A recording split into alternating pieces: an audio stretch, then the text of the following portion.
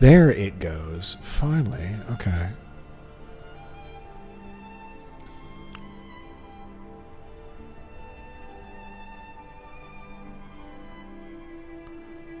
Check 1, 2. Okay, we're good. Are we back again?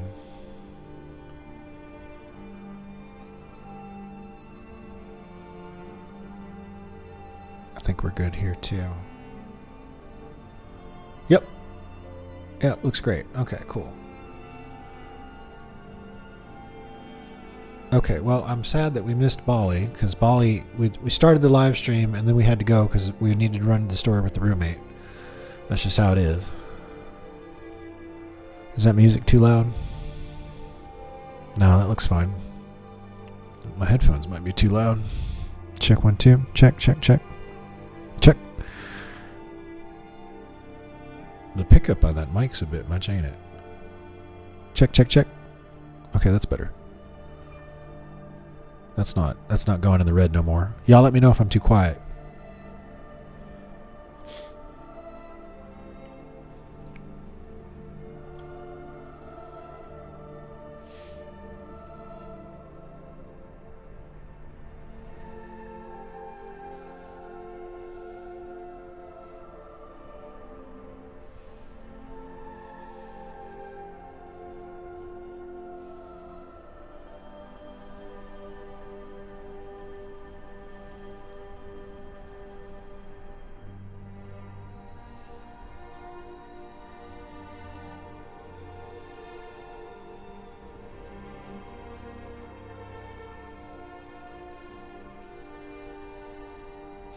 Okay, that looks good. There we go. Somebody's watching. Say hi in the chat. There we go. We finally got... Okay, it's finally working. Very good. Now, the couple things we got to do. So, I mean, we have some Skyrim ambiance here. We could be doing some documentaries.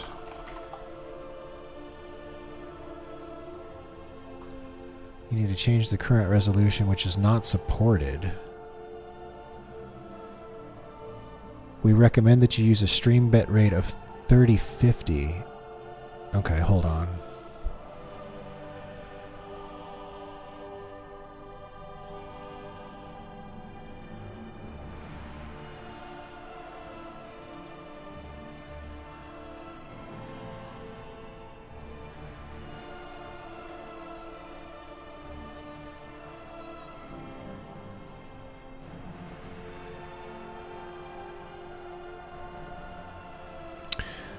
Video bitrate.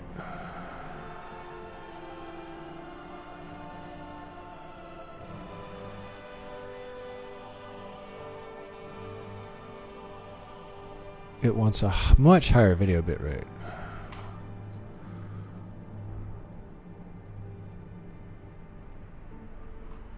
How do you know that?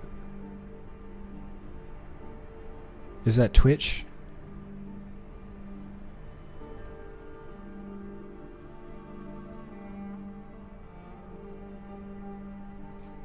Whoops, no, I don't want to do that. I want a new chat. There we go. It's fine. Let's ask Bob. Okay, so this is Bob, everybody. So I'm getting... Actually, let's just take a screenshot of it, because Bob can read. Did y'all know that? Watch this.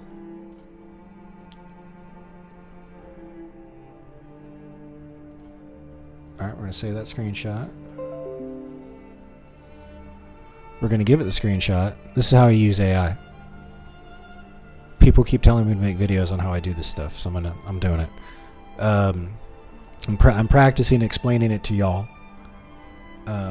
Okay, so this is what we've got. So now it knows everything I know. So, well, I'm you know, I tried to set it to the bitrate requested, but I get the error you see in the second screenshot.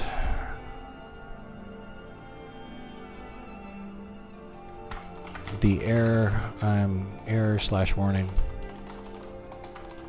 I'm getting in the first screenshot.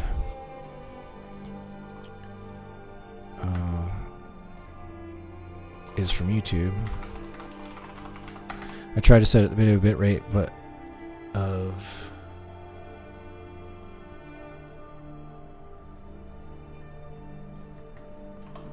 I tried to set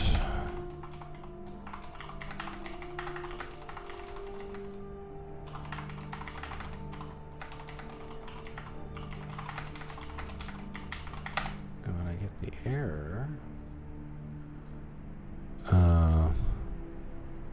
let's just screenshot it.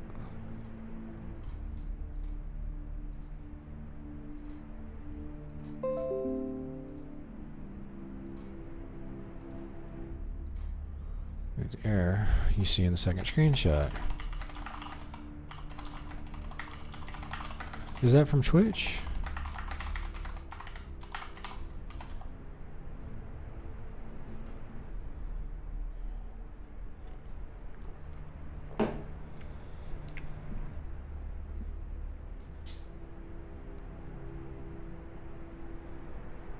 So you're streaming in 440p, which your YouTube is expecting 1020.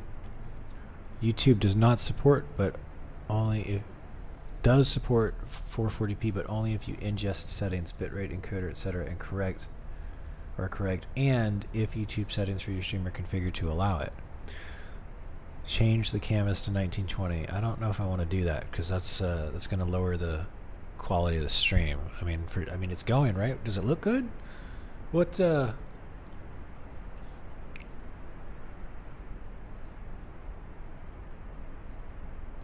mean, let's look at something from the other day. This is 2 days ago. Oh no, I think I made those changes the other day. Is that legible? Can you read that? See, here we go. We're in 1080. It's right there. What if I change it to that? Oh, you can read it just fine. That looks great. It's very, very legible over there. So if you got the full screen, in fact, let me see if I can screw it. Yeah, you can even kind of read it in the small in this size, and then I bet if you did theater mode, it'd be a little bit bigger. Yeah, so that's legible. So I don't know if I want to make changes. Let's see gaming though, because this is all the same stuff.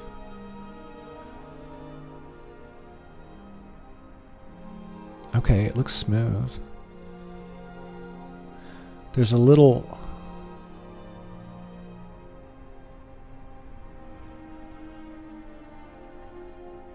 It gets a little blurry when there's a lot of movement. It looks like it's not just a slight. It's like the grass gets a little blurry, not even the rocks.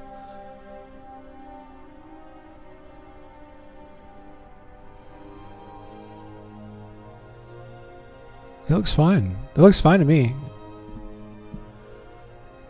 I mean, I want to make it look better if I can. That looks legible. That's good. Okay, let's finish seeing what it was saying. Where's Bob?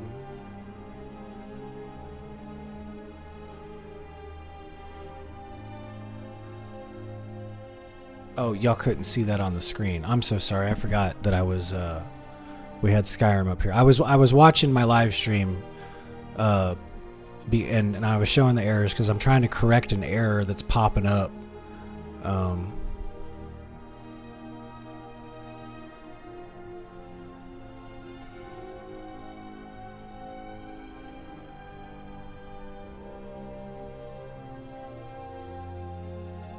Okay, here we go. Let me share the screen.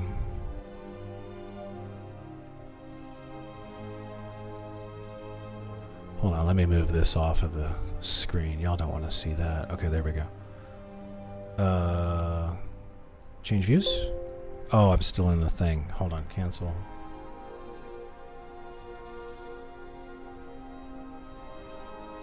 Boom. Okay, there. Now you should be able to see all that. Okay, so the YouTube error, the screenshot. So this is what we sent it. You know, these are the errors that I'm getting, and these are popping up in the YouTube feed. So here's the stream settings, and when I try to up the bit rate, warning the streaming video bit rate will be set to 6,000, which is the upper limit.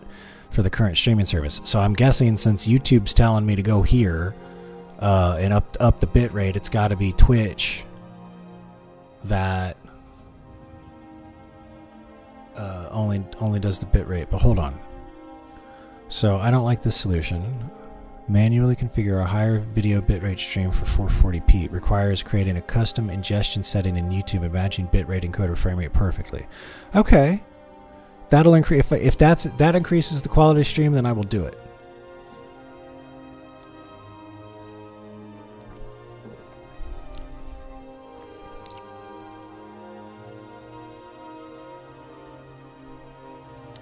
Yeah, Twitch's max video bitrate. Okay, automatic trigger automatic downscaling or causing streaming instability or buffering issues.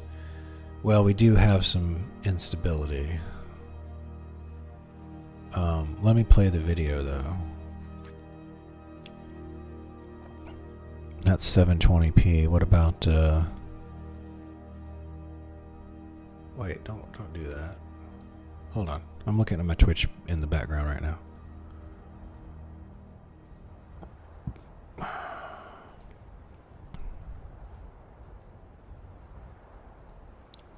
Settings, quality.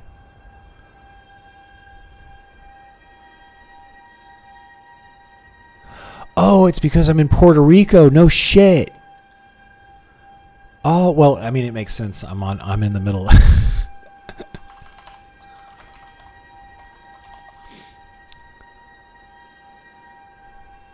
I mean, we're here, we live around in this area right here. And they're just like, yeah, we can't run a cable from Miami for the data centers down in Miami to Puerto Rico just yet. So you got it. You're stuck with that resolution because I'm in the middle of. Look at that. No one like I'm surprised I got as good an internet as I do right now. I bet they would I'd run a cable from like here to here, and then a cable from here to here, and then you probably have to avoid Cuba, and run cable. Well, no, you probably want it really deep, so you just lay the cable that way and then go straight there and then run it that way. I wonder, like, I used to be a network engineer, so I just wonder about that kind of stuff. Like, you know, like I've wired up people's homes and businesses and large corporations and all that kind of stuff. I've set up stuff for huge LAN parties and all that stuff. Worked at a data center before, but I ain't never done anything like lay cable in the ocean. That's crazy. All right. Well, let's get done being impressed with all that. So how to fix? Oh, let me close this. Okay, you have to compromise to Twitch's limits. Set your resolution to 1920 to set bitrate to 600 ms. This voice errors on both platforms but limits quality. Alternatively, use Restream or custom RNTP servers to send different quality feeds to each service. Ooh.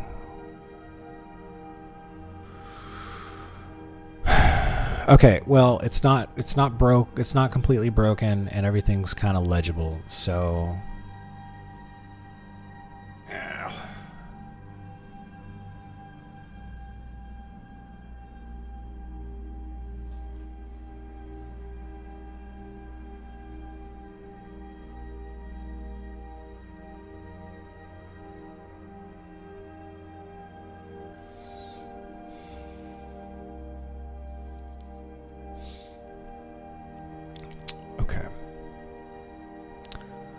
this is the to-do board.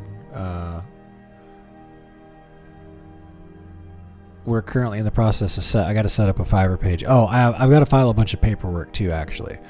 So let's find something.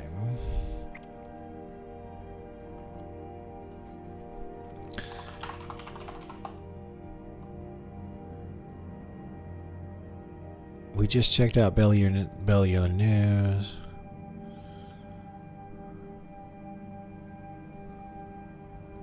Let's check out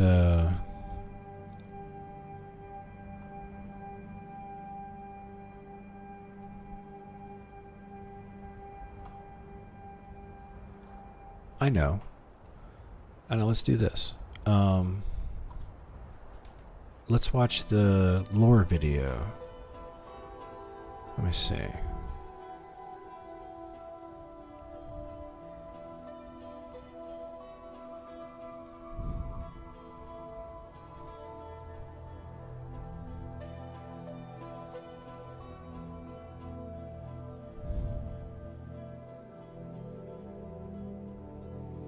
I got the video on my phone, I think, or the link to the video on my phone.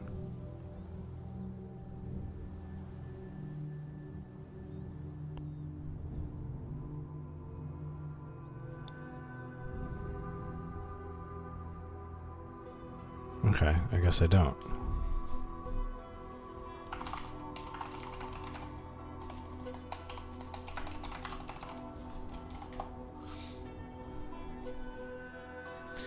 Okay, where is... I think it was this one.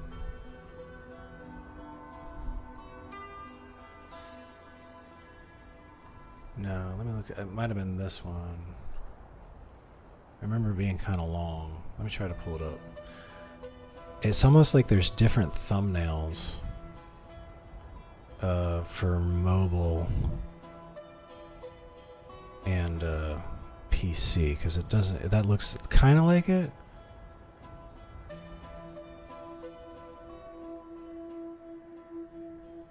Oh, I might have searched for Bloodborne lore instead.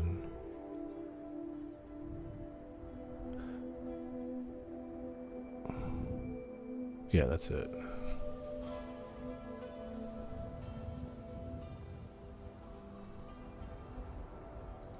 Okay. So we're gonna check this out while Bloodborne. If you don't know about it, Bloodborne is a game made by FromSoft, and I am now a fan of FromSoft video games because I'm playing Elden Ring, and I've played a few of the Armored Core games too. And apparently, Bloodborne is a PlayStation exclusive, so I might have to get one of these days and try it out. Let's move this over here. And we can pause the music over there, and now we can do that. There we go.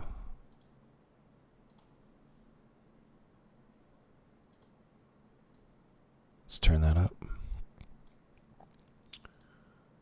Okay, and I'm going to go ahead and mute myself because I'm just going to be clacking away on the keyboard. So welcome everybody to kick back, relax. Let's watch a long form lore video on a FromSoft game called Bloodborne. And this Bloodborne game is out of everything that FromSoft has done. Like Elden Ring's gotten a lot of praise. Armored Core 6 has gotten a ton of praise, and then everybody also mentions this game, like, oh, this is an amazing game. But it's PlayStation exclusive, so the only way to play it is to get a PlayStation. So we'll see. Oh, I need to stop muting myself over there and mute myself over here. There. Check 1 2. Check. Wait, hold on. Oh, I bet it's not sending the signal. Check. Mic check 1 2.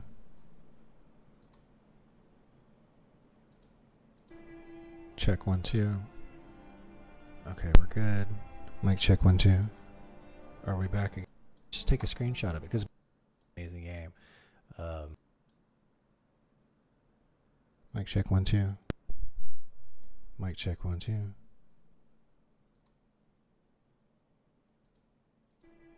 Check 1 2. Okay, we're good. Mic check 1 2. Are we back again? Just take a screenshot of it because it's an amazing game. Mic check 1 2.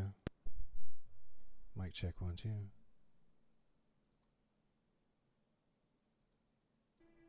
Check 1 2.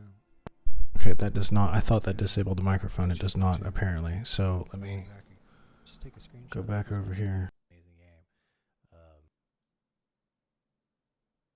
Mic check 1 2. Mic check 1 2. The lore of Bloodborne is dark, Okay, and I mean that disabled the in more microphone, ways it's not, than apparently. one. So Not only is most of the game's story hidden from the player, but it also touches on some deeply disturbing and unsettling subject matters. Alien entities forcefully impregnating women. It can't be. The lore of Bloodborne This is a nightmare. dark, and I mean that in more ways than one. Orphans being used as test subjects for nefarious experiments. My baby! My precious little baby! Mass slaughterings of entire villages in the pursuit of a higher purpose. Black and what? Blasphemous murders, blood-crazed fiends. Brutal research that completely disregards human life. Kill me, please. Just kill me. And a corrupt religious organization masquerading themselves as saviors. Not a pretty sight, is it? The true face of the blood-worshipping, beast-purging, healing church. Much of these horrific plot points went over my head when I played the game as a young boy almost a decade ago. Aside from my own ineptitude and naivety, there is a very good reason for this. Bloodborne has one of the most complex, intricate, and ambiguous stories that I have ever encountered. Even amongst the rest of From Software's games, it stands out as being notoriously difficult to understand. This was undoubtedly an intentional decision, playing into the game's Lovecraftian themes, but a substantial portion of the confusion surrounding the lore of Bloodborne has arisen from the nuances between the original Japanese text and the English localization. When translating information from one language to another, it is almost inevitable that some of the more subtle meaning is lost. A YouTuber by the name of Lost Protagonist has put in a tremendous amount of effort in creating an Excel spreadsheet that retranslates every piece of information found in Bloodborne from the original Japanese text. This is what I will be using to aid me in uncovering the game's profoundly mysterious secrets. The story of Bloodborne is one that spans several centuries. It's a story about the hubris of man, forbidden knowledge, unspeakable atrocities, and unfathomable consequences. In this video, I aim to shed some light on Bloodborne's tragically dark story. Bloodborne's plot begins long before the events of the actual game. Long ago, beneath where the city of Yharnam would eventually be founded, a massive underground labyrinth was carved out by an ancient civilization of people known as the Pthumerians.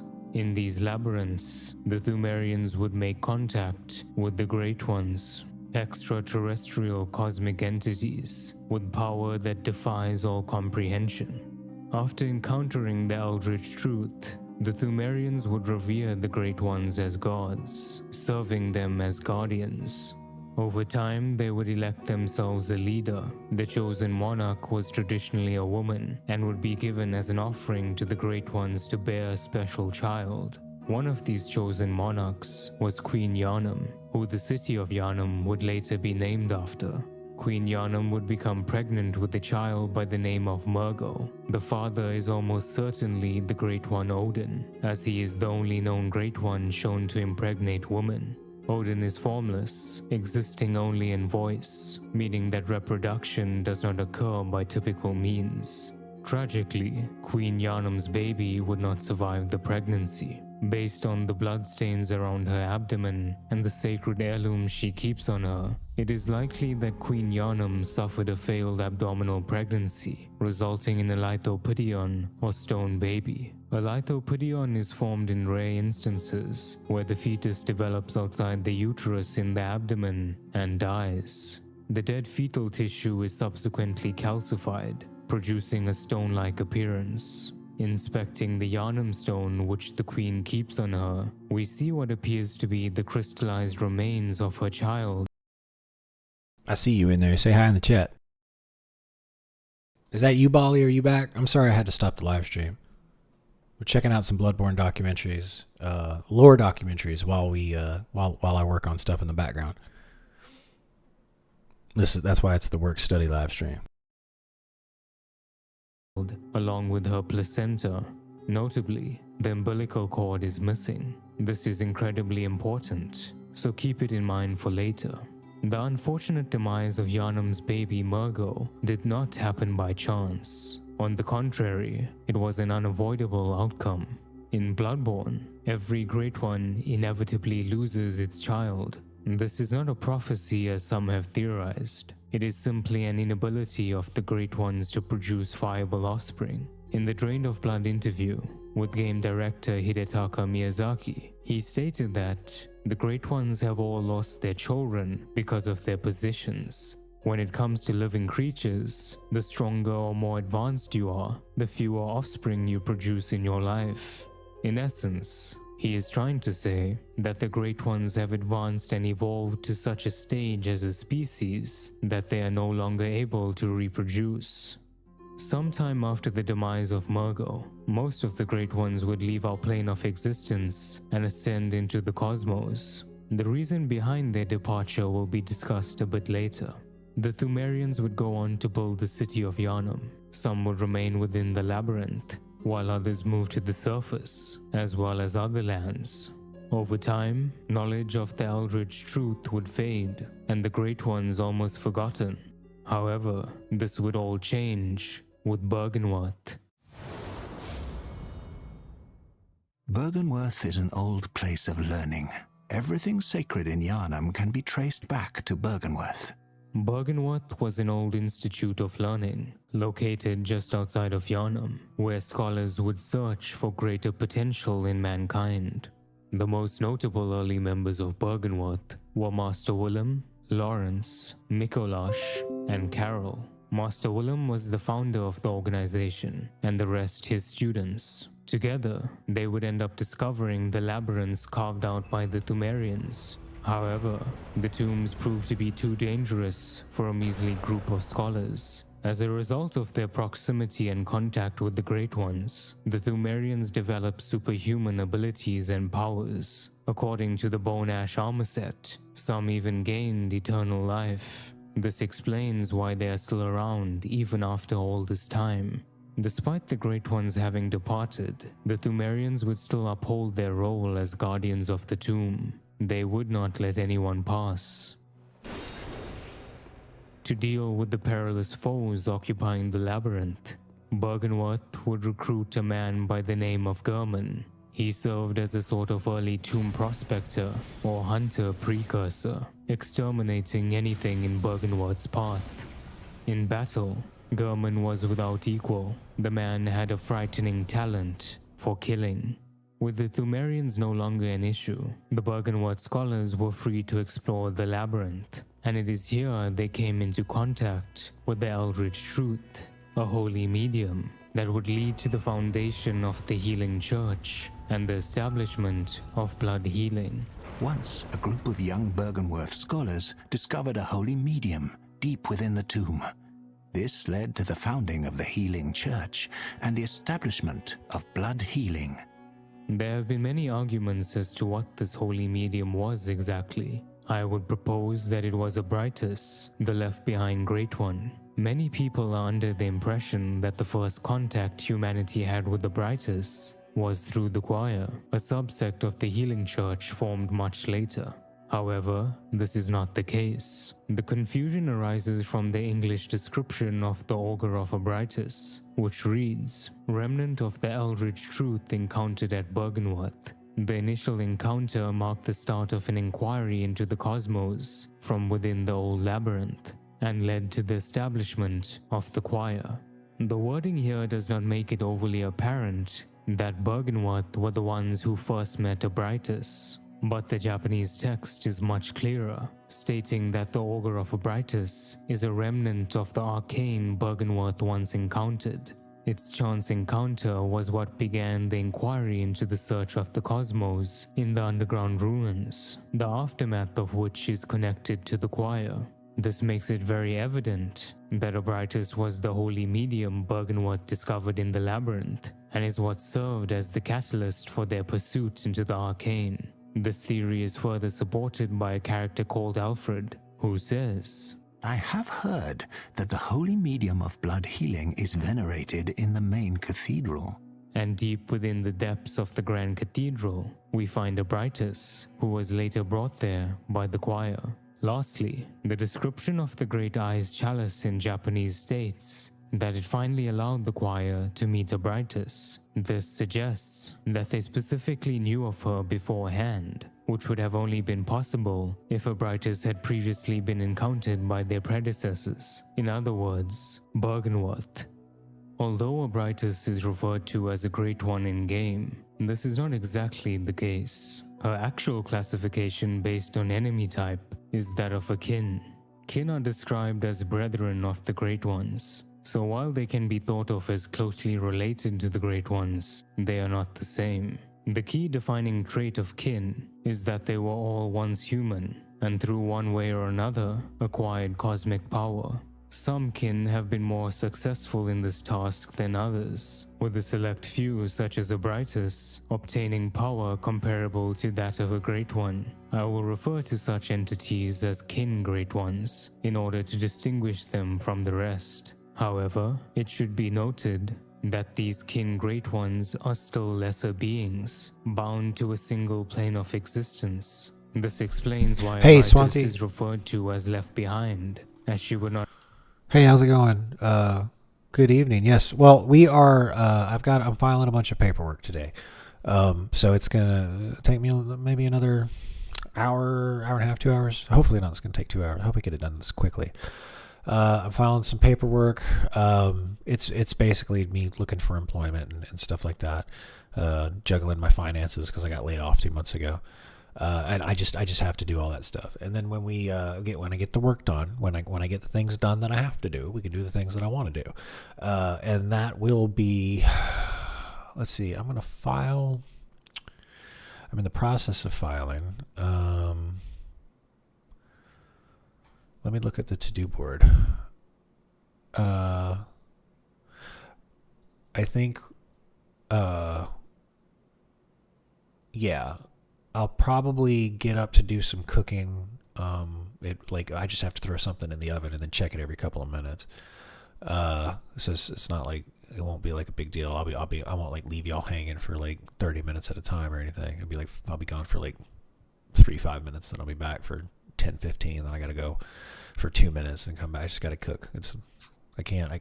Maybe we should just move my computer setup near the kitchen and then I can just jump it. We're not doing that.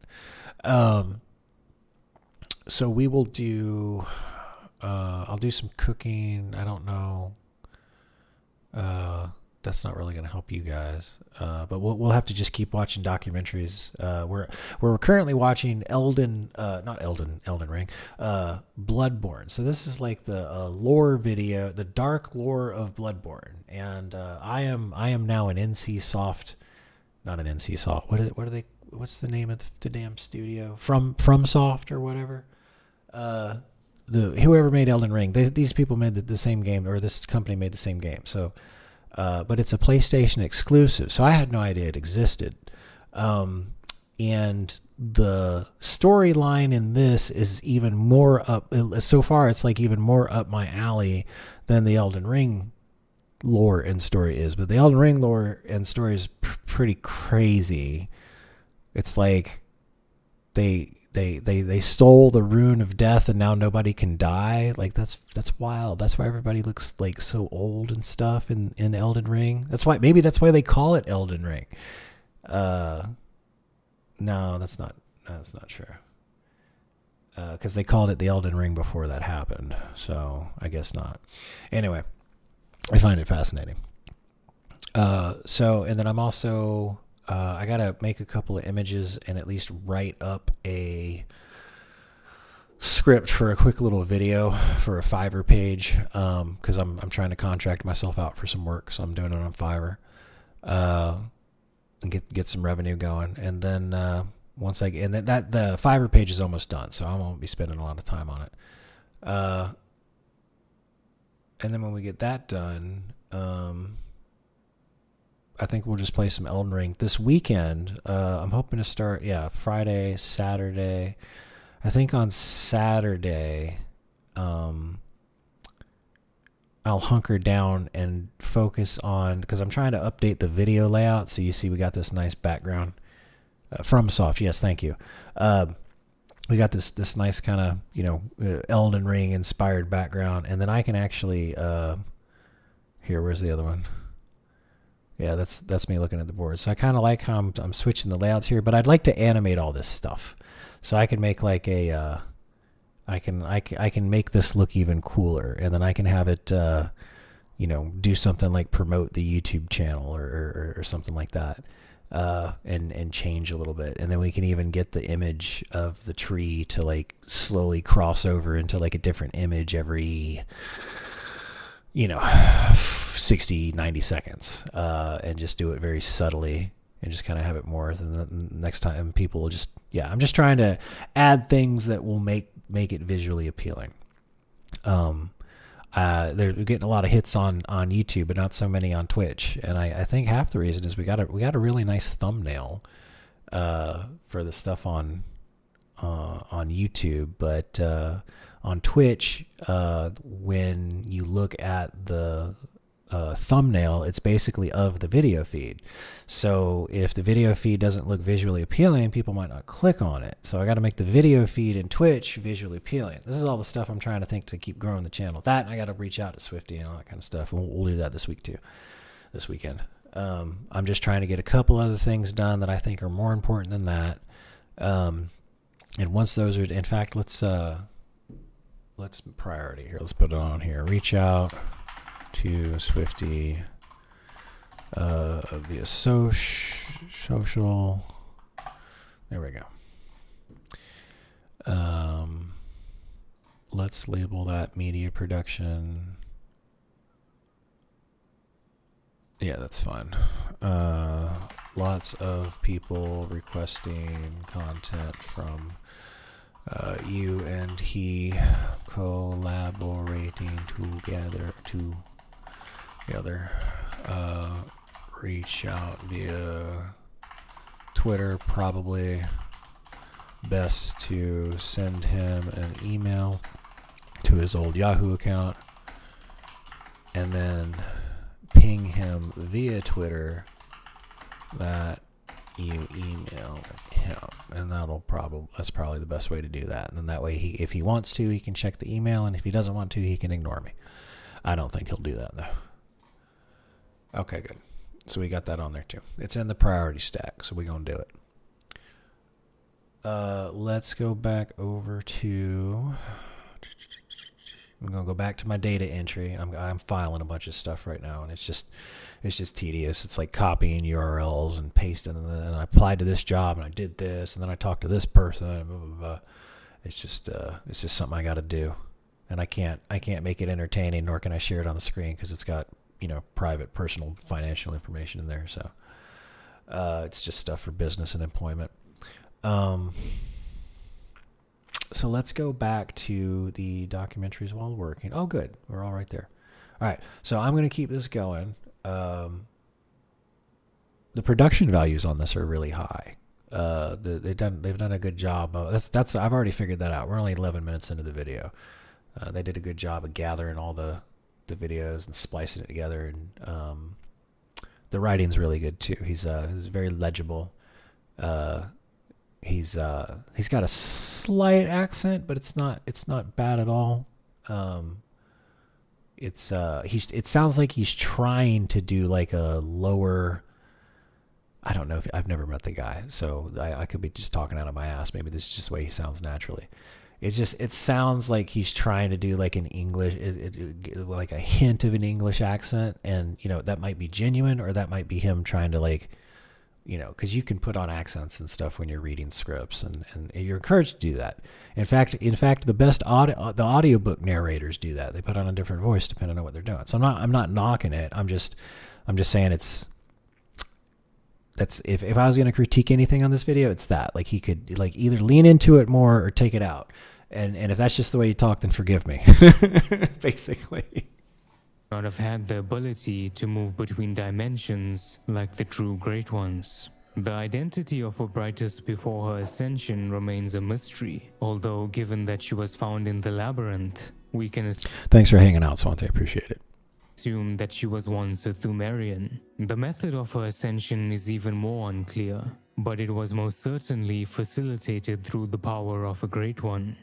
Upon encountering this unfathomable eldritch being, the Bergenworth scholars would conduct all manner of research to learn more about Obrightis and the Great Ones. Examining the head of Obrightis, it almost looks as if the flesh on her face has been pulled apart, exposing the tissue underneath, although this could very well just be her design. In either case, looking at the opening, some of her brain seems That those don't look like brains. That almost looks like a, did I unmute myself? Yes. That almost looks like eggs or something, because this looks like we got like a centipede structure here, and then these would be the eyes, and then maybe these are the eggs or something. I don't know if that's brain. I don't know. I haven't played the game. I'll shut up. to be exposed, and it is filled with a numerous amount of eyes. This discovery is likely what led to Master Willem's obsession with eyes. The Eye Rune states that eyes symbolize the truth Master Willem sought in his research. Disillusioned by the limits of human intellect, Master Willem looked to beings from higher planes for guidance, and sought to line his brain with eyes in order to elevate his thoughts. The Japanese text provides further clarity, stating that the Eye Rune was created as a representation of the abandoned Great One's voice. This further cements the theory that Obrightis was the progenitor of Bergenworth's and Willem's philosophy. Eyes. Eyes. Where are the eyes? I need more. I can't see. Aside from eyes on the inside, the other great discovery Bergenworth made was the miraculous healing properties of Obrightis' blood. The blood of the Great Ones and their kin would later be referred to as the Old Blood. The discovery of blood made Bergenworth's dream of evolution a reality. However, the discovery of blood also entailed the discovery of undesirable beasts. While some of the scholars believed that the Old Blood was the key to humanity's evolution, others were more fearful of it. One scholar in particular, by the name of Carroll, provided ample warnings about the dangers of the Old Blood. Through exposure to the eldritch truth, Carroll was able to gain enough insight to hear the mutterings of Great Ones, even from across dimensions. Though the words could not be translated into human language, Carroll transcribed them into symbols that would later be referred to as Carroll runes. Carroll described the beast as a horrific and unwelcome instinct deep within the hearts of men, meaning that beasthood is something inherent to mankind, and that the Old Blood simply serves as a means to bring it out. Despite Carroll's warnings, one of the other scholars, called Lawrence, would remain convinced that the Old Blood was a necessary tool to elevate mankind. The blood makes us human, makes us more than human, makes us human no more. More and more expeditions were conducted to the labyrinth in order to further Bergenworth's research into the arcane. To assist him in the tombs, German ended up taking an apprentice by the name of Maria. The two would grow close over time, and although Maria deeply admired German, she was unaware of his curious mania towards her. In any case, Maria and German served as powerful weapons to act out the bidding of Bergenworth. If you're enjoying the video so far, please consider subscribing to the channel. I have a lot more From Software related content planned for the future that I'm sure you will like. Back to the video. Sometime after the discovery of the labyrinths, Bergenworth would hear news of a washed-up carcass of a Great One near a fishing hamlet. There you are. Finally, my precious sacrifice.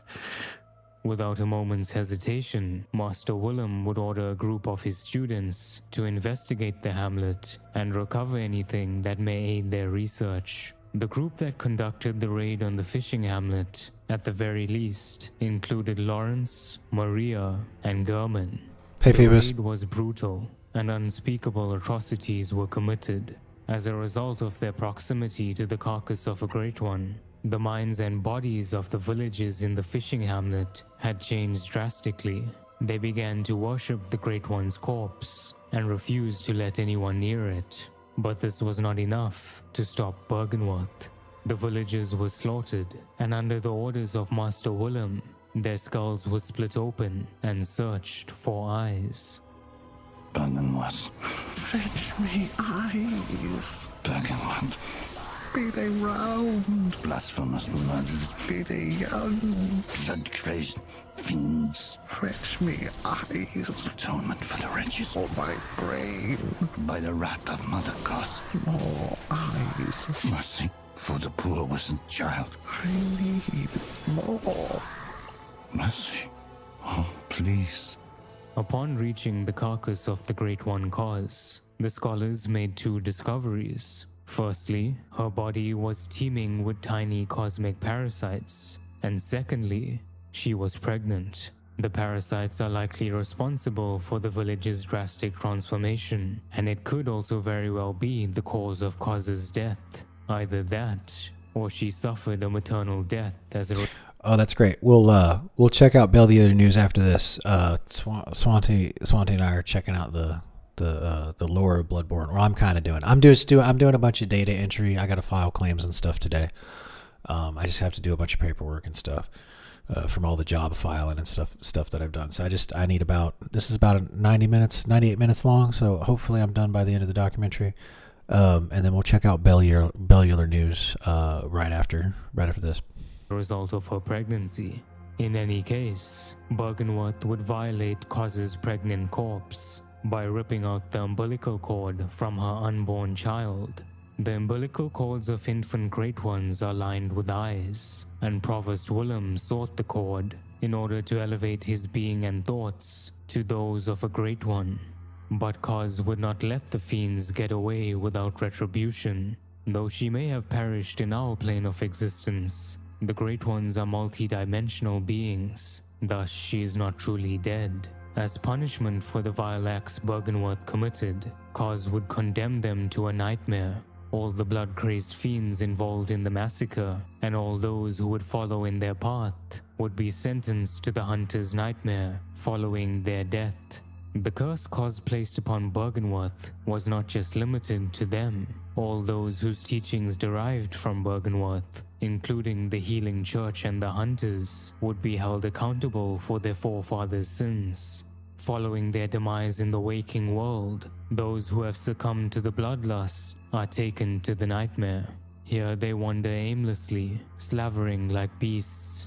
After retrieving the orphan of Cause's cord, Bergenworth would return home, unaware of the bleak fate that awaits them. Curse the fiends, their children too, and their children forever true. Master Willem, I've come to bid you farewell. Oh, I know. You think now to betray me. No, but you will never listen. Dissatisfied with Master Willem's methods and way of thinking, Lawrence would leave Bergenworth. The two had conflicting ideologies about the pathway to mankind's evolution. Willem believed it was eyes and insight, and Lawrence believed it was the old blood. Along with Lawrence, German, Maria, and Mikolash would also leave Bergenworth, either agreeing with his beliefs or simply being disgusted by Willem's methods. Some have speculated that Carol also left with Lawrence, based on the Rune Workshop tool description that states Provost Willem would have been proud of Carol's ruins, implying that he did not get to see Carol's ruins himself. But the Japanese text makes no such insinuation, simply saying that not relying upon blood is something that is close to Headmaster Willem's ideals. So, we can safely assume that Carol remained a scholar of Bergenworth. Although Master Willem felt betrayed, he did not attempt to stop Lawrence. He only asked that he remembers their adage. We are born of the blood, made men by the blood, undone by the blood. Our eyes are yet to open. Fear the old blood. I must take my leave. After leaving Bergenworth, Lawrence would go on to found the Healing Church. Now, many have concluded that Lawrence died before the Healing Church was founded, based on a statement made by game director Miyazaki. But this simply cannot be true, as there are many pieces of evidence in the game that would contradict this. So let's examine exactly what was said in the interview. Miyazaki references the cutscene we receive after touching Lawrence's skull in the Grand Cathedral. He says, "That's meant to give you a look into the memory of Lawrence, who appears in the cutscene as well. His skull served as the start of the Healing Church itself, but it's taken the form of a twisted beast. There's a lot you can imagine from that." Now we must keep in mind that this interview was conducted in Japanese. Oh, wait a second. Deathforged is here. Deathforged. Let's see here. There we go.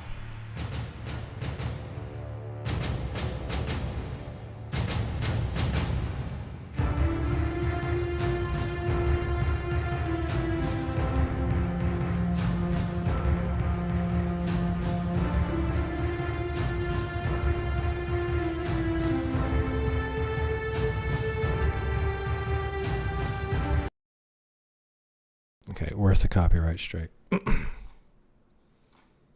What we are reading is the English translation of that interview. We unfortunately don't have access to the original Japanese text, but it is highly likely that whoever translated the interview was not aware of the lore of the game when doing so. In any case, let's examine the sentence. His skull served as the start of the Healing Church itself. Note how Miyazaki specifically references Lawrence's skull and Deathforge, the agenda is we're doing some I got a bunch of data entry to do for employment finance related stuff. So we're doing that. Should be done with it by the time this documentary is over. Then we'll check out some news items. What did I say we were going to do? Oh yeah, I was going to finish my Fiverr page, so we'll check out some more videos for a little bit, and then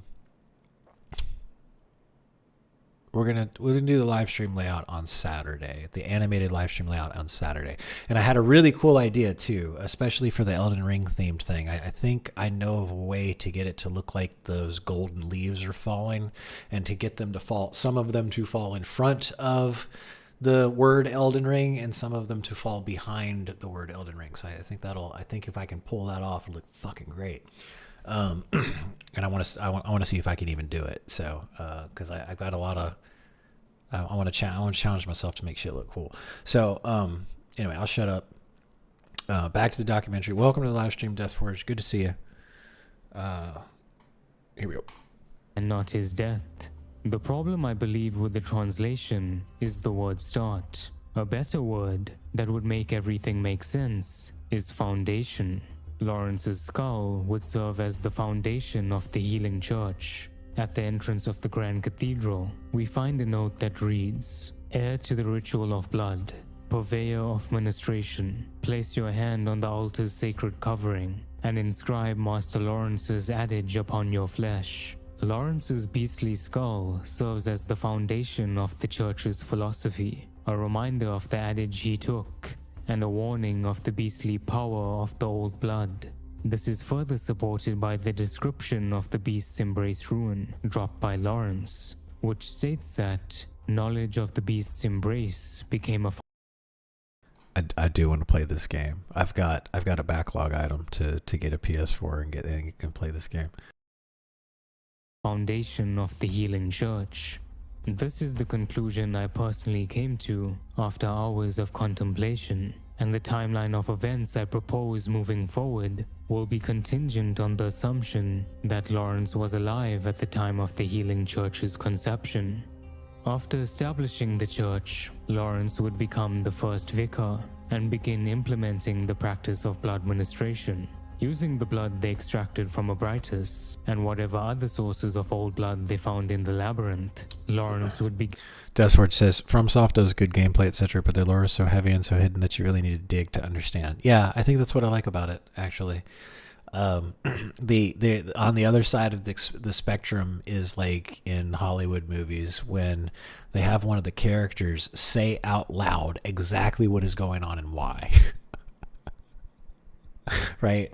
I think it boils down to like trusting your audience, right? Trust your and it's their audience wants to figure it out, right? A lot of people that make stuff don't trust their audience, so they slap some stuff in there that's like, if you've been paying attention, it's redundant, right? And I think that's what I appreciate the most, is that I want to know more, and there's ways for me to know more by getting more items and reading the things and then looking around in the environment and all that kind of stuff. And it actually changes the gameplay a little bit. Like well, at least that's the way Elden Ring goes. I haven't played this game yet, but I like that. I like that, I'm not just fed a whole bunch of info and like I got to think about things and figure it out. Like, that's very refreshing. Like, what other games or studios handle stuff like that? Like, I'd love to know. Funny part, I had a friend of him and I were grinding Elden Ring. I go, story is pretty good. He goes, what story? Yeah, no, there's I know there'd be a large portion of people like that. Absolutely. And that's fine. That's fine. They're not that's not the way they're wired. That's okay. But this kind of stuff, like I'm wired for this kind of stuff. I do like that. And the thing I appreciate the most is the visual storytelling.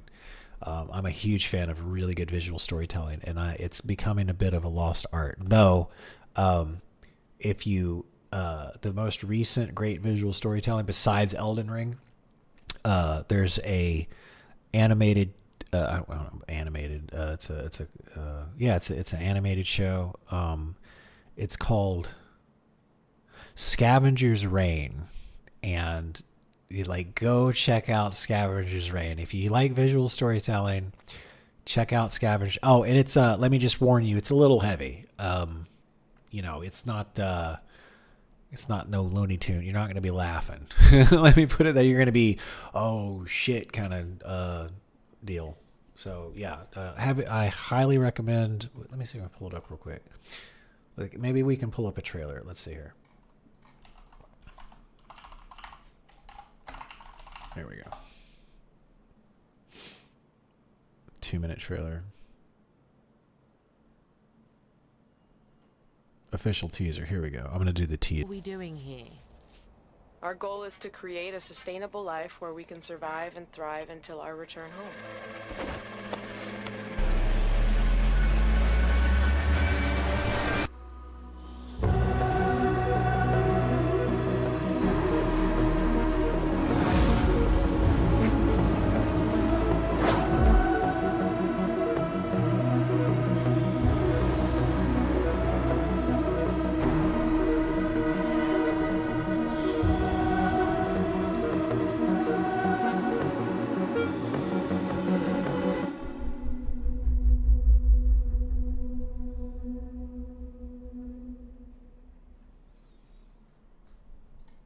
I recommend watching that.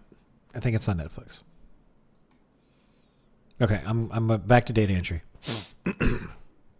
One last thing, Deathford says they have stories. Yeah, speaking of FromSoft, they have stories, but want you to read in between the lines to get the whole picture. That's absolutely right, Deathforge. I appreciate that. They're not they trust the audience. They're like, here, figure it out. It's just so refreshing.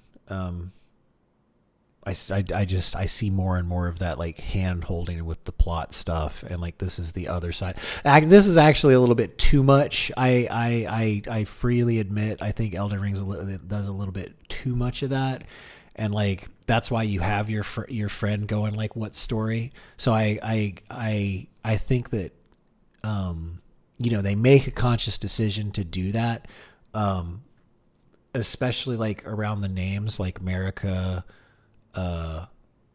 More I don't remember now. You know what I mean? There's a ton of M names, and then there's Godric and Godfrey, and like, it's intentional, right?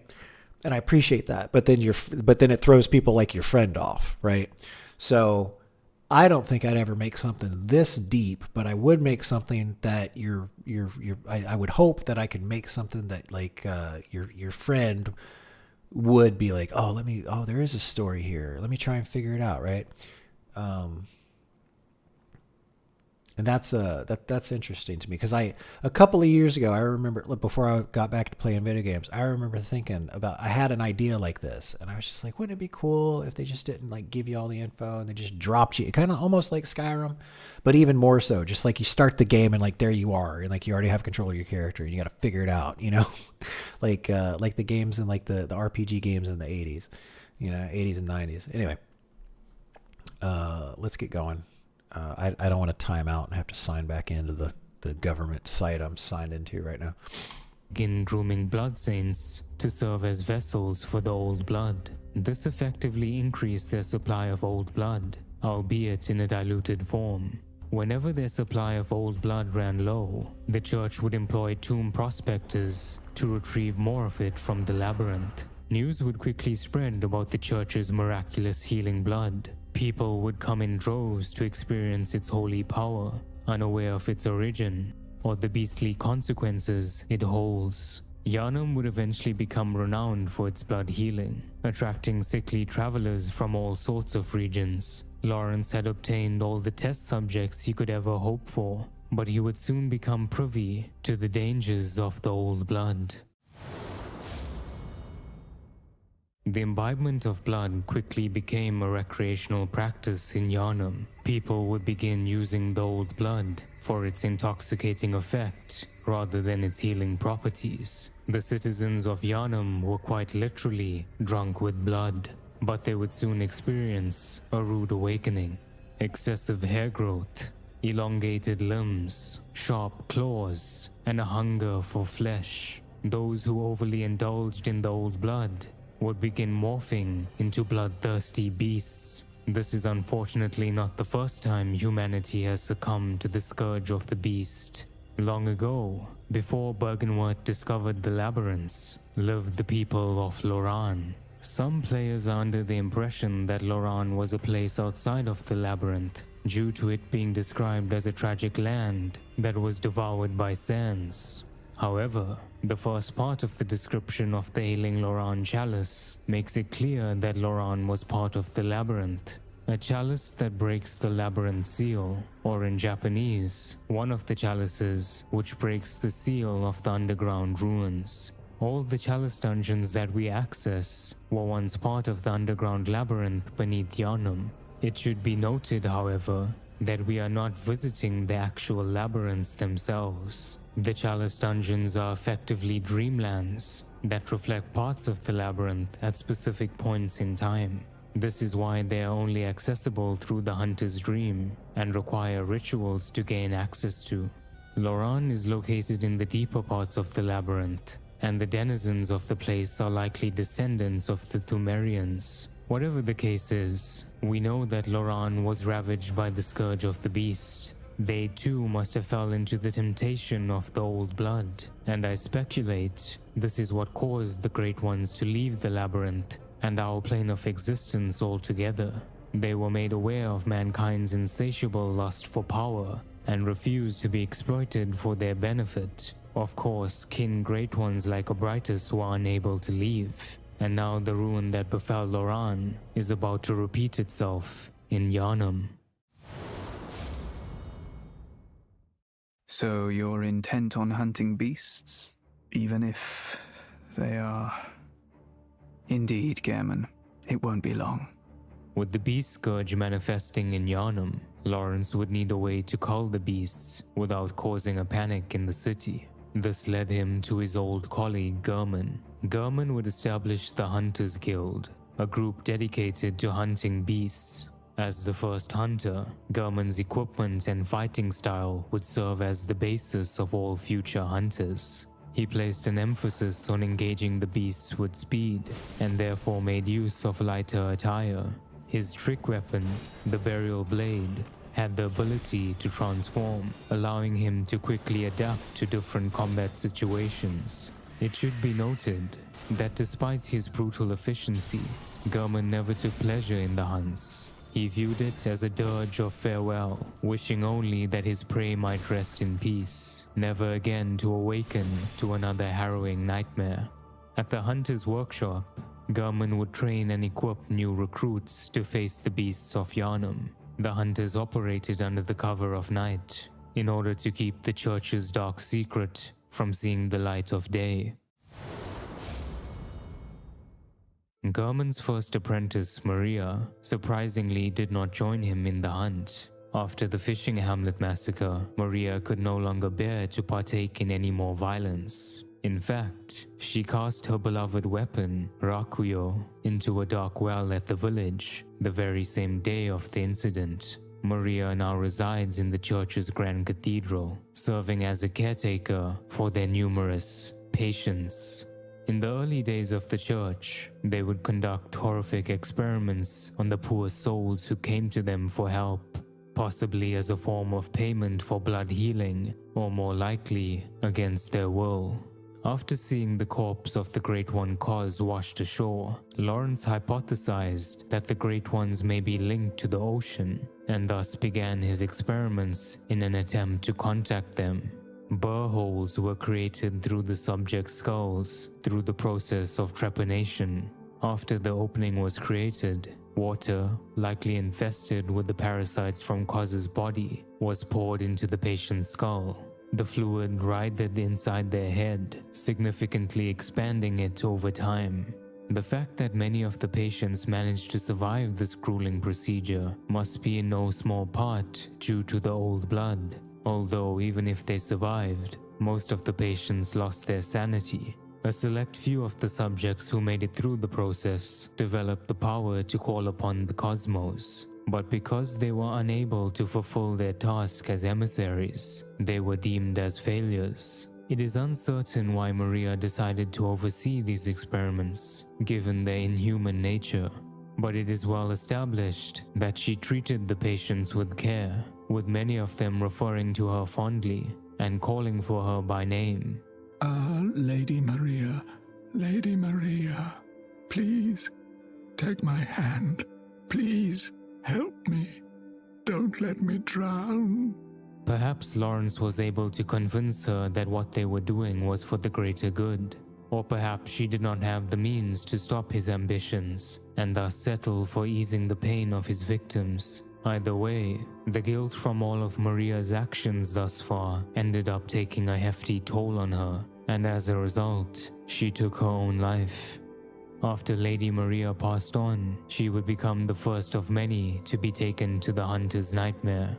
Once Gurman heard the news, he fell into a deep state of despair and secluded himself in the hunter's workshop, clinging to Maria's hair ornament that he recovered from her lifeless body. In the depths of misery and madness, Gurman crafts a porcelain doll in memory of Maria. The care put into the doll's creation is both remarkable and unsettling, a testament to the deep love Gurman had for his student. Even with Maria dead and Gurman in despair, Lawrence remained determined to pursue his dream of evolution and was willing to use any underhanded means to achieve this dream. The description of the antidote item reads, small medicinal tablets that counteract poison, used to treat ashen blood, the baffling sickness that ravaged old Yharnam long ago. These tablets only provide short-term relief. The ashen blood ailment eventually triggered the spread of the beastly scourge. From this, we can gather quite a bit of information. Old Yharnam, a sub-district of Yharnam, was plagued by a strange illness called ashen blood. The disease was somehow related to poison. And lastly, it triggered the beast scourge to spread, or in Japanese, it triggered its proliferation. What likely happened was that the healing church used copious amounts of old blood to treat the ashen blood sickness, thus causing the beast scourge to proliferate. But just how did this poisonous ashen blood ailment arise in the first place? Well, the description of the poison knife reads, a knife slathered in poison, often used for self-defense by special doctors in the healing church. This means that the healing church had access to poison, and enough of it to slather their weapons. With this in mind, it is not a stretch to say that they could have used this same poison to cause the Ashen Blood sickness, effectively forcing the residents of Old Yharnam to make use of the church's healing blood. How the poison was distributed is unclear, but most likely it was through their water source. Due to the massive number of people in Old Yharnam making use of the old blood, beasts would start forming at a rapid rate, and soon the place would become overrun by the scourge. The hunters were dispatched to deal with the mess, but they were severely outnumbered, and with Gurman out of commission, they were severely underpowered.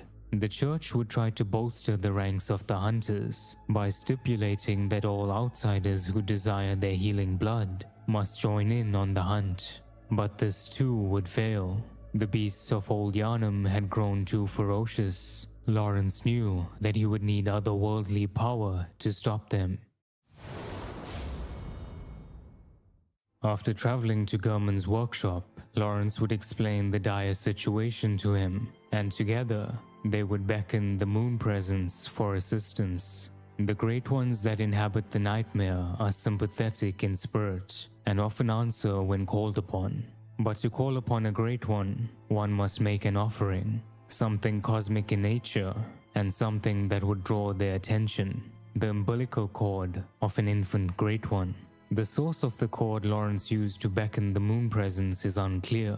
It could be the one they recovered from the Orphan of Cos, but it is unlikely that Willem would have just let Lawrence leave with it. Before being patched out the game, the workshop third umbilical cord stated that it originated from a child of the Vile Bloods, descendants of the Thumerians that currently reside in Castle Cainhurst. This would suggest that the father of said child is once again Formless Odin, given his interest in corrupted blood. The Vile Blood hunter Alfred also states, "Once a scholar betrayed his fellows at Bergenworth and brought forbidden blood back with him to Cainhurst Castle." This could mean that Lawrence exchanged the old blood for the umbilical cord of an infant great one conceived by the Vile Bloods. Whatever the case may be, the cord granted Lawrence and Gurman an audience with the moon presence. In response to their plea, the Great One would create the Hunter's Dream, a dreamland based on the Hunter's workshop. Here, special hunters chosen by the moon presence would be revived upon their death, allowing them to continually fight the scourge of the beast. However, for its aid, the moon presence would demand a steep toll. Every Great One loses its child and then yearns for a surrogate. The word surrogate does not refer to surrogate mothers, as some have claimed. It refers to a replacement for their lost child. The Japanese text confirms this, stating that every Great One loses its infant and then desires another. Gurman was taken as the moon presence's surrogate. He would be trapped in the Hunter's Dream, unable to return to the waking world. Here he would remain as a guide for future hunters of the dream. Farewell, Lawrence. I await the realization of your ministration. Jura, an old hunter dispatched to fight the beasts of Old Yharnam, would become the first hunter of the dream, chosen by the moon presence. Using his newfound power, he would attempt to cleanse Old Yharnam from the scourge. However, not everything would go to plan. The beckoning of the moon presence caused the appearance of the red moon, and when the red moon hangs low, the line between man and beast is blurred. The red moon is synonymous with the moon presence, and its proximity to our plane of existence accelerates the rate at which the beast scourge develops. It is never explained why this is the case, but my theory is that being exposed to things of a cosmic nature drives one insane, and this weak mental state makes it easier for the scourge of the beast to manifest. We know from the Clawmark rune that beasthood is a deep instinct present within mankind, so it makes sense why madness would bring this to surface. There are actually several examples in-game of strong emotions suddenly triggering the beast scourge. Whatever the reason may be, the moon presence's proximity worsened the state of old Yharnam. Despite not being able to die, Jura felt defeated and could not bear to kill any more. He is said to have been both uncommonly kind and dreadfully foolish. There's nothing more horrific than a hunt. In case you fail to realize, the things you hunt, they're not beasts, they're people. Sympathizing with the beasts of old Yharnam, Jura renounced his hunter vows and was severed from the hunter's dream. After realizing there was no saving old Yharnam, Lawrence and the church sealed it off from the rest of the city and burned the place to the ground that moonlit night. Jura now stays in the ashy remains of old Yharnam, protecting its beastly inhabitants from any foolish hunters who would dare enter the place. You there! Hunter! Didn't you see the warning? Turn back at once, or the hunter will face the hunt.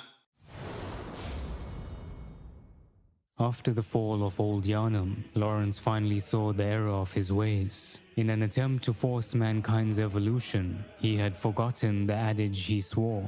Lawrence would desperately search for a way to stop the scourge from spreading and save Gehrman from the moon presence. But it was all too late. The beast scourge had already taken root in him. Lawrence would end up transforming into the first cleric beast. Due to their heavy indulgence in the old blood, clerics would often transform into the most hideous of beasts. When we find Lawrence in the Hunter's Nightmare, his body is surrounded by an inextinguishable flame. This is likely a symbolic punishment for burning old Yharnam to the ground. His body now perpetually burns as a reminder of the destruction he caused. In the waking world, Lawrence was almost certainly killed by the Healing Church assassin, Brador.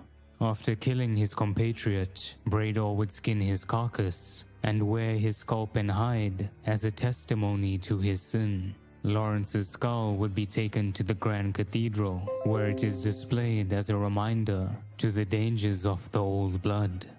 Nothing changes. Such is the nature of man. Following Lawrence's demise, the Healing Church would divide into two elite factions, the School of Mensis and the Choir. The Choir was made up of the orphans of Yharnam that the church raised in their orphanage. Here they were educated in all things arcane. The members of the Choir seemed to be more aligned with the beliefs of Master Willem than Lawrence was, and the eye coverings they wear are indicative of their gratitude for his teachings. The Choir sought to continue the work that began at Bergenworth, and thus set out to the deepest parts of the labyrinth, the Land of Eyes. Here they would recover the Great Eye's chalice, and finally have an audience with the Brightest. A Brightest would be taken by the Choir to the Altar of Despair in the very depths of the Grand Cathedral. Together with the Left Behind Great One, they would look to the skies in search of astral signs that may lead them to the rediscovery of true greatness. Using the knowledge they acquired from Abritus, the Choir would seek to succeed where their predecessors failed by continuing the church's experiments.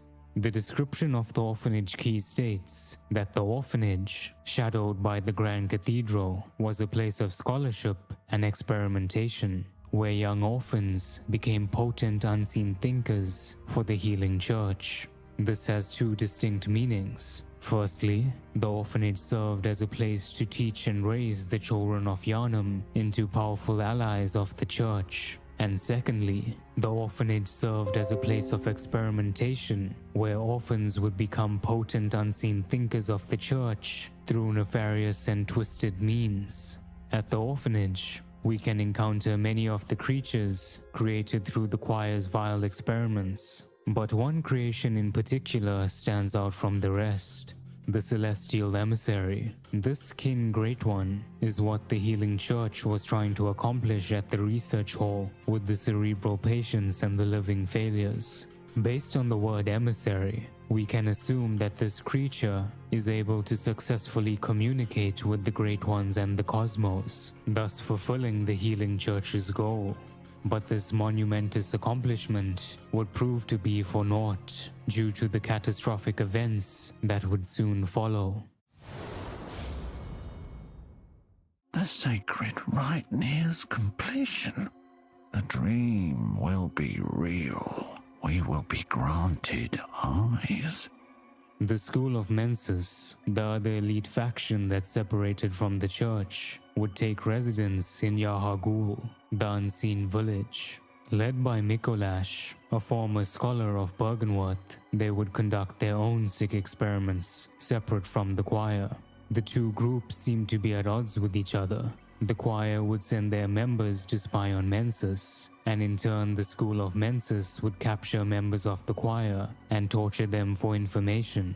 Mensis seemed to be to some extent collaborating with the Thumerians, evident by the bell-ringing woman and the kidnappers in the unseen village. Together they would create these horrible amalgamations of body parts, presumably in an attempt to reproduce the power of the Great Ones. Needless to say, they failed in this endeavor. Realizing they would never be able to reach the heights of the Great Ones on their own, the School of Mensis sought to make contact with them. Just like the choir, Mensis would travel to the labyrinths beneath Yharnam and reach the land of Thumeru Isle. Here they would find Queen Yharnam, still alive and mourning the loss of her child. Mensis would overpower the queen, shackle her, and steal her stillborn child's umbilical cord. Using Murgo's cord, they would attempt to make contact with the infant Great One at the unseen village. One must remember that although Murgo perished in our world, Great Ones exist across multiple planes. The description of Murgo's umbilical cord reads, "This cord granted Mensis audience with Murgo, but resulted in the stillbirth of their brains." This line about stillbirth of their brains have left many confused, including myself, as to why this would happen, and it is yet again due to poor translation. The following retranslation comes from Reddit user Luna Nimbus and reads, "With this cord, a failed brain was bestowed unto Mensis." This makes much more sense, given the events that followed the school's contact with Murgo. Their consciousness was transported to the nightmare of Mensis, a dreamland created by Murgo, where the infant now resides. In the nightmare, the school would encounter a massive brain-like creature lined with eyes. The living string description in Japanese states, "The gigantic brain Mensis gained in the nightmare was certainly lined with eyes on the inside, but was completely malformed or was a complete failure." This leads me to believe that the School of Mensis, or Mikolash in particular, asked Murgo for a brain lined with eyes, but Murgo, being an infant, misunderstood the request and granted them the brain of Mensis instead. Whatever the case is, the brain, or even Murgo for that matter, was not the school's true objective. A note left in the unseen village reads, "Madmen toil surreptitiously in rituals to beckon the moon, uncover their secrets." The School of Mensis is using Murgo as a lure to beckon the moon presence. In the Drained of Blood interview, Miyazaki states that, in the world of Bloodborne, babies that are treated as special in one way or the other are offered as lures to the Great Ones. The Great Ones have all lost their children because of their positions, and as a result, they are attracted to these special babies. Murgo is the special baby being used in this instance. The infant's consciousness has been trapped in the nightmare of Mensis as a result of the ritual, and its harrowing cries are being used to attract the moon presence. Why the moon presence specifically? Well, the answer becomes clear when we look at the Japanese description of a note found in Bergenworth. When the red moon comes close, the boundaries of man becomes blurred. The revered Great Ones appear and shall embrace our infants. Not only does the proximity of the moon presence and the red moon accelerate the rate of the beast scourge, but it also blurs. I'm totes digging this story. This is so much more hardcore gothic horror than Elden Ring is. I love it. The boundaries between realms, allowing for other Great Ones to access our plane. The School of Mensis desires contact with the Great Ones and the cosmos above all else. and are unconcerned with what consequences that may bring. Needless to say, the menses ritual drove Yharnam to absolute chaos, and with the church divided, Lawrence dead, and Gurman trapped, the people of Yharnam had no one to look to for help, but a hero would soon emerge to guide them through the dark.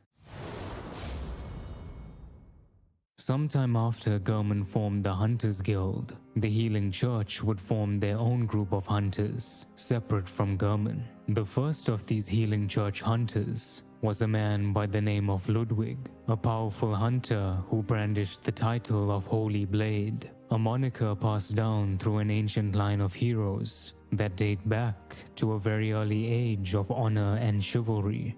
Ludwig sought to pass on his ideals to the hunters of the Healing Church, creating a group of noble warriors that the people of Yharnam could look to for help. Through his valiant efforts at combating the Scourge, Ludwig would inspire more and more people to take up arms and join the hunt. He began training all those willing to become church hunters and slay the beasts that have taken hold of Yharnam. Guided by his iconic moonlight sword, he would lead his honorable Spartans into battle on nights of the hunt. Ludwig's presence would soon become associated with hope, as his return to the Grand Cathedral would signal the end of a successful hunt. Although he was a formidable force in his own right, Ludwig's prowess in battle was greatly aided by his weapon of choice, the Holy Moonlight Sword. The blade was completely different to any of the trick weapons hunters typically used. This is because it works! It wasn't a trick weapon at all. It worked! It worked! The little thing popped up, and I knew that Deathforge donated, and that's amazing, man. Thank you so much. I'll go check it in just a little bit. I'm almost done. I got. Oh look! Oh, the little bot did it too. The bot says new donation from Deathforge. Oh, perfect. Oh, that is great. I am so glad that thing worked, and we got the animation, and I even heard the little ding thing. I was like, what am I doing? Oh, that's great. Oh, thank you, Deathforge. I'm going to check that out just a sec. I got almost done filing this stuff. Thanks again, man. I appreciate that. It was an ancient relic found in the labyrinths beneath Yharnam. The Moonlight Sword clearly contained otherworldly power and allowed Ludwig to channel the abyssal cosmos to lay waste to his prey. But that's not all. The sword's power even extended outside of combat and was said to have provided Ludwig with guidance, allowing him to keep his sanity even as the beast scourge took root in his body. Okay, thanks, man. Now Deathforge, is this supposed to be earmarked for are we earmarking this for whatchamacallit? Let me go to my wish list. Is this going to be for Night Rain, or is this? Yeah.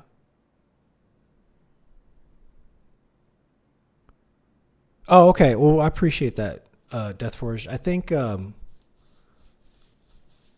Okay, cool. All right, I appreciate that. I do definitely want to play that stuff. I don't need to get into that with y'all. It's okay. I'm dealing with it. I'm just juggling some stuff, man. I want to get the Night Rain game right now, but let me finish juggling some stuff, and I'm just in the middle of the woods right now, and I'm finding my way out of it. And we're making a little bit of progress every day. Thank you so much. That really helps out, man. It really does. When Ludwig closed his eyes, he saw darkness, or perhaps nothingness, and that is where he discovered the tiny beings of light. Ludwig was certain that these playful dancing sprites offered guidance and emptied him of his fears in the midst of a hunt. Good hunter, have you seen the thread of light? Just a hair, a fleeting thing. Yet I clung to it, steeped as I was in the stench of blood and beasts. Unfortunately, even with the Moonlight Sword at his side, Ludwig would still succumb to the plague of the beast. The Red Moon's beast-inducing power is overwhelming. Even the most noble and steadfast warriors have no choice but to give in to the bloodlust. an unsightly beast. The great terror looms. Ludwig is coming. Have mercy. Have mercy upon us.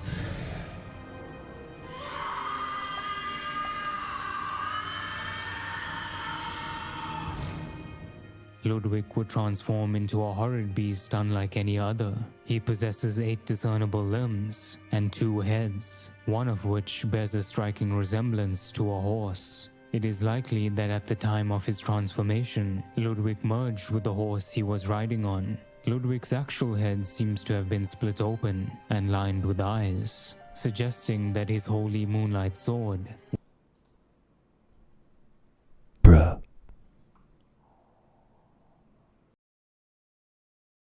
was secretly granting him a massive amount of internal eyes. This is likely what allowed him to somewhat resist his beasthood and even regain part of his consciousness in the second phase of his boss fight. Ah, you were at my side all along. My true mentor, my guiding moonlight.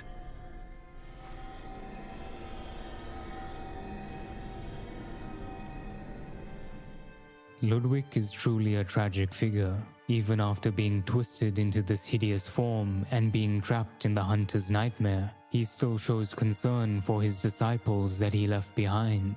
Tell me, good hunter of the church, have you seen the light? Are my church hunters the honorable Spartans? I hoped they would be. Unfortunately, with Ludwig's untimely departure, the healing church hunters fell into depravity. Their attire became synonymous with... Oh, it's Shadow of the Erdtree. Okay, cool. Let me... Yeah, if I... When did that come? Oh, it's already out. Okay, let me... Maybe wait for it to be on sale. There's premium bundle. I'm looking at the Shadow of the Erdtree thing right now. I remember we talked about this. This is why I linked my my stream my Steam thing in chat the other day. Yeah, I definitely will be getting Shadow of the Erdtree. I don't know if I'll get it this second, but since we were talking about it and you did make a donation, I promise that I will get Shadow of the Erdtree. Definitely before my next playthrough. We'll probably do this playthrough of Vanilla, and then I'll have things figured out enough to where I can grab the DLC and give it another shot. And I'll also put it on my wish. I got it on my wish list, so if it ever goes on sale, I'll snap it up right then. Especially if it's 50% or more, I'll grab it right away, definitely. If not, then I'll just make sure I'll keep an eye on it. And if it does go on sale, great. If not, when I'm ready for my second playthrough and everything's kosher with the finances, we'll do it. That'll be the goal. There's a couple of things I just got to get figured out, and then I should be okay. Did I link the wish list? I did. I thought I don't know how to link a wish list specifically, but I did put the link to my profile page. So you can probably get to my wish list from the profile page. Also, shoot me an invite on Steam, and in the Discord channel, let me know what your Steam name is so I can add you to my friends list on Steam. Deathforged, I'm talking to you. Fear, disposing of anyone with signs of the scourge. Some of them would even find signs of the scourge where there are none at all. Oh my, just as I feared. Then a beast-possessed degenerate was I, as my detractors made eminently clear. Does the nightmare never end? Ludwig was unable to create the group of noble warriors he so desired. The chivalry that he preached had long been forgotten, and the hunters he left behind would devolve into blood-crazed fiends. They too would be whisked into the hunter's nightmare. One day, the hunters disappeared, and Yharnamites began to whisper of the hunter's sin. drunk with blood, chasing after beasts. They would pass on to the nightmare, every last one of them. In a world where immorality and cruelty are commonplace, Ludwig is one of the few characters who can be regarded as a hero, corrupted and defiled by the actions of foolish madmen, but still steadfast in his beliefs. Even in this darkest of nights, I see the moonlight. Oh, he's well and truly gone now. A tragic figure. But he will shame himself no longer.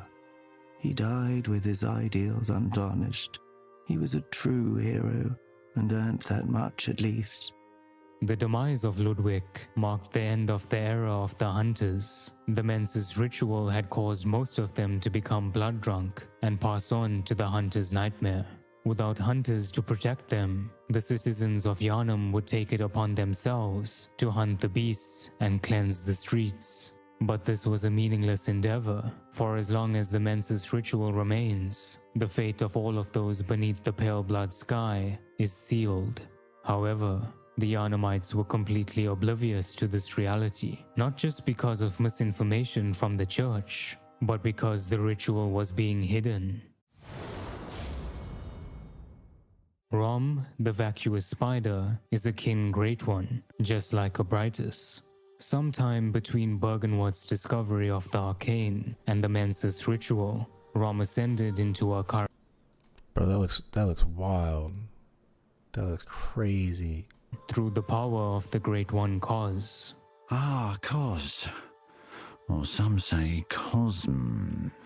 Do you hear our prayers? As you once did for the vacuous Rom.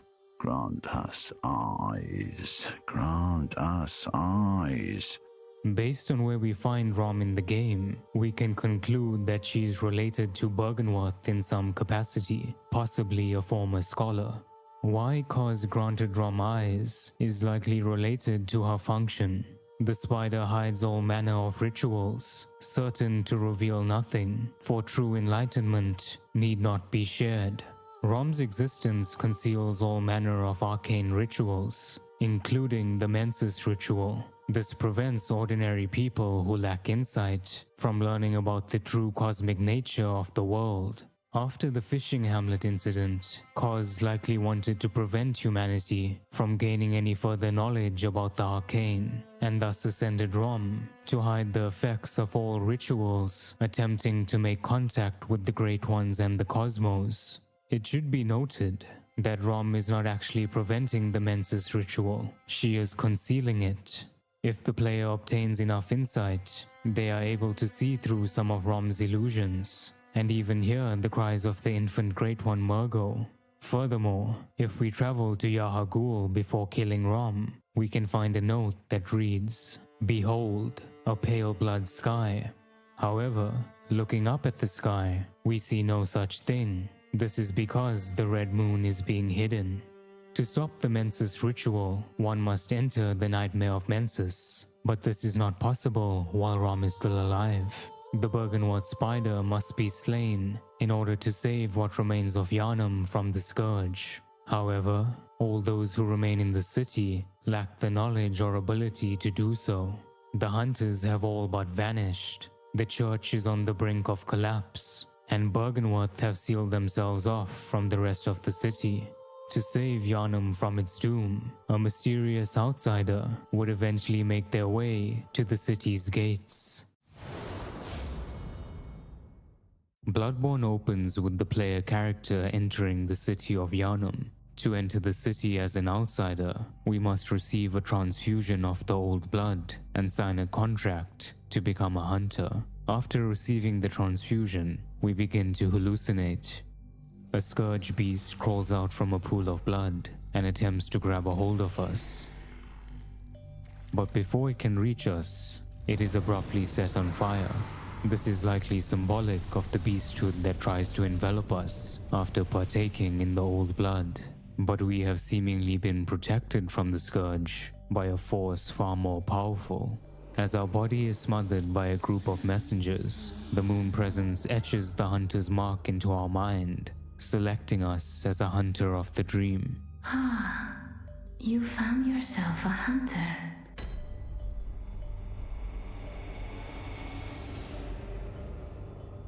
Upon waking up, we walk over to a nearby chair and find a handwritten scroll that reads, "Seek pale blood to transcend the hunt."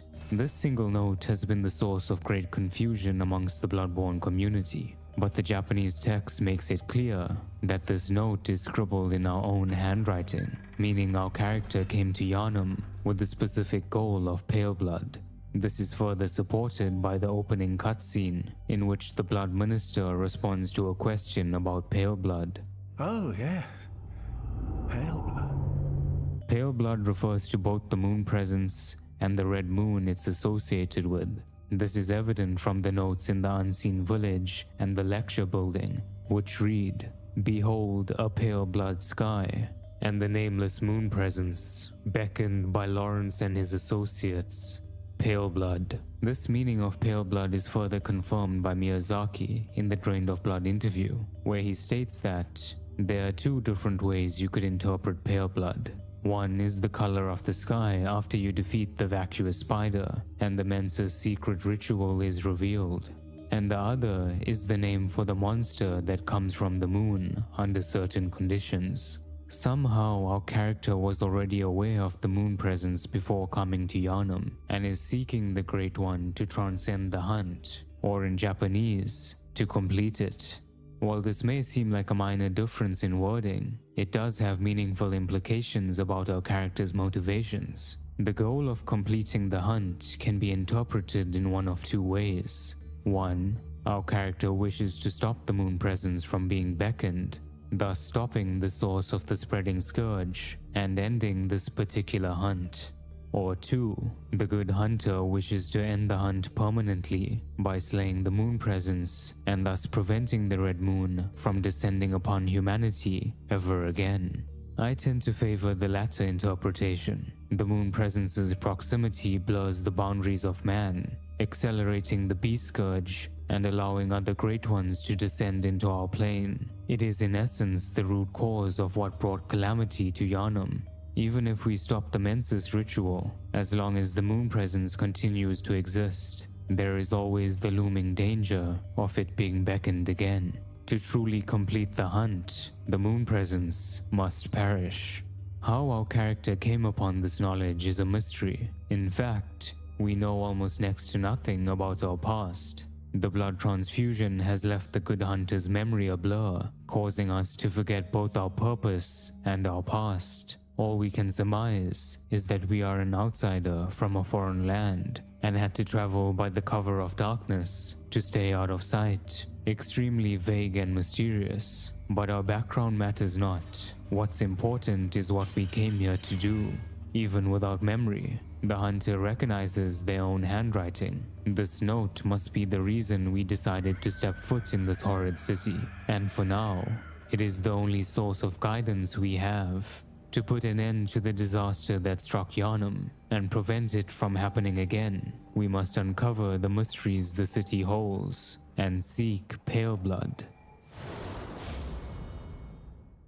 After dying for the first time, or making it to a lantern, we will be taken to the hunter's dream. Here we find the doll that Garman crafted and see that it has been brought to life through the power of the moon presence. The doll serves the hunter of the dream and allows one to channel the blood echoes of defeated enemies into their own strength. You will hunt beasts, and I will be here for you to embolden your sickly spirit. Blood echoes can be thought of as the echoes of someone's will, present in their blood as they die. As a hunter of the dream, we are able to absorb the blood echoes of defeated enemies, courtesy of the moon presence. Inside the workshop, we find Garman, old and withered. There's no telling how long he has been trapped in the dream for. His days of hunting are long past, and now only serves as an advisor. It has been a long dream, a very long dream. Since I can no longer hunt, this is all I can do. I made a promise to a dear friend. A promise. Just past German, we find a note he seemingly left for us. To escape this dreadful hunter's dream, halt the source of the spreading scourge of beasts, lest the night carry on forever. The source of the spreading scourge is the red moon. To stop it, we must silence the cries of the infant Great One Murgo, who is being used as a lure to beckon the moon presence. Of course, the hunter would be unaware of this at this point. After gearing up at the workshop, the hunter begins exploring the city of Yharnam.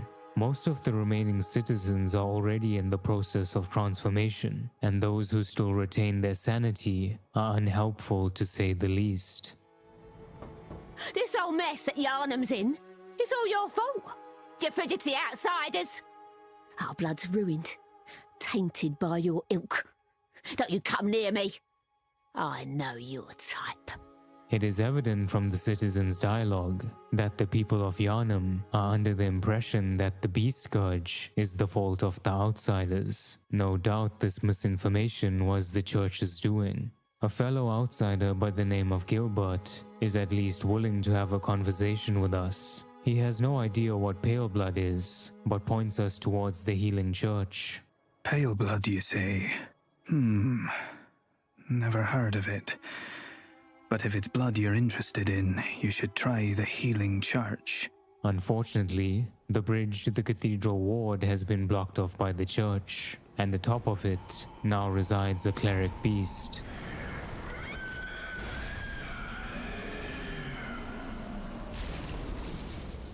Returning to Gilbert, he now advises us to use an alternate route.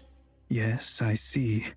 But the Great Bridge is the only way to the cathedral ward, and during the hunt the bridge is closed.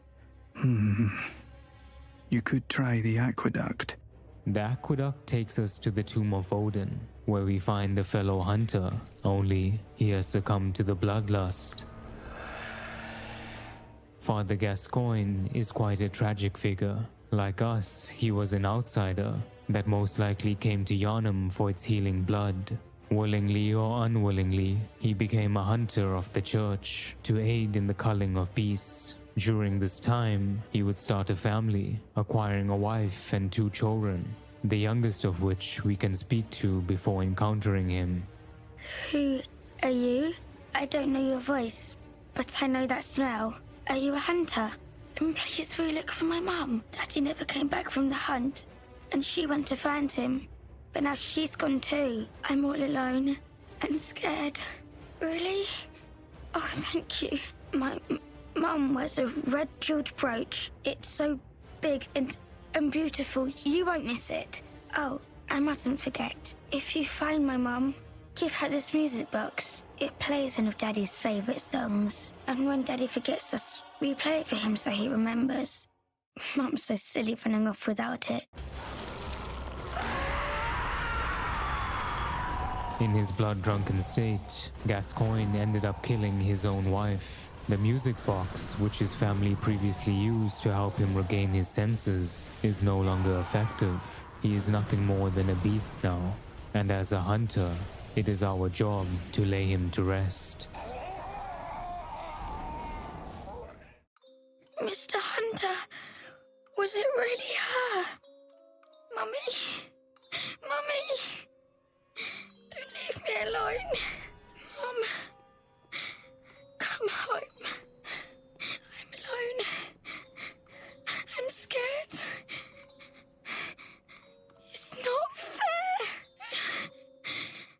Past the tomb of Odin, we enter the cathedral ward. Here we meet a hunter who still retains his sanity. Oh, beg pardon. You may call me Alfred, protege of Master Ligurius, hunter of vile bloods. The vile blood hunter shares some information with us about Byrgenwerth and the healing church. Byrgenwerth is a place of old learning, and nearly everything sacred in Yharnam can be traced back to the place. If it's knowledge we seek, Byrgenwerth may be our best bet. However, the scholars have long since closed off their doors to the rest of Yharnam. Only those with the password may enter.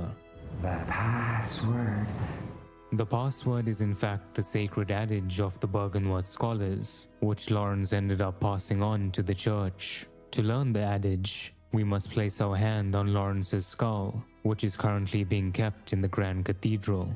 Here we find Vicar Amelia, one of Lawrence's many successors, deeply immersed in prayer. Our thirst for blood satiates us, soothes our fears. Seek the old blood, but beware the frailty of men. As we approach Amelia, her chanting stops abruptly, and an eerie silence fills the room. Her flesh then suddenly ruptures, revealing her massive beastly form. After defeating Amelia, we approach the altar displaying Lawrence's skull.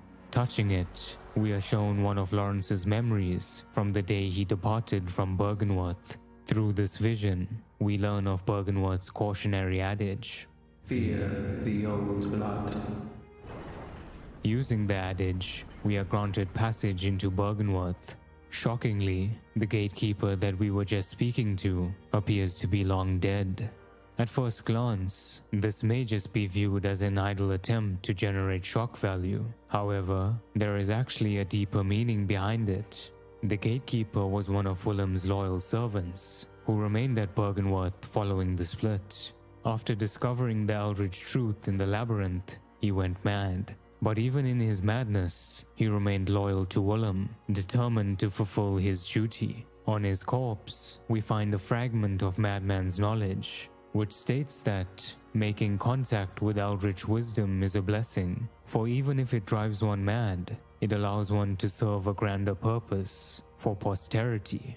Through the power of the eldritch truth, Willem's gatekeeper was able to fulfill his purpose even in death, which was to prevent anyone who does not fear the old blood from entering Bergenworth. To reach Bergenworth, we must pass through the Forbidden Woods, a very peculiar forest that stands out from the rest of Yharnam. Throughout the area, we find these massive gravestones jutting out from the ground. They could not have been possibly placed there by ordinary humans. The Hintertomb Chalice description states that the Hintertombs are the peripheral catacombs of the old underground labyrinth. To this day, the Watchers continue to expand the Hintertombs, unceremonious catacombs filled with graves and death. This could suggest that the Thumerians eventually ended up expanding the Hintertombs to the point where they reached the surface, with the Forbidden Woods serving as some sort of sacred burial site. But what creature would warrant a gravestone so large? Well, the official art book of Bloodborne refers to these gravestones as the tombstones of the Great Ones. This has some serious implications as to just how many Great Ones there once were, and whether these Great Ones were killed or died by other means. It could also be possible that these gravestones were put up symbolically after the Great Ones departed. Whatever the case is, the proximity of the Forbidden Woods to Bergenworth makes sense as to why they were the first ones to discover the labyrinth. It also makes sense why the forest was deemed forbidden, given the secret it holds. At the end of the woods, we encounter a boss called the Shadows of Yharnam.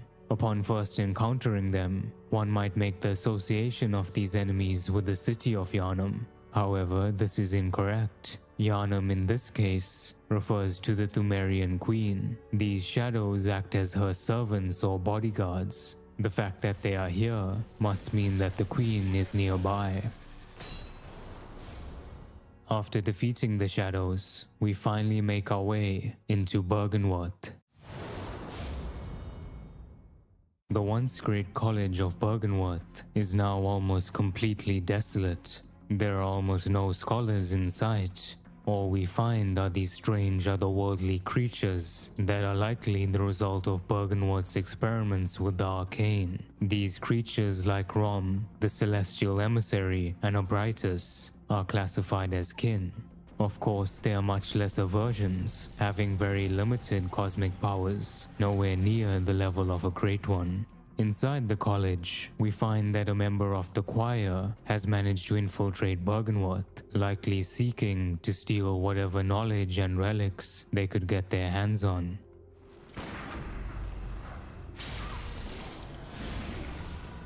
Out on the lunarium facing the lake, we find Master Willem in a decrepit state. He seems to be in the process of becoming a kin, but whatever he has done to himself has left him immobile and incapable of speech. Willem now spends the rest of his days rocking in his chair aimlessly, abandoned or left behind by his former students.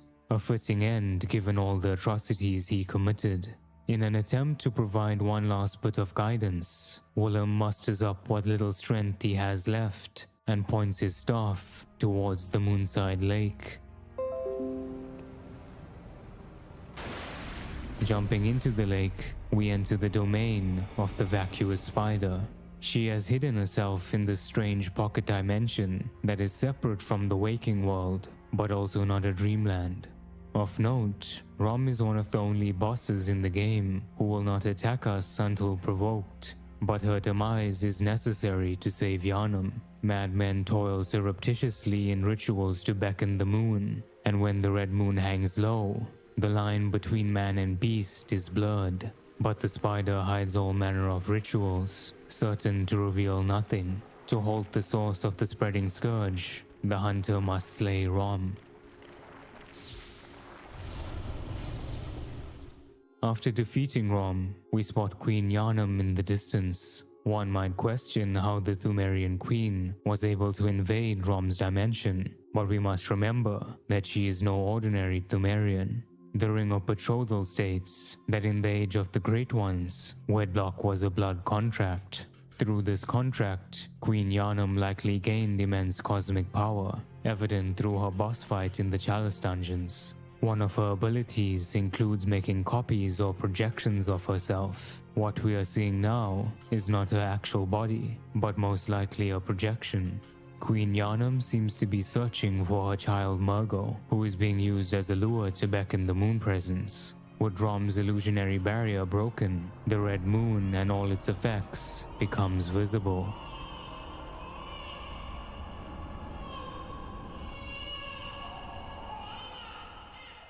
We can now hear Murgo's cries echoing throughout Yharnam, and see the Amygdalan Great Ones that have descended to our plane. It is unclear whether these creatures are a species of Great Ones or just projections of a singular Great One. Patches the Spider does refer to Amygdala as a singular being, but the Amygdalan arm, which we find in the Hunter's Nightmare, is more ambiguous, reading, "the arm of a small Amygdala Great One," or in Japanese, "an arm from one of the Great Ones called Amygdala. It is from one of the smaller ones amongst them." This can be interpreted either way, but based on the fact that we never physically encounter any other of the true Great Ones in the waking world and only in dreamlands, I am of the opinion that the Amygdalas we see in our plane are projections. With the ritual secret broken, we are instructed to seek the Nightmare Newborn and silence its harrowing cries, as this is what the Mensis ritual is contingent on. Murgo has been trapped in the Nightmare of Mensis. To reach the nightmare, we must make our way through Yahagul, the unseen village, where the Mensis ritual was conducted. The Amygdalas in this area are somewhat hostile and are seemingly trying to stop us from interfering with the ritual. This could suggest that they want the ritual to proceed, as it allows the Great Ones to access our dimension, or that they are simply aiding the School of Mensis as a favor for worshipping Amygdala. As a last line of defense, to prevent anyone from foiling their plans, the Thumerian bell-ringing woman, collaborating with the School of Mensis, summoned the One Reborn, or more appropriately in Japanese, the Ones Reborn. This grotesque abomination seems to be comprised of dozens of decaying body parts, and was likely the school's final failed attempt at recreating a Great One.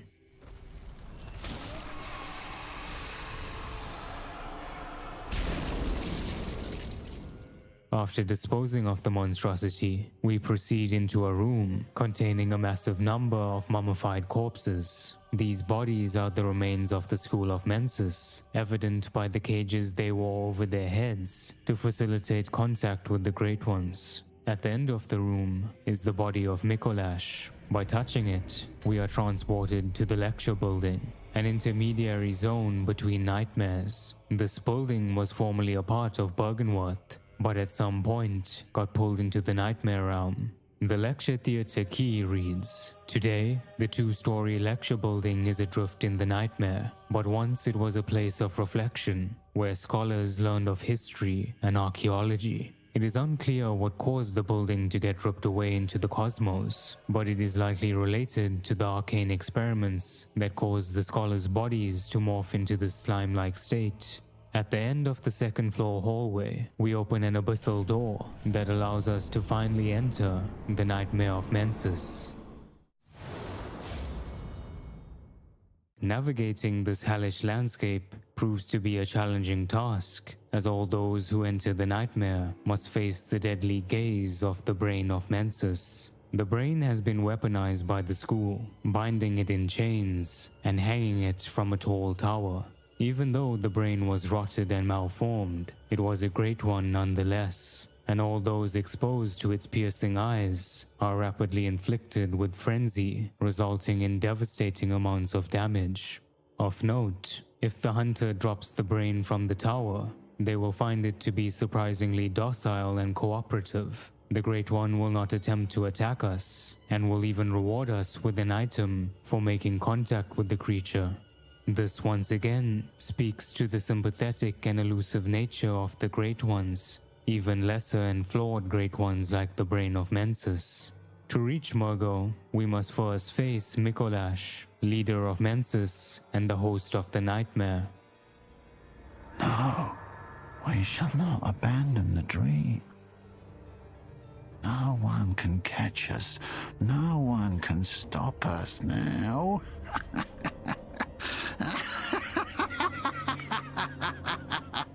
The word host may mistakenly lead one to believe that Mikolash is the source of the nightmare, but this is not the case. Rather than the source, he is its custodian, in a similar manner to German being the host of the hunter's dream and Maria being the host of the hunter's nightmare. They are there to protect and uphold the dreamland.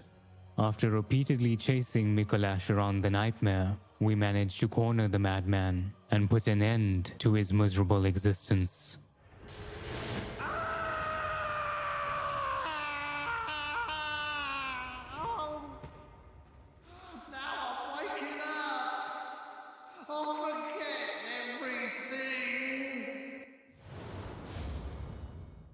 At the very top of Murgo's loft, we yet again encounter Queen Yharnam. Despite finding her child in the nightmare, she lacks the ability to free Murgo from this cruel fate. It is up to us to stop the Mensis ritual and de-shackle the infant Great One. As we ascend to the Lunarium, Murgo's cries intensify. Notably, the infant Great One seems to lack a physical form, just like its father Odin. Before we can reach Murgo's cradle, it is suddenly enveloped by a strange being, referred to as Murgo's wet nurse.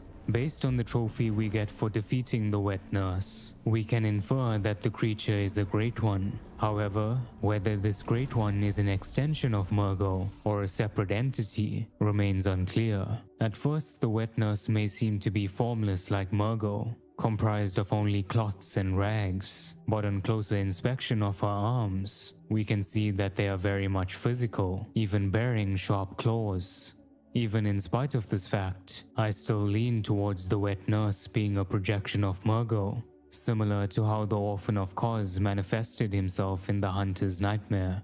The wet nurse's design is also unlike any of the other Great Ones. It is the only Great One in the game that wears clothing and brandishes weapons. As a matter of fact, the wet nurse bears a striking resemblance to the shadows of Yharnam, who protect Murgo's mother. With all this in mind, I believe Murgo created the wet nurse to serve as her guardian and protector after the Nightmare of Mensis was created. However, it may be possible that the wet nurse is just another Great One that was drawn to Murgo after losing their child. In any case, by defeating the wet nurse, who has enveloped itself around Murgo, we are able to free the infant Great One from this horrible nightmare, allowing the child's consciousness to pass on.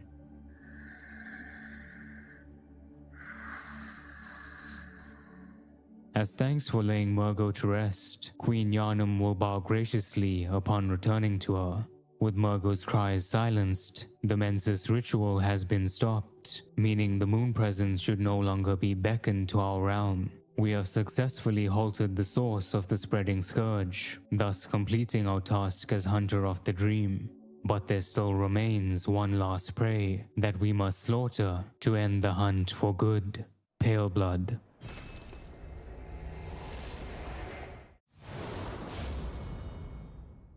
Returning to the Hunter's Dream, we find the workshop to be on fire. Oh, how magnificently the flame burns. Hunters are held here to be sent on horrific hunts, their souls rotted by blood and madness. We've no need for this accursed abode. Let flame cleanse this house of horrors. Good hunter, you have come. Dawn will soon break. This night and this dream will end. Gammon awaits you at the foot of the great tree. Beyond the previously locked gate, at the edge of the Hunter's Dream, we find Gammon in what seems to be a graveyard for all the past hunters of the dream. Good hunter, you've done well. The night is near its end. Now, I will show you mercy. You will die, forget the dream, and awake under the morning sun. You will be freed from this terrible hunter's dream. Gammon presents us with an option to be freed from the Hunter's Dream. All we have to do is submit our life to him, after which we will awaken in the waking world, no longer bound to the dream. However, this ending does not align with my interpretation of the Good Hunter's objective. Furthermore, it leaves Gammon trapped in the Hunter's Dream, forever destined to be the Moon Presence's surrogate. Despite Gammon's tough demeanor and determination to set us free, his true feelings can be found through his dialogue while asleep. Oh, Lawrence, what's taking you so long? I've grown too old for this. Of little use now, I'm afraid. Oh, Lawrence, Master Willem, somebody help me. Unshackle me, please. Anybody. I've had enough of this dream. The night blocks all sight. Oh, somebody, please. Based on the number of graves in the Hunter's Dream, Gammon has been trapped here for a substantial amount of time, and with this time, his resolve has dwindled. He is unaware that Lawrence has long passed and is not coming to save him. To set Gammon free from this dreadful fate, we must lay him to rest, just as he wished to do for us. But Gammon, fearing the consequences that we might face in his absence, will not go out without a fight. What? Looking to free me? What were you thinking? If I die, you are to be next. What is it you want from this horrific nightmare? Oh, it doesn't matter. It always comes down to the hunter's helper to clean up after these sorts of messes. Tonight, Gammon joins the hunt. As the first hunter who paved the way for all those who came after him, it is no shock that even weathered and old, Gammon is a force to be reckoned with.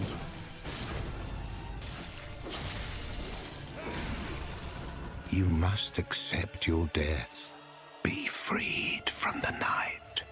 In addition to his incredible speed and agility, through his contact with the cosmos, Gammon developed the ability to harness the power of the arcane. Time is a cruel, cruel thing. Haven't you noticed? It is almost terrifying to think of the strength that Gammon bolstered in his prime. After an extremely fierce battle of wills, we are finally able to set German free. The night and the dream were long. Almost immediately after German passes on, the moon presence descends. O Flora of the moon, of the dream. The hunter's body is instinctively drawn to the Great One and seems to be almost moving on its own. The moon presence then grabs our body and pulls us in close, wrapping its numerous tentacles all around the hunter. In a twisted way, it is almost reminiscent of how a parent would embrace their child. We have now replaced German as the Great One's surrogate and custodian of the hunter's dream, ultimately not changing anything in the grand scheme of things. The looming threat of the moon presence and the red moon remains. To truly break the cycle, we must obtain the power to resist the Great One's cosmic influence. We are thinking on the basis of planes. What we need are more eyes. Eyes symbolize the truth Master Willem sought. Disillusioned by the limits of human intellect, Master Willem looked to beings from higher planes for guidance and sought to line his brain with eyes in order to elevate his thoughts. The formation of internal eyes has been associated with those who have to some extent harnessed the power of the cosmos. There are multiple ways one can obtain these eyes. The Church did it forcibly with their experiments. Ludwig obtained it through frequent exposure to an arcane relic. But one surefire way to line your brain with eyes is by consuming the umbilical cord of an infant Great One. Cords of eyes have been one of Bloodborne's most misunderstood aspect, in heavy part due to translation issues. The NA version of the game refers to them as 1/3 of umbilical cord, while the EU version calls them third umbilical cord. These translations do not effectively convey the true value of the umbilical cords of infant Great Ones. A better translation from the Japanese text would be third eye cords, or cords of the third eye. This conveys two meanings. Firstly, these cords allow one to unlock a metaphorical third eye, allowing one's mind to function on transcendental planes of thought. Secondly, it requires 3 of these cords to do so. This is also hinted at by a note in the lecture building, which reads 3 third cords. There are a total of 4 umbilical cords in the game. One is obtained from German's old workshop, where he and Lawrence beckon the moon presence. As stated earlier, this cord likely originated from the child of a vile blood and the Great One Odin. Another cord can be acquired from imposter Yusefka, a member of the choir who stole the cord from Bergenworth to use herself. This is most likely the umbilical cord they retrieved from the Orphan of Kos. It should be noted that Yusefka is not pregnant as many have thought. Her dialogue makes it clear that she is in the process of gaining internal eyes after consuming the umbilical cord. God, I'm nauseous. Have you felt this? It's progressing.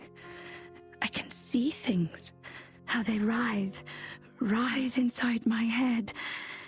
It's rather rapturous. The nausea can be explained by the raised intracranial pressure she is experiencing as a result of lining her brain with eyes. The next cord you come across is from the child of Ariana, a descendant of the Vile Bloods. To no one's surprise, the father is yet again the formless Odin.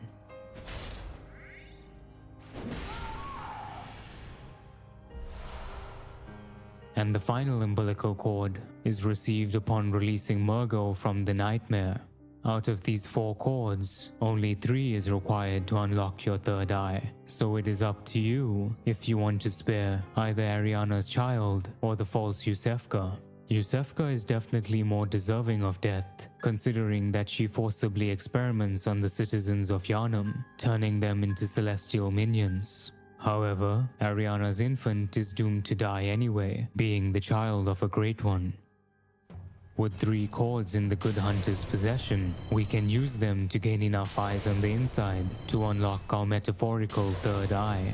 This allows the hunter to resist the moon presence's otherworldly power and engage it in battle. Pale blood serves as Bloodborne's true final boss, and as a result, many have tried to assign malicious human-like motives to the Great One. I personally find this to be redundant. Great Ones operate on transcendental planes of thought. It would not be productive or feasible to fully understand their intentions, especially when the majority of theories rely on speculation.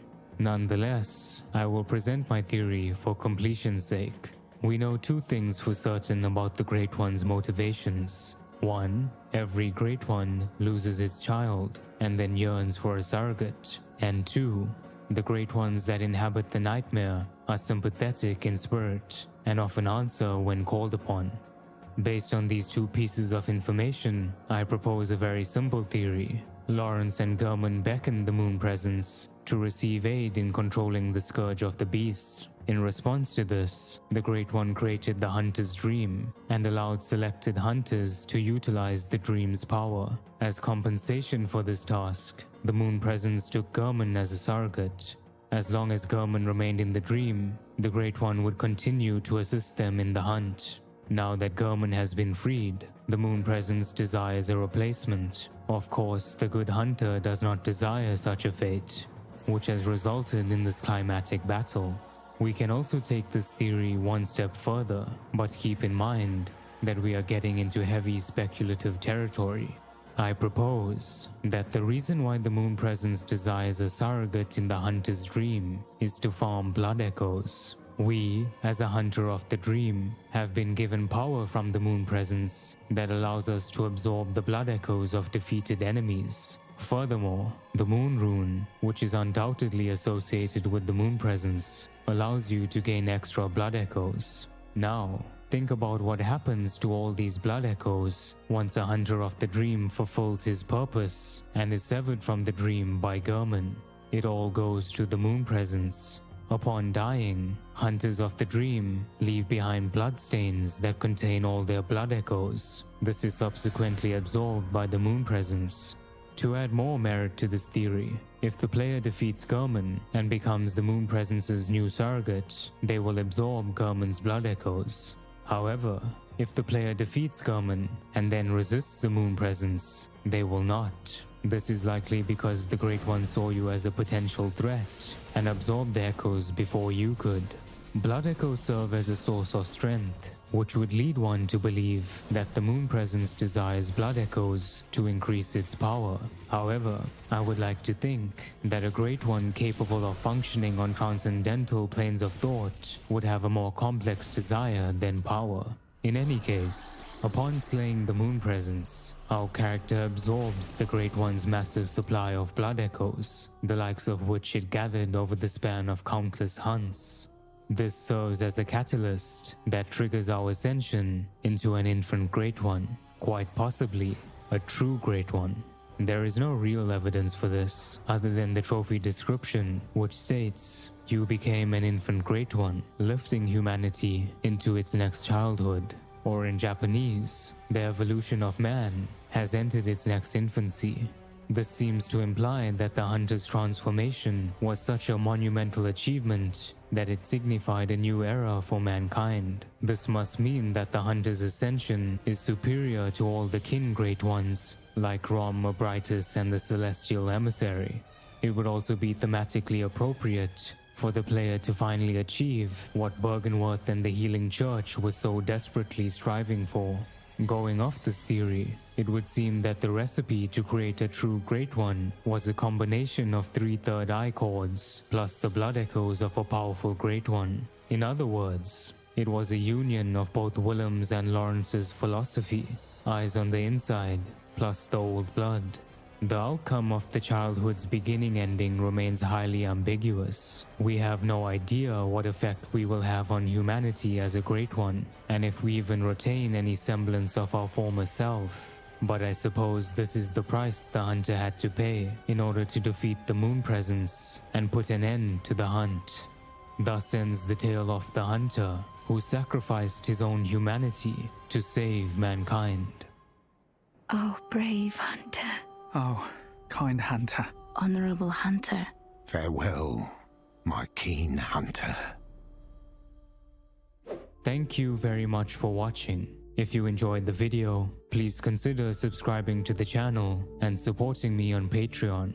As a patron, you get early access to my videos, exclusive content, and your name in the credits. Thank you to all my current patrons. Your contributions are greatly appreciated. Thanks again for watching, and until next time, take care everyone.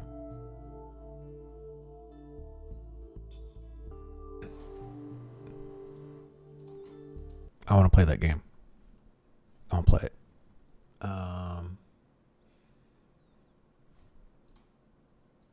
I'm still filling out paperwork. It's for the government. And now we've got now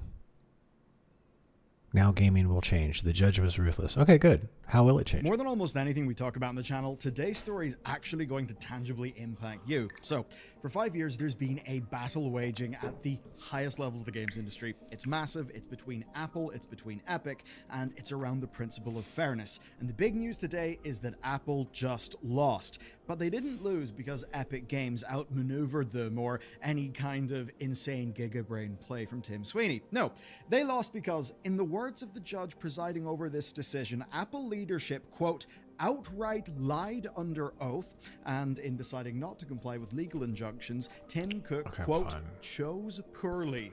It's an ominous thing for a judge to be saying to you. This, though, is a dramatic case. It has impacts that will reverberate across the entire games industry, and honestly, far wider than that, meaning it truly will impact everyone who watches this video. Here's how all this started. So, Tim Sweeney is a man on a mission, and it's a mission that's cost him and his company more than $1 billion over the last 5 years. It's fair to say that he's pretty committed. Now, 5 years ago is when he decided that Apple and Google's exclusive storefronts on their mobile platforms were in fact unreasonable monopolies. In his opinion, essentially, he says that they don't earn their 30% fee, rather they impose it, and that because of that, they're restricting how developers could make money and what sort of deals that they could actually offer to consumers. So what he decided to do was force their hand. So he started something called Project Liberty, and here's how it worked. Fortnite suddenly got an option where users could buy currency directly from Epic. Right? Directly, not through your Apple payment or Google payment thing. That, of course, meant that Apple and Google immediately booted Fortnite because it did break their store policies. And this is exactly what Tim Sweeney actually wanted. He wanted his game to be kicked off. And we pretty much know that because Epic immediately filed lawsuits that they had been preparing, and these were designed to force the stores to change those policies. Now, in the case of Google, it actually went so much better than any of us could have expected.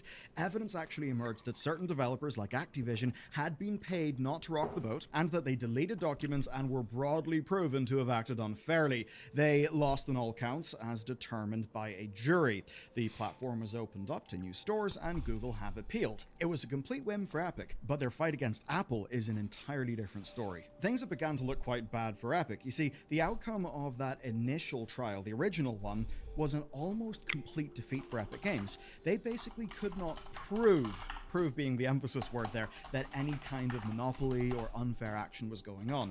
But there was one exception. An injunction was placed against Apple, and this was to end anti-steering provisions. You might think, what is anti-steering? Well, it's actually pretty simple. So basically, it meant that Apple could no longer prevent developers from directing users to make purchases outside of the store. So basically, steering you, the customer, somewhere else. So as an example, that would be buying V-Bucks in Fortnite through a web client rather than through Apple's purchasing system, which would thus avoid Apple's 30% cut. Now, at the time, the judge said that Apple should be entitled to something, but that they can't force people to use their in-app purchase systems. Apple then spent 3 years appealing, and it's Apple, they can afford lawyers, but they really got nowhere on that front. And this is when that same judge came back and filed a new injunction against Apple for their behavior in the last 3 years.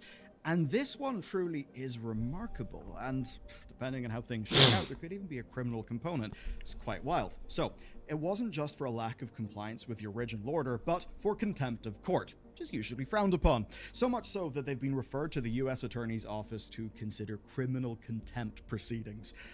that would be dramatic. Now, the judge essentially was not pleased that Apple implemented new costly fees around off-app purchases, where basically they were effectively replacing one anti-competitive process with another, meaning of course, devs lose, but also us customers lose. And while they were doing all that, they were also misleading the court over what they were doing. Here's a quote. That it thought this court would tolerate such insubordination was a gross miscalculation. As always, the cover-up made it worse. For this court, there is no second bite of the apple. Yeah, GG, Judge. Quite the zinger. So she laid out then some clear rules. These are practices that Apple are banned from. Number 1, imposing a fee on purchases made outside an app. That means that they have no reason, therefore, to track those purchases, the ones made outside an app. Ban number 2, setting conditions on how devs can direct users outside of an app, including restricting how links work. Basically, you know those design anti-patterns that are just trying to get you, the consumer, to clearly do something by, making a link look weird or a misleading design, that sort of thing. Third, banning certain types of app from directing users to outside purchases. And finally, using, quote, emotive language to persuade consumers to remain in the in-store purchase system. Basically scaring people who don't know better, and, well, we've actually seen Apple do similar things, saying you can go and make a purchase, not using the App Store, but, the App Store is very secure and very safe, which, to an average person who's not tech savvy, could basically look like it's Apple saying, hey, you could get scammed if you don't click this link. P.S. This link gets us lots of money too. And of course, the reason why these things are banned is, well, because Apple had been doing all of these things. That's what's led to this whole case. Now, in response, they have now began complying and appealing. It'll be interesting to see how malicious their compliance is. I imagine it will be as malicious as is humanly possible without getting in even more trouble.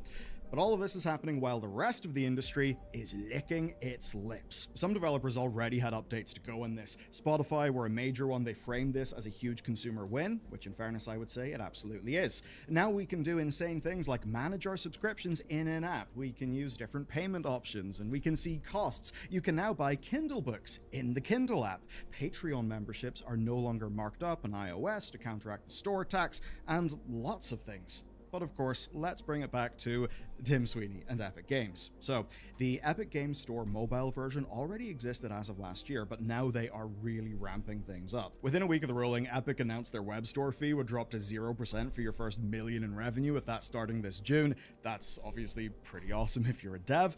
Plus, much like they have done with the Epic Online Services stuff, what they've done with the store is they've built a solution that people can use regardless of platform. So, be it Google, be it Apple, anything. But more than that, it doesn't need to be the literal Epic Games Store. That's because web shops can basically run on their infrastructure, and that will let any developer go outside Apple's payment system with no fuss.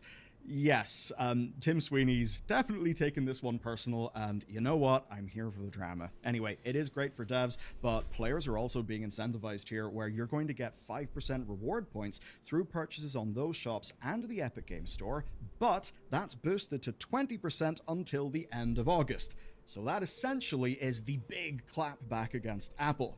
But there is the other thing, the Fortnite. So Tim Sweeney has proposed that Fortnite can return to app stores within weeks, like super quick, provided Apple allows them to do so. He also said he'll drop all litigation as part of a peace plan, provided Apple roll out this policy worldwide. And instead, as of the time of writing and recording this video, Apple have, went and blocked the Fortnite submission. Now, of course, all of this legal maneuvering so far is only in the US. The current policy implementation on Apple's side only applies in that region right now. Fortunately, though, for those of us benefiting from EU rules, we've already had some things for months already, and Apple can't stop it. An absolute bomb was dropped in the industry in March of this year when both Google and Apple were found to be in breach of the Digital Markets Act by the EU Commission. And this is pretty damn big stuff. They can absolutely sting these companies. So with Google, it was for anti-steering practices, and Apple was for blocking third parties from interfacing with their systems. Now this follows last August's, told you we'd come back to that, ruling that Apple had to open their platform up to alternative stores, and another breach from Apple in April of this year, also on steering. Now, in that last case, they also faced a cool little €500 million fine for what was absolutely flagrant breaches of the law. Apple are obviously appealing because that's what you do when you're a company. But there's a clear thing, there's a clear trend. The tide is absolutely shifting. Now, it's not going to happen in all regions, but we are seeing regulation over major platforms to protect consumer interests from companies who otherwise would control them. So between that and, I guess, a billionaire slap fight led by Tim Sweeney, well, look, we should take these wins when we can get them. Not to bring up an old drama, and it is a bit of a different story, but I suppose a little bit like how Hulk Hogan versus Gawker was, in fact, Peter Thiel versus Gawker. This is all kind of billionaire slap fights. Now, the thing with Tim Sweeney, right? He does have good principles. There are good principles that he talks about, right? And yes, it's good he's trying to hold Apple to those, but that does not make Tim Sweeney automatically on your side. Sometimes it just so happens that we're aiming at the same target. Now, he will end up benefiting from this massively and in a financial way. And of course, that's because his company is the one building the wraparound solutions that power these out-of-app purchases. And that's really big. And that means that we can appreciate the consumer good that this does. We absolutely can. And the work that the regulators are doing to break down these walled gardens. And in an ideal world, right, once the walled garden is so big and so ubiquitous, you might have to, restrict the freedom of Apple to go and run a monopoly, because not only will it be good for consumers, it will also be good for competition. But I also do think, Standard Oil gets broken up. Who's left with the money to gobble up all the assets? Oh, pretty much the same people. So there's always that. Are they going to go after Steam now? Because Steam has like its store page. So there's the Apple Store. I'd love to see the legal arguments, like the actual language and stuff that was used. Like, how is it? Well, I guess Steam has a storefront, and if you have a game, you can just put it up there. But Apple has this long, convoluted process where, like, you have to get your stuff approved and all that kind of stuff to be on the App Store. I mean, Google does that too, but yeah, I really like to see the details of it. I wish you'd get in. Most people don't like to read that kind of technical jargon anyway, I guess. Thing then where you can have these good pro-consumer regulations, but it's the incumbents with the resources who are immediately able to get around them or exploit the new opportunity. And Epic Games basically, doing its store as a backend to do payment providing for everybody else. Well, while it is good because it means there is more competition, it also does disproportionately benefit Tim Sweeney. So, Tim Sweeney, you know what? You have led to a domino of events that I think is absolutely good for consumers, and I think it's good for developers. But that does not mean we will not be critical of you. And on the topic of the good guys being, let's just say, a little bit rumbly, okay, we have to talk about Capcom, and the good news is you can actually watch that video right now. The link is about to replace my face on the screen.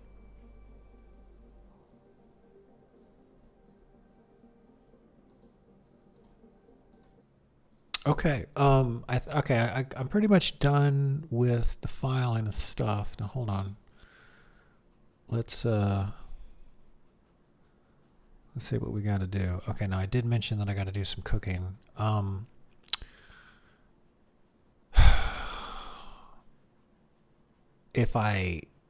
have to record making a chicken in the air fryer, basically. And sadly, my air fryer is kind of broken right now. I need to get another one. It's when I say kind of broken, there's a little sensor that tells when you lift up the hood and put the hood back to put the lid back down, and it doesn't sense that now. So like it says add food, and you lift the lid, and then you put the food in, you close it, and it just says add food because it doesn't realize it was open and closed. And I can't for the life. I've spent like I spent like 2 or 3 hours trying to clean the thing. And it's just gotten constant use every damn near every day for like the last 2 years now, and it's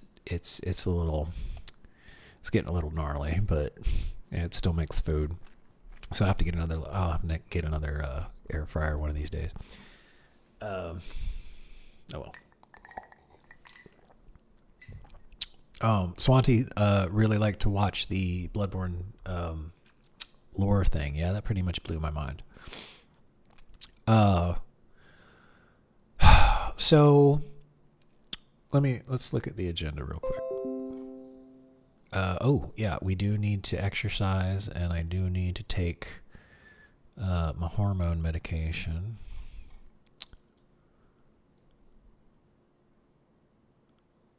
There we go. Move that down there. Move that down there.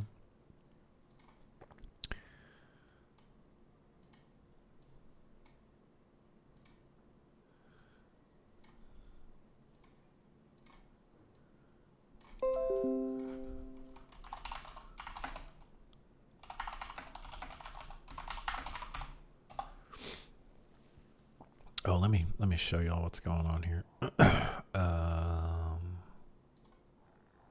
There we go. Let's close that. Okay, I was just getting things organized. I forgot to take my hormone shot because we jumped up to go to the grocery store and ran over to Walmart. And then when we got back, did I have foods before?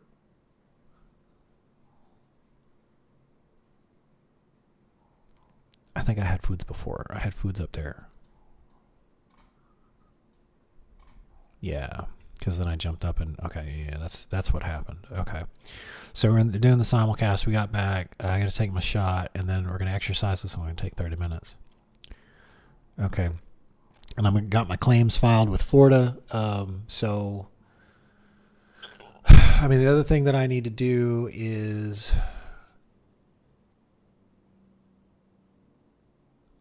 You know what? I've had that idea for the animated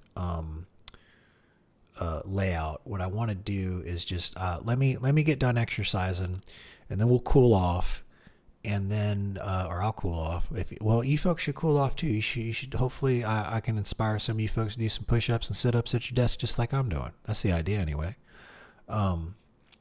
And I have to do it for health reasons. Otherwise, I get a bad back, and it just to get depressed and all that kind of stuff. It's just terrible. So I have to get up and move around. I feel better when I do it. Maybe not while I'm in the process doing it, but you push through, and then when it's after, it's oh good, you worked out, you did good, you exercised. So it makes me feel better to know that I'm doing that. Well, let me. We're gonna put on okay, so exercise, and then let's give it an hour for video animated live stream banner POC proof of concept, and then for the description, let's put see if you can figure out the gold leaves falling in front of and behind the Elden Ring title / logo.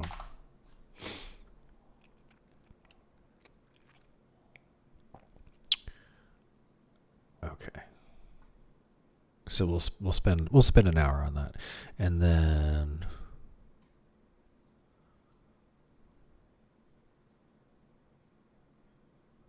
we'll just do Elden Ring. Okay, very good. Let's why don't we check out an Elden Ring lore video, right? I think we've all seen enough of Elden Ring here.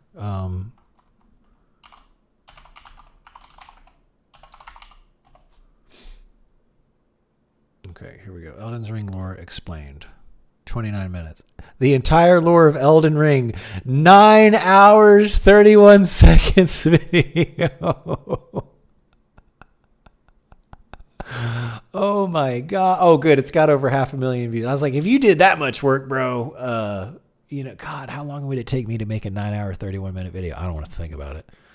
Oh man, that would take hundreds of hours, like 300 hours probably. At least, and then he wrote it all. Oh man, we're not watching that. That's too long. What do we got here? All right. Well, this is the top result. It's got 11 million views. It's 30 minutes long. Let's do it. This is probably the released 3 years ago. This is probably the quintessential Like, here's what's going on in Elden Rings with the story if you're having problems. Let's check it out. A lot of outer gods. And then I don't know why that started at 11 seconds. So let's check this out, and I'm gonna get my shoes on, do some push-ups and sit-ups. Oh, let's update the thing. Boom. Oh, is it not?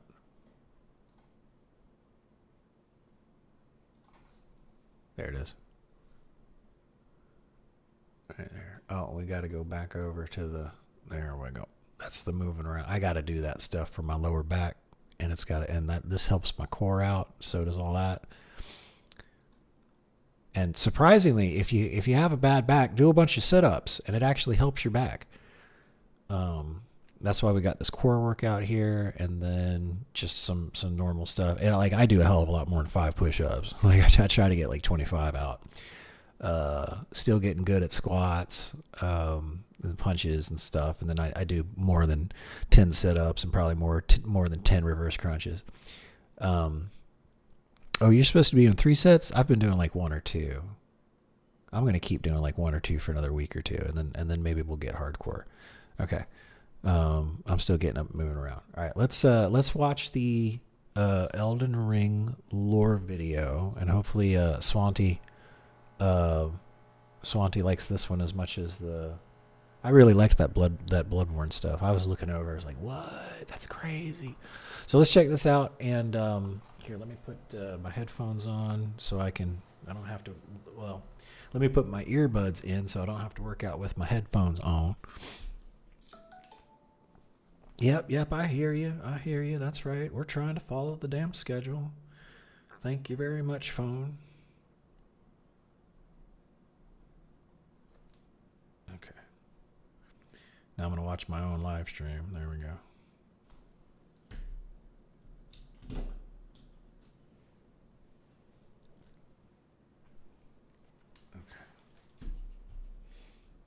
That off.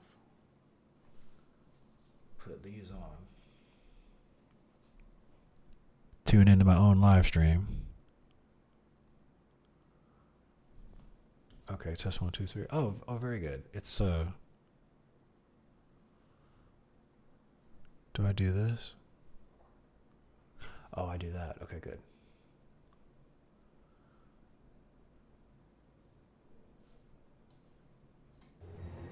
Our story doesn't begin in the lands between. It begins in the cosmos, far away, with an outer god called the Greater Will. There are a lot of outer gods mentioned in Elden Ring. You can think of these kind of like the great ones of Bloodborne. They're distant beings, they're all-powerful, and they're quite unknowable by design. But many of these outer gods want to make their presence felt in the world. The Greater Will, maybe most of all. To this end, it sent a golden star hurtling towards the lands between. The Elden Star's incantation tells us that this golden star was bearing a beast, an Elden beast. The Elden Remembrance calls it a vassal beast of the Greater Will.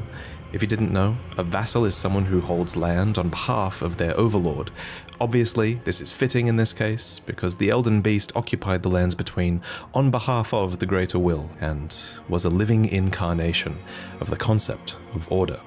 As such, this beast would later become the Elden Ring.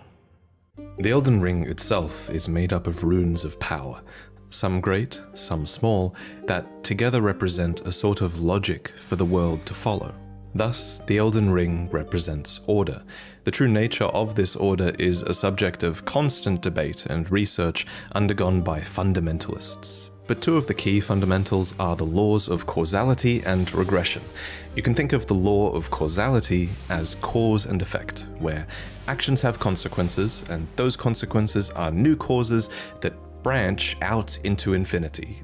These are the relationships between things. Then there's the law of regression that states that all things eternally yearn to converge and return to their roots. Fittingly, then, the Elden Ring is housed within the Erd Tree, which towers over the lands between. But it's very important to stress that life in the lands between did not begin with the Erd Tree, the Elden Ring, or the Elden Beast. No, the lands between were occupied well before the Greater Will came. There were other beings here.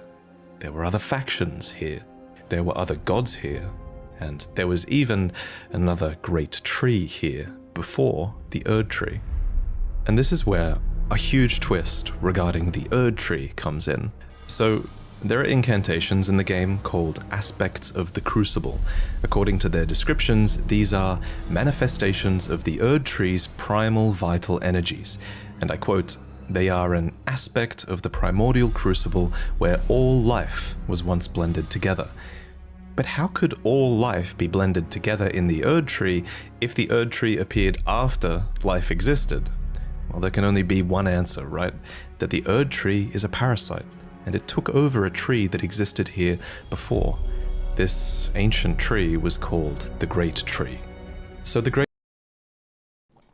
Deathforge, if you want some cooking videos, I'll start working on those. I got to get up and cook some stuff tonight. I'll take the phone with me and record some stuff. I like to share that knowledge. I think it's great when people can cook some of my recipes, because all my recipes are healthy AF.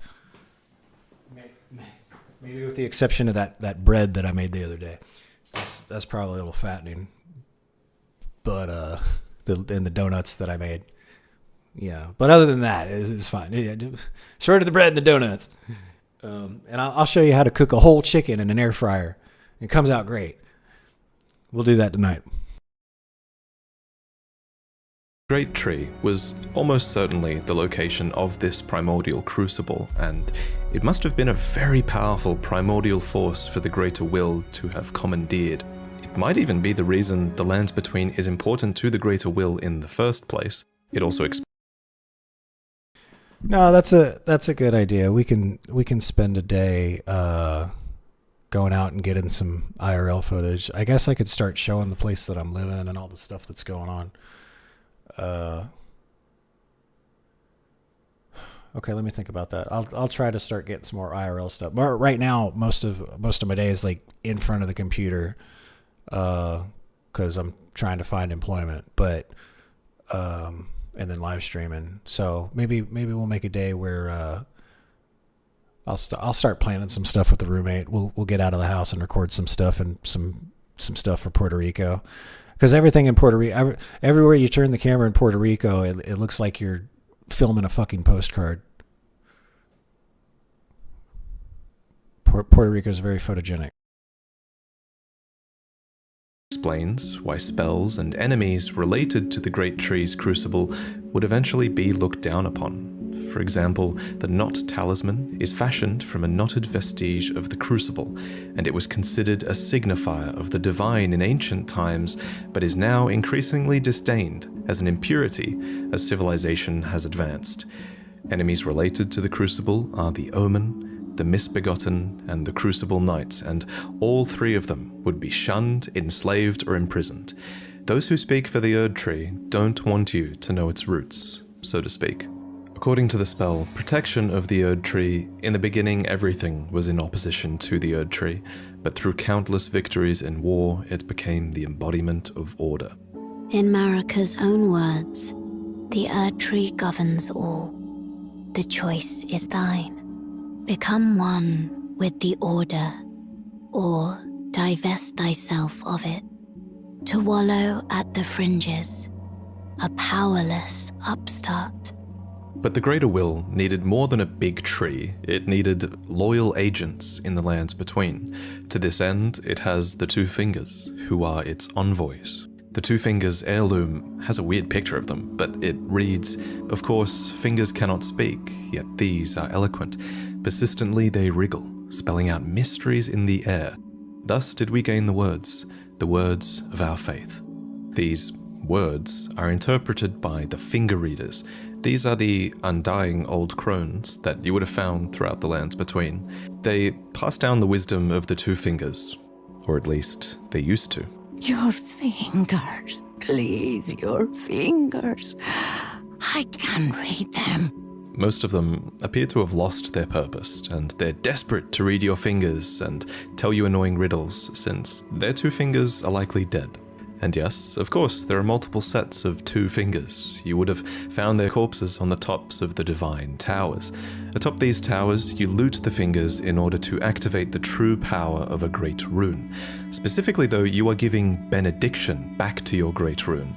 You're taking a blessing back from the 2 dead fingers, essentially.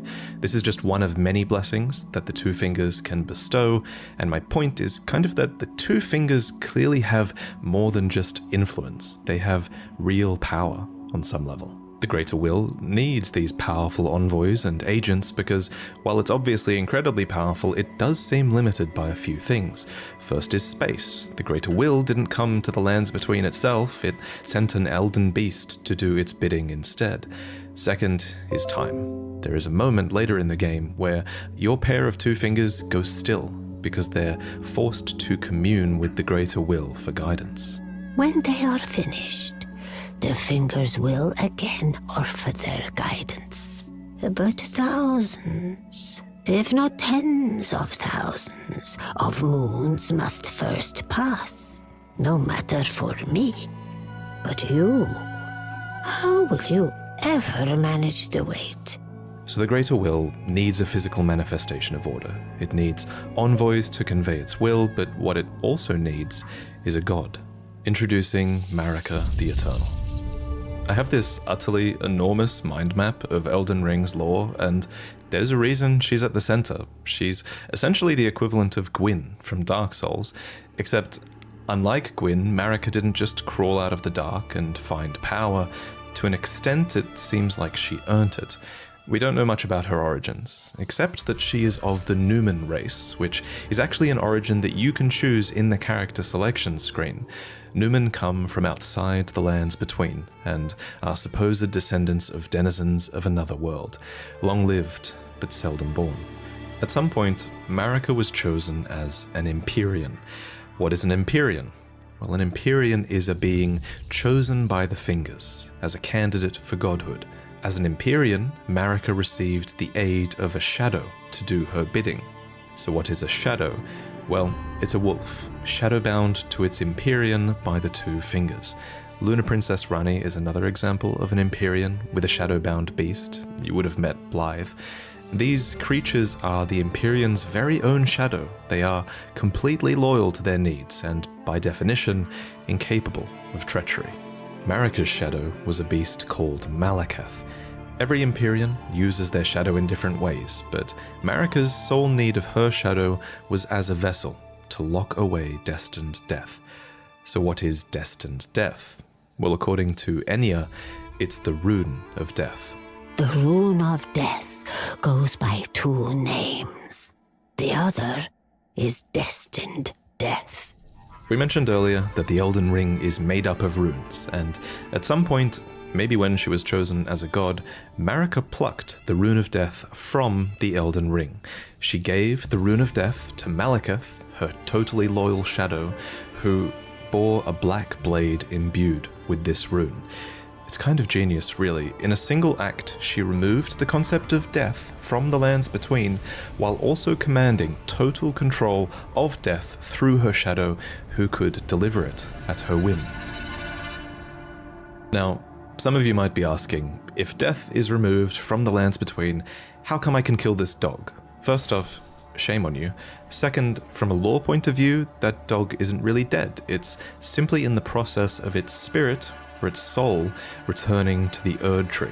Catacomb dungeons, for example, are specifically constructed near the roots of the Great Tree for this reason, so that the Erd Tree can reabsorb their ashes back into it. This process replaced the concept of a death that you were destined to have, but this random spirit outside of a catacomb dungeon says it best.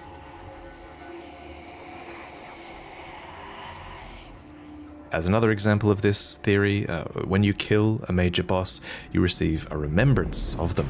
These are spirits, and they are hewn into the Erd Tree. In this way, thanks to the Erd Tree's grace, their spirits are immortalized, in a sense. This new form of death also explains what's happening when you summon spirits from ash and return to the Erd Tree. However, some spirits never return to the Erd Tree, and they rise within death as corpses or skeletons instead.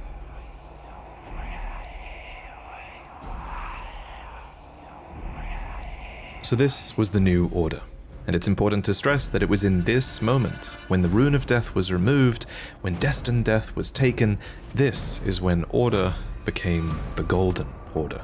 The forbidden shadow plucked from the Golden Order upon its creation. Specifically, this was Marika's Golden Order. So not only did she become a god and a vessel for the Elden Ring, she became renowned as Marika the Eternal for her removal of Destined Death. It was a huge part of her character and her reign as well. However, Marika had more than just death to conquer. She had wars to fight, as the world was occupied by many forces that could threaten her Golden Order. There was war with the Stormlord, who likely ruled over Stormvale, and there was a war with the Giants, who were masters of a flame that could burn the Erd Tree. There was war with the Ancient Dragons, who incidentally had stones that could twist time and thus slay a god. And finally, there was war brewing with the Carrion Royalty, who had previously obeyed laws which contravened the Golden Order. Thus, sort of similar to how the Greater Will needed an Empyrean to enforce its will, Marika herself needed someone to wage war. So, there was to be a husband, a consort, an Elden Lord. The man chosen was Hoarah, a ferocious warrior who became known as the Lord of the Battlefield. His crown was warranted with strength, and while it was for this strength that Marika married him, he was also required to take a vow to conduct himself as a lord. To suppress the ceaseless lust for battle that raged within, Hoarah took the beast regent Sarosh upon his back. You'll notice this is another example of a beast being given for the purpose of serving order. Thus, in this moment, he went from being Hoarah, warrior, to Godfrey, the first Elden Lord, consort to Queen Marika, and a certified demigod. Godfrey and Marika had 3 demigod children together. There was Godwyn the Golden, who you saw being killed in the opening trailer, and there were also the reviled Omen twins, Morgoth, who guards the Erd Tree, and Mohg, who became Lord of Blood. You might think that Godric was another demigod child, but he actually wasn't. Instead, he was probably descended from Godwyn. Anyway, we'll talk about the demigods more in detail in another video, so subscribe for that. But for now, just know that Godfrey and his offspring were the first demigods, henceforth known as the Golden Lineage.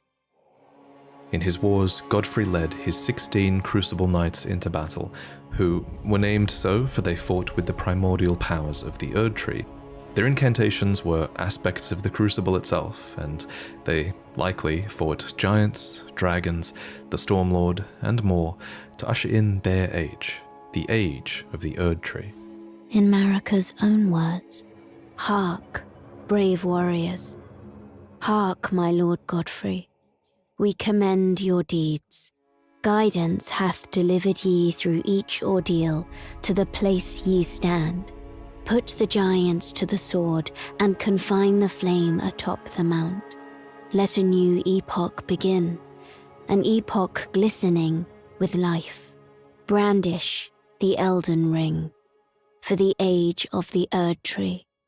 The Erd Tree would go on to be largely seen as a blessing for all of those in the lands between, especially those close to it in Leyndell, the capital city of the Erd Tree. The tree bestowed blessings. For example, the dew that dropped from its branches were like jewels. It loomed overhead as a constant reminder of order, and its roots reached far and wide, relieving many of the burden of death. In fact, Erd Tree burial was one of the highest honors a hero could receive. One by one, the previous factions of the world fell. The giants were put to the sword, and their fell god was killed by Marika herself. The ancient dragons broke down the walls of Leyndell, but met fierce retaliation. However, I think the House of the Erd Tree encountered the most trouble against the land to their southwest, Leonia. Here, the House of the Moon repelled their offensives time and time again, and I mean that literally, because there was not just one but 2 wars fought here, and in both of these, there was no victory for the Golden nor for the Moon. And I suspect it was probably because of these lobsters. These damn things can snipe you from like a mile away, and it's bullshit. Actually, it was probably because of the Carrier Knights, who, according to their weapons, were able to wield sorceress battle skills, and despite numbering fewer than 20, this power made them a match for even the champions of gold in battle. These enchanted knights were anointed by the Lunar Queen, a young astrologer who went on to establish the House of Caria as royalty in this land. With her bewitching lunar magic, she won over the Academy of Raya Lucaria, where glintstone sorcery was studied, and united the Carian royal family and the learned scholars of Raya Lucaria defended their home from the golden aggressors.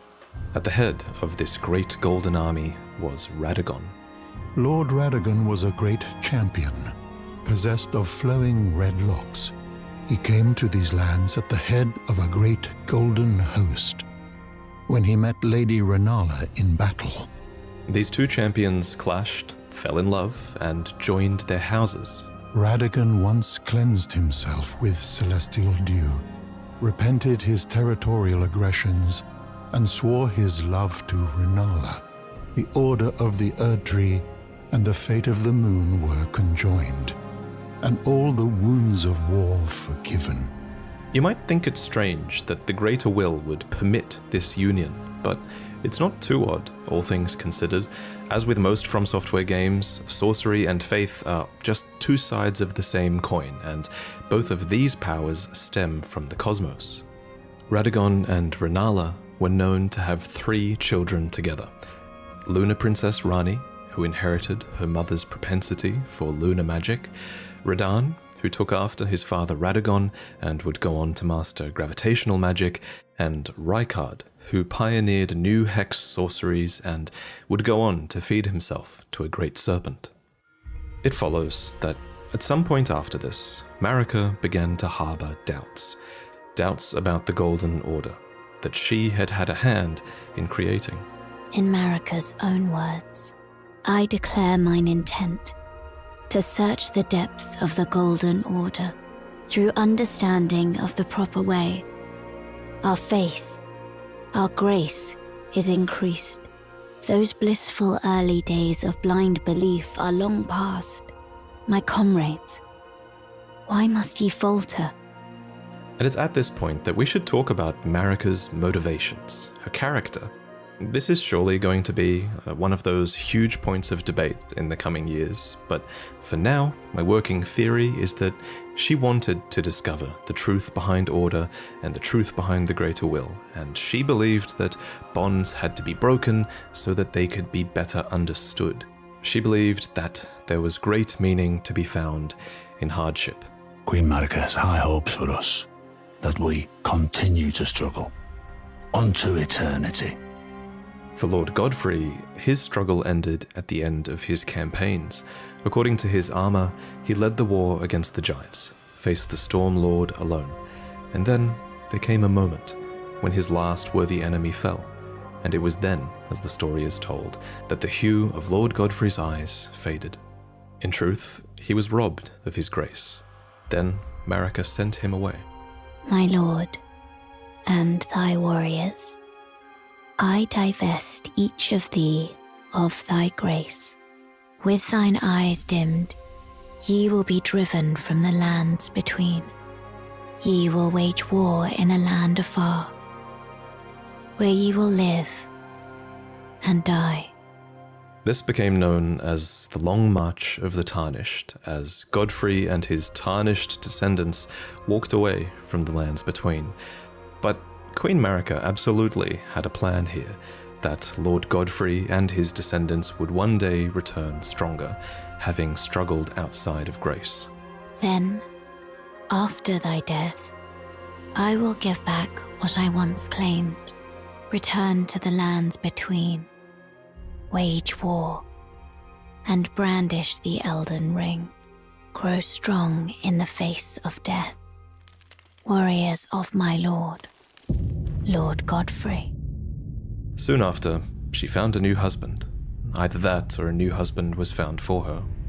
When Godfrey, first Elden Lord, was hounded from the lands between, Radagon left Renala to return to the Erdtree capital. becoming Queen Marika's second husband and king consort, taking the title of Second Elden Lord. The mystery endures to this day as to why Lord Radagon would cast Lady Renala aside, and moreover, why a mere champion would be chosen for the seat of Elden Lord. Whatever the case, as a part of this union, Radagon's prior 3 children with Renala became demigod stepchildren, granted grace thanks to their new family tree. Renala was broken by this, and so was her country, Leonia. The Queen's set reads, when Renala, head of both the Academy of Raya Lucaria and the Carian royal family, lost her husband Radagon, her heart went along with him. And then those at the Academy realized that Renala was no champion after all. In the wake of Radagon's betrayal and Renala's poor judgment, Leonia struggled with civil war, with the Academy of Raya Lucaria on one side and the Carian royals on the other. And it's here, during the age of the Erd Tree, that Lunar Princess Rani, daughter of Renala and Radagon, stole a fragment of the Rune of Death. It happened during the golden age of the Erd Tree, long before the shattering of the Elden Ring. Someone stole a fragment of the Rune of Death from Malekith, the Black Blade. As mentioned previously, Malekith was Marika's shadow, and he had sealed destined death in a black blade. Then a fragment, only a fragment, of this Rune of Death was stolen. And once this happened, Malekith went a step further in protecting destined death. He bound the blade within his own flesh, such that none might rob death ever again. It was too late, however. This fragment of the Rune of Death was used immediately, that night, to kill a demigod, Marika's own son, Godwyn the Golden. That was the first recorded death of a demigod in all history, and it became the catalyst. Soon, the Elden Ring was smashed, and thus sprang forth the war known as the Shattering. Now, there is a lot of really credible evidence that Marika was behind this plot to have a fragment of the Rune of Death stolen. There's also a ton of evidence that Marika is behind the entirety of your Tarnished quest, but we'll talk about that in another video. For now, all you really need to know, in terms of the timeline at least, is this. After the marriage of Marika and Radagon, and after a fragment of the Rune of Death was stolen, Marika went on to shatter the Elden Ring, and Radagon attempted to repair it, to no avail. The Elden Ring had been broken into runes, some great and some small. You know, it's said that Lord Radagon harbored a secret. A famed sculptor of the Erd Tree capital was once summoned to render Lord Radagon's likeness in giant stature, when he glimpsed the skeleton in Radagon's closet. And as such, it's said the great statue harbors his secret too. Of course, the huge twist in Elden Ring is that Radagon is Marika, or depending on what you believe, he became her, for she knew it was going to happen. In Marika's own words, O Radagon, leal hound of the Golden Order, thou art yet to become me. Thou art yet to become a god. Let us be shattered, both. Mine other self. You can tell when From Software is keeping something a little bit open-ended, and of everything in Elden Ring's lore, this will also go on to be one of the biggest unknowns as we move forward. For example, the wording, thou art yet to become me, reinforces that Marika and Radagon were two separate entities before the Shattering. However, in contrast, there is also evidence that Radagon was always part of Marika. For example, Enya says that the demigods are each and all the direct offspring of Queen Marika. But how can this be if Radagon married Renala and had those demigod children? The only way that makes sense is if Radagon was always Marika and he just went over there to seduce Renala long ago. I'll present more concrete theories in the future, but on this matter, the most important thing is, what do you think? While you can figure out a ton of Elden Ring's story, not all of it is open to interpretation. Certain things are, and this is one of them. And your interpretation is a big part of what makes this story special. At any rate, the union of Radagon and Marika seems to be a union of two fundamental opposing laws of the Golden Order. We mentioned these laws earlier, actually.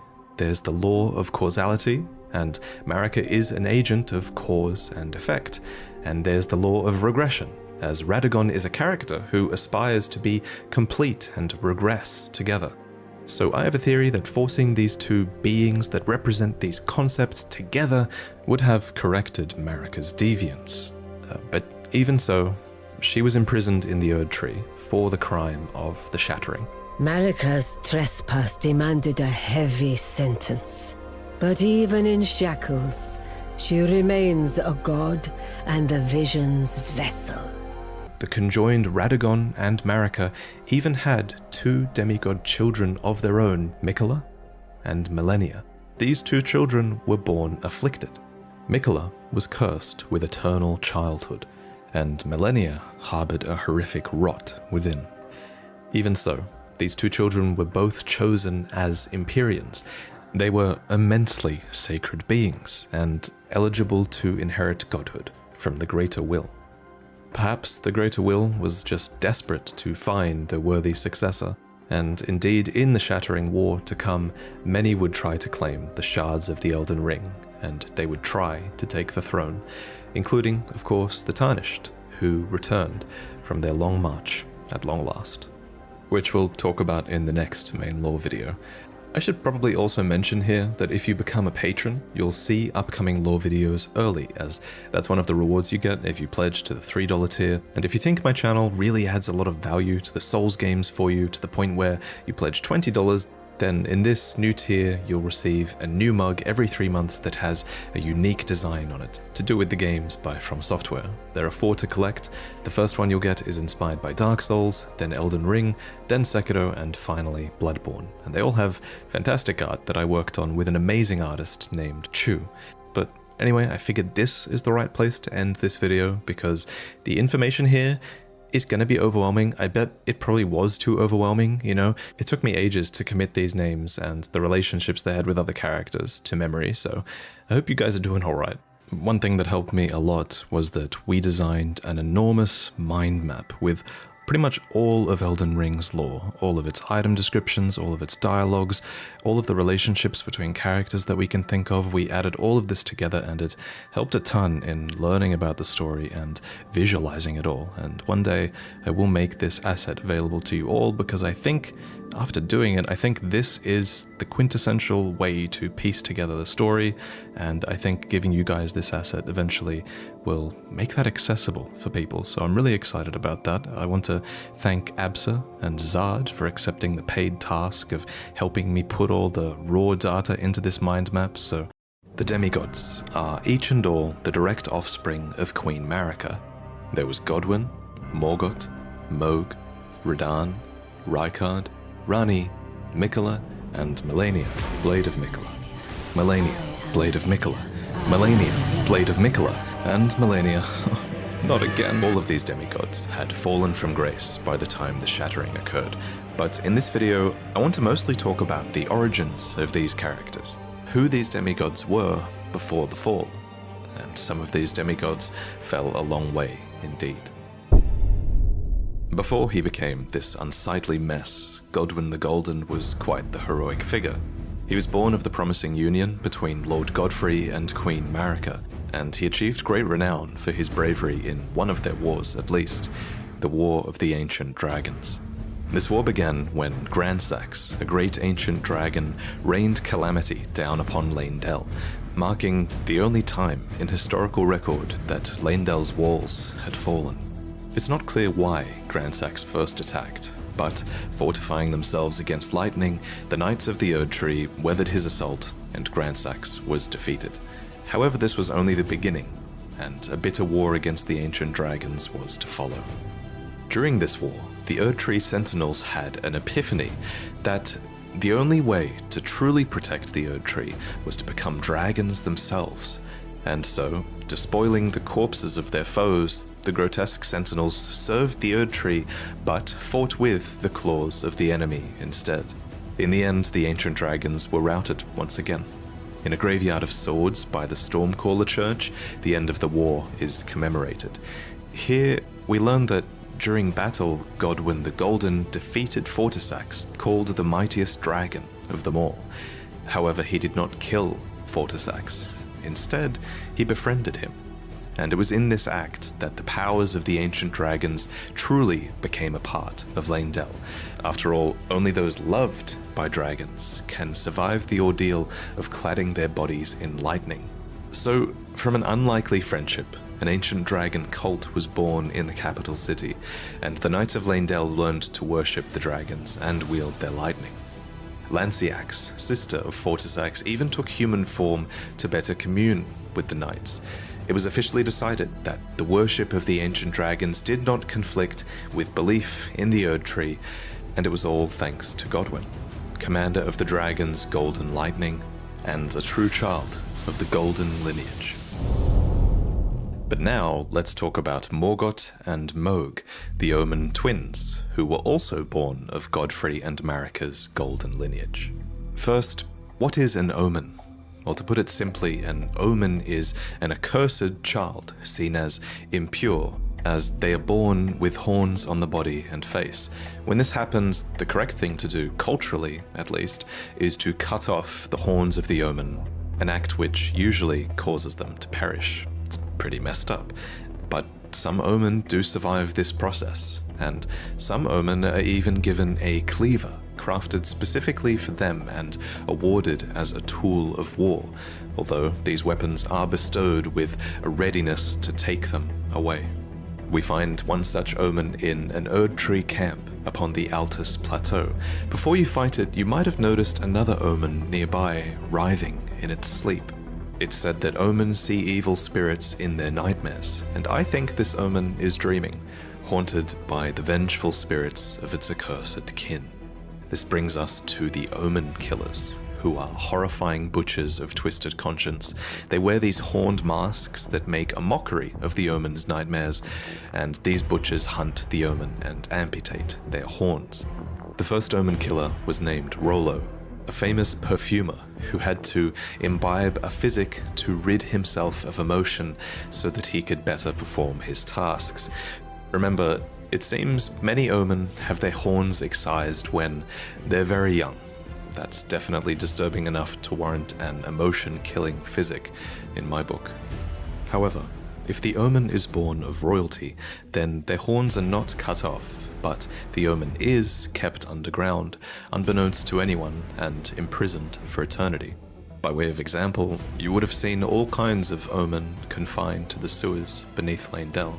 But why are omen considered to be accursed in the first place? Some of them are clearly intelligent, so what's inherently wrong with being born with horns and great strength? Well, it's important to remember, I think, that this curse might only really exist in the context of the Golden Order. After all, those afflicted with omen horns are not able to return to the Erd Tree for rebirth, and are said to be born outside of its grace. But why does the Golden Order disavow the omen, then? Well, it's hard to say for sure, but my working theory is that it's to do with the Crucible. According to this ancient incantation, horns were once an aspect of the Erd Tree's primordial crucible, where all life was once blended together. And with the exception of a couple of Crucible Knights in and around Leyndell, we know that the Golden Order has started to distance itself from most things that touch upon the Crucible. While things like horns, knots, feathers, and scales once grew on the human body and were considered signifiers of the divine, now they are disdained as impurities as civilization has advanced. We learn this from the knot, scale, and feather talismans, all of which are guarded by omen, or dropped by omen killers, no less. Unfortunately for the Order of the Erd Tree, these once divine impurities seem to crop up in some births, whether they like it or not. Almost like it's a genetic trait, as if it touches upon the crucible at the root of the Erd Tree. And so you have to ask, is it really a curse to be born as a graceless omen? Well, as with most curses in these games, I think that depends on your perspective. In any case, Mohg and Morgott were omen royalty, and thus they were born into a wretched mire far below the earth, horns and all. Here, they were kept under the strictest confinement. Each of them were bound with charmed shackles that were covered in roots or thorns and bathed in golden magic. It seems very few people were supposed to know that they even existed. Morgoth, for his part, renounced and despised his accursed omen blood, but his brother Mohg embraced it. Deep underground, Mohg stood before an outer god, a being called the Formless Mother who craves wounds, a being capable of bestowing power upon accursed blood. In this moment, Mohg's accursed blood erupted with fire, and he became besotted with the defilement that he was born into. Here, deep below the earth, he would go on to build a dynasty of blood in reverence of a mother, something it seems he never truly had. As for Morgoth, he was born into the same accursed fate as his twin brother, but despite not being blessed with grace, he loved the Erd Tree all the same, and even took it upon himself to crawl out of the sewers and become the Erd Tree's protector when the Erd Tree needed him most. In the end, he rightfully became the Omen King and Lord of Leyndell. Omen or not, he was, after all, born of Godfrey and Marika's golden lineage. Of course, the marriage between Godfrey and Marika would be ended, and before long, Marika remarried with another man, a champion named Radagon, who Marika calls her other half.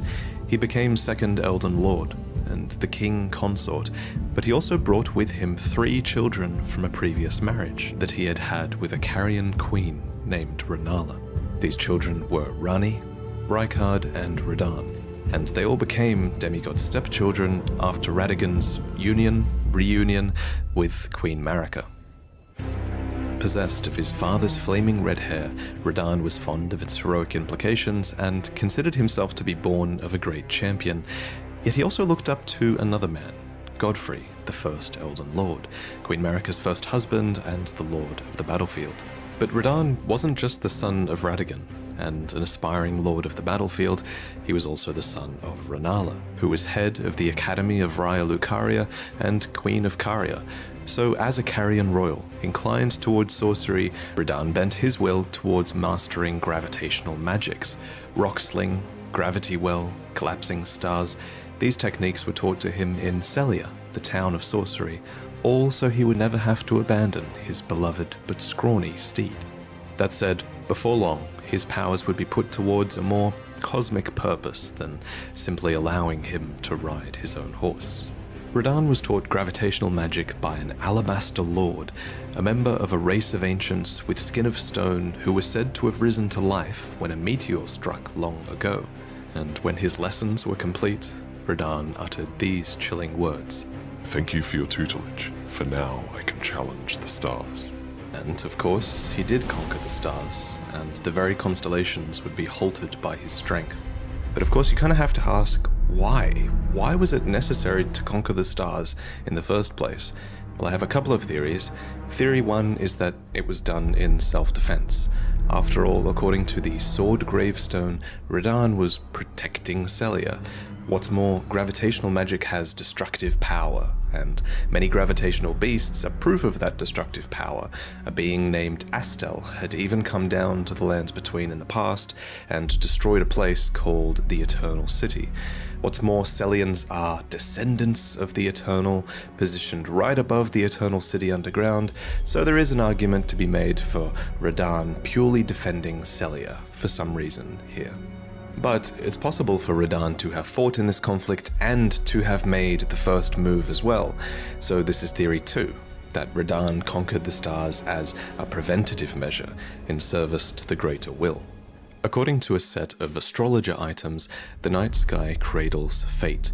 There's even a banished sect of people called the Nox, who live deep below the earth in eternal anticipation of the coming age of stars and their Lord of Night. Long ago, these people invoked the ire of the greater will, so it would make sense that those in service to the greater will might have sought to arrest the stars and put an end to this fate. What's more, Radahn was just a huge fanboy of Godfrey, and he seems to have more loyalty to the Erd Tree than to the moon. Finally, the telescope item description says that the fate once writ in the night skies had been fettered by the Golden Order, so surely this is referencing Radahn's actions, and it levels the blame at the Golden Order. But putting Radahn's motivations aside, it's a fact that the stars were held back, and that this had great consequences for many, especially for the rest of his Carian royal family. Let me explain. The fate of the Carian royal family is guided by the stars, as is the fate of Lady Rani, first heir in the Carian royal line. But General Radahn is the conqueror of the stars, who stood up to the swirling constellations, halting their movement in a smashing victory. And so, if General Radahn were defeated, the stars would once again resume their movement, as would Lady Rani's destiny. Lunar Princess Rani was the daughter of Radagon and Rennala, and sister to Radahn. Interestingly, if you look at her true body atop the Divine Tower, it looks like she might have also inherited the red hair of Radagon. Cool detail. But unlike her brother, Radahn, she was, just as the gods did, and clearly many believed that he would usher in a new age. The armor set of the Gelmir Knights reveals to us what were once very loyal soldiers. The crest of red feathers are there to symbolize Rykard's pedigree as Lord Radagon's son, and the emblem upon their chest piece represents a lord who had lofty ambitions. However, as Rykard delved into the ancient secrets of Mount Gelmir, he came across the immortal Great Serpent, an ancient deity that aligned with Rykard's ambitions. And so, Rykard fed himself to the Great Serpent so that he might devour, grow, and live eternally. Alas, this was too much for his knights, and they believed that their master's heroic ambitions had degenerated into mere greed. So they searched desperately for a weapon with which they might halt their lord, and they found it too.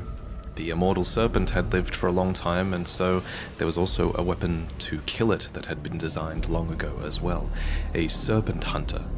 But it was too late. As the lord lost his dignity, so too did the knights lose their master. Not that it bothered Rykard. Now we can devour God together. Next, we need to discuss Millennia and Miquella. These two were twins as they were born. No, Rykard, please. Anyway, as you know, Radagon's marriage with Rennala did not last. Afterwards, he returned to the Golden Order and became Queen Marika's consort. But what I haven't yet mentioned is that, together, they were blessed with two demigod children, the so-called twin prodigies. Now, in the last lore video, I briefly proposed that these two twins were born after the Shattering, after Radagon and Marika had merged together to become a single god. However, I've since changed my mind. I think Millennia and Miquella were clearly born before the Shattering. There's just so much proof that these two twins were a force that were influencing the world long before the Shattering took place.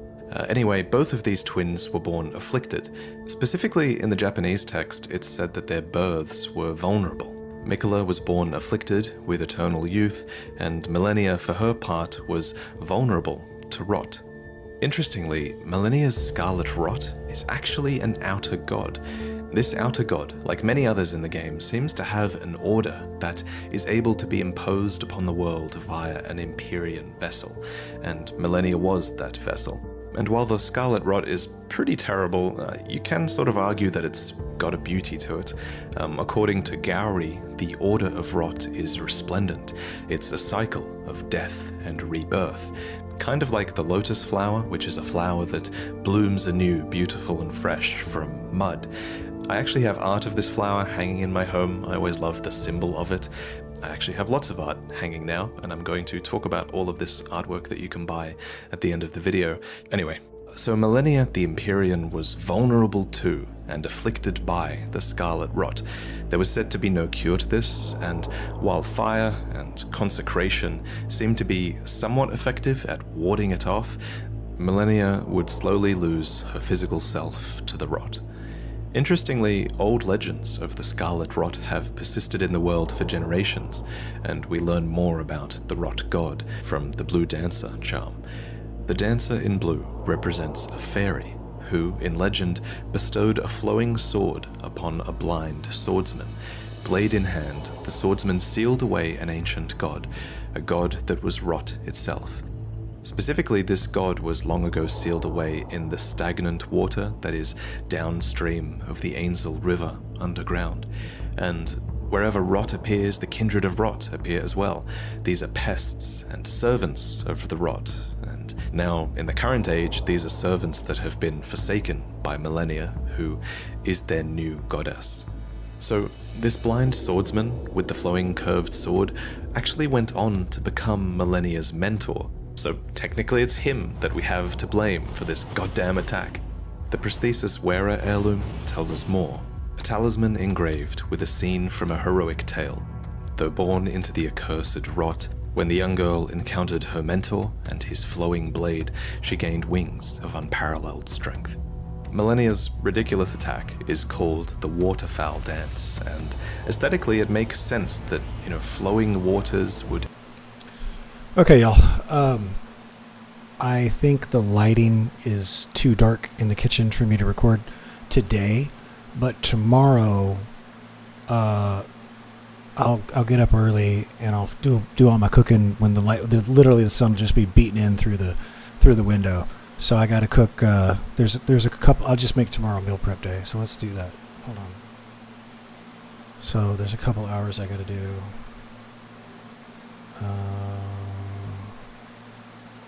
There we go. I was looking for. I found some free stuff that I can use to help animate the background or the layout stuff. So I was thinking about using this for the chat because then we got leaves falling down in the background with the I can make the leaves glowing golden and stuff. I think it'll be great. And there's a couple other options we have here. So the green screen lets me cut it all out. That'll be great. Let's go to the calendar. Okay, we're not going to do this right now, but we are going to cook. Let's do that tomorrow. Okay, there we go. And I just need to put the chicken on, so it's probably going to be an hour total. Make chicken in the air fryer. Okay, cool. Let me get that going, and I will be back periodically. I'll be gone for about 10 minutes, and I'll have the chicken going, and then I'll have to jump up every 6 or 7 minutes until the chicken's done. It is what it is. And then tomorrow when I cook, I'll have everything set up and the lighting right, so I can make how to bake amazing, delicious chicken in air fryer.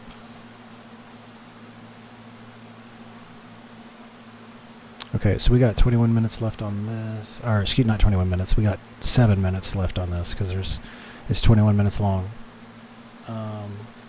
I kind of already get the Elden Lords and stuff. I understand that. I like this guy's voice though.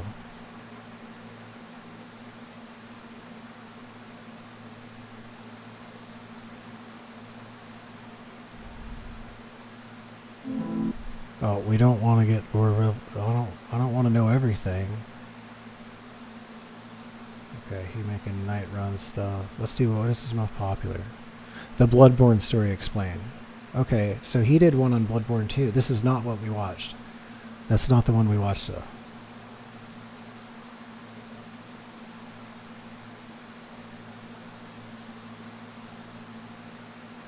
The Lure of the Dragons, maybe.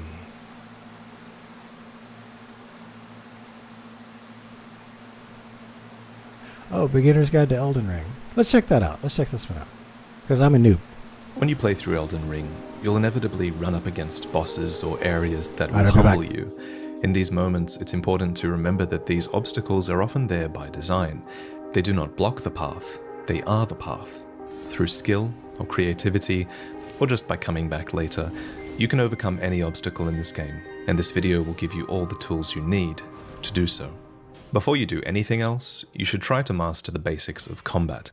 At the core of combat is your stamina bar. This resource is depleted when you perform the actions necessary for fighting, for example sprinting, dodging, blocking attacks, attacking, all of these things, and more, require stamina. Next, let's talk about the proper flow of combat. While locked on with R3, keep your shield raised with L1. This will prevent damage from any attacks that are too fast for you to react to. As you block them, your stamina bar will be depleted, so make sure to drop your shield in between attacks in order to regain that stamina faster. Now, blocking fast attacks often doesn't deplete too much of your stamina, but blocking slow attacks is often a different story, and a lot of them can easily break your guard, leaving you wide open. Thus, if you think you can anticipate a slow attack or a series of attacks, it's often better to roll through them instead. Rolls have invincibility frames that nullify all damage if you press the roll button around the instant where you would have been hit. And while this is more difficult to do than blocking, avoiding damage in this way is way more stamina efficient than just blocking. Oh, and make sure that you stay below 70% equipment load as well, so that your rolls stay fast and effective. As you fight an enemy, pay special attention to their animations and try to memorize their moveset. Over time, you will learn the best way to avoid certain attacks and where their openings lie. So learn to fight with a mixture of both blocks and rolls. As a general rule, you should block fast attacks and roll through slow attacks. By fighting efficiently in this way, you'll avoid damage and still have stamina left over to deal damage while the boss or enemy is left open.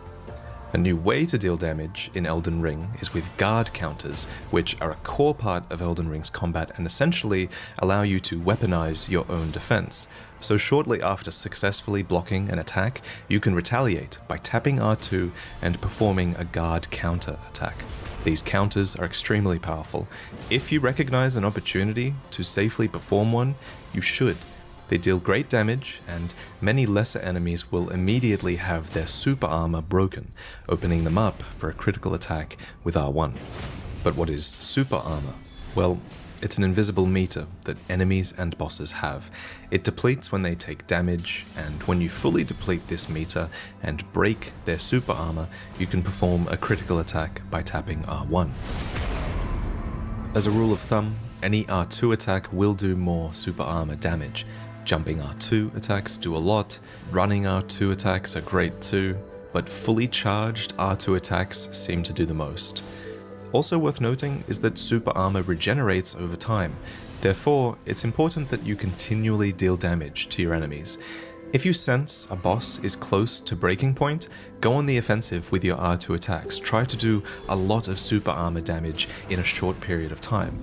Often, you'll be rewarded. On the other hand, if you're just looking to do consistent damage, well, tapping R1 is probably the way to go. R1 attacks generally come out much faster, they combo longer, and they're not as risky to perform. And if you really want to prioritize damage over defense, then you can two-hand your weapon. The input for this is to hold triangle or Y and tap R1 or L1 to two-hand your right-hand item or left-hand item, respectively. In addition to granting you a new moveset, you will have more strength, more damage, more super armor damage, and you can often avoid recoil when striking an enemy's shield. So if your shield just isn't helping much with an encounter, consider two-handing for damage instead. Now while you two-hand, you'll mostly be dodging for defense in this state. That said, it's worth noting that you can still block while two-handing, and while you'll take some chip damage because a weapon isn't as good as a shield is for blocking, it's still a good idea to block in many situations, or at least to keep your guard up, especially if you want to utilize guard counters. Another offensive alternative to two-handing is power stancing, which can be achieved by equipping two weapons of the same class, one in each hand. With this, you'll get access to a special L1 attack that utilizes both weapons. Just like your R1 attacks, your L1 attacks do a combo of strikes, and can be utilized in jumping attacks as well. Speaking of jumping attacks, they're incredible gap closers, allowing you to cover distance and queue an attack simultaneously. If an enemy is left open but you're kind of... My bad, y'all. I'm so glad I looked at the stream. That's my bad. far away, just close the distance with a jumping attack and see how effective they can be. Jumping R1 attacks are generally better for flying or mounted enemies, and jumping R2 attacks are generally better if you want to inflict damage and posture damage upon grounded enemies. Damage can be healed with your Flask of Crimson Tears, which will always replenish when you warp or sit at a grace checkpoint. Additionally, you can get extra flask charges by clearing out a group of enemies, or by defeating these small red creatures. At grace checkpoints, you can upgrade your flask with golden seeds and sacred tears. Golden seeds are found at minor Erd trees and increase the amount of flasks you can carry. Sacred tears are found at churches of Marika and increase the amount healed by your flasks. Furthermore, you can balance the allotment of crimson flasks versus cerulean flasks at a point of grace to better suit your needs. To quickly access your crimson healing flask at any time, consider making it the first item on your quick select bar. This way, if you hold down on the D-pad, you'll always shortcut to it instantly. At the top of the D-pad, you'll be able to cycle through your current selection of spells. New spells can be memorized at a site of grace. These spells will either be incantations, which must be cast with an equipped seal, or sorceries, which must be cast with an equipped staff. Cycle through your equipped armaments by pressing left or right on the D-pad. If you die, then you'll drop all of your runes at your point of death. If you don't pick them up during your next life, then they'll be gone forever. Make sure to seek them out using your compass whenever you can, or invest them in items or your own character. When you do die, you can choose to resurrect at a site of grace, or sometimes at a stake of Marika. If you see this statue, or this icon, then it's probably an indication that you're in a difficult area or near a boss, as a stake of Marika is nearby. Respawning at a stake of Marika will usually make your run back to your runes less severe, so it's often best to choose that option, unless you'd prefer to move on from what killed you. If you're out in the open world, one way to overcome difficulty is by choosing the right scenarios to fight on your mount. Against large or mounted enemies that struggle against hit and run tactics, the mount is definitely the way to go. While mounted, R1 and R2 give you light and heavy attacks on the right side, and L1 and L2 give light and heavy attacks on your left side. If you hold your heavy attack input, then you can charge them up, dealing continuous damage while you charge, which culminates in a strong attack at the end. While mounted, you automatically wield the armament in your right hand. If you would prefer to wield the armament in your left hand, use a two-handing input, so hold triangle or Y and then tap L1 or R1.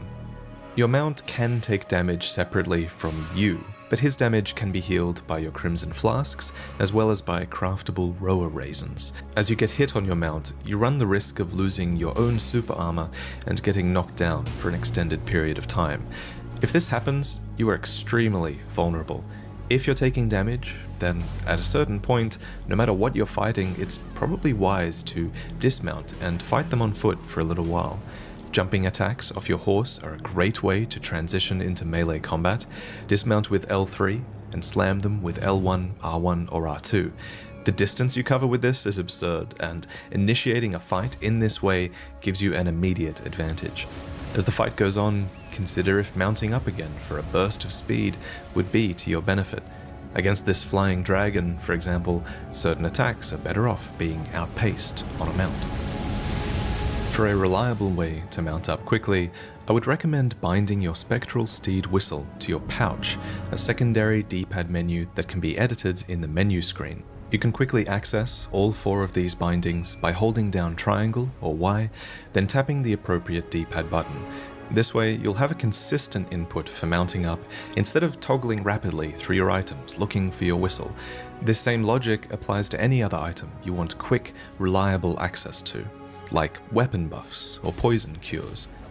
In addition to your double jump for extra height, be on the lookout for spirit springs, which take you to incredible heights. Conversely, you can safely jump into a spirit spring to negate all fall damage. While on your mount, L3 dismounts you, but when on foot, L3 can be used for stealth. In this crouched state, enemy aggro range is reduced, and you'll have an easier time getting R1 backstabs. Enemy aggro range is also reduced at night, so consider passing time at a site of grace to better suit your needs. At night, however, you might also find different enemies spawning in the world, so be aware of that. Another thing to get in the habit of is crafting, which you can do as soon as you buy the crafting kit from Kale at the Church of Ella. After this, the crafting tab in your menu screen will unlock for use.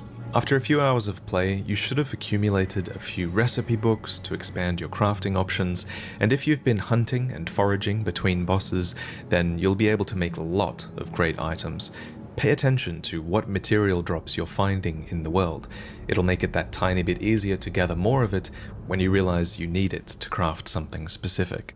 The crafting page gives you hints at where to find specific materials, and most world materials respawn instantly upon resting at a grace, making them fairly easy to farm. Oh, and while you're at Kale, grab a torch to help you see in dark caves, and when you find one of Kale's fellow merchants on a beach southwest of the Church of Ella, grab a bow as well. Ranged weapons are excellent utility tools, allowing you to lure, poison, or sleep enemies from afar. There are two types of bow weapons, bows and crossbows, which use arrows or bolts respectively.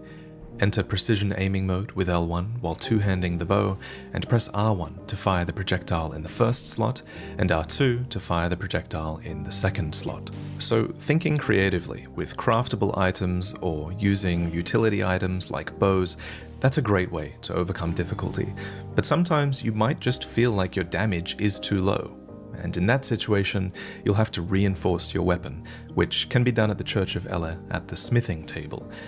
Here, you'll be able to get most armaments to +3 with smithing stone shards that are found throughout the world. That said, special armaments require other special shards, and to go beyond +3, you'll need to find an actual blacksmith. Alternatively, if you aren't happy with your shield, take a look at its stats. The most reliable shields are those that block 100% physical damage, but you can consider switching shields to suit specific encounters. The other stat you'll want to look at is guard boost. Higher guard boost means you'll take less of a stamina hit when you block. Upgrading an armament is a bit of a commitment. You can always find more smithing stone shards in caves and around the world, but these are fairly rare, so make sure you really enjoy swinging a weapon before you upgrade it. Of course, a weapon also has to suit your build. Your build is determined by what stats you decide to level at a grace checkpoint when you summon Melina and invest your runes with her. When you start the game, you'll have to choose a starting character. Some use magic, some have ranged weapons, and some excel in melee, but it's important to remember that your starting class does not dictate your build, you do. While each character's starting stats give them different strengths and weaknesses, you are free to build your character in any direction from this point. If you haven't settled on a build yet, then you can't go too wrong by just leveling Vigor for HP and resistance, Endurance for stamina and equipment load, or Mind to increase your focus points. But it's the other stats that make a real impact on your character archetype. Strength, for example, mostly affects your ability to wield heavy armaments, as well as your defense. Strength weapons are often slow, so being a lot more tanky will come in handy. Another stat to look out for is poise, which will raise as you put on heavier armor, and having high poise will often prevent you getting interrupted mid-attack, which is really good for slow weapons. Dexterity is the counterpart to strength, and it raises your ability to wield a lot of lighter armaments, boosting their attack power. It also softens fall damage, makes it harder for you to be knocked off your horse, and reduces the casting time of spells. Spells usually scale in damage with intelligence or faith. Intelligence generally boosts the damage of sorceries, while faith generally boosts the damage and healing of incantations. Arcane is also a new attribute in Elden Ring, and it governs your discovery stat, which increases enemy item drop rates. It's also a stat that increases the damage of certain sorceries and incantations, and can play into the stat scaling of certain weapons as well. Every weapon comes with a default scaling, and your favorite weapon will really influence which build you end up going with. However, one thing you can do is apply an Ash of War to your weapon, which allows you to choose a more beneficial damage type and more beneficial scaling options for that weapon. Beyond their scaling options though, Ashes of War can be used to apply skills to your armaments. Once applied, L2 will unleash their effects, and you can always see which skill you will perform with L2 here. To apply an Ash of War, be sure to pick up the whetstone knife in a cellar at the Gatefront ruins. After this, sit at a Grace checkpoint and experiment with your options. Often, these skills will default to your shield's applied Ash of War, unless you two-hand your weapon or use a shield without a special skill. These attacks are very powerful, and even require a small amount of focus points to use. Your FP is represented here in this blue bar. This is a really valuable resource, especially for magic builds which also rely on it to cast spells. That said, all builds can and should find a use for FP, and if you're having trouble in Elden Ring, you should always be thinking of an effective way to make use of this resource. Another powerful way to make use of FP is by summoning spirits. Once you acquire the summoning bell early in the game, you'll be able to equip spirits on your quick select bar and summon them for difficult encounters. As long as you have enough FP, and as long as this rebirth monument symbol marks the encounter as difficult, then your spirits will fight alongside you until death. Some are ranged attackers, some are tanky, and some are a combination of both. Decide what works best for your build and what works best for the encounter as well. Only one type of spirit can be summoned at a time, and spirits cannot be summoned during multiplayer. Speaking of multiplayer, if you're having trouble, be on the lookout for Furl Calling Finger Remedies, which you can find throughout the world. Once consumed, these allow you to see other players' summon signs and summon help for major encounters. That said, you'll always be able to see NPC summon signs, so feel free to make good use of them. Alternatively, other players' signs can be accessed in summoning pools located at summoning effigies that are placed in key areas. If you want to learn more about engaging in multiplayer, read the items on your multiplayer tab in the menu screen. In general, if there's a tip that you want to read again that popped up, you can find all of those in your inventory menu all the way at the end. Last but not least is your map. Revealing the map for an area will make it way easier to progress through the game. Map fragments can be collected at these glowing guide stels. If you're having trouble finding one in an unfamiliar area, try to stick to the main path, or failing that, try to look for this shape on your undiscovered map. With the map open, you can mark points of interest with markers or beacons that show up in the overworld. You can also fast travel between sites of Lost Grace or get a clearer idea of the direction that the main story requires. Rays of Light will guide you on that path and often lead you towards your next logical checkpoint. Of course, it's up to you if you want to trust the guidance of Grace. If you're having trouble with the main path, just go in the opposite direction. Explore, get stronger, learn how to master your build.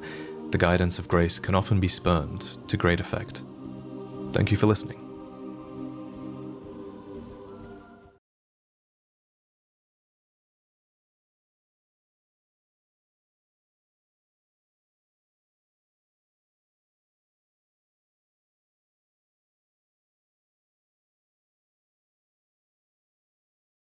Dang, he ended that one pretty quick. I had to wash my hands off. Chickens in the air fryer, and I'm making some sides and cleaning the dishes.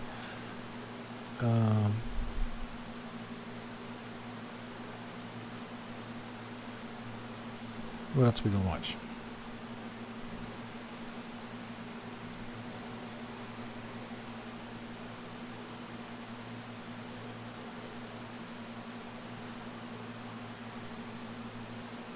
Bloodborne DLC.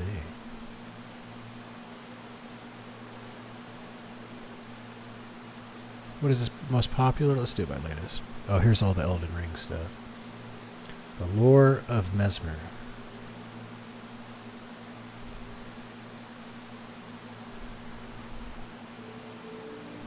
Deep in the forest, by Bonny Village, lies the shed skin of a great serpent. Why it's here is a mystery, one the community has yet to unravel.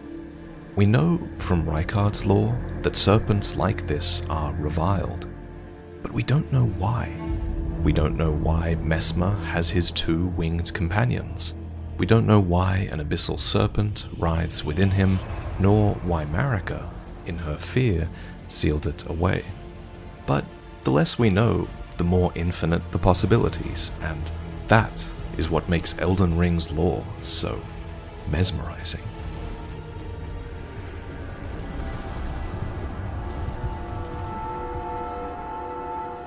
The circumstances of Messmer's birth are the most fascinating thing about him. Who was his father? When was he born? Why was he the vessel for both a malevolent snake and an unquenchable fire? That first question is probably the easiest to answer. Messmer's father is most likely Radagon. For one, Messmer bears Radagon's signature red hair. Second, his boss music seems to carry similar leitmotifs from Radagon's own theme. And third, most importantly, Messmer has his own butterfly. This is the black pyrefly, which burns in dark and slender ribbons of fire. Named so for Messmer's habit of making a pyre out of his defeated foes, this butterfly is symbolic of his identity, and it's a dark counterpart to the butterflies of Melina, Melania, and Miquella, who are the other children of Marika and Radagon. But this parentage poses a problem for us. Usually, we can place Marika's children along the timeline based on her consort. We know that Godwyn, Mohg, and Morgoth were born of Marika's union with Godfrey, as the age of the Erdtree was beginning. We know Rani, Rykard, and Radahn were born of Radagon's union with Rennala at the conclusion of the Leonian Wars. And we know that Miquella and Melania were twins born of Marika's marriage to Radagon, after Radagon returned to become the second Elden Lord. But since Marika could immaculately conceive with her other half at any time, Messmer, like Melina, could have been born whenever it was convenient to Marika, which makes it way harder to place him upon the timeline. Fortunately though, we do have some clues. The first comes from the statue of Marika with Messmer in her arms. Here, you'll notice that Marika's left braid of hair has been severed. The loss of this hair is an important moment in Marika's story, for after she ascended as a god, she returned home and made an offering of her golden braid to the grandmother of her old village. So, from this statue, we know that Marika had already ascended as a god when she had Messmer, though perhaps that goes without saying. Our next clue comes to us from the remembrance of the wild boar rider, which, especially in the Japanese description, makes it quite clear that Messmer was an elder brother to Radahn.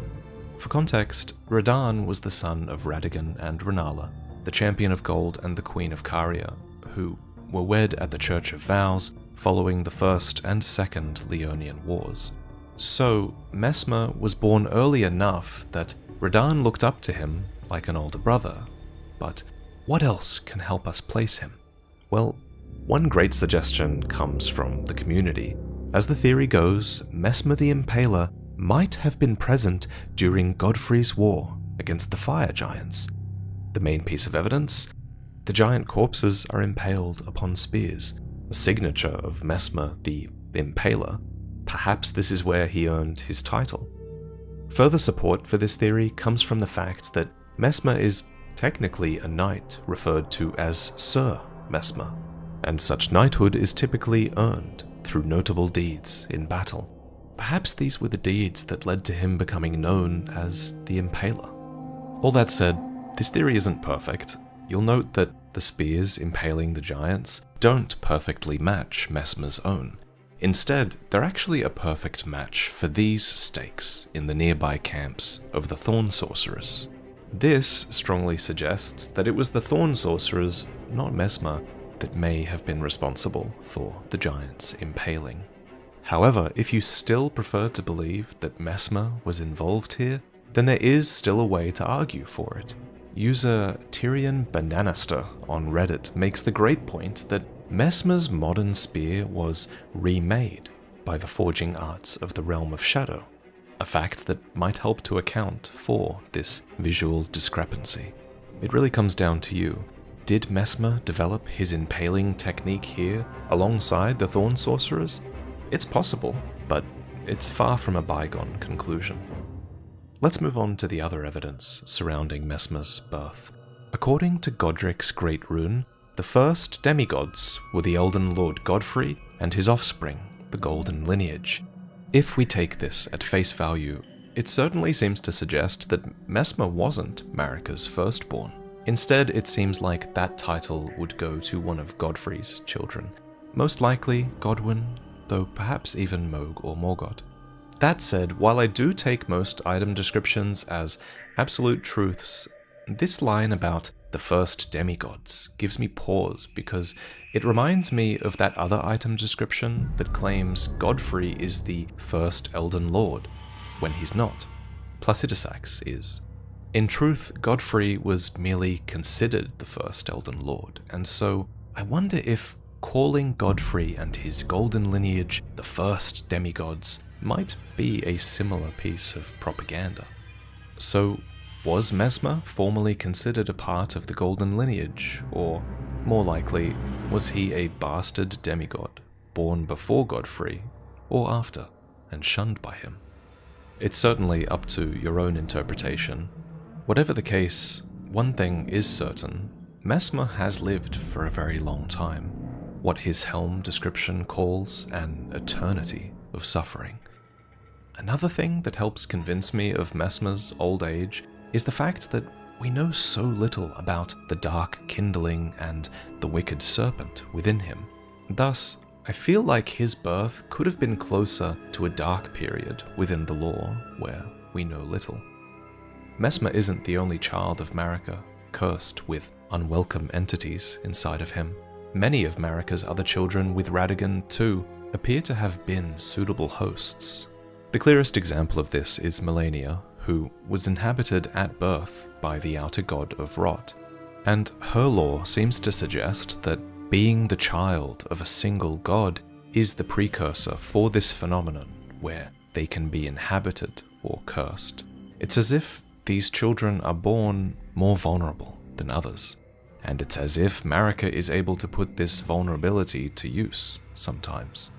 A great example of that is Melina, who I'd hazard is an incarnation of a certain Glowmide Queen. Since Marika is said to have defeated the Glowmide Queen, Melina's existence may have been a deliberate act, with Marika allowing her enemy to be reborn within her own child, perhaps as a means of wielding the fire within her, for Melina was given a purpose by Marika to burn down the Erd Tree. Incidentally, Messmer too bore a vision of fire, and like Melina, the fire within Messmer was fated to incinerate a significant tree. Perhaps Marika had learned from Messmer just what birthing other entities into her children could be used to accomplish. But I digress. It's currently unclear whether Marika knew that Messmer would be cursed from birth, but cursed he was, cursed to harbour both a wicked serpent and a kindling that would not be extinguished. The serpent in particular filled Marika with such terror that she plucked out his eye and put in its place a seal of grace. Even so, her fear compelled her to secret away her child within the realm of shadow. Now, there is no lore that talks directly about how or why, or even if the malevolent snake was his curse, but the lore surrounding such serpents is fascinating. So let's talk about that and compare these other serpents to Messmer. Both the Serpent Hunter and the Serpent God's curved sword speak of an immortal serpent deity that once existed in the distant past, worshipped through sacrifice in a long-forgotten religion. A god so feared that a special weapon was forged to hunt it, and what appears to be this same serpent is what eventually devours Rykard, becoming one with him. Now, Messmer's serpent is physiologically different from the Great Serpent, but there are still some very noteworthy similarities between the two. Like Rykard's, Messmer's serpent still displays that same propensity to devour the world, stretching its maw over a giant orb, a visual that mirrors the world-devouring serpent depicted upon the Devourer's scepter. So perhaps there is not just one undying serpent, but many? After all, Rijkaard's concept art shows 2 unbroken eggs beside the broken shell of the Great Serpent, a hint perhaps that others were yet to hatch. And as Rijkaard himself says, it's not the serpent that never dies, but a serpent never dies, suggesting the immortal Great Serpent was not the only one of its kind. But what else connects this ancient Great Serpent to Messmer? Well, we also see winged serpent statues throughout Gelmir, which could suggest a connection to Messmer's own, and upon the peak we find snakes embellishing an ancient artifact of the giants, tying serpents to the fell god and his flame, which could conceivably be the same flame within Messmer. And that's a very interesting theory I want to discuss. As a reminder, the Fell God is the entity that lurked within the fire giants, and sometimes even within fire itself. Its fire is able to burn the Erd Tree, so unsurprisingly it was painted as corrupt and malformed by Queen Marika's regime. The one-eyed shield actually goes so far as to say that it's believed Queen Marika killed this evil deity, but that's probably just another example of Golden Order propaganda. The Fell God inhabits the last fire giant when we fight it, so it clearly still lives on, slowly obsessing the minds of the fire monks, who were tasked with watching over its flame of ruin. So it's curious that there are snakes embellishing this ancient bowl of the Fell God's fire, but there's more to connect snakes to the Fell God. So, the Giant's Flame incantations of the fire monks, you may recall, have really distinct names. O Flame, Whirl O Flame, Burn O Flame, Surge O Flame. This is a common pattern among the incantations of the fire monks, and curiously, this same naming scheme is also present on the Serpent Flail, a weapon intended to burn Hornsent with coiled snakes, branding them with agony and fear. Its description says nothing about the Fell God, but its skill is named Flare, O Serpent, echoing the incantations of the Fell God's flame. It's an impressive piece of storytelling to hide a connection to the Fell God in the name of a weapon skill, of all things. Credit to user Call Me Claire for making me aware of this. Amazing discovery. So is there still any doubt that Messmer has a connection to the Fell God of Fire? Messmer's flame does manifest as an orb, not unlike the literal flame of the Fell God. Messmer's furnace golems, too, were designed to evoke it. Their masks are surrounded by curled horns, depicting the Fell God of Fire that haunts the sagas of the Hornsent. This was an intentional act of terror by Messmer to mimic the visage of a god that the Hornsent feared in the form of these walking furnaces. Sure, this could have been nothing more than a strategy to terrorize his foes, but it feels so significant that it's Messmer and his flame that brings these avatars of the Fell God and its furnaces to life. I just wish we knew more about these Hornsent sagas that spoke of the Fell God. The lore on this topic is just so tantalizing. It's just enough for us to start forming theories, but it's not enough for us to land on any one in particular. But there is a fascinating story being teased here of fell flame and serpent gods that could conceivably have crossed paths with Marika and played a part in Messmer's birth, but how you imagine that story is up to you. For now. Can they announce Elden Ring 2 already? But back to what we know for certain.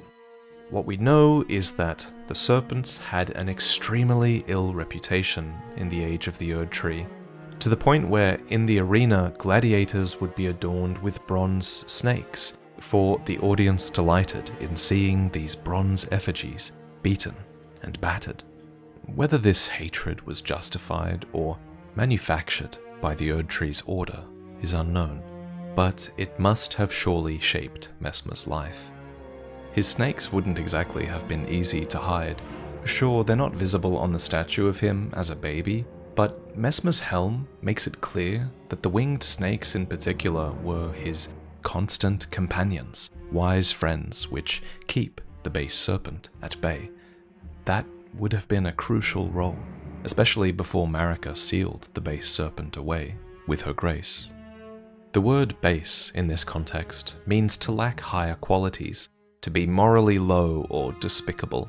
This is probably in reference to the serpent's desire and its propensity to endlessly devour.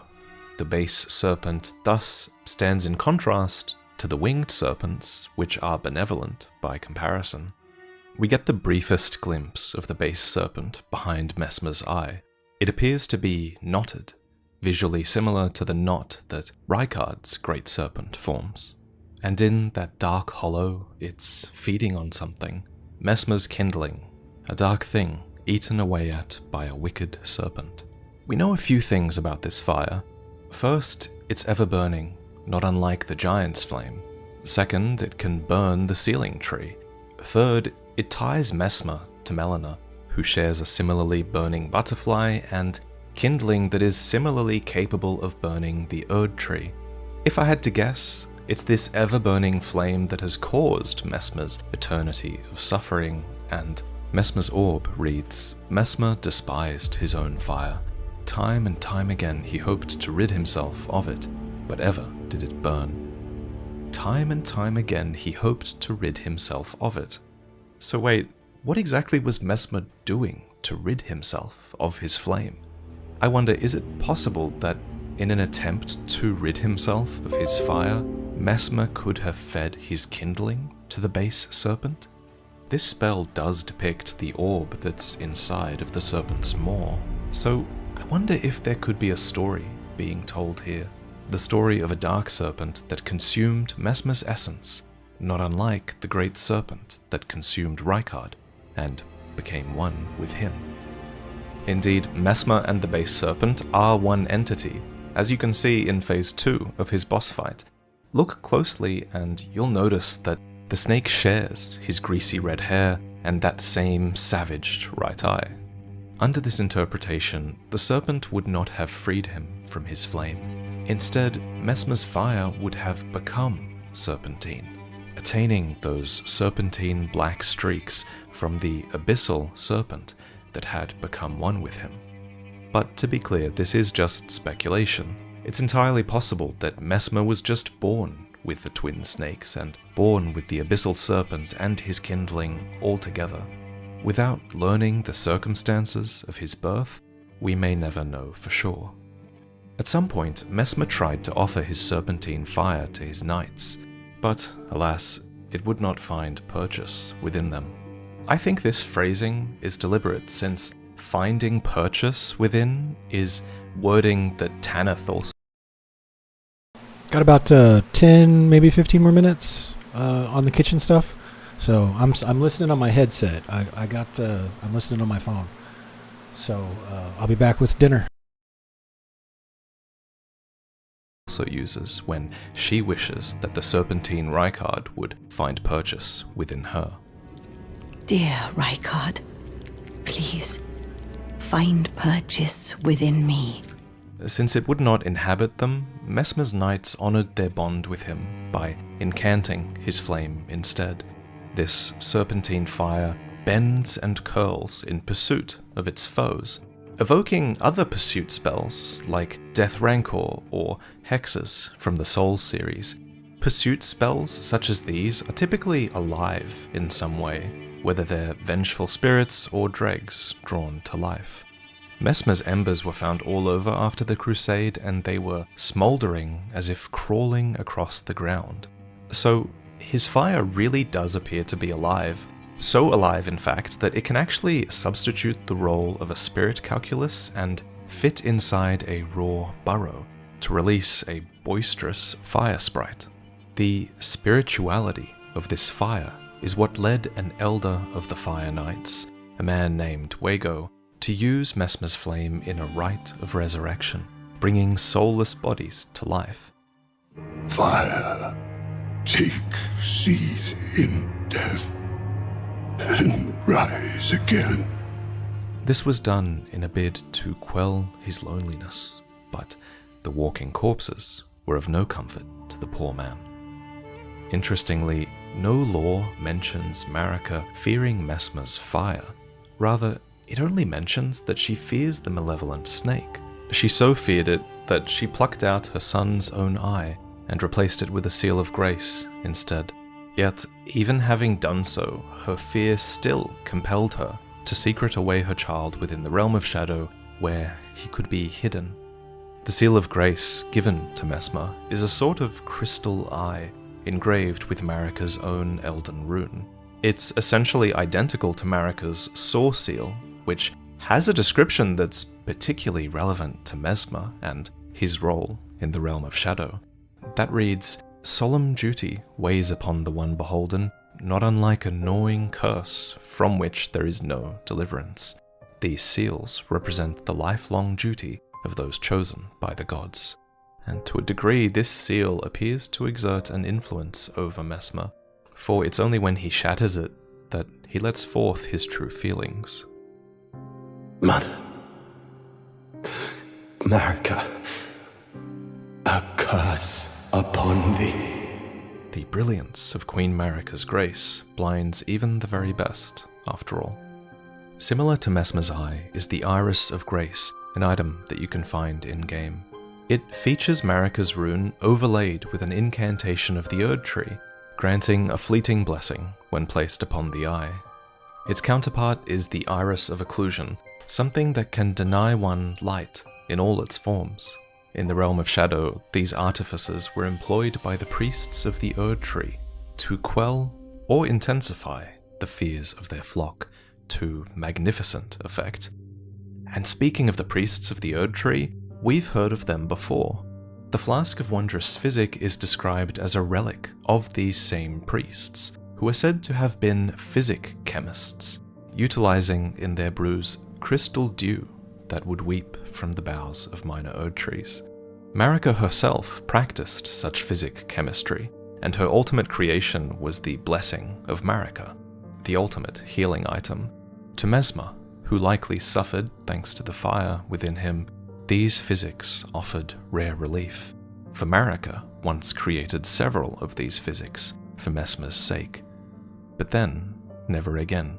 Presumably this mercy ended when Messmer was sealed away in the realm of shadow. So perhaps there was real affection between the two. For all of Marika's fear, she did offer him relief. Messmer also had his soldiers and black knights, some of whom he even considered brothers in arms, but perhaps his closest companion was Gaius, described as both Messmer's friend and the leader of his men. Like Messmer, Gaius was as an elder brother to Radahn, and the two trained under the same Alabaster Lord, whose tutelage led them to discover powerful gravitational sorceries, products of their friendly rivalry with each other.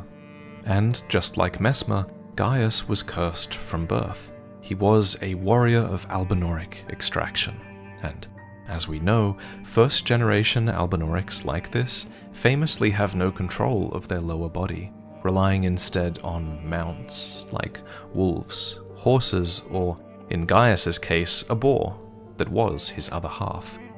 In spite of this Albinoric curse, or perhaps because of this very reason, there was a kinship between Gaius and Messmer. Indeed, the lore makes quite a few mentions of Messmer valuing friends and brothers-in-arms. He seems to have had a pretty amicable nature, which must have made his fate all the more painful, for, on his mother's wishes, Messmer made himself a symbol of fear, undertaking the cleansing crusade she desired. In doing so, Messmer declared, "Direct thy maledictions, thine ire, and thy grief towards me alone." Yet Messmer was not the only one to suffer the consequences of his ill reputation. His Fire Knights, who each and all hailed from a renowned family of the Erd Tree's upper echelons, were shunned and chased from their homes after pledging allegiance to Messmer as their master. Twinned golden snakes adorn the necks of these knights. Yes, they have the Gold of Order, and yes, these knights are aligned with the Erd Tree, but the snake clearly remains a despised symbol, and allegiance to Messmer was thus a stain on the reputations of these highborn families who probably believed their children could do better. Yet, the Fire Knights were the only ones who truly knew Messmer, his flames like serpents, and the painful fate that accompanied his accursed form. A part of this painful fate was likely having to make himself a symbol of fear without ever revealing that truth to the masses, as there was a reason Marika instructed her son to make himself a symbol of fear. It's because she had a task for him, one that she should not be closely associated with, a vile crusade unbecoming of a queen, a purge without grace or honor, a crusade started by Messmer, son of Marika.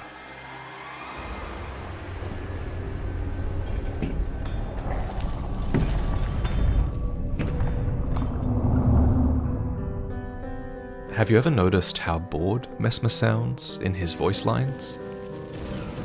Those stripped of the grace of gold shall all meet death, in the embrace of Messmer's flame. Some people have chalked this up to bad voice acting, but I don't think so. From Software has a painstaking process for recording NPC dialogue. There's an excellent interview on that I'll link in the description, and every line is recorded with Miyazaki himself overseeing the situation. So if Messmer sounds tired, disinterested, it's deliberate. And I think it's because they aren't really his words. They're the words of the Crusade. Thus, Messmer exhaustedly, almost sarcastically, intones the words, even as he faces off against the graceless Tarnished. O lightless creature, embrace thine oblivion, as shall I. Now, compare this to the way Queeline speaks, a man who zealously serves the Crusade. So desperate is he to become a second Impaler. Queen Marika, behold, I have excised another cancer to thy joy. While the Tarnished are graceless, it's clear that the true targets of the Crusade were the Hornsent. For, as you may know, they were the ones who wronged Marika and her kin long ago, and so Messmer's army burns them with his fire in return, branding them with agony and fear. When I say it like that, it's easy to think that this crusade took place not long after Marika ascended to godhood at the Hornsent's Gate of Divinity, but that can't be right. There had to have been a period of peace between Marika and the Hornsent, a time to set the stage for what was their eventual betrayal. So there's debate over when exactly the crusade took place, but there is a consensus that it must have at least have been some time before Rennala was broken by Radagon abandoning her. For Rennala, Queen of Caria, was lucid enough to give away a lock of her lustrous black hair, a gift to her sister, Rellana, who renounced her lineage to chase after Messmer and follow him into war. In order to prove her loyalty to the Erd Tree, Rellana entered the arena. Ritual combat was once a custom, performed to honor the Erd Tree, and so she donned her Carian thrusting shield and proved her loyalty alone. It's clear Rellana went on to have a huge impact in the Realm of Shadow, and I mean that literally. For here at the town of Morth, the buildings have fallen into the broken earth. The town's linchpin stone, intended to prevent earthquakes, has broken, and one eyewitness account claimed that the moon itself had come tumbling down. This was the impact of Rellana's twin moon. In her youth, she and her elder sister, Rennala, met the twin moons, overlapping as though nestled against one another. So, just as her elder sister had the full moon and Rani had the dark moon, Rellana had the twin moons. Many Carians pledged to follow Rellana wherever her lunar vessel would take her, and left their homeland behind in this act of unparalleled devotion. The wolf was engraved on the wolf crest shield for them, as a symbol of the moon's pride that none can forget, no matter what remote lands they may arrive in. Ymir was here too. He once instructed Rellana in the sorcerous arts and had an allegiance to the moon, though he would later abandon it, claiming it was merely the closest of the celestial bodies, nothing more. Even the trolls came, sworn to service. Fighting alongside them was Moonrathil, the twin Moon Knight's chamberlain, who was a friend to the trolls, proudly wielding their weapons as she fought arm in arm with her gargantuan comrades. Speaking of the trolls, once the astrologers who studied the night sky were neighbors with the fire giants, and the Sword of Night and Flame was forged to commemorate that unity, a unity between the night sky and the fell god of fire. Those times are long past, but here, in the realm of shadow, would moon and fire be ever together. For R'hllana remained loyal to the twin moon and to Messmer and his flame. Her helmet description claims that she chased after him, which I think suggests that she had an affection for him, just like her elder sister, who also clearly had a thing for men with red hair. But just like Radagon, who would abandon R'hllana for Marika, Messmer doesn't give any signs that he returns R'hllana's affection, nor does he seem comforted by her presence. And R'hllana seems to have anticipated this, as she pursued him, knowing full well that not even the brilliance of the moon could grant him succor. Indeed, Messmer keeps to himself, in the dark, brooding over betrayal and the painful fate that his mother left him to fulfill. Sadly, unbeknownst to Messmer, his mother is long gone, and could not return to him even if she wanted to. A phantom in Castle Ensis laments, "O Marika, I beg, embrace your child, and give us a sign. How long must this holy war stretch on?" If it sounds like I've skipped over the actual battle against the Hornsent, you're right, I kind of have, because I'd argue that the defining element of the war was not the fight against the Hornsent. Everything seems to point to this being a very one-sided battle. No, instead, I think the defining element of this war was how long it was forced to stretch on, leading to the fatigue of all involved. That said, of course, the Hornsent did fight back, with the Sculpted Keepers, whose lion dance ritual was turned towards martial ends, and with the Curseblades, who were a scourge to the Hornsent and the invaders both. But they were ultimately defeated. The Sculpted Keepers were impaled and burned in an act witnesses later described as a funeral pyre for the tower itself, and the Tower of Anir Elim was sealed away in shadow, sealed by a tree that is actually a scaled-down version of the Shardu tree. Just as Marika and the Two Fingers have control over light, so too do they often wield shadow, and with shadowy thorns encasing Anir Elim, Hornsent culture was broken beyond repair, even if some Hornsent live on. It's as Hornsent himself says. Indeed, I think it rather plain to see. Things once broken can never be the same.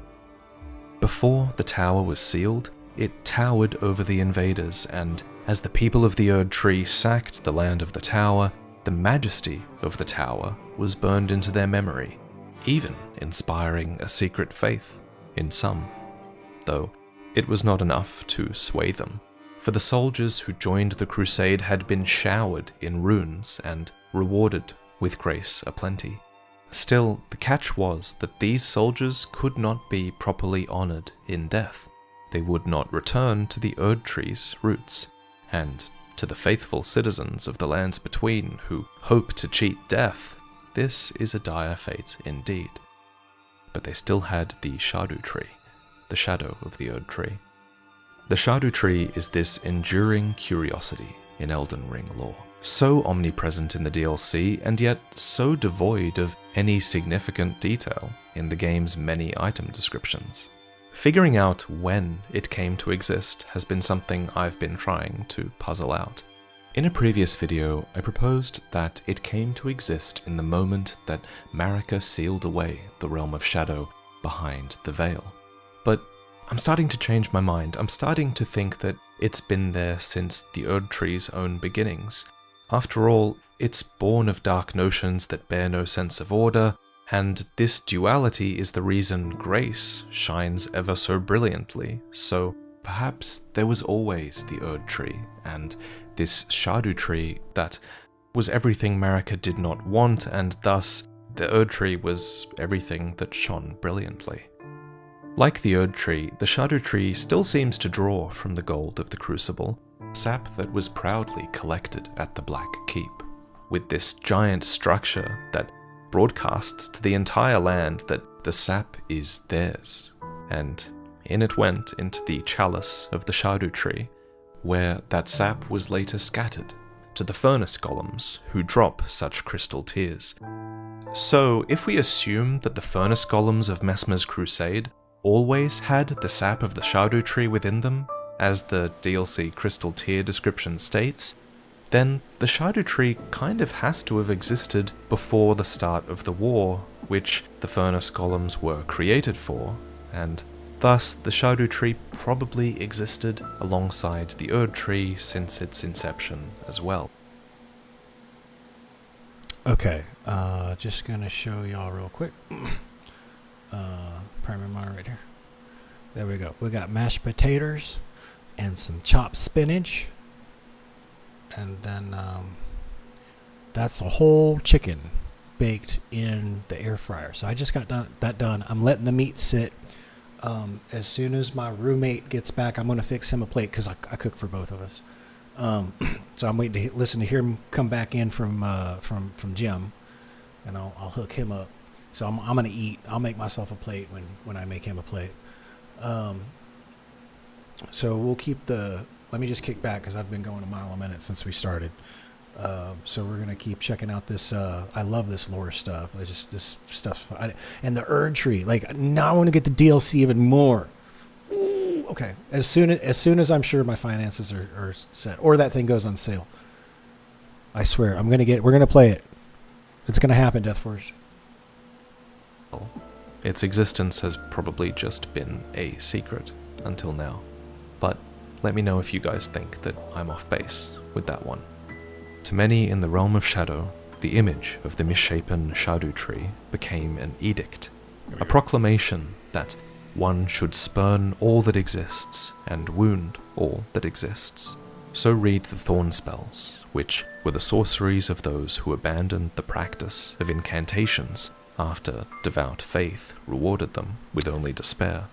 Denounce their ways, do them harm, for we have been abandoned.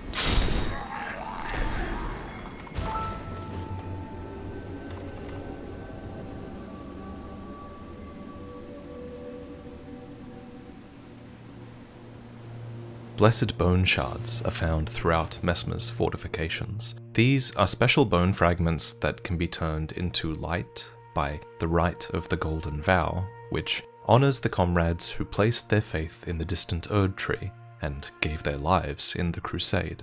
Their bone fragments have this power because they've been touched by the gold of the Shadu Tree. It's a reminder of the Shadu Tree's power, and indeed there's something to be said for merely being in its presence.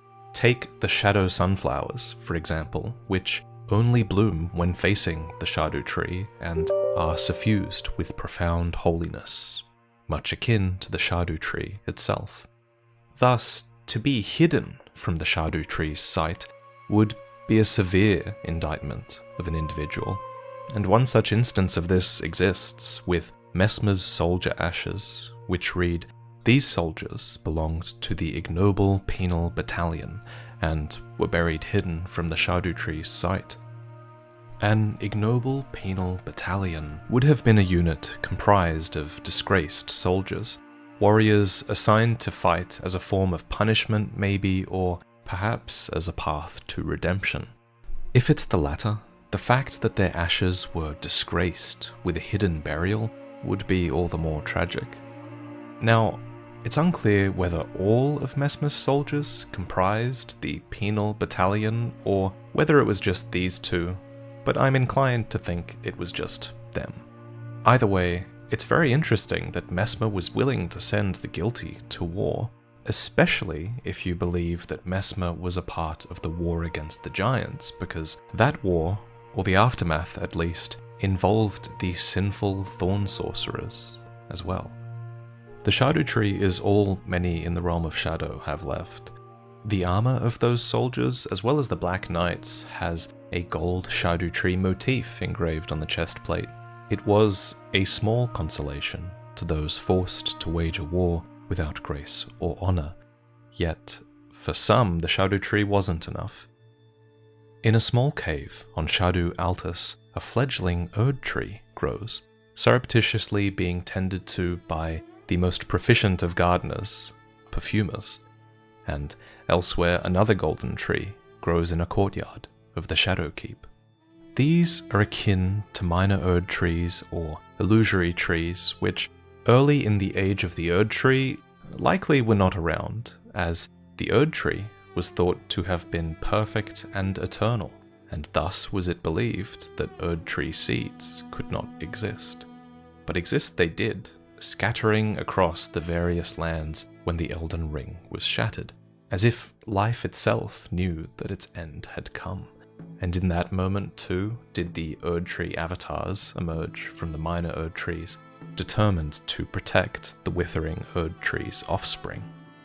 So for a long time, I thought that minor Erd trees across the entire lands between only came to exist when golden seeds flew from the Erd tree in the wake of the shattering. But that can't be true, because then how could these trees be here? The shattering happened after this realm was split off for the Crusade, so the trees here must have been planted before the shattering, right? Unless you believe that people and things like Erd tree seeds could be brought across the Veil, in which case a lot of the timeline becomes extremely complicated. Anyway, now I think that the Age of Plenty with the Erd tree came swiftly to a close, and then minor Erd trees like these were grown all across the lands, with their sap being collected in basins by the physic chemists. I think one of these trees was even grown here in the Shadowkeep itself, where we can see Hornsent, loyal to the Erd tree, are accustomed to praying. But this tree that the perfumers tend to is smaller, suggesting I think that it was grown more recently, perhaps after the perfumers were brought to the realm of shadow. Gardening certainly wasn't what they were brought here to do. The crusade was a violent purge, and the perfumers were not called there to heal. Still, near the perfumers, we loot Heal from Afar, which is an Erd tree incantation discovered in the realm of shadow. It reads, "Even when far beyond, far out of sight, the Erd tree will surely give us its blessing." Their faith persists, but their practices suffer, because Erd tree enchantments are all but a lost art in the realm of shadow, and truthfully, even the faithful have begun to suspect how bad things are outside. For when the Elden Ring was shattered, the people of the realm of shadow felt it too, and feared it as a sign of the Erd tree's wrath. This is information learned from an incantation that's found in the rafters of the specimen storehouse, so it's hidden way out of sight. And I imagine that the shattering might have been one truth. Okay, we gotta pause this real quick. Something crazy has happened. Get ready, everybody. I don't remember how far in his voice lines. I didn't see it. Shit.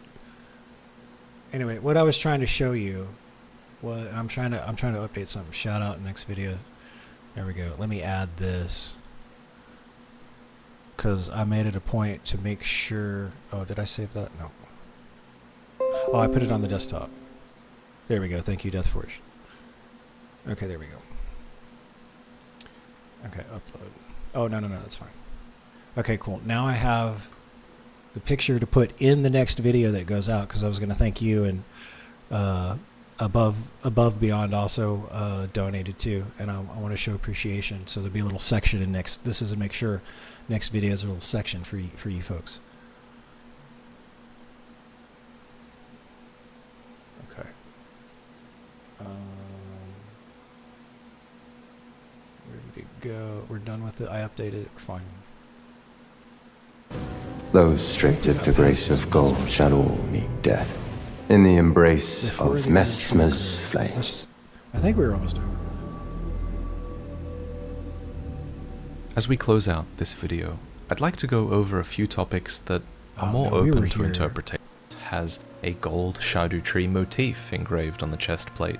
It was a small consolation to those forced to wage a war without grace or honor. Yet, for some, the shadow tree wasn't enough.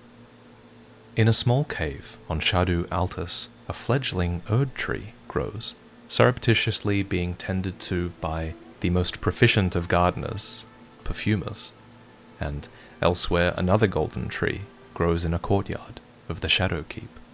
These are akin to minor Erd trees or illusory trees, which early in the age of the Erd tree likely were not around, as the Erd tree was thought to have been perfect and eternal, and thus was it believed that Erd tree seeds could not exist. But exist they did, scattering across the various lands when the Elden Ring was shattered. Oh, that's right. You got me. I forgot to turn the desktop volume back down because I cranked it up because we were going to be checking out the documentary, or this video essay. Grown all across the lands, with their sap being collected in basins by the physic chemists. I think one of these trees was even grown here in the Shadowkeep itself, where we can see Hornsent, loyal to the Erd tree, are accustomed to praying. But this tree that the perfumers tend to is smaller, suggesting I think that it was grown more recently, perhaps after the perfumers were brought to the realm of shadow. Gardening certainly wasn't what they were brought here to do. The crusade was a violent purge, and the perfumers were not called there to heal. Still, near the perfumers, we loot Heal from Afar, which is an Erd tree incantation discovered in the realm of shadow. It reads, "Even when far beyond, far out of sight, the Erd tree will surely give us its blessing." Their faith persists, but their practices suffer, because Erd tree enchantments are all but a lost art in the realm of shadow, and truthfully, even the faithful have begun to suspect how bad things are outside. For when the Elden Ring was shattered, the people of the realm of shadow felt it too, and feared it as a sign of the Erd tree's wrath. This is information learned from an incantation that's found in the rafters of the specimen storehouse, so it's hidden way out of sight. And I imagine that the shattering might have been one truth too many for the people of the realm of shadow, whose faith was already waning. Indeed, it's rare to find a statue of Marika in this place that is not defaced, literally. A phantom in the Shadowkeep gives voice to this wavering belief.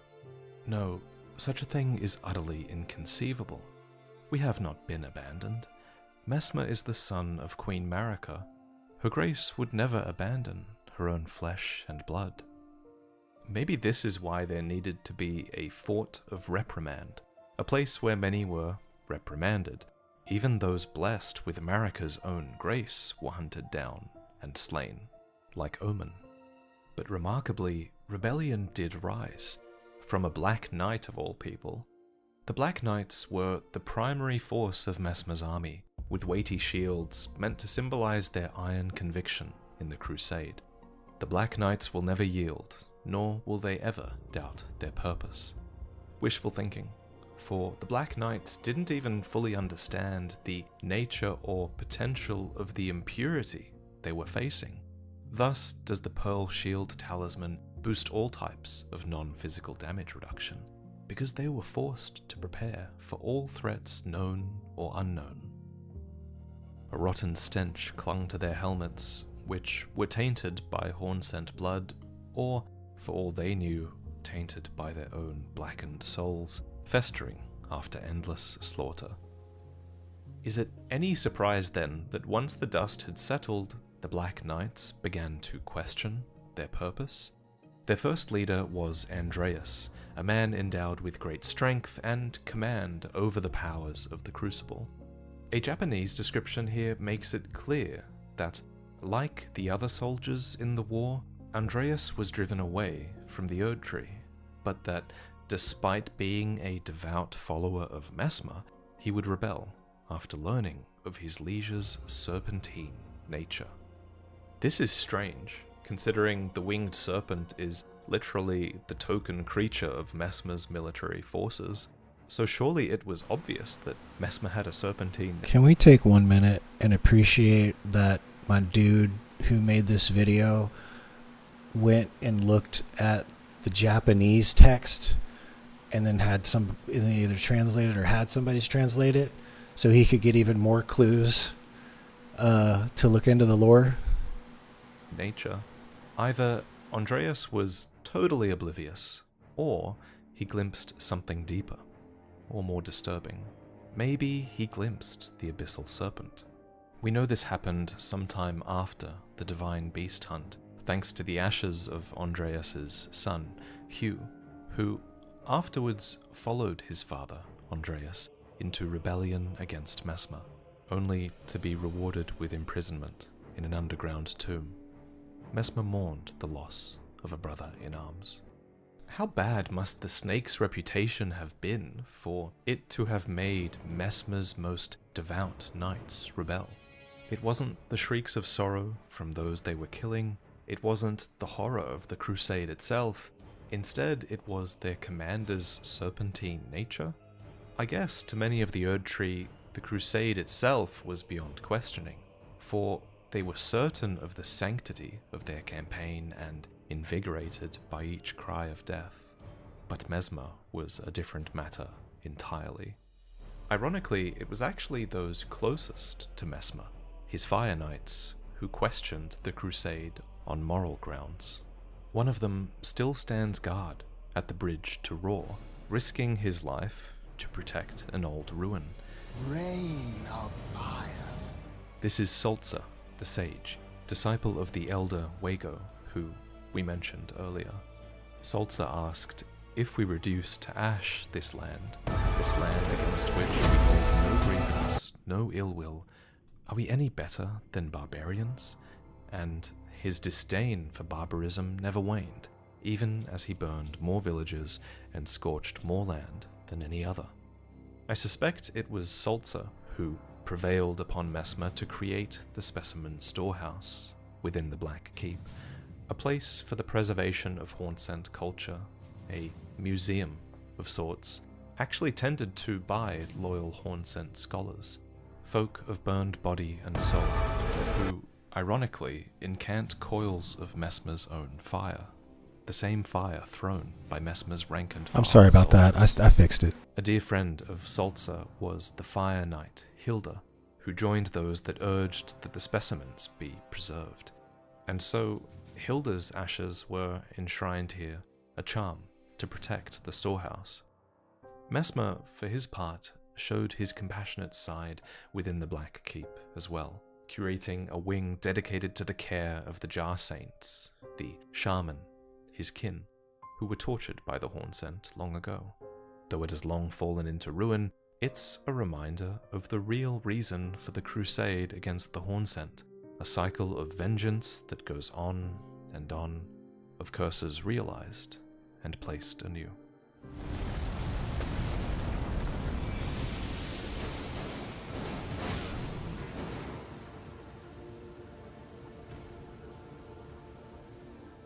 Mother. Marika. A curse upon thee.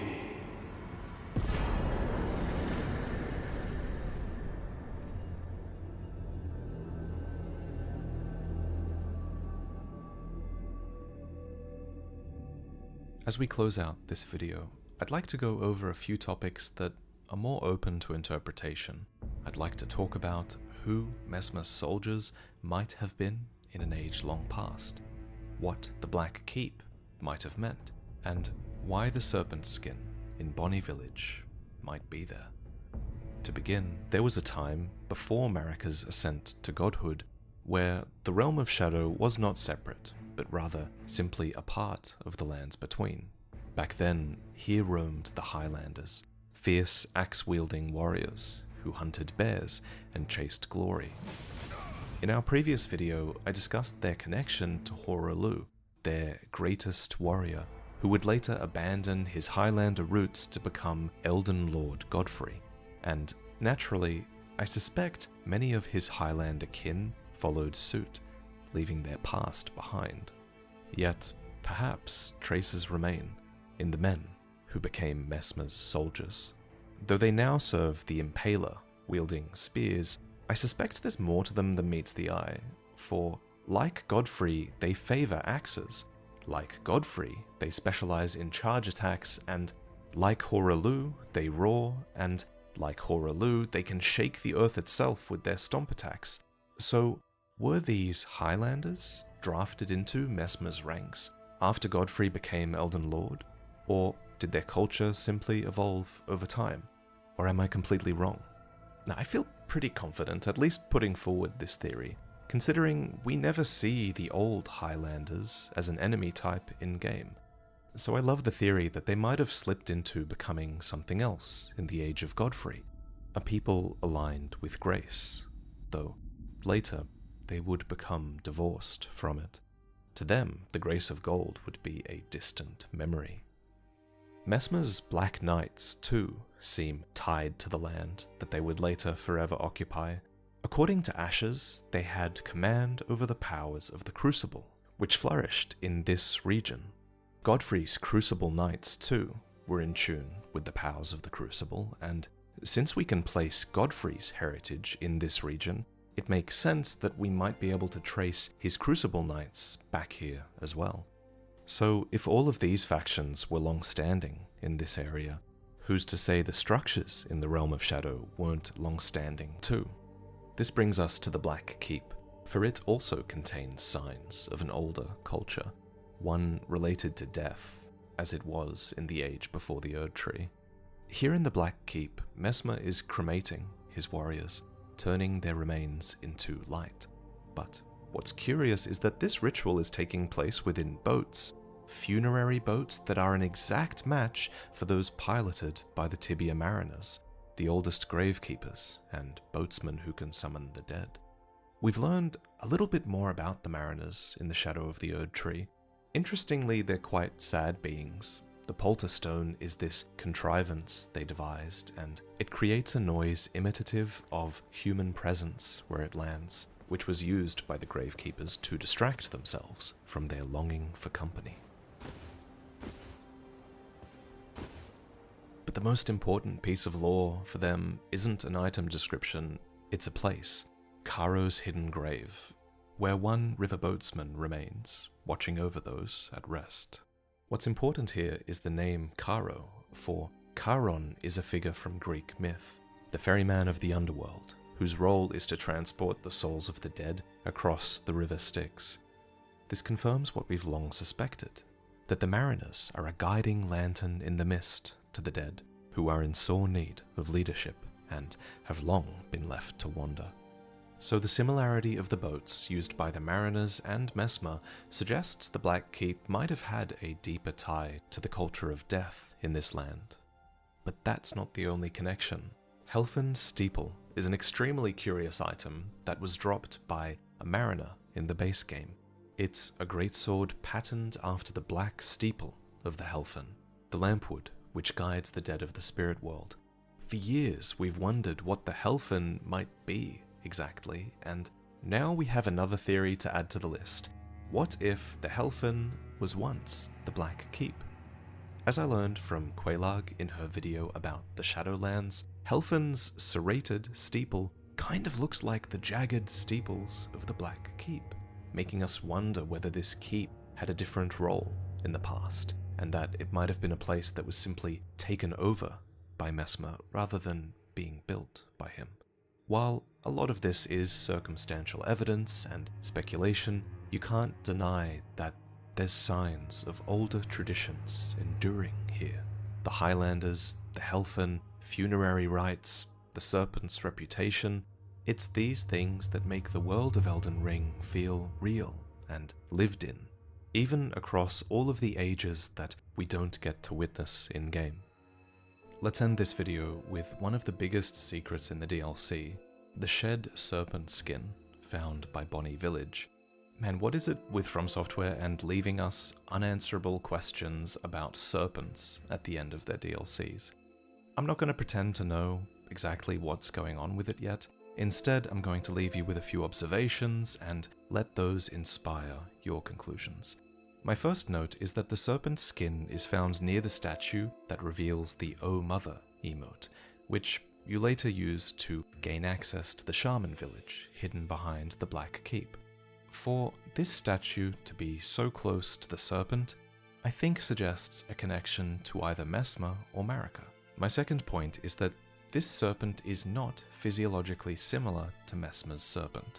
Rather, it's a perfect match for the god-devouring serpent's visage, and Igle as well, for that matter.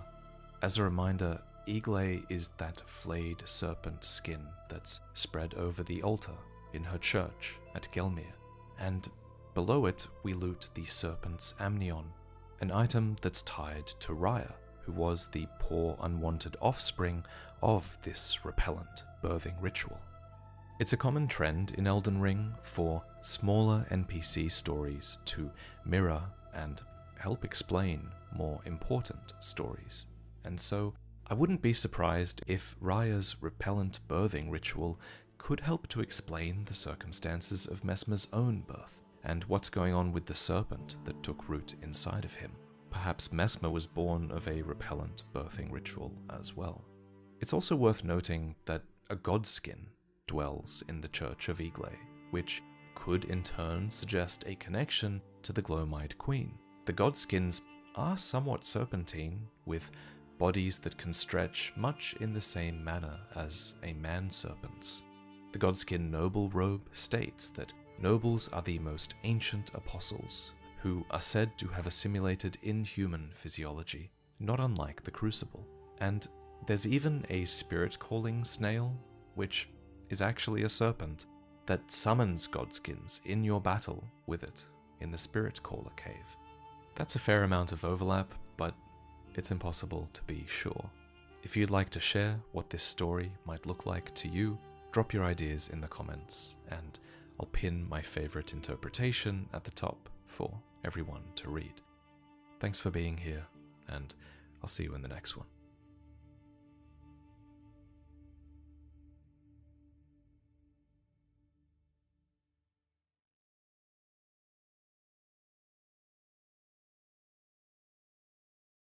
Oh, dang. I didn't realize it was almost over. Okay, well, that was crazy. I feel like I know a lot more, or at least I can't wait to play, like, you know what, let me just do this. Let me set my timer for 15 minutes. And if my roommate ain't back, then he can just make his own damn plate. Okay, because I still gotta eat.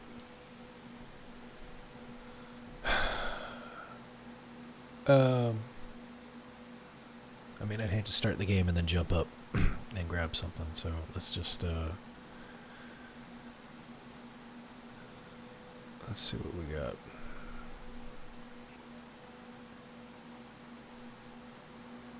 No, he's got the Doctor Who episode still. What's It's a Gundam doing? We got Twitch drama, basically. How about legendary drops? See, he's got a lot of shorts. I gotta start doing this. Oh, we watched that. That's the game that refused to die. He was talking about whatchamacallit, Helldivers. We're gonna try and set up a playthrough with that. Hey, Apocalypse the Black Void. These guys are great. If you don't know who Red Letter Media is, definitely go to their channel. Check them out. Search for like what are your either a movie you really like or a movie you hate, and see if they covered it. What's Britt doing? Here, I may as well do this so you can see everything. No, let's just keep it here. You can get it. I don't keep changing stuff. I need to set it up so I just click over to it. Oh, that's his Oblivion remastered video. What's Cordo Crew doing? Fug released something? When did Fug release something? Oh, that's right. He did. Oh, yeah, yeah, yeah.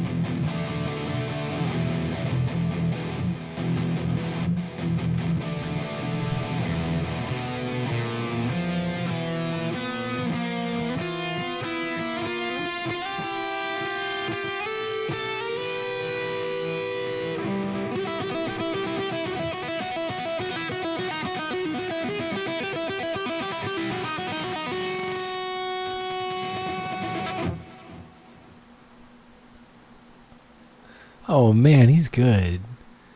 Oh, it's so cool to kind of work with him.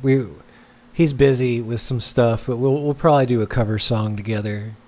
We'll get him to play guitar, and then we get some funding going, and we'll get somebody to do the drum track and or whatever we need. I'm sure we can work on something where we don't need to involve other people. I'll have to pick a song.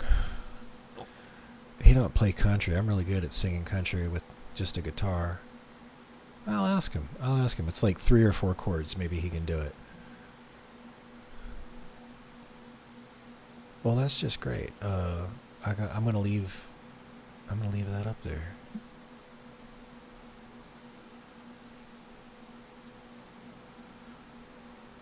Okay, Swifty's playing. Let's see what Swifty doing.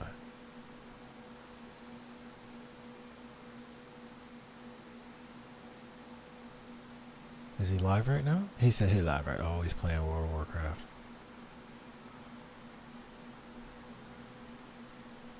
I'm gonna have to look at a YouTube video. That's like the easiest way.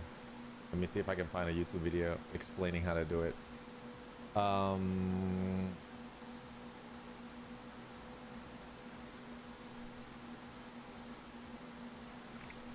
He look good. He don't look like he's looking good.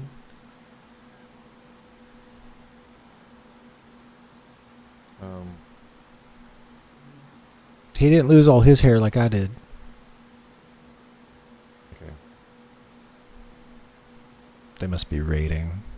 He's doing on He's over on Twitch too. Okay, cool. Well, I'll see if I can't like at the end of the stream, if y'all stick around, I think there's a way for me to send viewers his way, and then it'll like show up in his chat or something. So that'll get his attention. So we do that at the end of the stream.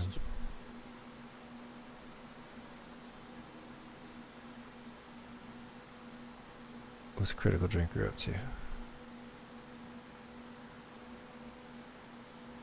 Alright, let's check it out.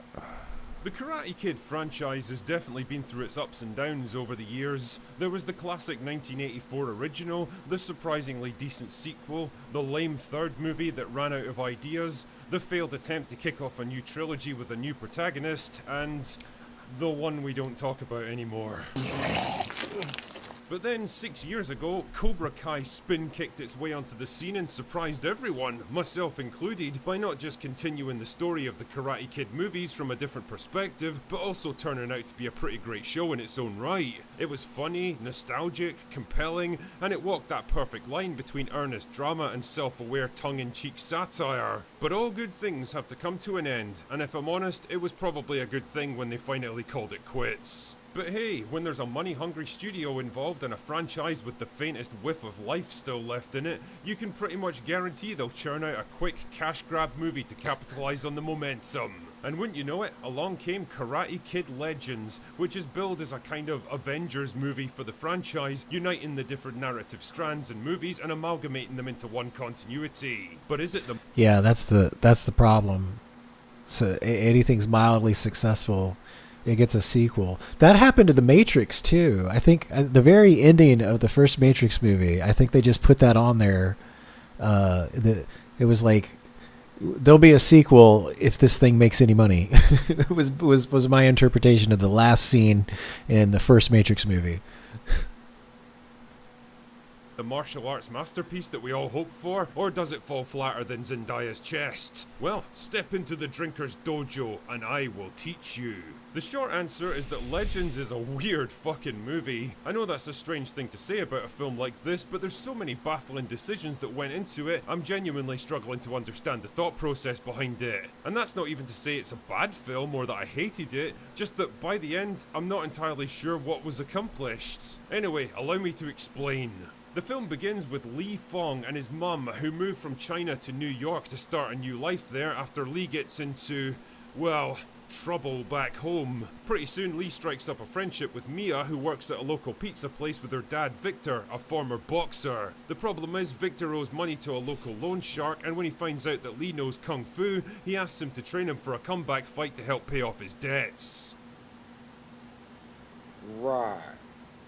Now, I'm no fighting expert, but I'm pretty sure that Kung Fu doesn't translate all that well into a boxing ring. And even if it did, you're like 50 years old, mate. Do you really think you're still gonna cut it against guys half your age? Nah, whatever. So, to the surprise of no one, he gets his ass beat, and that's basically the end of his story. You know, the thing that's eaten up a good 20 or 30 minutes of screen time so far. Fuck. But while all this has been going on, Lee also starts up a rivalry with Johnny Lawrence. Sorry, Connor Day, a local bully and ex-boyfriend of Mia's, who challenges him to fight in a local karate tournament. Because, of course, a strictly controlled, points-based, heavily refereed fighting tournament, where they might not even get a chance to fight each other, is definitely how teenage guys settle their differences these days. Not a great plan.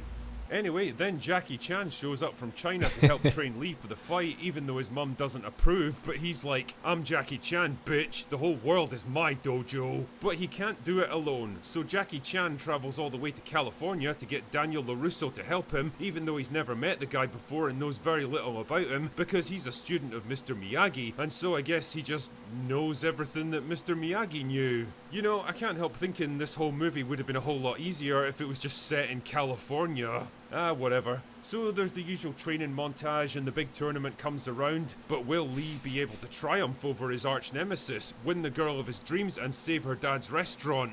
I mean, it's a Karate Kid movie, not $1 Million Baby. What do you think's gonna happen? I said before, there's a lot of stuff about this film that confuses me, and one of the biggest problems is how the narrative focuses on the weirdest of things. Victor's training and boxing comeback is a huge part of Act 1, but then it all just kinda stops when he gets injured, and the film awkwardly has to switch gears to focus on Lee again. And considering it's only like 90 minutes long to begin with, that is a lot of screen time to waste on a character that isn't important. It also means that actual important characters like Daniel and Connor don't get the time and space they need to develop.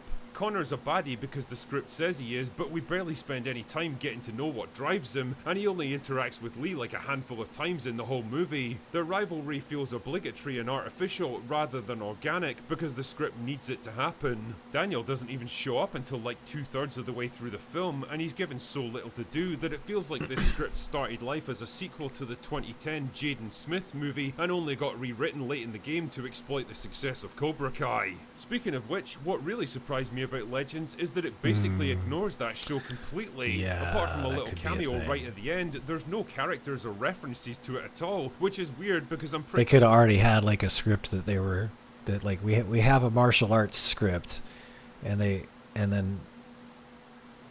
when they were like we need to make a karate movie to capitalize on the popularity of Cobra Kai, and then they're like, oh, I know, we've got that script. Let's just change some of the names, and so that could be a thing.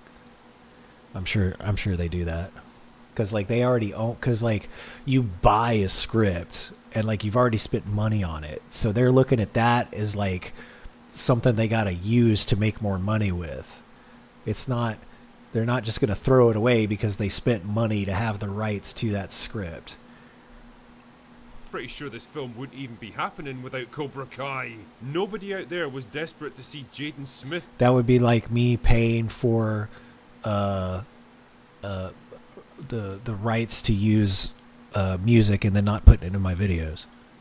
Pretending he could act again. Performance-wise, the movie is fine, I guess. Lee and Mia are likable enough, the two actors have decent chemistry together, and it's all pretty wholesome and harmless. Lee himself is a bit bland as a protagonist though. Say what you want about Ralph Macchio, but he brought a ton of personality and vibrant energy to LaRusso in the original movie, and Lee just seems kind of flat and forgettable compared to him. Jackie Chan, on the other hand, is a true legend of cinema. He's always entertaining to watch, and even though he's in his 70s now, you just know he could still beat the shit out of most guys half his age. He fits neatly into the wise mentor role now, and his scenes with Lee and Daniel are good fun to watch. I just wish there was more of it. Ultimately, I can't say I was exactly disappointed in this movie, because I never had any expectations to begin with, but I was confused by the choices that it made. If you're a big fan of the Karate Kid franchise, then it's a decent, undemanding, and safe kind of film that does nothing particularly groundbreaking or controversial. The fight scenes and choreography are impressive enough to entertain you, and at just 90 minutes long, it definitely doesn't overstay its welcome. I just wish it had a bit more to say for itself. Anyway, that's all I've got for today. Go away now.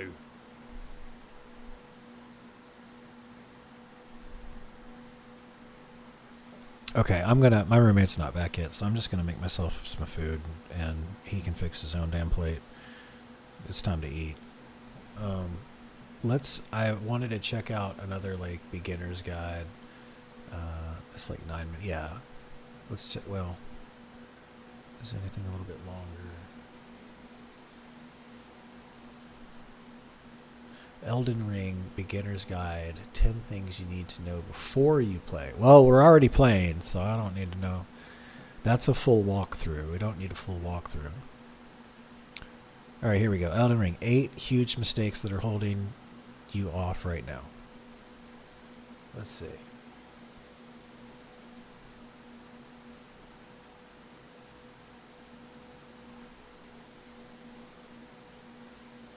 In today's Elden I'm Ring gonna make my video, plate while I'm listening to this in my headset. Mistakes that you could be doing right now. I was guilty of some of them quite early on, and kind of wish somebody was there to tell me to avoid these and also some headaches in the process.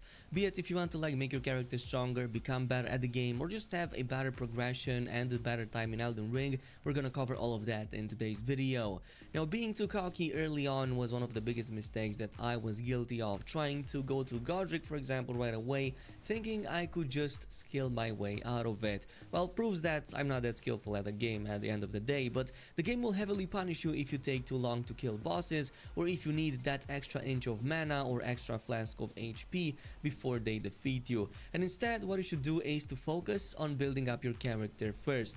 Go ahead and do some of the easier open world and dungeon encounters that are quite plentiful even in the starting areas. Also, go ahead and get more runes in the process to boost up your stats and level up your character. I've covered that in yesterday's video, so you can definitely go ahead and check that out too.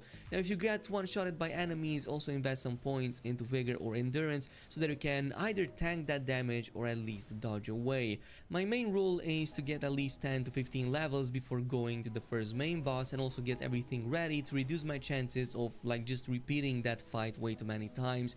Obviously, if you're the type of player who can one-shot any boss in the game naked while playing a banjo, obviously just go ahead and do it like that, but like for 99% of the people, it's probably not going to be the case. Now, if you still have trouble with these bosses, you can summon really powerful allies for that specific fight if you talk to these like special characters right before heading in the boss room. For example, in the case of Margit, you can find a golden summon right here onto the right side of the room for Rogier, which is a mage that can help you against the fight. And the same goes for the Godric boss fight, and pretty much most of the boss fights right there for the main ones. Similarly, at the same Stormveil Castle, another example early on, in the courtyard leading to the boss fight, you will find a Fally Lux over here, a really strong warrior her, and of course after a brief discussion you can also summon her at the boss entrance, and she is going to be of immense help. In all of these situations, these allies are very useful and quite powerful, but of course you still have to be careful to not let them die. I'm not exactly sure what happens if they die. They never have done on me at the very least, but these are characters you can then talk to, and they even give you like rewards at the round table, so you might still want to like pull your weight in these boss fights. Which brings us to number 2, and that's the fact that you should not skip on the jellyfish summons. On your way towards the Stormvale castle, you will find a shack with Roderica inside of it. Well, if you just go through her dialogues about 3 times, eventually she will give you this seemingly innocent looking summon of a jellyfish. And one of the biggest mistakes I was guilty of early on was to completely dismiss this right away, because well, jellyfish are generally weak enemies, and on the opposite side we also had the wolves that until recently were my favorite. Well, it turns out that it's the other way around, and the jellyfish is way stronger than I initially anticipated. It's probably not gonna do a lot more damage or stagger than the wolves, but it has other way bigger advantages. One of them is the fact that its much larger HP pool than the wolves means that it's going to survive for way longer in fights, which is exactly what you need from these spirits that you use to like distract the boss in the first place anyway.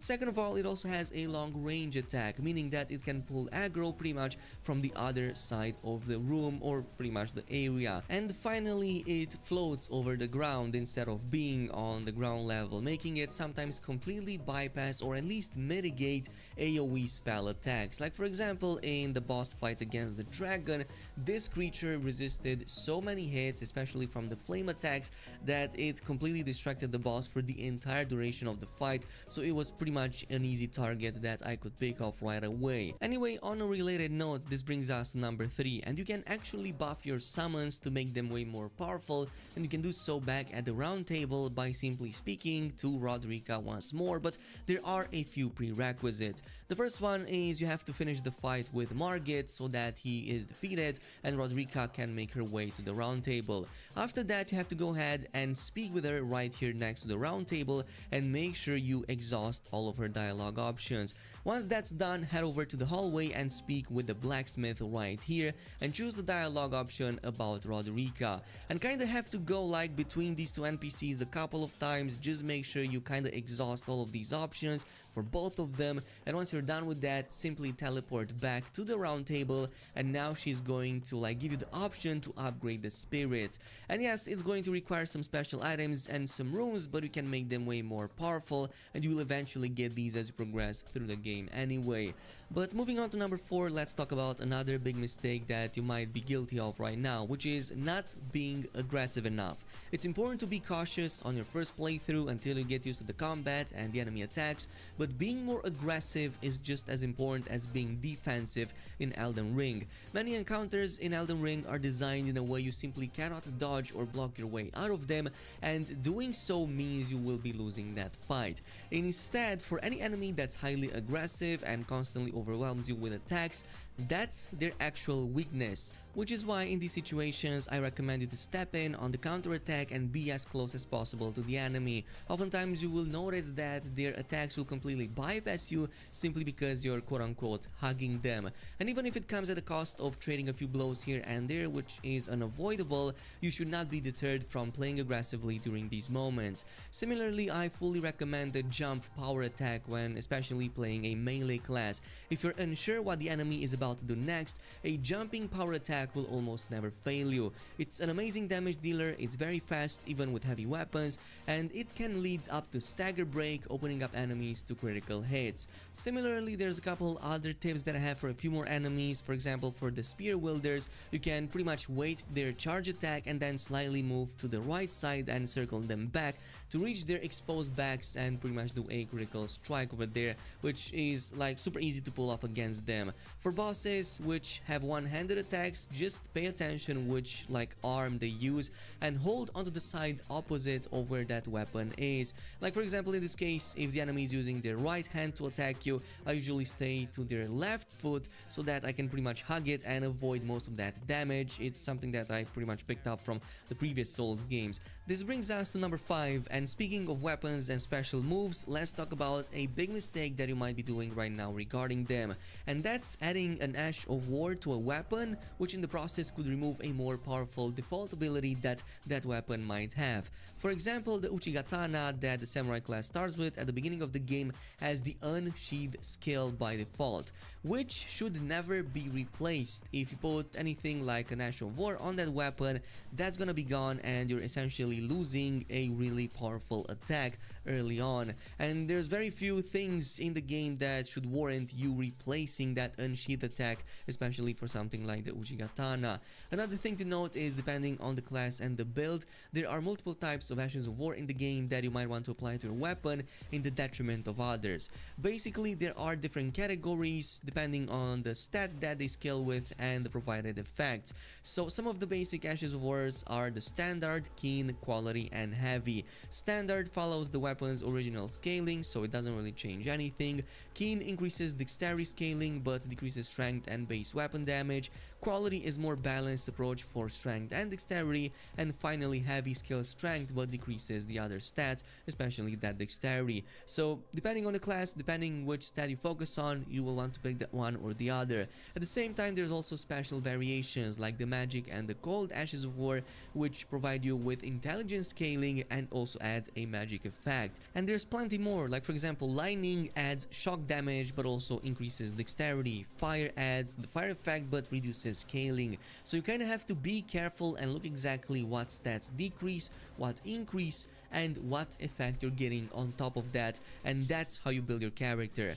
Which also brings us to number 6. Let's talk a bit about mounted combat and weapon wielding tips. Especially for the mount, you don't just get to attack on the right side, you can also attack to the left side. On the controller, it's the easiest. You can also use L1 and R1 and you can attack to the other side of the mount, in case you're like not noticing this. I didn't until recently and I feel like a complete fool. Another one is for switching weapons to two-handed or mixing out weapons. An even more important tip, because some weapons have special abilities only when being dual wielded. The easiest way to do this on the controller is to just hold triangle and then press either R1 or L1 depending which weapon you want to dual wield, assuming that you have like 2 weapons in each of the slots. Moving on to number 7, if you're playing with a spellcaster and you're feeling restricted by the spell slots, you can actually expand upon these with some upgrades called memory stones. The earliest you can find is going to be located east side of the Weeping Peninsula, right here at this rise tower on the map. You have to first break the seal to make your way inside of the tower, which is going to be done super easily. Just interact with the statue at the bottom of the stairs, which will give you a clue, and that is to slay 3 spirit turtles. The first 2 will be located right by the stairs, one in front of them and the other one hiding on the side in the vegetation. And finally, the third one will be located in the middle of this lake right next to the tower, likely invisible, so you'll have to go straight into the middle and use a melee attack. Once it's done, you can head your way to the tower all the way to the top floor, and inside of it you're going to find the chest that gives you the memory stone, which immediately unlocks an extra spell slot, and there's gonna be quite a few more in the game. And this, ladies and gents, brings us to the final point on the list, and that's gonna be about the divine power. Once you defeat Godric and some of the other main bosses in the game, you're gonna get great runes from them, which boost up stats or give you other bonuses, and also boss remembrances. Now, similar to Dark Souls 3, you're gonna have these runes at first losing their power after defeating the bosses, but you need to restore them. So once you have defeated Godric, what you want to do is to head over to the main courtyard back at the Stormvale Castle, and in this specific area with the annoying ranged enemies, you're gonna want to like just pass them real quick and then head over to the right side building right here, while also passing the lion mini boss, or you can take it down, but I suggest passing it for now. Here you will want to make your way over the bridge all the way up into the back side and then use the teleporter, which will bring you to the tower. Once there, make your way to the top, and here is where you will pretty much be able to remake the great runes, especially the one for Godric. And by the way, this seems to increase all of your stats, or at the very least that's what it says according to its description. Once that's done, also make sure you head back to the round table, because once you defeated Roderick, you're going to notice a new room has opened. This one right here with the 2 fingers behind it, and of course the witch sitting on the side. Talking to this character will give you the possibility to use that boss remembrance to acquire one of the multiple weapon choices right here, which is going to be for any boss you defeat in the game, of course in terms of main bosses. And you can choose either one or the other. One of them also costs some extra runes, but obviously you can only pick one of them since you only have one remembrance, so this implies you're gonna have to run a second playthrough and maybe pick something else next time for a different character. This is it pretty much with the biggest mistakes that I was guilty of. Totally let me know down below if there's any others that you were guilty of and corrected, and I'll see you guys in the next video. Oh, well, that ended really abruptly. That's fine. I have to stuff my face, so let's... Oh, I didn't search for it. It's a new tab.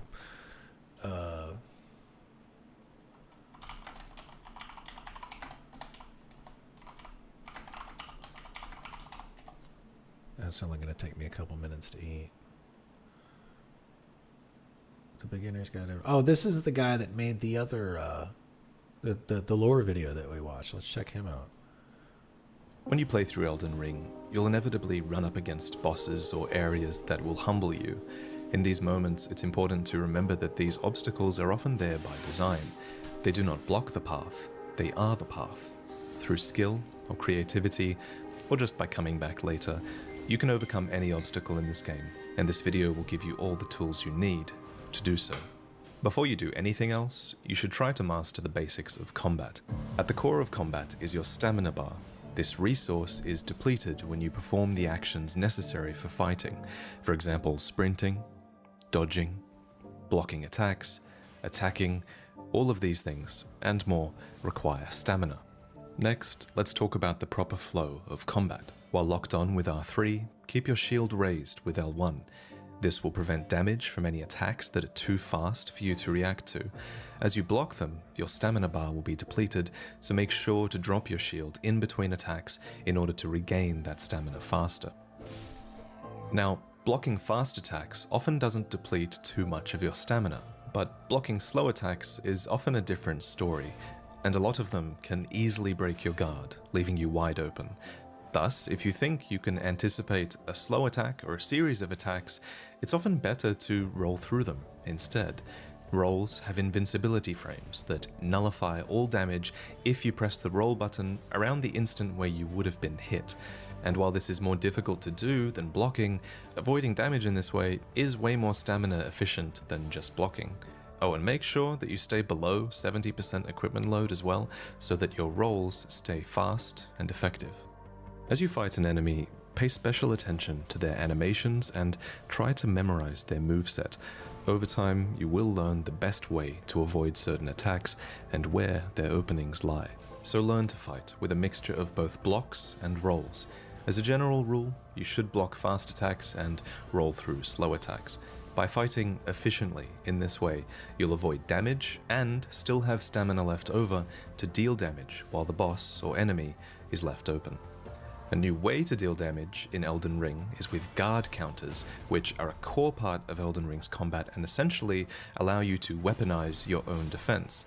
So shortly after successfully blocking an attack, you can retaliate by tapping R2 and performing a guard counter attack. These counters are extremely powerful. If you recognize an opportunity to safely perform one, you should. They deal great damage, and many lesser enemies will immediately have their super armor broken, opening them up for a critical attack with R1. But what is super armor? Well, it's an invisible meter that enemies and bosses have. It depletes when they take damage, and when you fully deplete this meter and break their super armor, you can perform a critical attack by tapping R1. As a rule of thumb, any R2 attack will do more super armor damage. Jumping R2 attacks do a lot, running R2 attacks are great too, but fully charged R2 attacks seem to do the most. Also worth noting is that super armor regenerates over time, therefore it's important that you continually deal damage to your enemies. If you sense a boss is close to breaking point, go on the offensive with your R2 attacks. Try to do a lot of super armor damage in a short period of time. Often, you'll be rewarded. On the other hand, if you're just looking to do consistent damage, well, tapping R1 is probably the way to go. R1 attacks generally come out much faster, they combo longer, and they're not as risky to perform. And if you really want to prioritize damage over defense, then you can two-hand your weapon. The input for this is to hold triangle or Y and tap R1 or L1 to two-hand your right-hand item or left-hand item, respectively. In addition to granting you a new moveset, you will have more strength, more damage, more super armor damage, and you can often avoid recoil when striking an enemy's shield. So if your shield just isn't helping much with an encounter, consider two-handing for damage instead. Now while you two-hand, you'll mostly be dodging for defense in this state. That said, it's worth noting that you can still block while two-handing, and while you'll take some chip damage because a weapon isn't as good as a shield is for blocking, it's still a good idea to block in many situations, or at least to keep your guard up, especially if you want to utilize guard counters. Another offensive alternative to two-handing is power stancing, which can be achieved by equipping two weapons of the same class, one in each hand. With this, you'll get access to a special L1 attack that utilizes both weapons. Just like your R1 attacks, your L1 attacks do a combo of strikes, and can be utilized in jumping attacks as well. Speaking of jumping attacks, they're incredible gap closers, allowing you to cover distance and queue an attack simultaneously. If an enemy is left open but you're kind of far away, just close the distance with a jumping attack and see how effective they can be.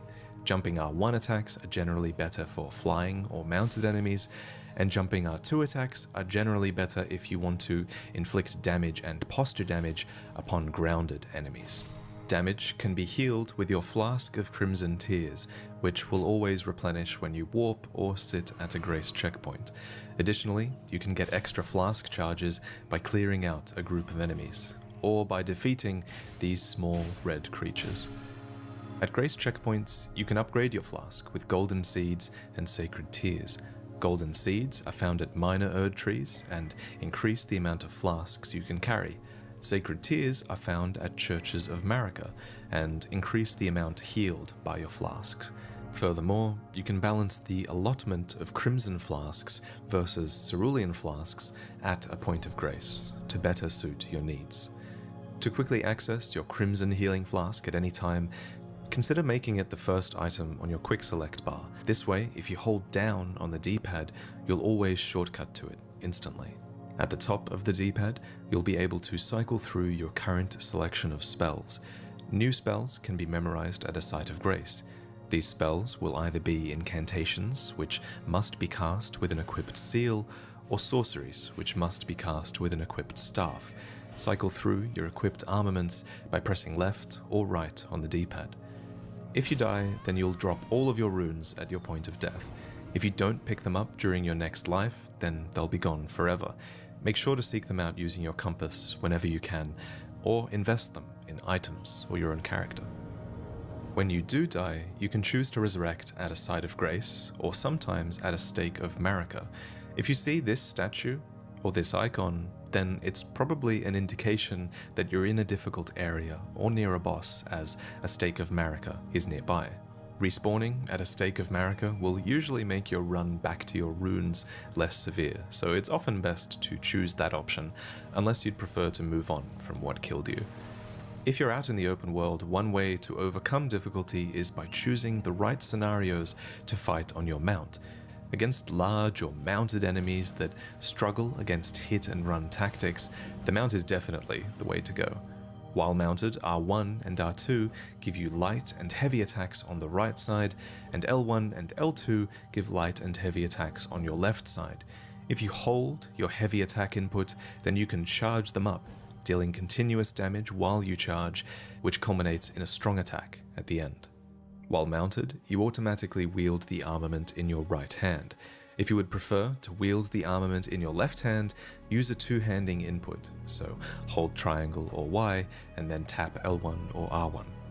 Your mount can take damage separately from you, but his damage can be healed by your Crimson Flasks, as well as by craftable Roa Raisins. As you get hit on your mount, you run the risk of losing your own super armor and getting knocked down for an extended period of time. If this happens, you are extremely vulnerable. If you're taking damage, then at a certain point, no matter what you're fighting, it's probably wise to dismount and fight them on foot for a little while.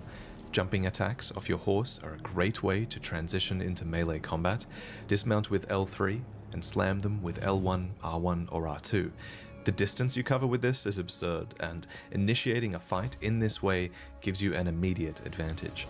As the fight goes on, consider if mounting up again for a burst of speed would be to your benefit.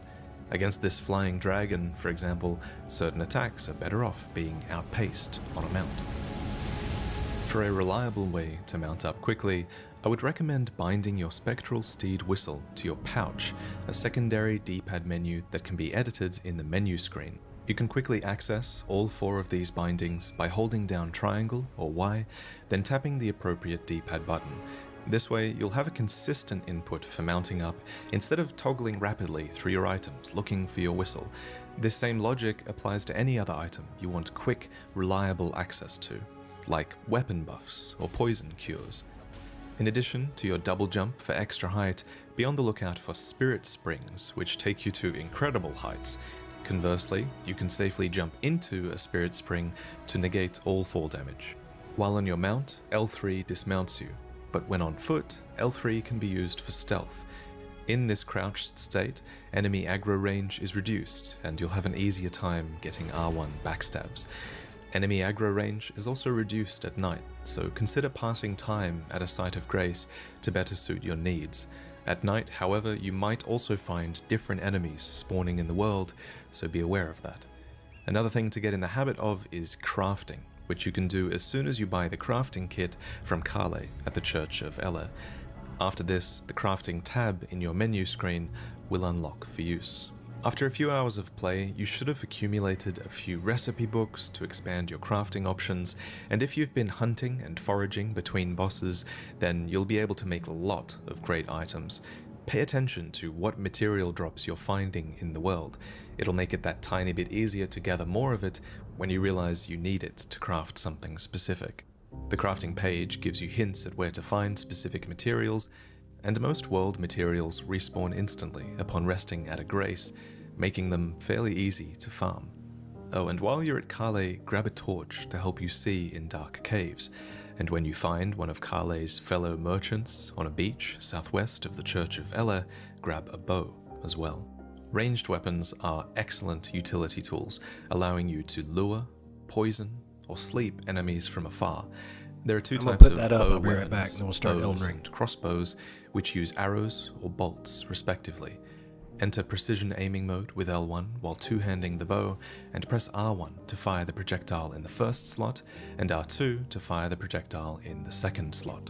So thinking creatively with craftable items or using utility items like bows, that's a great way to overcome difficulty. But sometimes you might just feel like your damage is too low, and in that situation, you'll have to reinforce your weapon, which can be done at the Church of Ella at the smithing table. Here, you'll be able to get most armaments to +3 with smithing stone shards that are found throughout the world. That said, special armaments require other special shards, and to go beyond +3, you'll need to find an actual blacksmith. Alternatively, if you aren't happy with your shield, take a look at its stats. The most reliable shields are those that block 100% physical damage, but you can consider switching shields to suit specific encounters. The other stat you'll want to look at is guard boost.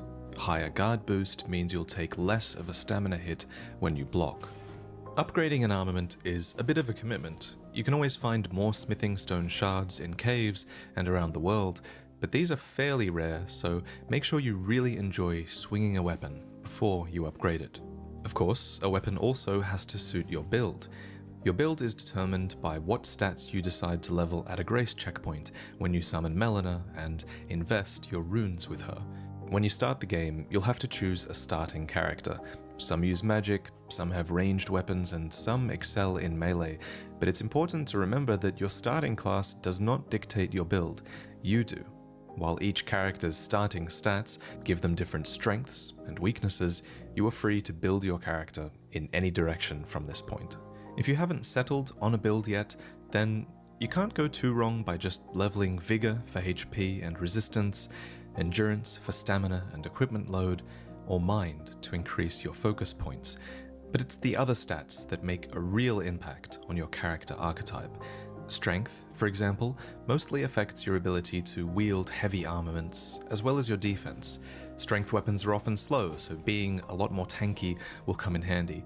Another stat to look out for is poise, which will raise as you put on heavier armor, and having high poise will often prevent you getting interrupted mid-attack, which is really good for slow weapons. Dexterity is the counterpart to strength, and it raises your ability to wield a lot of lighter armaments, boosting their attack power. It also softens fall damage, makes it harder for you to be knocked off your horse, and reduces the casting time of spells. Spells usually scale in damage with intelligence or faith. Intelligence generally boosts the damage of sorceries, while faith generally boosts the damage and healing of incantations. Arcane is also a new attribute in Elden Ring, and it governs your discovery stat, which increases enemy item drop rates. It's also a stat that increases the damage of certain sorceries and incantations, and can play into the stat scaling of certain weapons as well. Every weapon comes with a default scaling, and your favorite weapon will really influence which build you end up going with. However, one thing you can do is apply an Ash of War to your weapon, which allows you to choose a more beneficial damage type and more beneficial scaling options for that weapon. Beyond their scaling options though, Ashes of War can be used to apply skills to your armaments. Once applied, L2 will unleash their effects, and you can always see which skill you will perform with L2 here. To apply an Ash of War, be sure to pick up the whetstone knife in a cellar at the Gatefront ruins. After this, sit at a grace checkpoint and experiment with your options. Often, these skills will default to your shield's applied Ash of War, unless you two-hand your weapon or use a shield without a special skill. These attacks are very powerful, and even require a small amount of focus points to use. Your FP is represented here in this blue bar. This is a really valuable resource, especially for magic builds which also rely on it to cast spells. That said, all builds can and should find a use for FP, and if you're having trouble in Elden Ring, you should always be thinking of an effective way to make use of this resource. Another powerful way to make use of FP is by summoning spirits. Once you acquire the summoning bell early in the game, you'll be able to equip spirits on your quick select. Okay. We're finally there. We finally did it. We're ready. And I messed this up, so there we go. That's what we want. And then there. Okay, so that's restored. So I was messing around with that.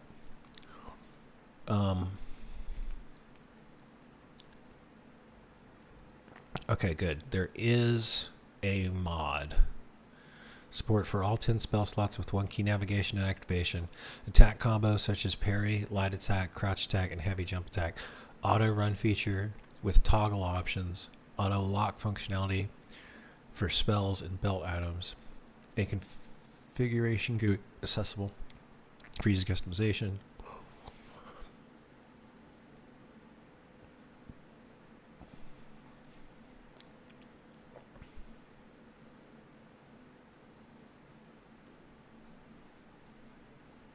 Keyboard and mouse. Auto hotkey.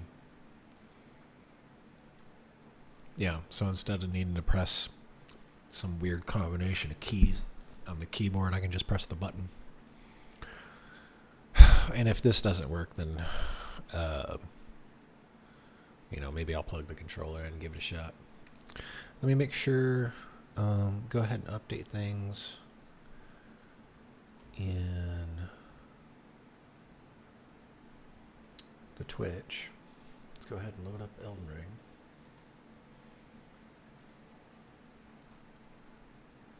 Okay, and a huge thank you. We're actually going to be playing Shadow of the Erd Tree, the DLC that came out. So, in fact, what I'd like to do is let's go find that DLC, Alright, now I want to know. Let's check this out. It's only a minute long. That was a really good 1 minute. What is it? There's a specific name. It's Accolade trailer. Accolade trailer. That's what that was. I was looking for the official story thing. I like the lore stuff, so I wanted to see if there were any clues.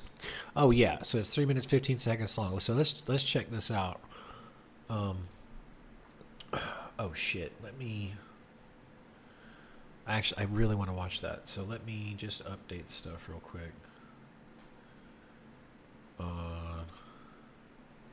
We'll do Elden Ring. First playthrough.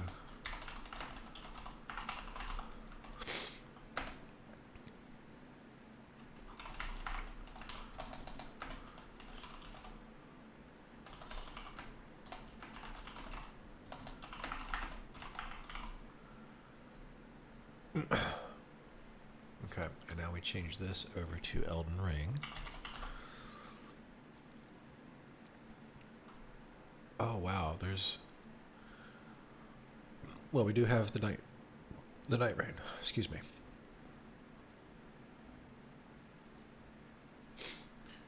Okay, good. Updated the metadata on Twitch because we were going from just chatting to night rain.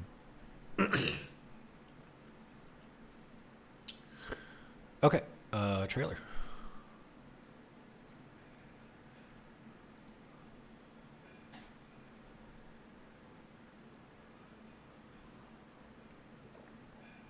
Trailer.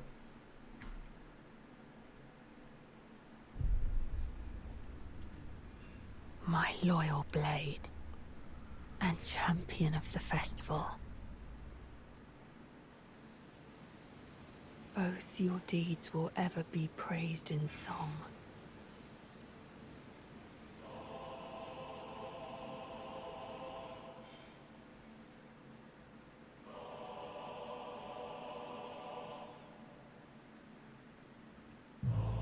Is there no hope for redemption? The answer, sadly, is clear.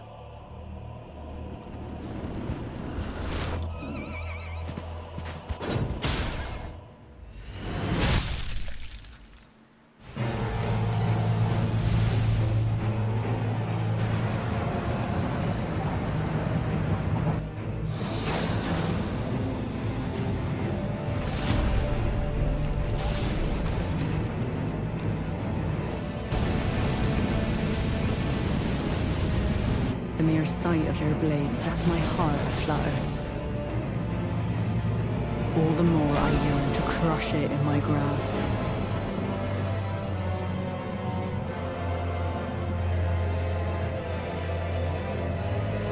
The Earth Tree is my people's enemy. By Marika long betrayed, set aflame.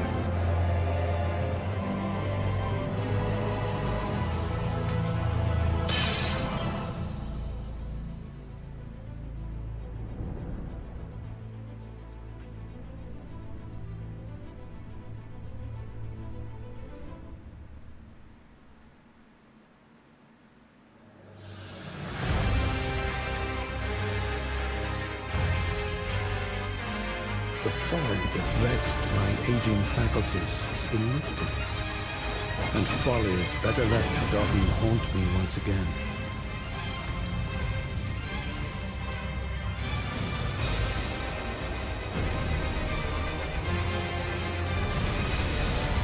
Such as it is, this battle could not be more fitting. For the birth of a new god, and the coming of a lord.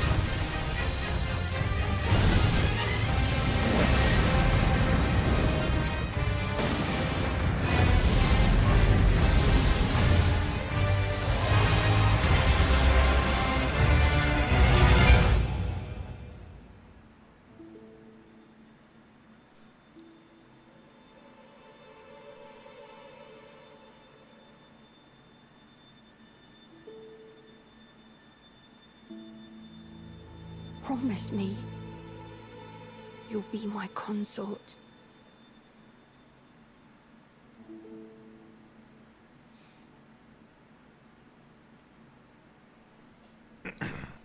What? Okay, well, I was thinking that maybe there'd be some sort of I'm sure like that lore expert could tell me all of the breakdown of the stuff in the trailer, but I don't know enough about it yet. I'm still learning the names, and the names are similar intentionally to obfuscate things, but like there is a plot here. There is a story. I like Deathforge's response. My friend said, "What story?" Okay, so we got yeah, we're ready to go. Can't think of anything else. We'll mess around with that those mods and stuff this weekend probably. Figure out the camera controls, and maybe there's a couple more updates we can do to make the game look even better.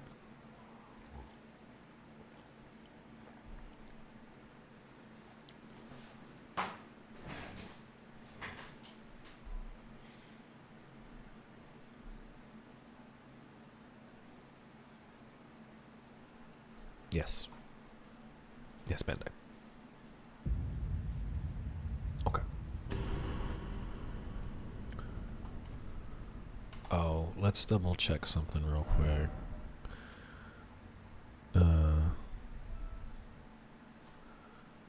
Let's ask Bob. This is Bob. And if I have been playing a game of Elden Ring, and I have about, let's just say 40 hours of gameplay in it into a save, and I get the DLC, actually let's be accurate, and someone, let's say a friend, hey, geez, Ben, a friend gifts me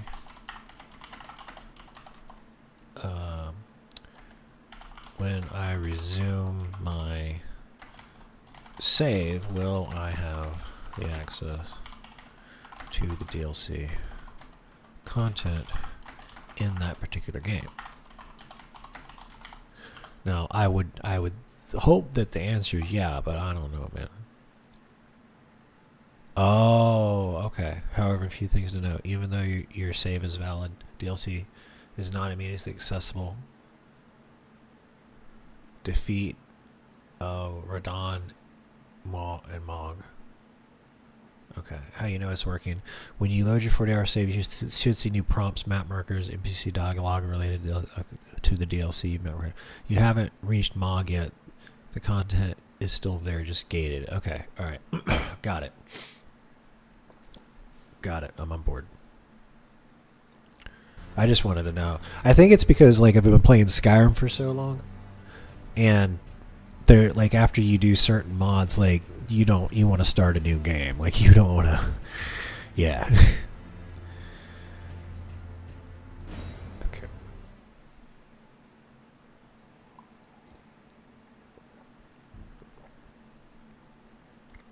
Deathforge, do you know if it changes any like the loot tables out here?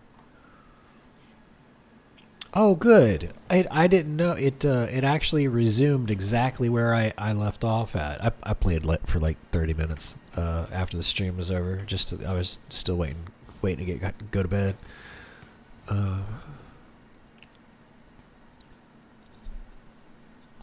Yeah, Whiskers. He just did. He got a huge shout out, and then he's the next YouTube video I release. He'll be having a good shout out in it. It is very awesome, and again, thank you again, Deathforge. That was very generous of you. Not actually, Mr. Whiskers. It was the DLC and Night Rain. He gifted both. Truth be told.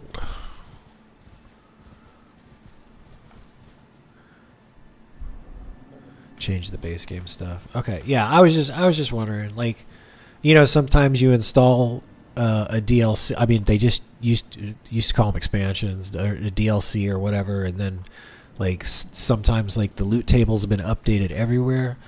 I bet I can take that guy. I guess hitting him with fire probably is not going to work, huh? That's fine. We will... Oh, and then I discovered something interesting, Whiskers. Up in Khalid, if you use the dragon rot's breath on that big group of guys that are stumbling around, it doesn't aggro them. So we're gonna try that again. Khalid, thank you. Khalid, thank you. Okay. I'm gonna whoop up on his ankles. In the DLC area. Thank you for confirming, Deathforge. I appreciate that. It's good to know. Oh, he coming. He coming. I think we're gonna stay mounted. I was gonna hop off and like try to do. Oh, that's what I should do. Let's watch this. We're gonna be smart, y'all. We're gonna sneak.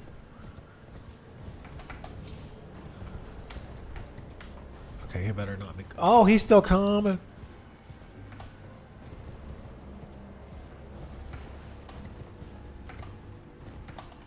Oh shit! Don't aggro those guys too.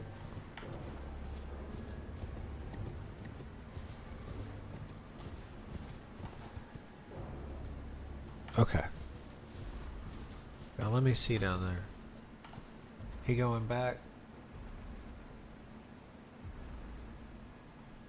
Do I have to? Can I just sneak? Can I just bum rush the door and get in there before he gets me?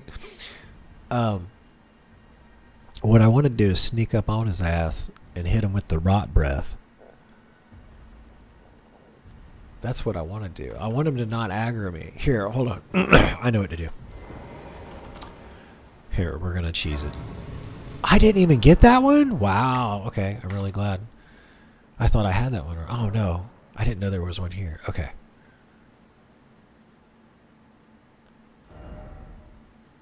We're going to need to find another memory stone. All right. So I got rid of the blood flame, because it doesn't help the scythe. And I just upgrade the claws. So we got the... Oh, yeah. So that's what I wanted to try to do. I want to sneak up behind that guy and hit his ankles with the rot breath and see what happens. Get him a nice big hello. Okay.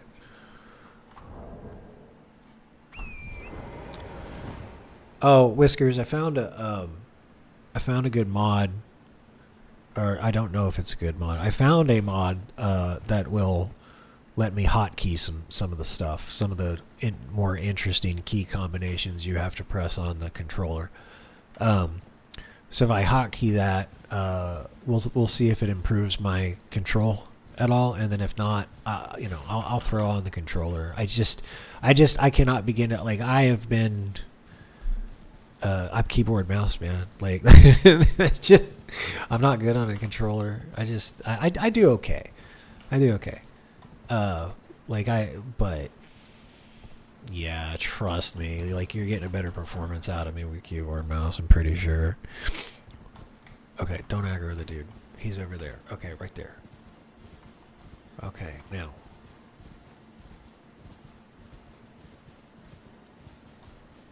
Okay, good. We can get down there.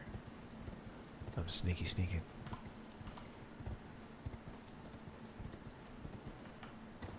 Okay.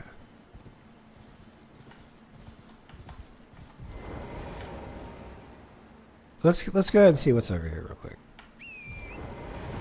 While I'm back here. Oh, get out of the way. Oh, that's what I call too far. Alright.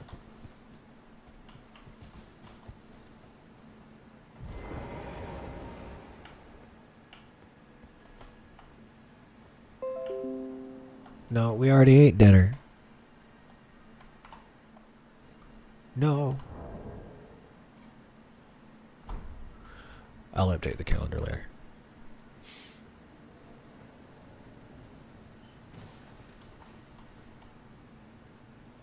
Itchy.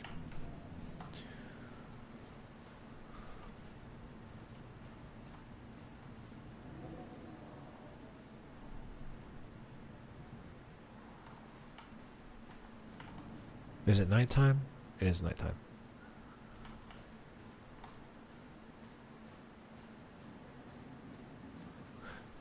You can like hear him breathing? That's interesting.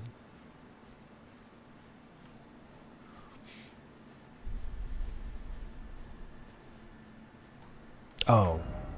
Oh, yeah. Yo. For some reason I didn't realize that, like, yeah, every time I was looking at the clock, it was always in like the side of grace thing.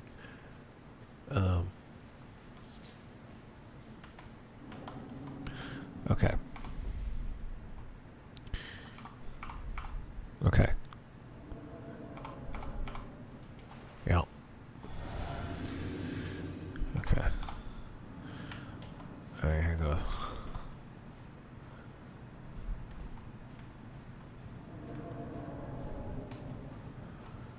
Kamehameha!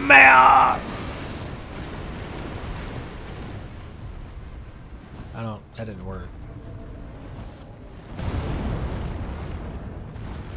Whoop. Get on the thing. Oh, oh no. Shit.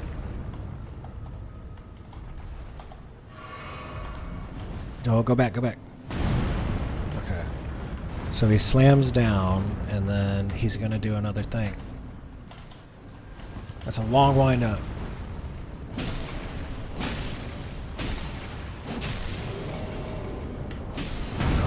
Oh! Oh no!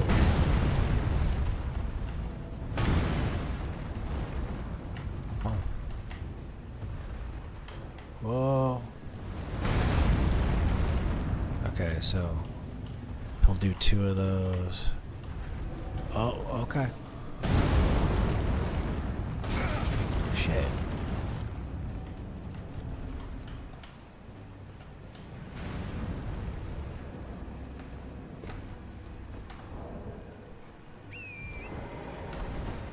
Okay, we should be doing this mounted anyway.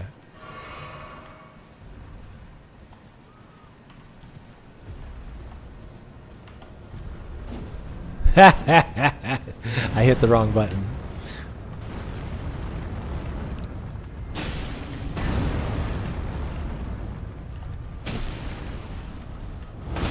Oh, no! Oh, no! Oh, no!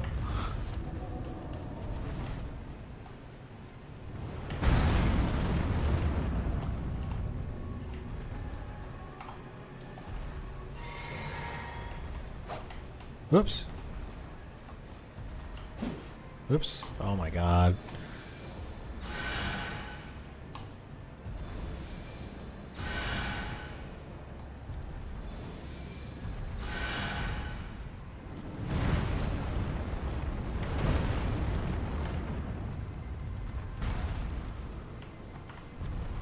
Oh good. You can target the things individually.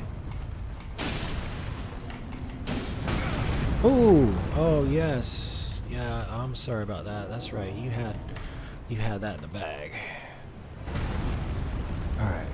Well, let's go inside real quick. I'm gonna get that rune. I'm gonna get that rune right there. Okay, yeah. We got enough head start. We going.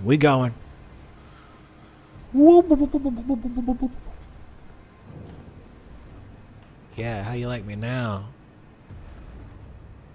I'm gonna defeat you.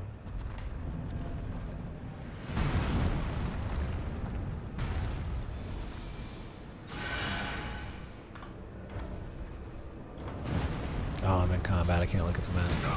Oh! Ho, ho, ho, ho, ho, ho, ho.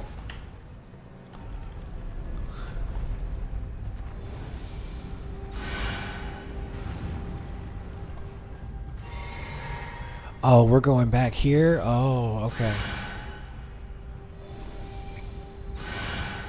Okay, it's down. Oh.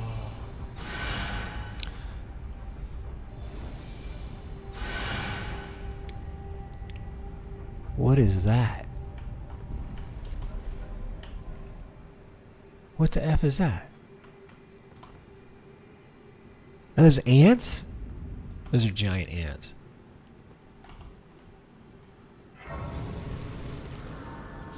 Oh boy.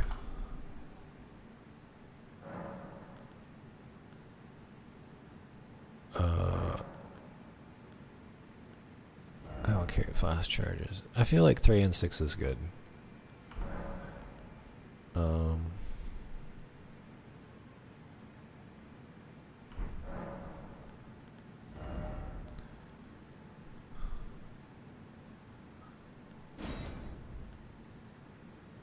Oh, I really could use another memory stone. Okay, I like the flame, but I feel like... Oh, I know. We're going to take this one again. I was messing around with this the other day. We're going to try to use it.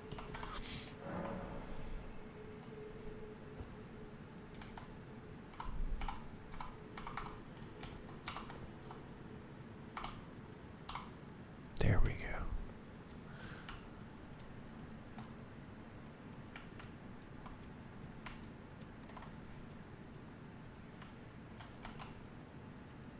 I mean, that's a lot of them. Like, that's... I don't even know how they fight yet. Like, I don't... Oh, I bet I have to go under there anyway.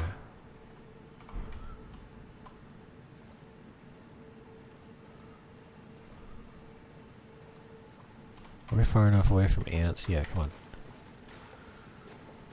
Whoa, are my eyes glowing? Maybe? Oh no, it's like one of those older monster creature features from back in the day. Okay, there's not. All right.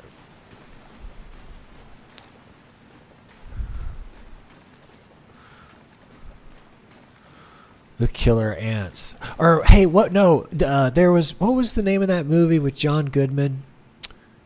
And it was about like the Cold War and the Cold War seen through the eyes of like 2 high school students during the Cuban Missile Crisis.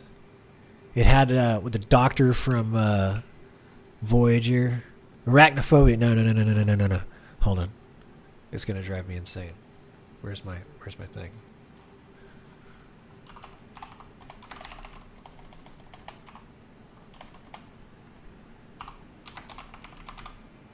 John Goodman, where he...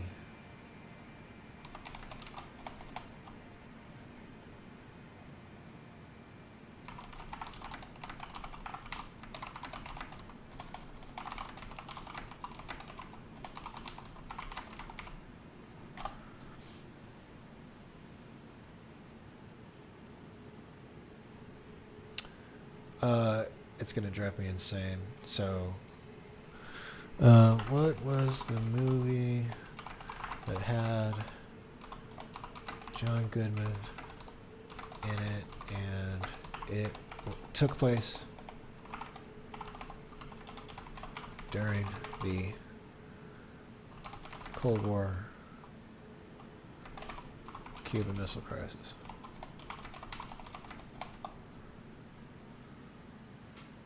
Matinee. Oh my god. I knew. It was such a common movie. A name, excuse me. There we go. It's it reminds me of it because he's got like the his character sells films to theaters so they can be shown, and he actually like upgrades the theater so that the chairs shake and all that kind of. He has this vision for something a little bit more interactive, like putting speakers, and he even had like a character dressed up as an ant like walk through the theater while the movie was playing, and it's a good movie. I just check it out. It's good. It's all around good. The teenage son of a Navy sailor newly stationed in Key West gets some excitement with his friends when a small-time film producer comes to town to premiere a kitsy horror film during the Cuban Missile Crisis. Oh yeah, I recommend it, man. I totally recommend that one. John Gibbons. John Gibbons always good. Oh, hold on a second. Oh, that's what I get for leaving that there. Ugh. Oh, shit.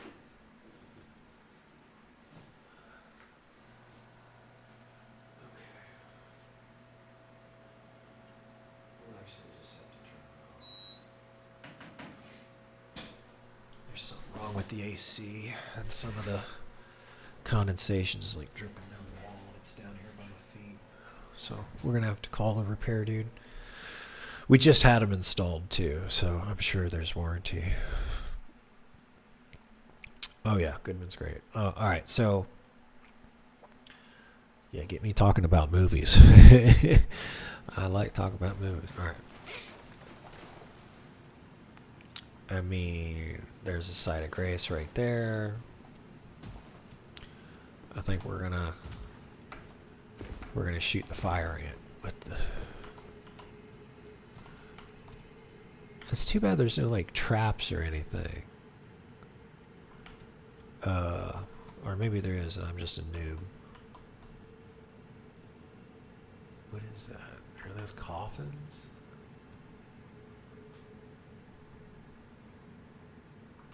How strong are these guys? These guys really strong.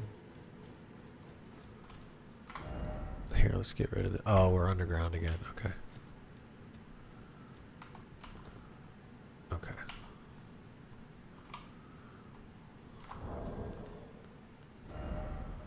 Okay, we're at medium load. Oh, what is our... We're rocking the boost the power of attack skills, raises maximum equipment load. Okay. Oh, that's right.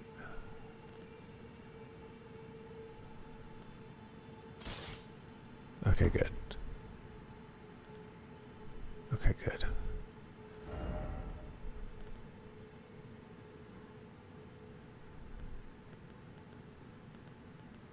Okay.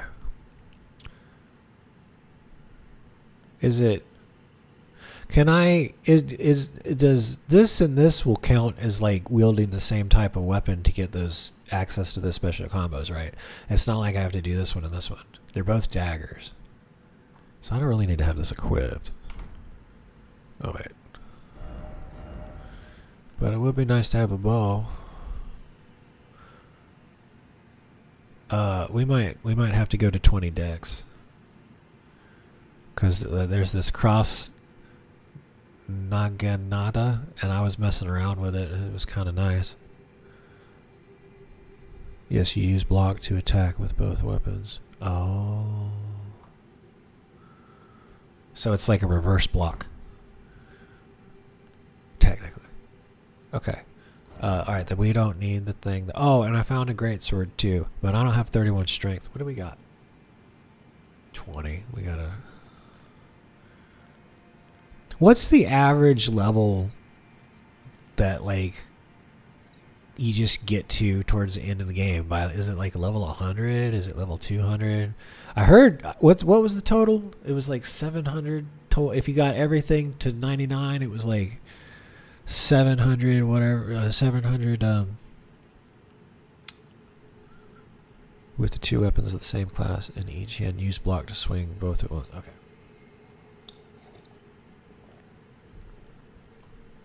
Okay.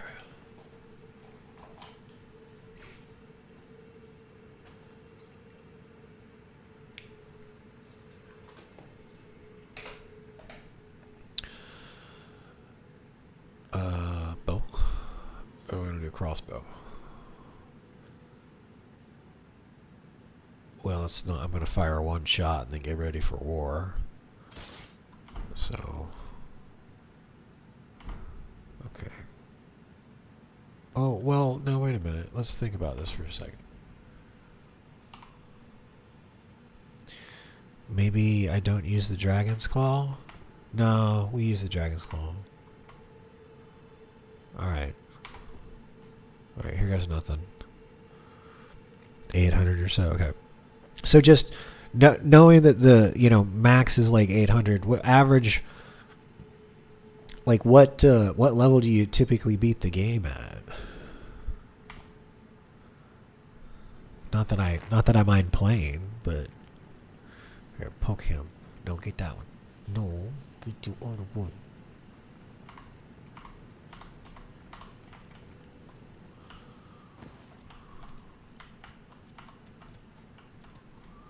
Why can't I target that one?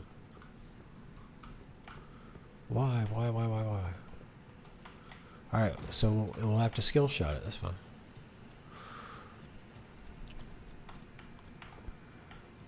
Oh, is there... There's like an optimal range for PvP, I bet.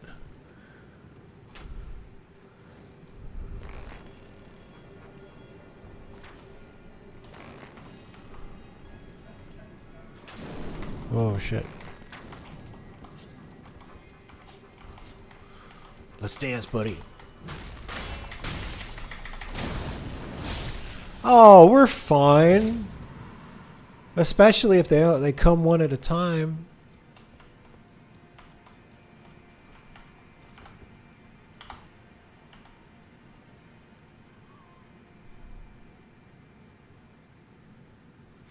Into the DLC at 150? Okay. Probably 150 in the first round. Thanks, Jimmy. Thanks, Whiskers. Okay. And I'm like level 50 something, I think.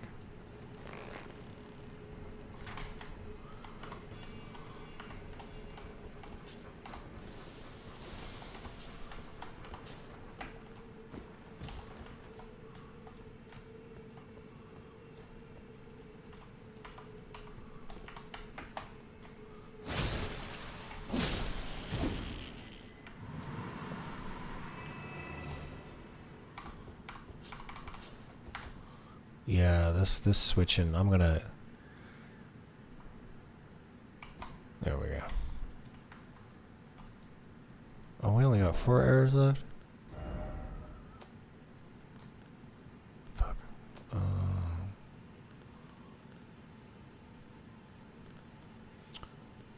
Fletched arrows. Oh, good. I stocked up on those flight things. Now here's the question. Oh, we could do a rot bone arrow.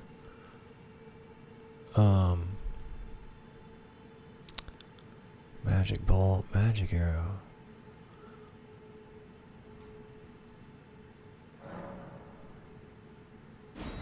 Yeah, let's see. Let's just see how it does.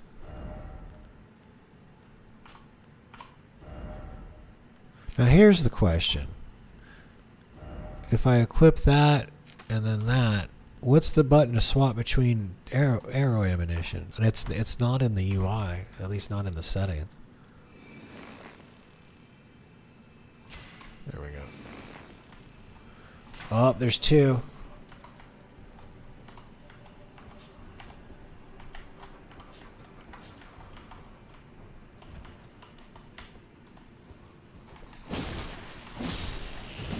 Okay, I need to stop. Let's do it.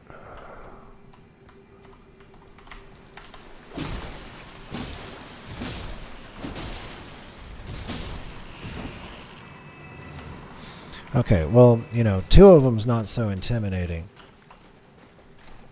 What do we got over here? These look like coffins. Yeah, there's a body in there. Now, which way do we go is the question. Let's go the place that the ants were defending first. Oh, look, there's an item right there. Bunch of bodies. Okay. Where are we? How do you show up over? Okay. River well. There's not really anything. I gotta keep exploring over there. I don't have much revealed.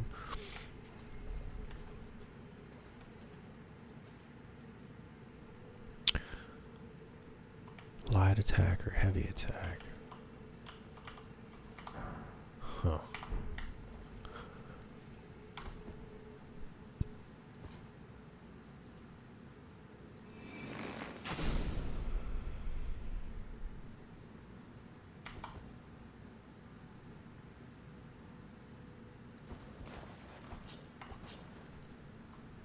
Okay.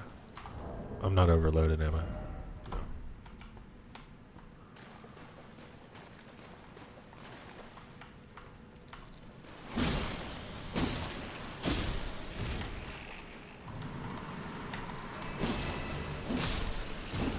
The scythe just has the reach, man. I can just swing it and it hits them in the face before they can get near me. It's good. I like it. What the hell's going on over there?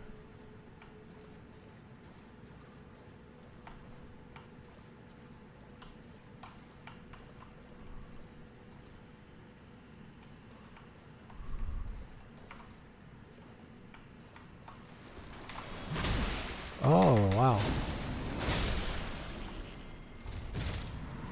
I didn't time that one right. I'm over here bragging about getting the timing right.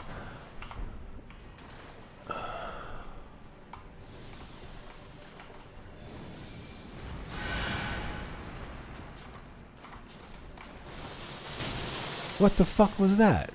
Oh.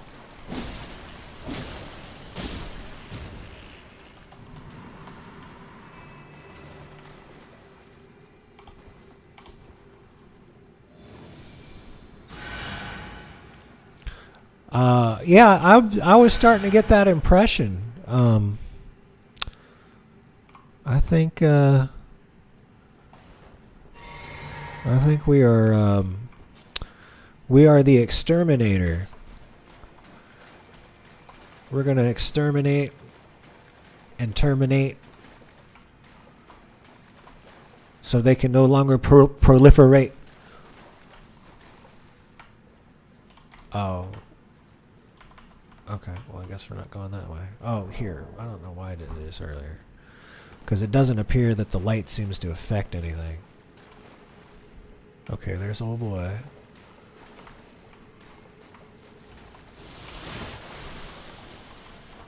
There we go. Oh, it's like a little spit in that acid. Shit.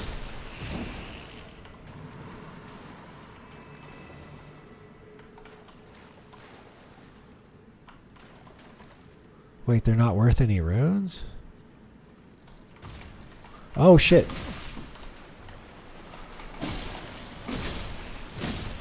God, the scythe is so good.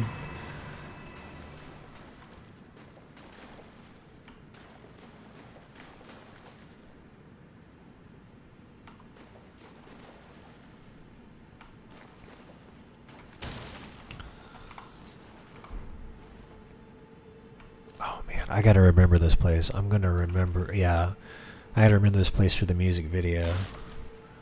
That's another reason I want to keep playing through it, so I know all the cool spots and the lore.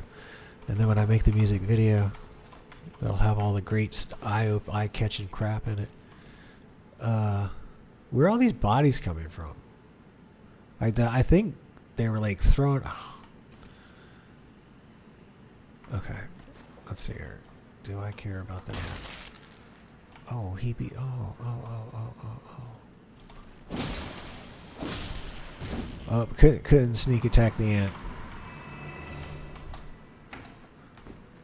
The ants collect the body. Oh, that's right. They would like kill somebody and then bring the food back. Okay, that makes sense. Yeah, that's what ants would definitely do.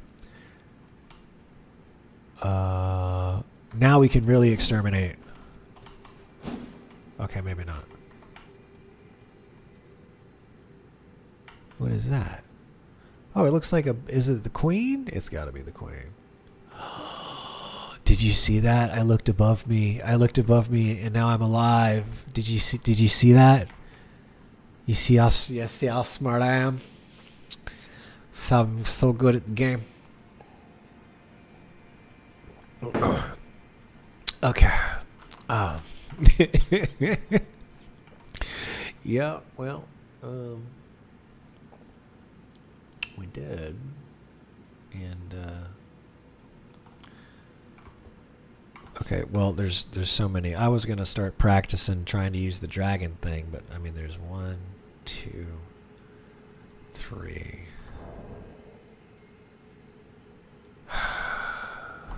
All right.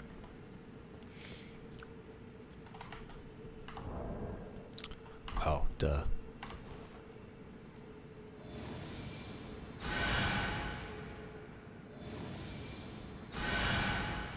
I need me some summons. Where's my summons? I can't. Why can't I summon? They know. They're like, you're going to be outnumbered in this section of the map, and you're going to have to deal. That's what Miyazaki said. He said, get good. Oh, that's above ground. Go back down to the... No. Oh, okay.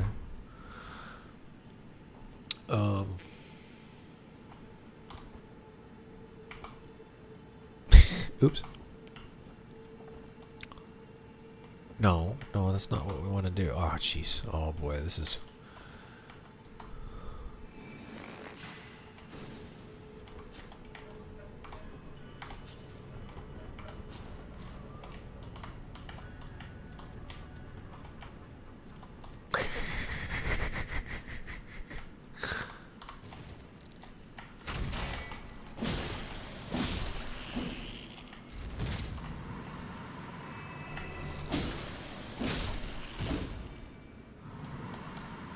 Just taking them on one by one.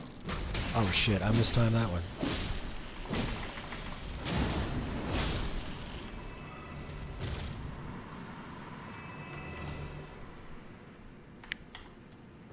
Oh, and they go over to protect the queen. That's good. That's good. I like that not all of them no, that's really cool. Somebody had to either that's the best damn glitch that ever happened with pathing, or they did that on purpose, that the ants would jump down and protect the queen.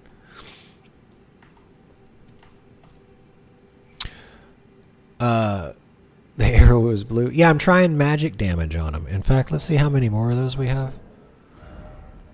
You can make magic bone fletched arrows. What do you make these out of again? Let me see. No, that was right. That was right.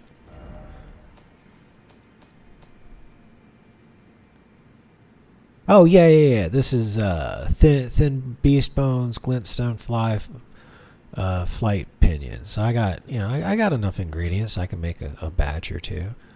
In fact, let's get some more because I've only got 17. So, yeah, let's just go with 2.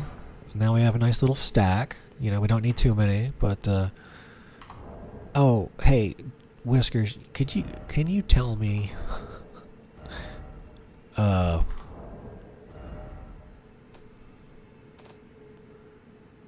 what in the hell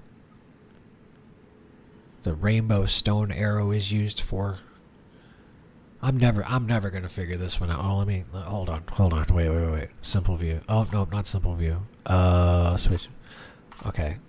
Arrow whittled from animal bones, tipped with chips of rainbow stone. Colored light shines at the point of impact. Okay. Marking the path. Oh, they stay there like the whole time. So you can. It's like leaving yourself a little. Okay, hold on.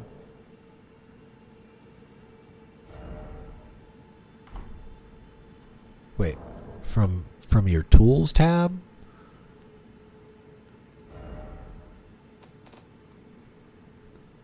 You mean inventory? I'm sorry, I'm not. Inventory tools. Oh, okay, cool. That's everything. There it is. There's the... There we go. Okay. Rainbow stone arrow. Okay. Oh. What's that? Explosive bolt. Oh, that's right. We got some explosive bolts. Tools, rainbow stone.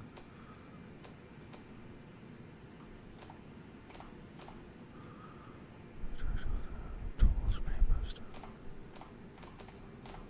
Well, here, this is fucking everything.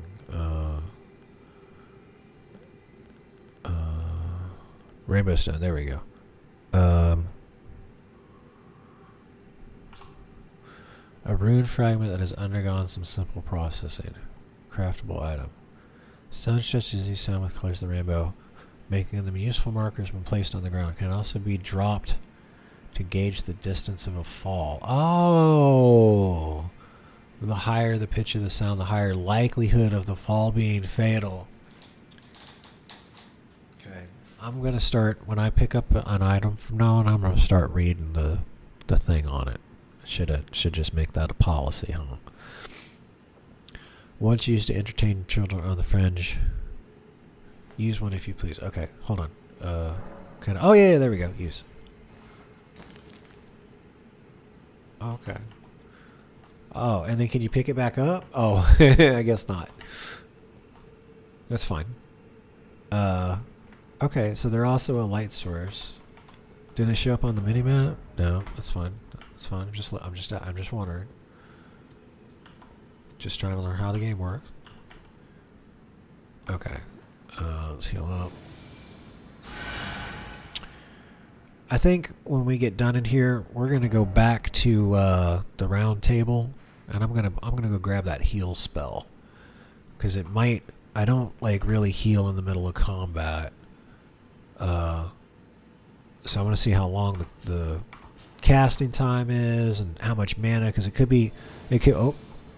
Okay. Well, I guess I just topped myself off. Drink that. There we go.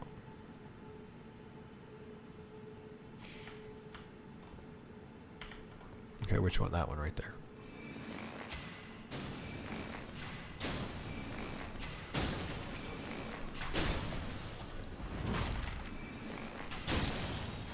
One more. Ha ha ha ha ha ha. Oops.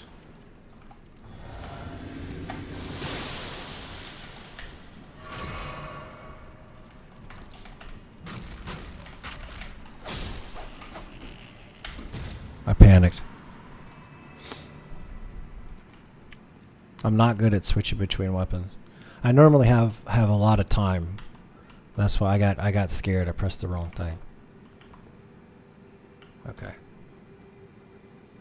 You know, I'd say that looks like a honeypot ant, but there's eggs everywhere, so that's got to be the queen. It's not like the queens are typically a little bit longer than that.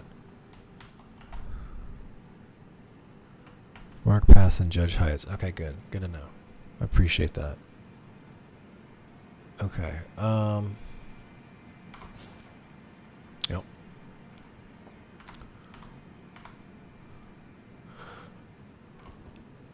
All right, let's redeem ourselves.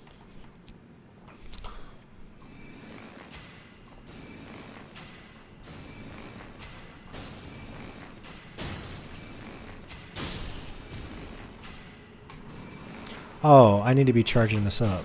Yeah, there we go. It does more damage. Oh, crap.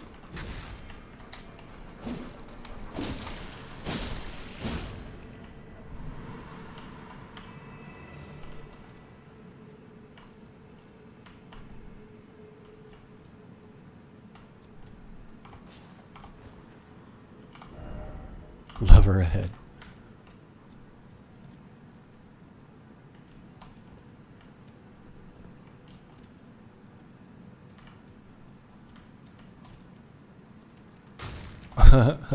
But you can't get me, haha.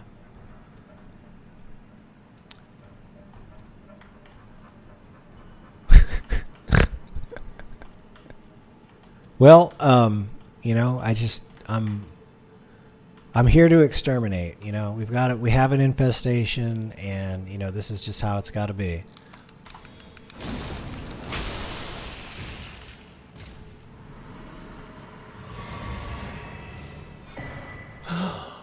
Oh, okay.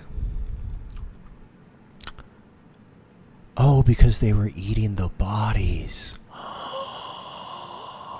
And they were feeding it to the queen. Okay. Wow, that's dark. Thank you, ants, for gathering runes for me. How many was that?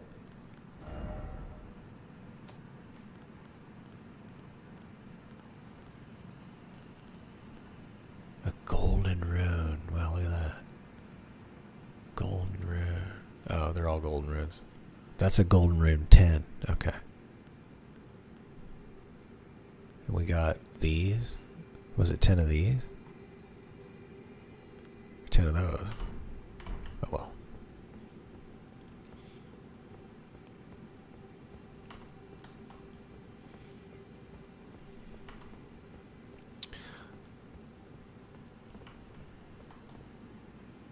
Oh, beautiful.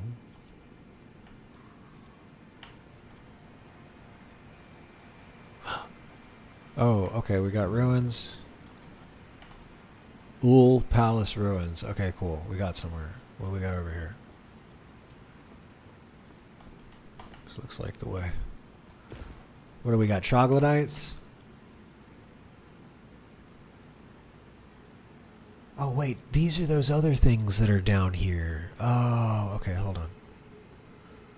Let's get the item first. Smithing stone. Thank you. Well, here's a perfect use of going to be the thing. So hold on. Inventory.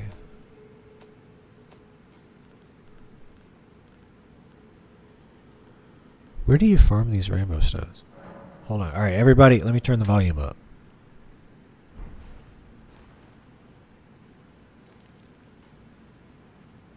Does that mean I can make it?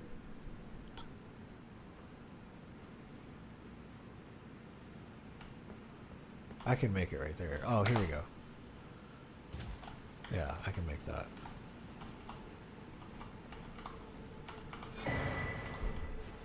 Oh. Oh my.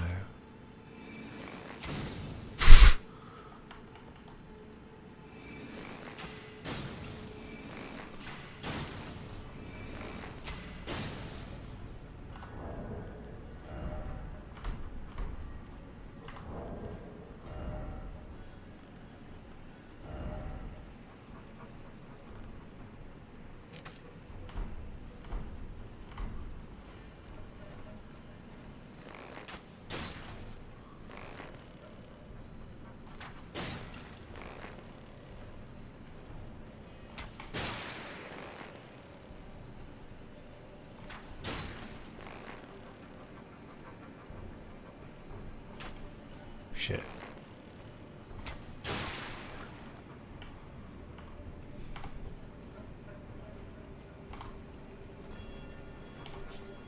Oops.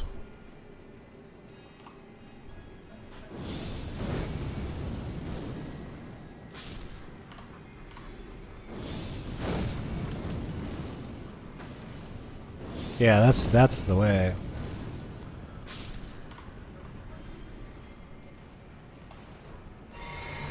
Ooh, they turn into little puddles of goo. There we go, get 2 of them. There we go, that was a twofer.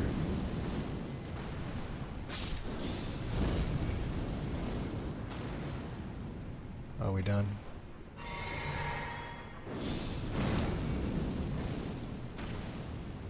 Burn, baby, burn. What's that say? I want to read it.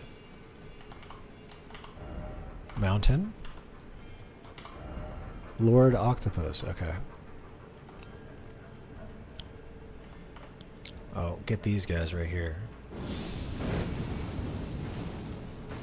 There we go. No, stay together. Oh, these guys. Damn it, not close enough.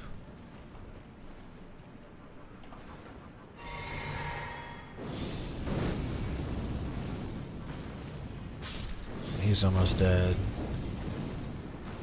Okay.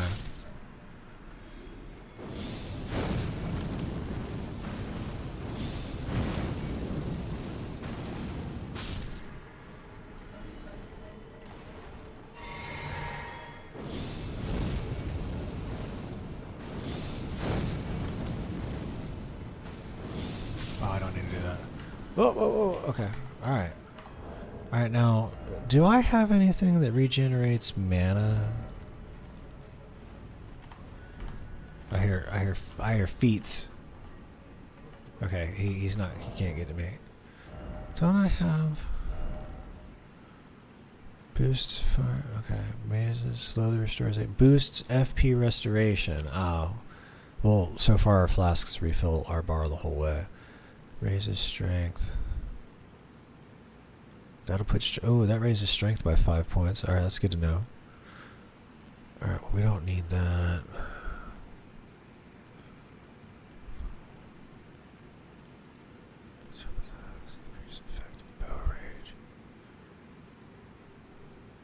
since they are limited in number. Okay, yeah. Raises potency of sorceries. Okay. The mage stuff is called sorceries. What's the name of the faith-based ones? Rituals? No, ritual is not. Incantation. Thank you. Thank you, sir. And then this one, critical hits restore HP. Okay. All right. Well, if critical hits restore HP, let me see something. What is critical is 100? I guess you get critical. It's not like WoW. You don't have like a crit chance. Yeah, it has to be a specific kind of thing. Yeah, okay. All right. There we go.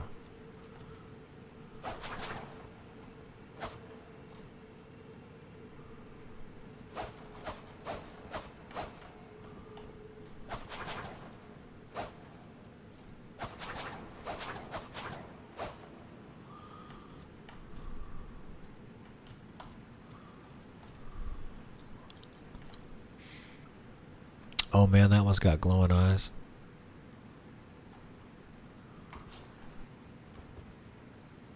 Whoa, whoa, whoa, no, don't screw up. Don't screw up now. Next.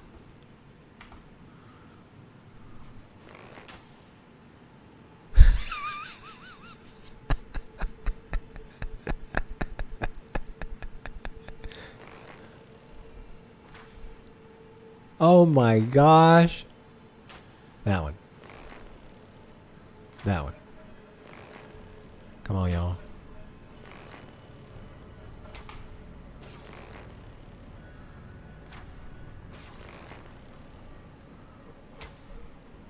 Oh shit.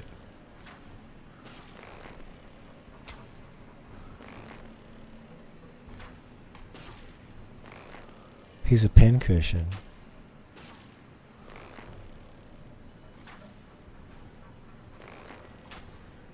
Oh no, don't you get out of my range now. Okay, that was 500 runes.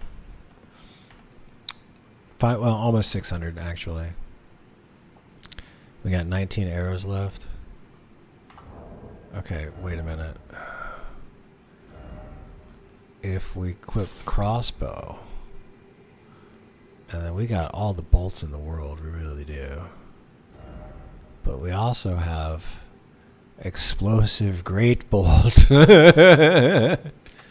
Okay, here we go.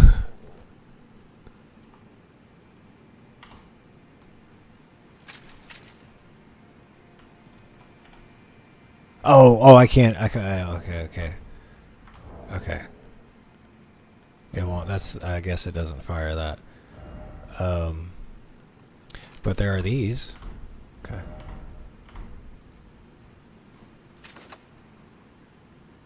Okay, I'm gonna wait. I don't want to waste these. I'm gonna wait for them to come swinging back this way.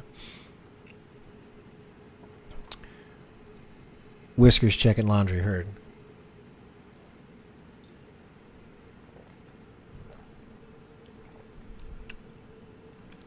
Here we go. I'm gonna wait for them to get over there.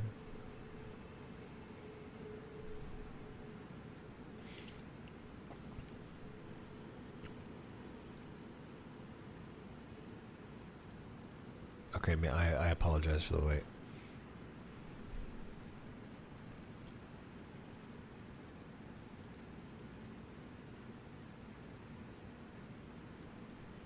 Okay, there we go.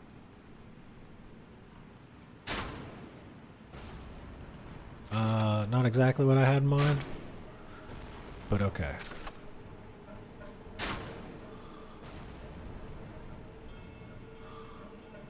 Okay, well.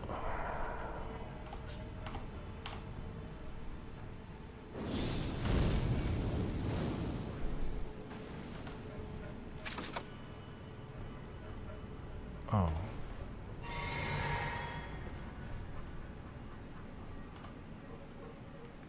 Yeah, all you guys group up down there, please. Damn, that didn't get both of them. Get that one.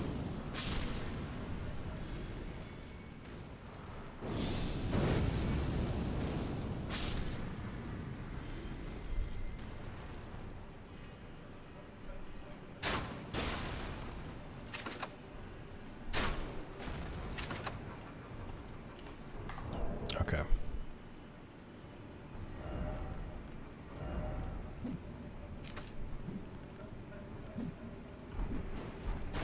Oh, you throwing a bolo at me? Oh, I'm an idiot. I'm an idiot. Hold on. Here, let's do this. Top myself off.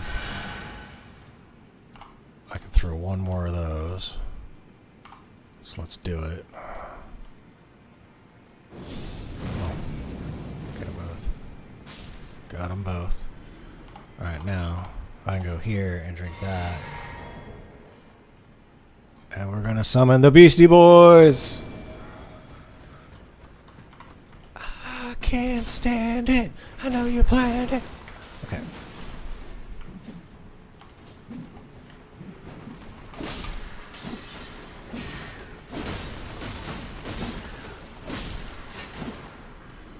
Should have done this a while ago. Oh, he beat that guy up.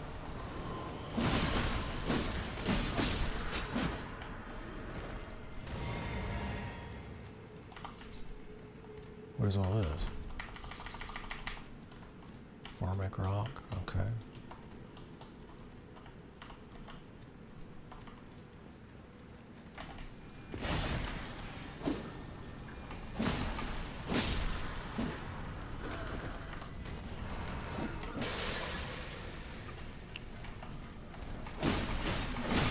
Oh, they come out of that pretty quick.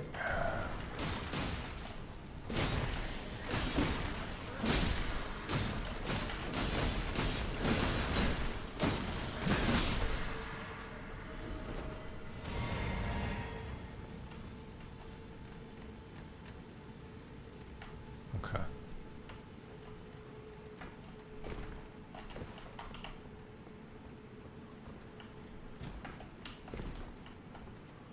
Oh, there's a tunnel back there. Okay.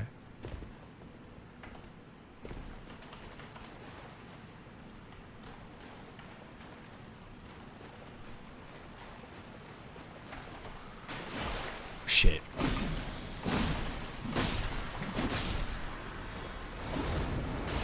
Oops. Unnecessary.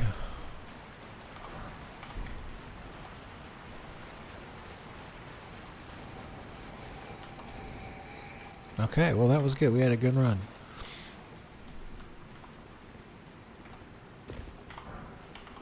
Yeah, more runes. Oh, and we can go in here? Oh, this is the way back.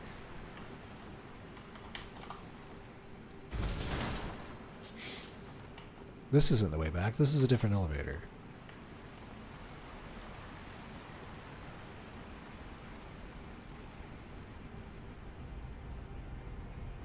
Okay, so let's keep looking over here real quick. Oh, see, there's another item right there.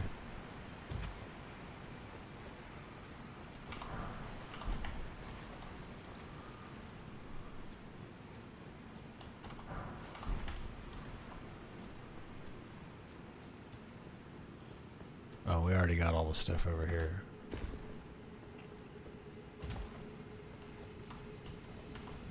Okay, we're gonna go in here first, and maybe that tunnel just goes into this room, and it's just a different way.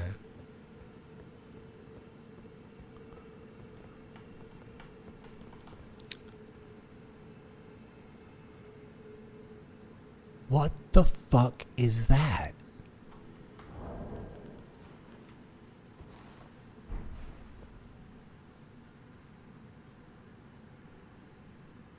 What is that?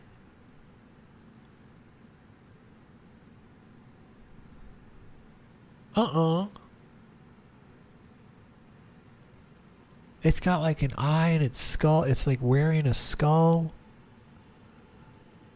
And it's got like pinchers. That's wild, dude. Looks like Violator from Spawn. Is that a boss?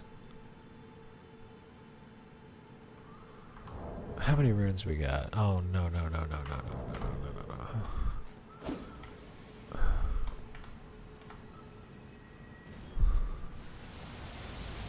Oh, oh, oh.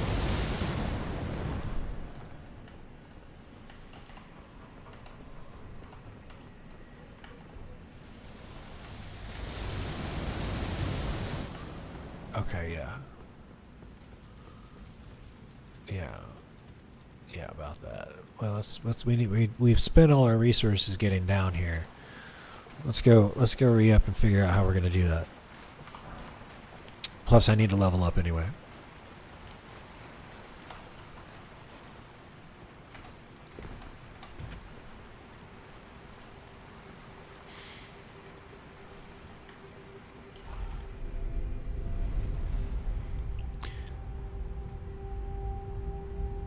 I feel like this is a different elevator because yeah, this is like a different level. Oh, sweet.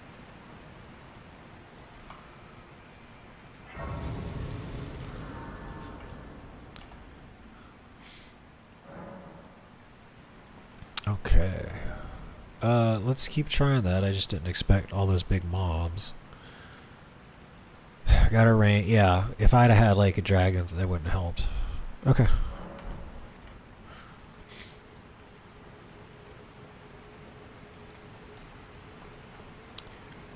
Okay, so all those guys are reset. Oh, let's level up. Jeez. Here I am just running all over everywhere. Now, how much do we need? We need 19. So...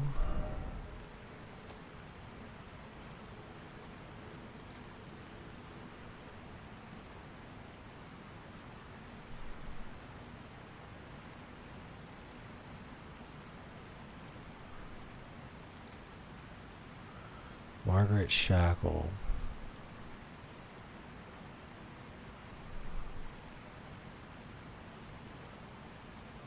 Mimic's Veil, used to mimic nearby objects.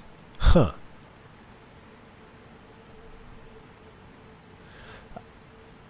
Oh, I guess... Yeah, okay. Well, let's read the... Gold Veil of intricate design uses FP to mimic nearby objects. When Goderic was hounded from Lindell, the royal capital, there was one of a multitude of treasures he took with him, also known as Marika's Mischief. Okay.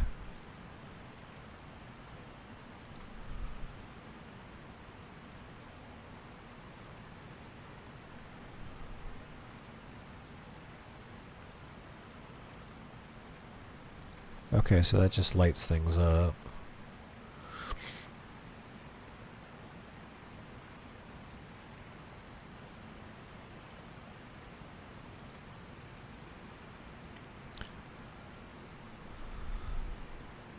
Okay, let's use that. Okay, now all we need is like 1,000 more.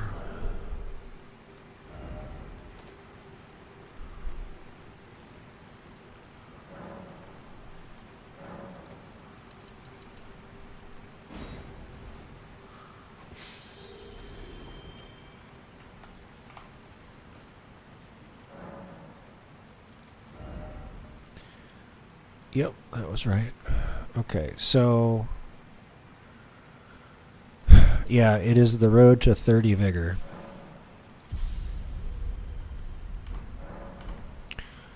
Alright, let's go, well, what else have we got in here? Nothing. Oh, there's a statue.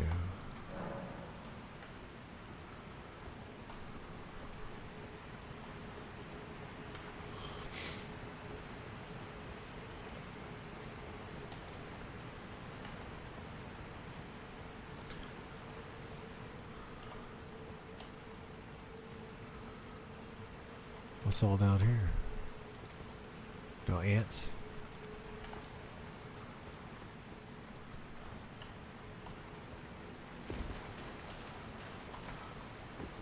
Something's gonna pop out at me. I'm ready for it.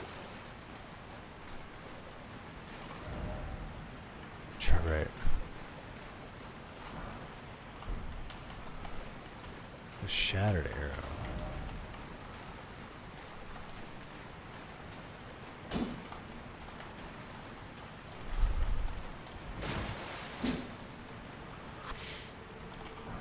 I'm just making sure there's no secrets around here.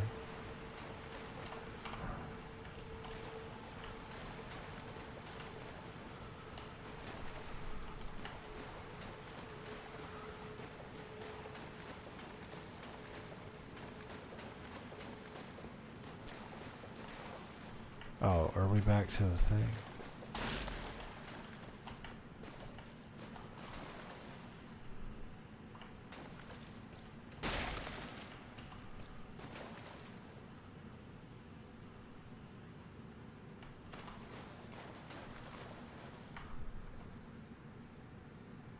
Okay, there's ants over there. Now, am I just back to the place that I was, or is this a different place? This has got to be different.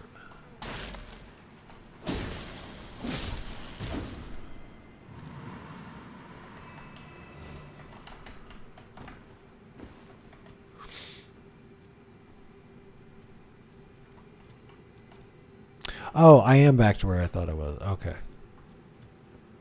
Okay.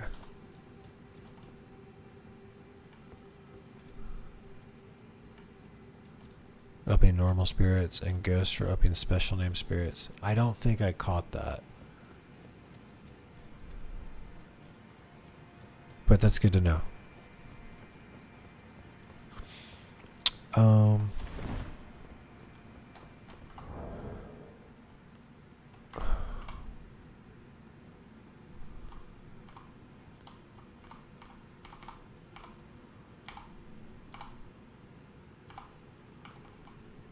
Okay. Alright, here we are again.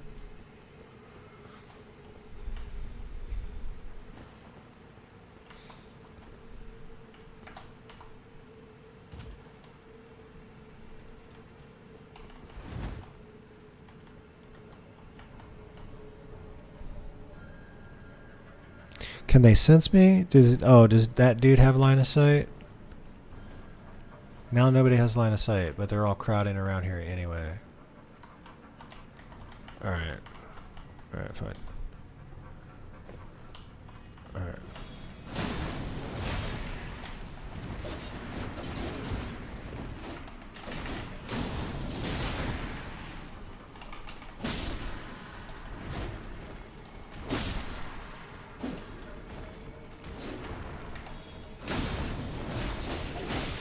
Shit.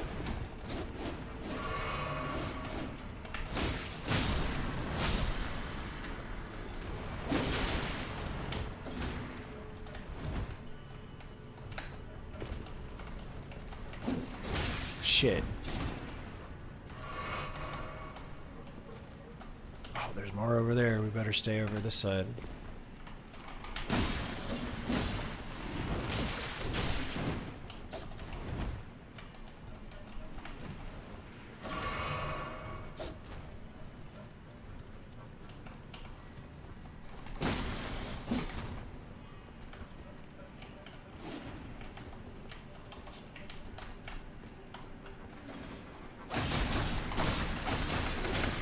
Bad idea.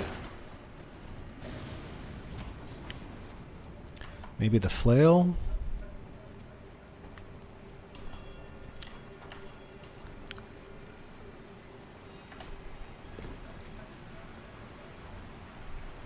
I guess I was doing fine with the scythe. We just got too close.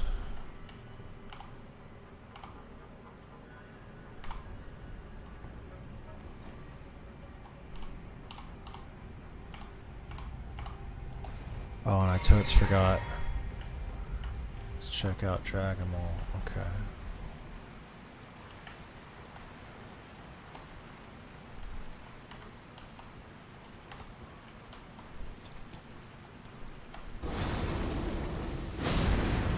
Yeah. Shit. Damn sticky targeting. Will we drop 1,000 runes?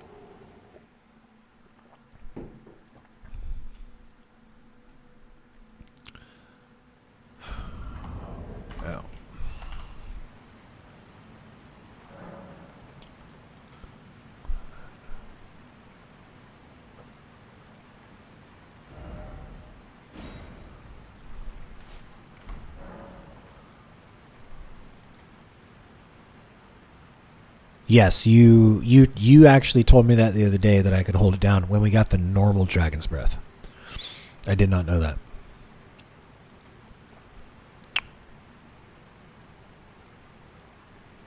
Oh.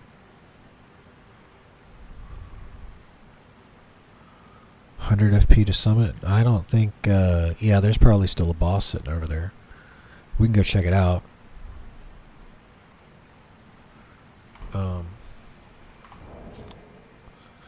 Yeah, let's just stick with the.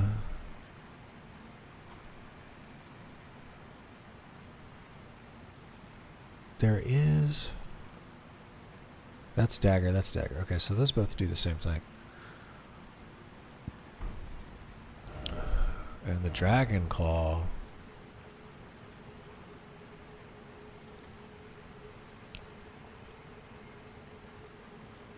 Chain cast the dragon claw.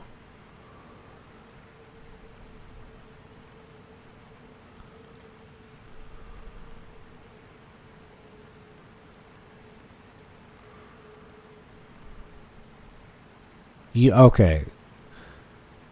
Oh, you're talking about the spell with the swing, not this thing. Okay, I'm on the same page now. Forgive me. Okay, so let's actually take these off for now, because that thing's fucking useless. I do like the idea of the parry dagger, though. I need to get better with the parry dagger. Where's my flail?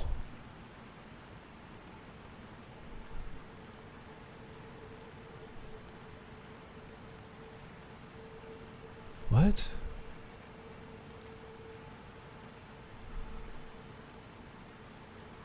There it is, right there. It's okay.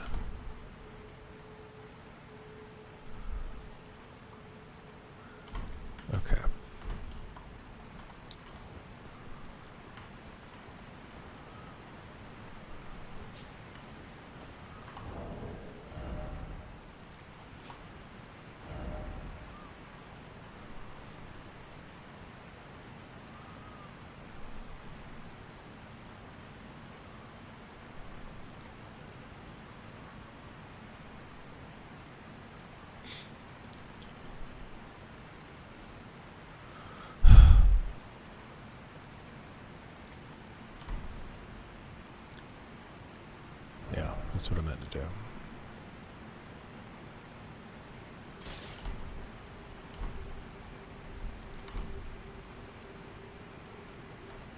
Unupgraded. Yeah, we probably have to. You know what? In fact, we're kind of. It's only 1,000 runes. It's only 1,000 runes. We'll come back. Can I get out this way? Yes. Yes, I can.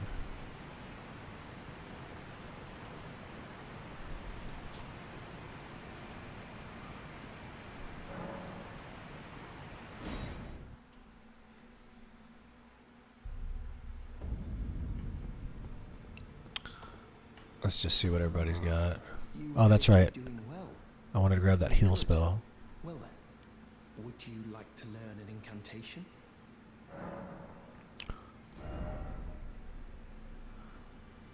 Okay, so there's urgent heal.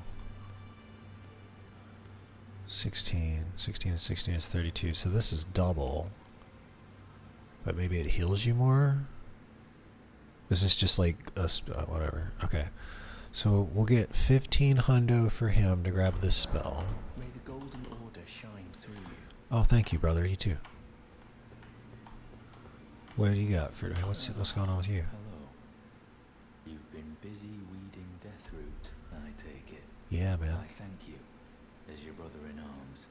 So what can I do for you? +4, far more powerful than regular weapon. Okay, cool. And that's why the winged scythe is so awesome. So, oh, he got incantations. Oh, here we go. Litany of proper death.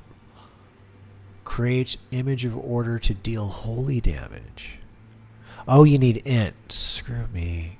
Order's blade enchants right hand armament with holy damage. Oh, wow. That's only 13. How much int we got? 9. Yeah, right. Yeah, right. Not with all the other points we got to spend.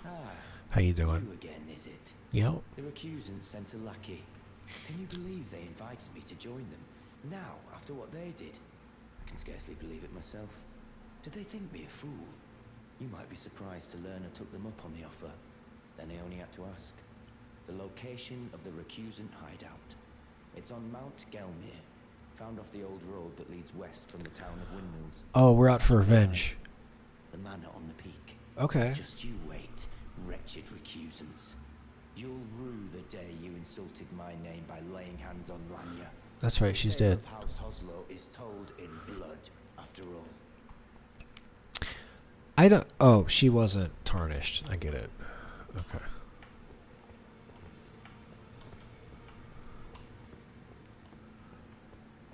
Let's... While we're here, let's go talk... Oh, boy.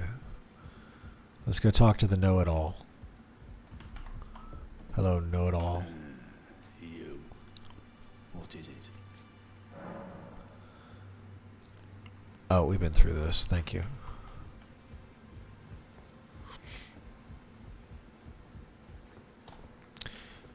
How do you RP walk? What's the button to RP walk?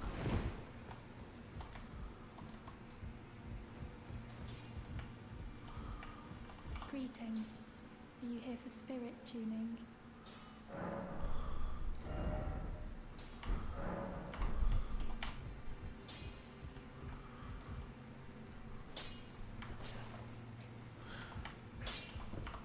Okay.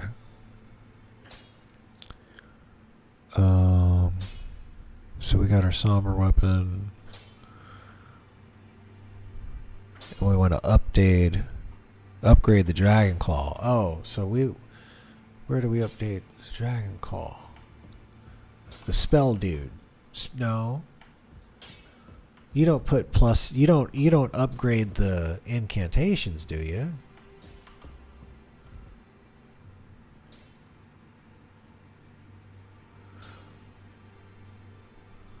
Oh. Okay. Well, that would be over here. Yeah. Whoops. Okay, so we got the flail. We could upgrade the flail while we're at it. It's a normal weapon. We can make sure the blue crust heater shield's updated because it's doing pretty good.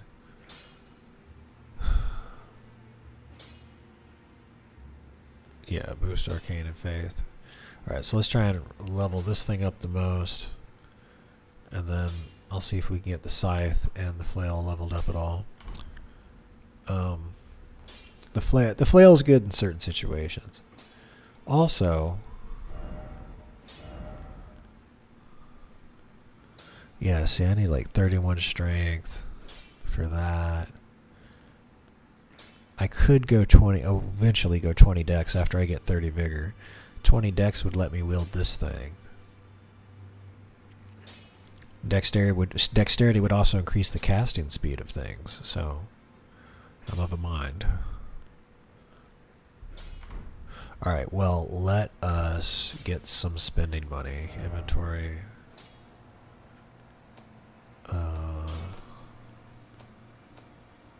What's that? Formic rock. Formation from solidified giant ant venom. Highly acidic material used for crafting items. Okay. Whew. What's that? Temporarily boost immunity, robustness, and focus. Okay.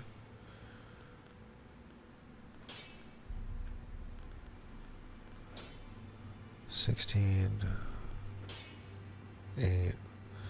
Okay, we'll hang on to that. That'll get me the heal spell.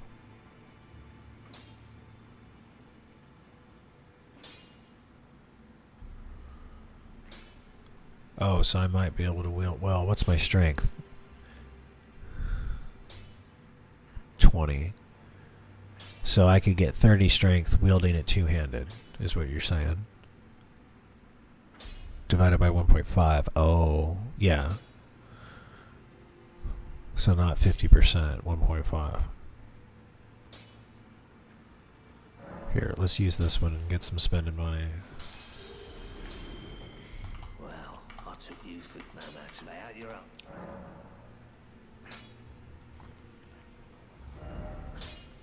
Good. Now it's a +3. Now it's +4. There we go. Oh, and that one needs a lot.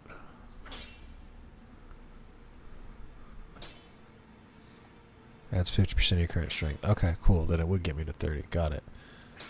Well then, here, before we go upgrading anything else. Oh, that's the Ashes of War.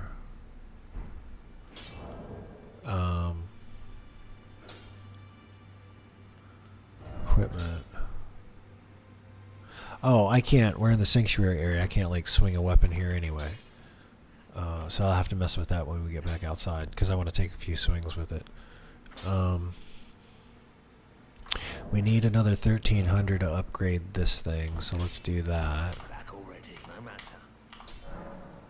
We can just sell the rune.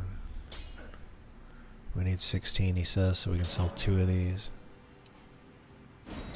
Okay.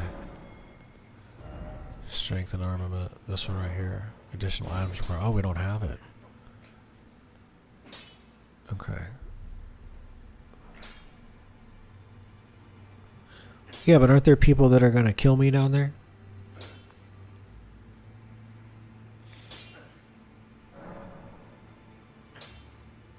Doesn't that start combat? Flail +1.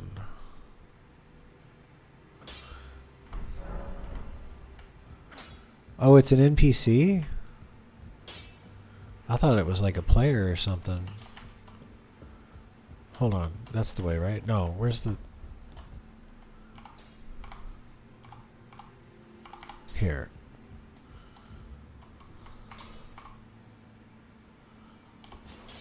Here, let's do it. Okay, I don't know if I've defeated him or not. Let's go find out.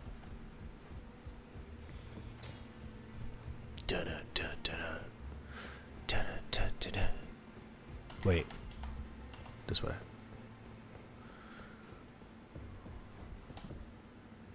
Oh no, that's the 2 freaky fingers. Those things are so full of shit. Okay. I'm sorry. It probably pains you to watch me navigate this area.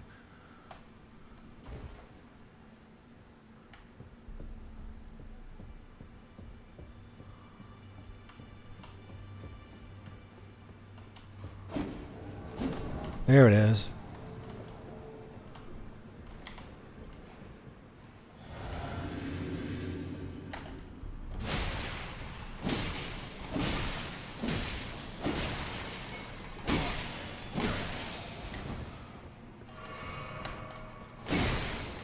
Oh no!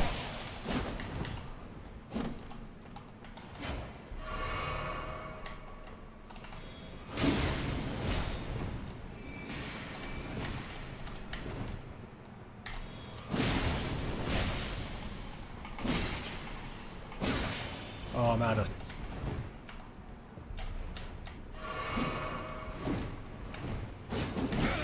Shit. Got him. Taunter's Tongue. Okay. What we got here? Oh, it's not one of those. Lures and invaders. Okay, reusable.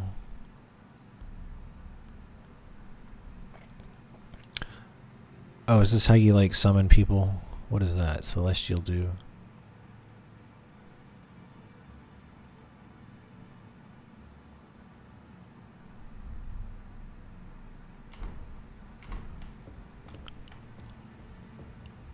Okay, we can go back this way.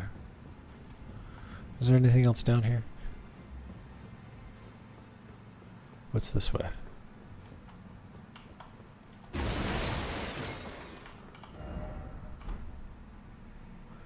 Are those cannonballs?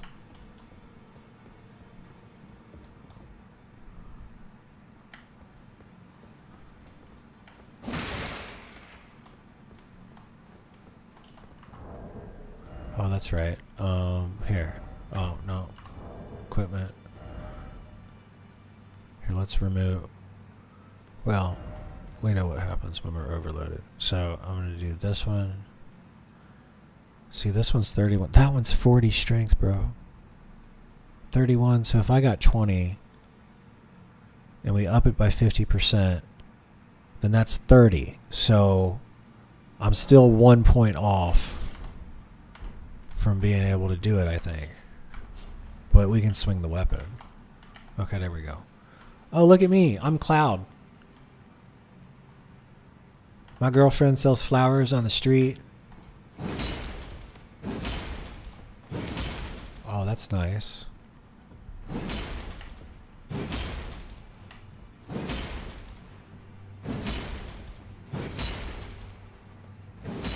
Okay. What about...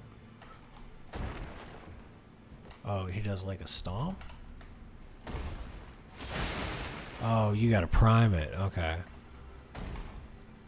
Because it's probably such a devastating attack, you need to telegraph it from across the Atlantic. You just like batter up, swing, and then the guy just dies.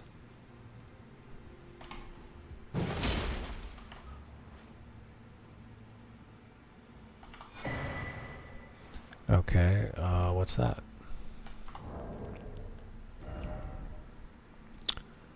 A fist. Faith 30. Okay, so this is like a faith weapon.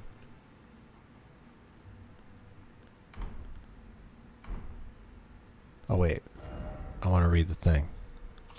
It looks like a bunch of runes.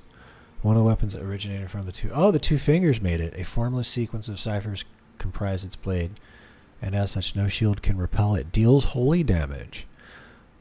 The furtive inscription appears to hang in the air. The language of light spoken by the two fingers. Unique skill, unblockable blade. Imbue the cipher with light, then lunge forward with a sudden piercing attack. The attack cannot be blocked. Oh, buddy. It's a... What a great thing for a faith-heavy character to find. Oh my goodness. It's just too bad we need to get a whole another 9 levels. But it's fine. It's fine. We're supposed to get level 150. At least. Okay, well this thing's fun, but I still need 1 more point in strength before we can even two-hand it. So, yeah, let's do it. Okay.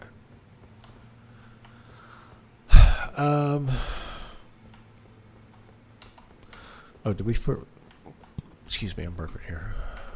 I'm trying to see. Yeah, we did everything. This is where everybody gets to lay down and have a nap.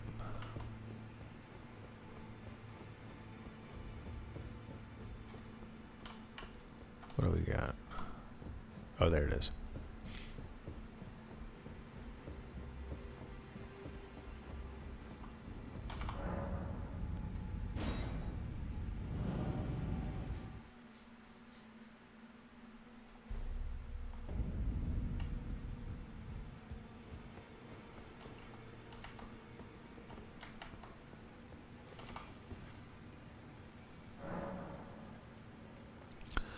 Oh, that's right. Before we go, oh, we've got enough. Where's old boy? Give me that heal. Here. Yes, I would. I would like this heal. Yes. Tako. May the golden order shine through you. And you as well.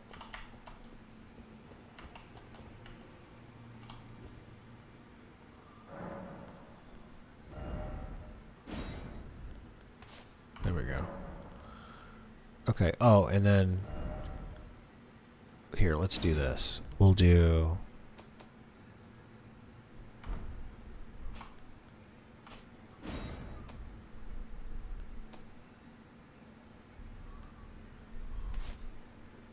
that one. And then if there's a big group of enemies, we'll take the rotted breath. Okay, there we go.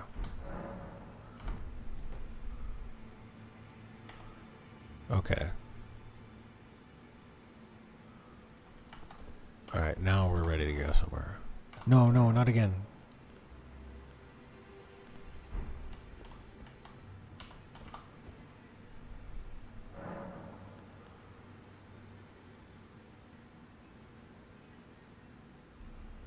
I keep doing this when I know I can just go here to the map. Okay, cool. So that's where we're at.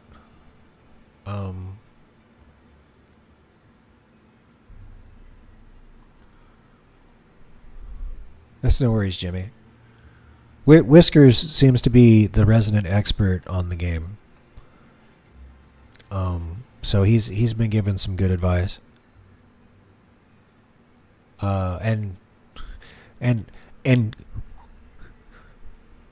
omitting some rather pertinent information a few times, and he let me find out for myself. And by find out, that usually meant getting trapped in the jaws of some sort of giant monster and then eaten.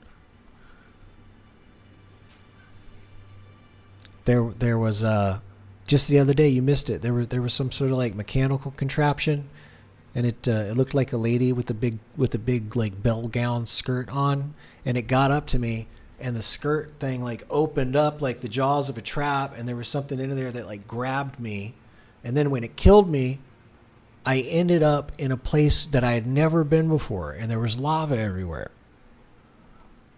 Iron Virgin. Yeah, oh, that's the name of them? Okay. It was wild. Where's that impassable Great Bridge? Okay, I think we already got that. Oh, I don't think we've actually fought him yet. Let's do that. Let's take this guy. Let's do it.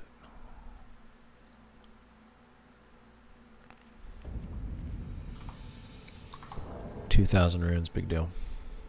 Alright. Kick. Oh, because it's fist. Okay.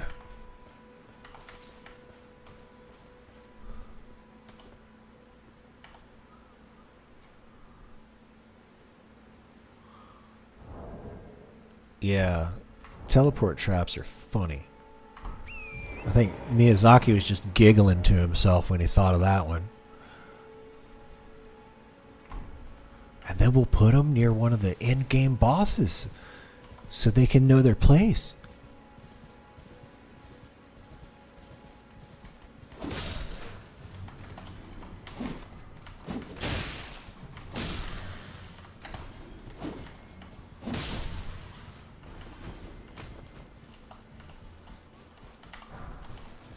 Another dagger. Some gold runes. Some more runes.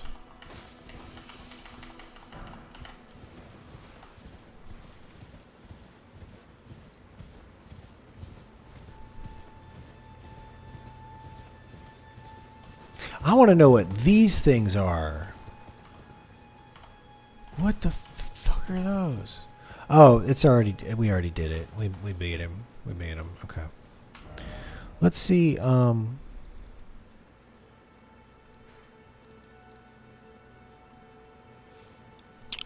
mean,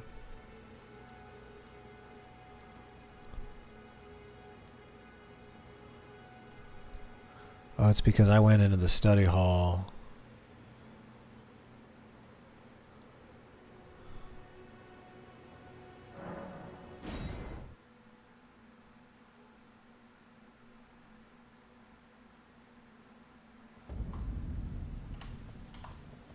Okay, here we are again.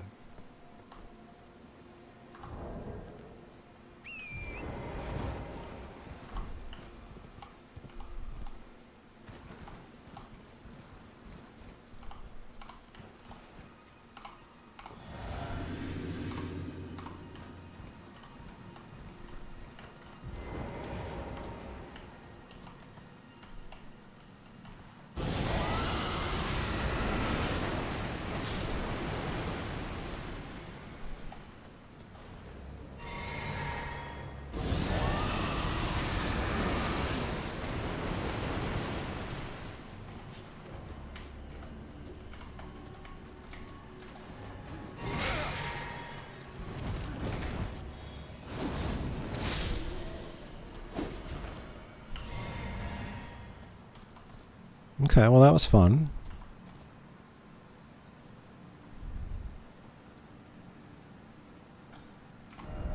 The underground? Oh no, we're going back. We're going back. I'm headed there. Yeah, I'm headed. The Dragon Communion is fun. Yeah, we're gonna try and take on Old Boy this time. Let's get back on our mount.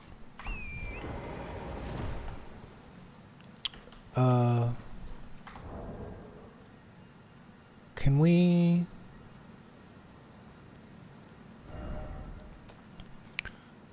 Let's see, what do we got? We got 9 of these. Let's use one of these. Oh, I can't use that? Magic grease? What if we go to equipment and we... Here, let's we don't need this right now because we're nowhere near Scarlet Rot. If anything, we need that. Where's the magic grease? Right there. Okay. Now... No grease on somber weapon. Just like no blood burning spell, whatever the blood fire, whatever the fuck. Okay. They said you can't cheat. You can't min-max. You want to min-max, you do it some other way. Okay.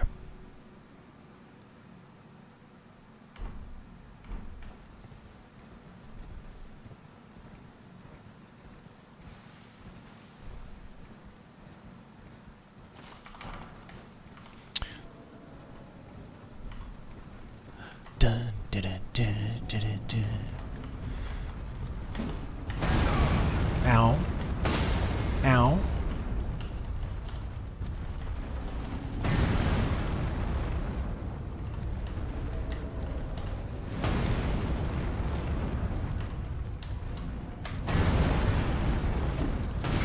Shit.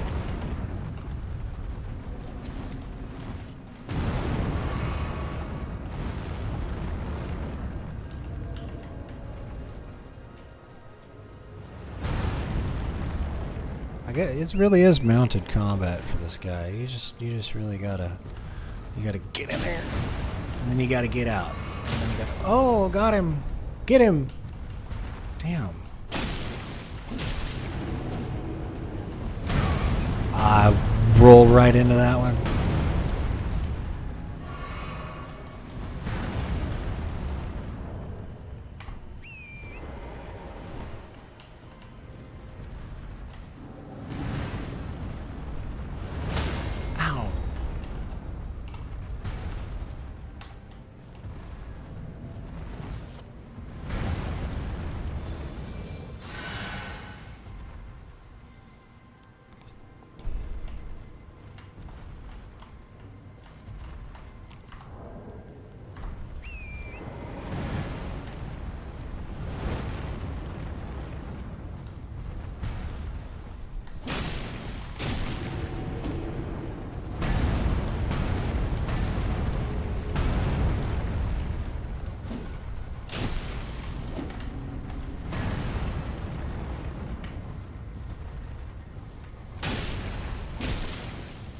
There we go.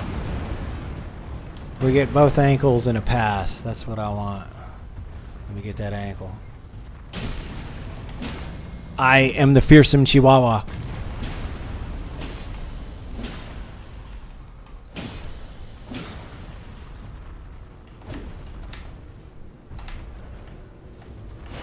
No! There we go. Damn it. Whoa! I'm trying to time a charge attack. Oh, back up, back up. Shit, I saw that coming. Get off.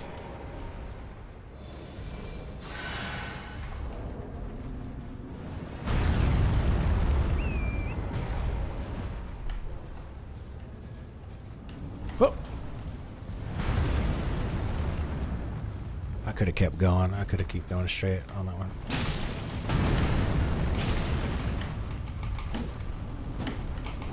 Shit!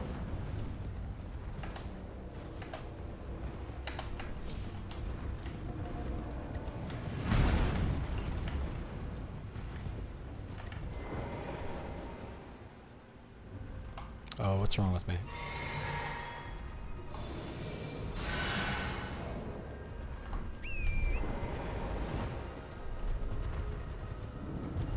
Go, go, go, go, go.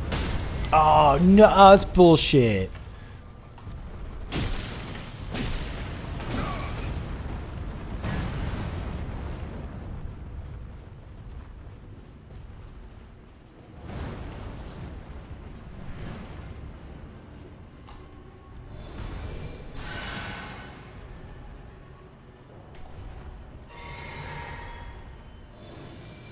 Oh, you can charge up the heal too. Ha ha ha ha ha.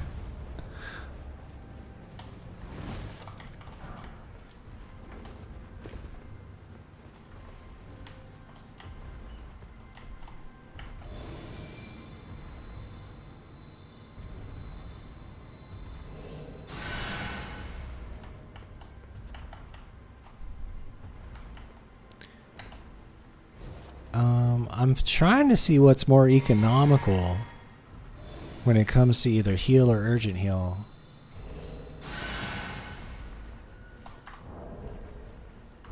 Oh, are you kidding me? What do you mean? What do you mean? Oh no, the mount is dead. Oh. We have to finish this like men.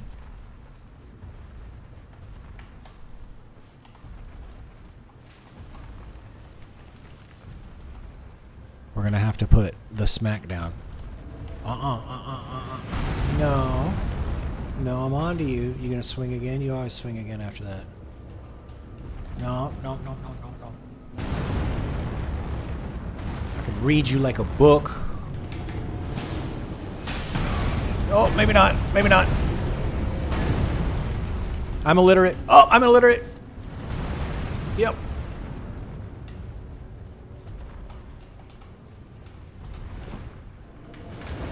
Here, I'm not.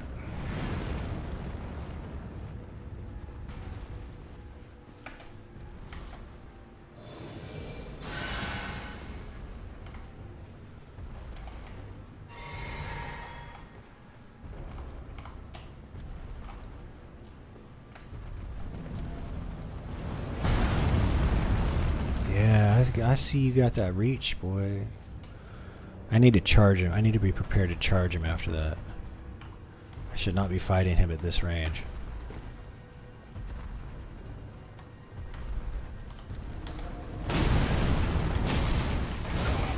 Shit. No. Yes. Yes. I'm all happy. That's not even like great enemy felled, great boss felled. It's just that's just a normal mob. Just get used to it. Resummon the seed, yes. There we go. Okay, we're back in business. Okay, we have defeated that guy. And now we're gonna go do this. Oh, we can take this thing off here because I know where we are now. Wait. Yeah, I took it off there. I'm gonna hop on the elevator and then oh, do the thing. Did we do this already?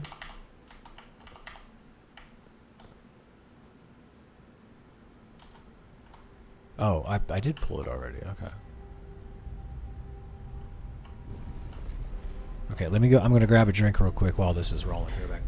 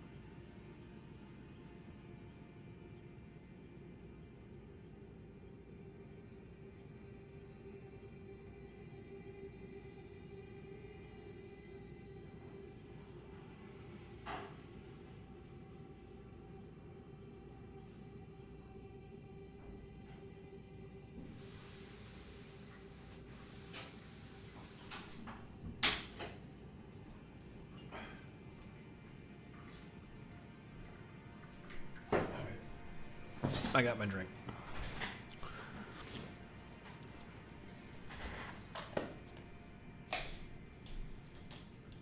Okay, thank you, sir. Thank you, Whiskers. Appreciate it.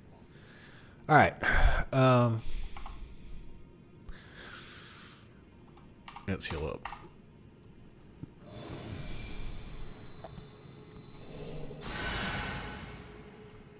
Okay.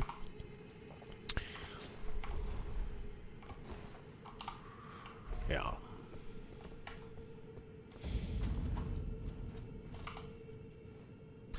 Let's go ahead and heal up.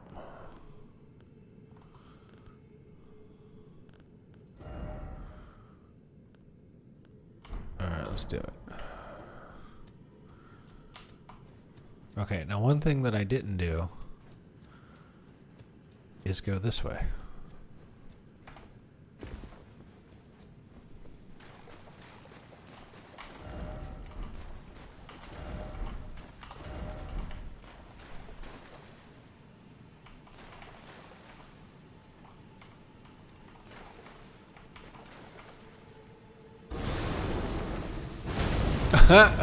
Press the wrong button.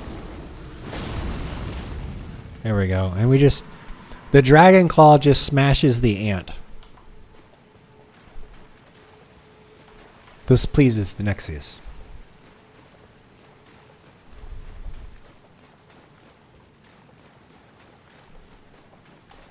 Hold on, let me do something. The Ko-Fi bot is ticking me off. It's like it's going a little too not now.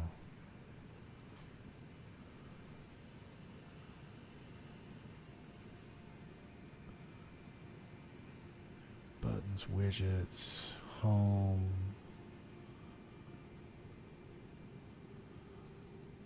Cover image, Twitch alerts. Discord. Oh wow, I really need to look at this. I need to do that later. What I was trying to do is find settings, maybe? No, payment. I can't show you the screen because it might have some personal info on it.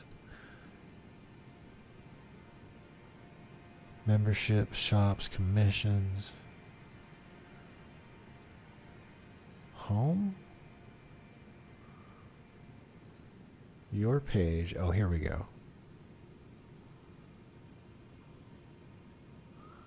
Video intro, gallery posts, create. Oh, that's for like... I'm trying to find... Is it buttons and widgets? No. More?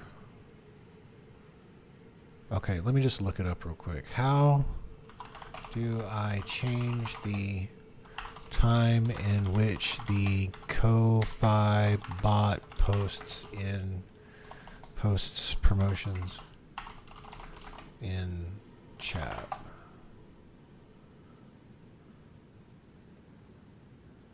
Okay, click on settings under Twitch chat bot. Okay, settings. I mean, if I saw settings, I would have clicked on it, but there it is right there in my face. Settings. Oh, Twitch settings. Oh, okay. Oh, okay. So it's 90 minutes. I'll let 90 minutes go.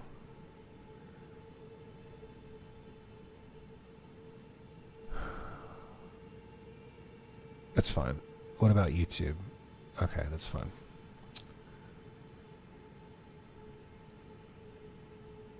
Just in one of the chats, there's a bot, and it just haven't had a lot of viewers, so like the only thing chatting for the last is the bot. And I was just like, eh. Normally Phoebus is around to throw some stuff in there. Oh well.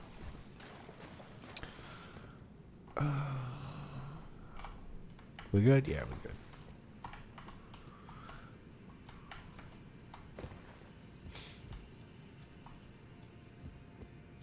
Hey, your mother's ugly. Come on.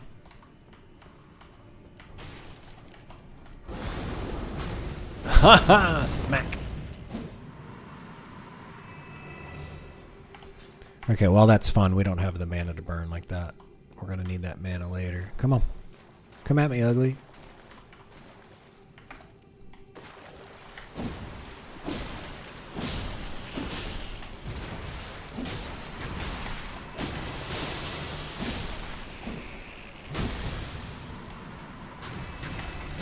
Shit.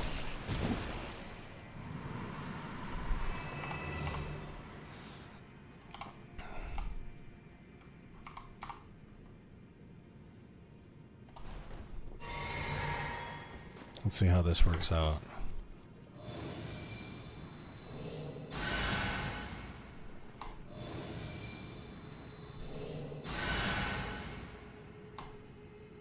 Okay.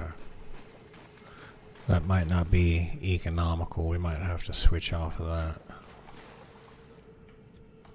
In fact, let's do that real quick.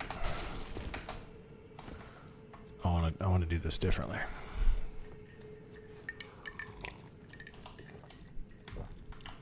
It's not right now I'm worried about. It's 30 minutes of combat later.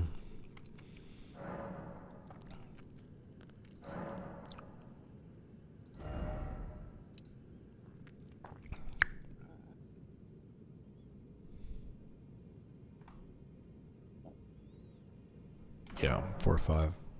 No, 4 or 5 is good.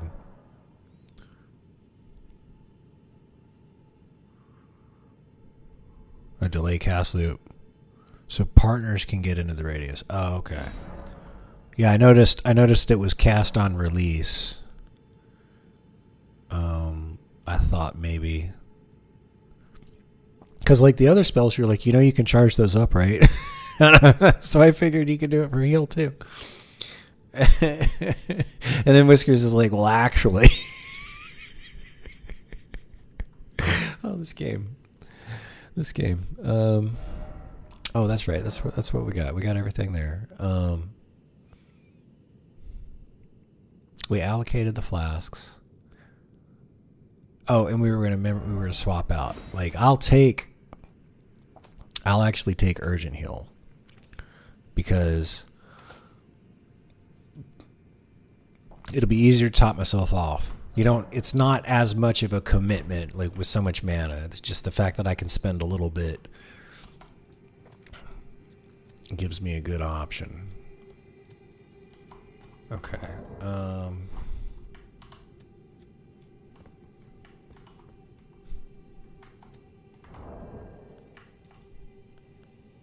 Fine, fuck it.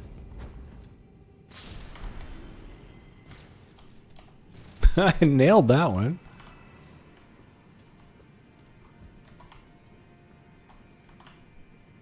Are we going to sneak up on this ant?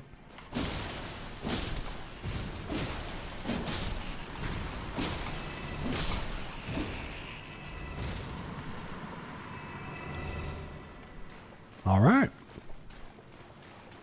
All right, all right, all right.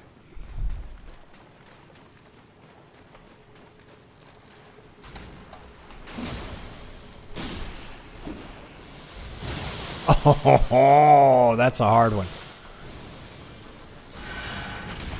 Oops. I thought I had my shield out.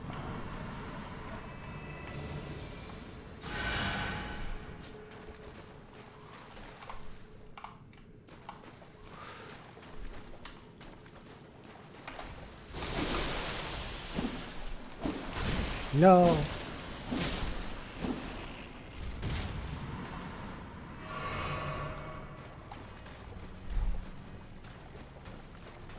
Oh, that's right. There's nothing this way.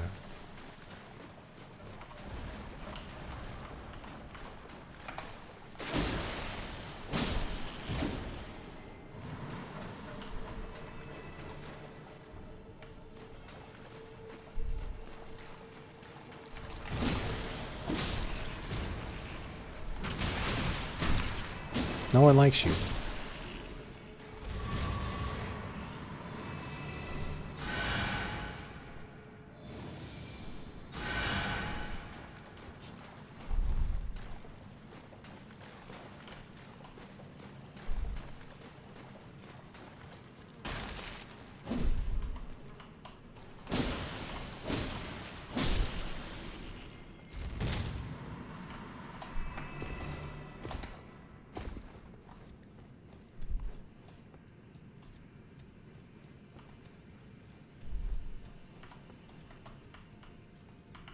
Oh, the queen's gone. Okay.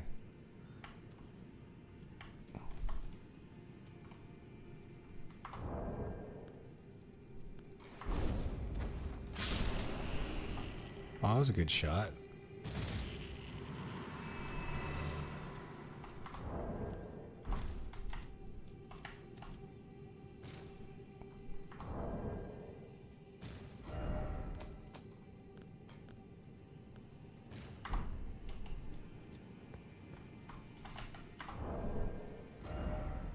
Oops, I did not mean to do that. Item crafting.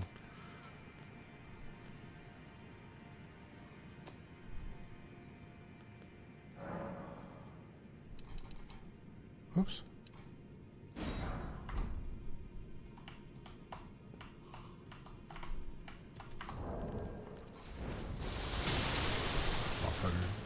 Whoa!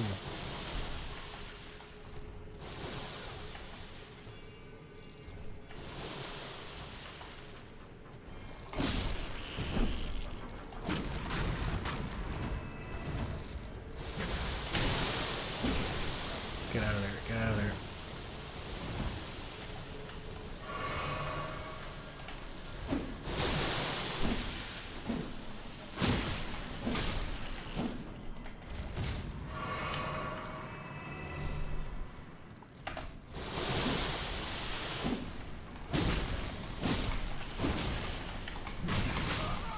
Damn.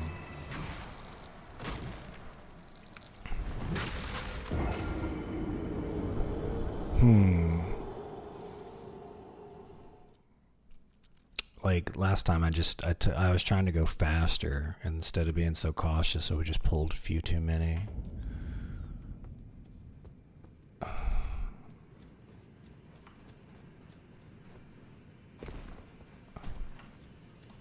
Alright, if we throw it at that one.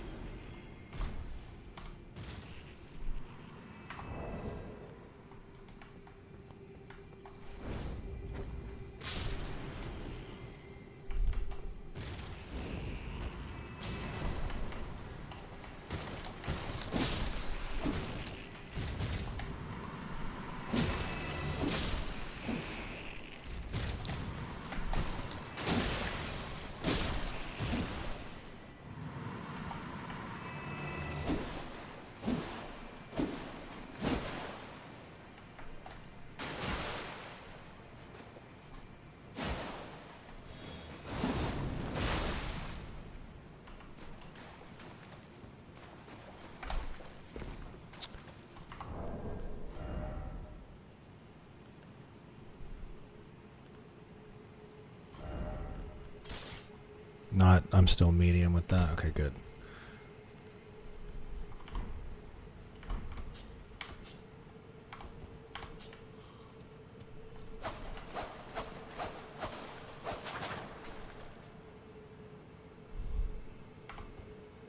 There we go.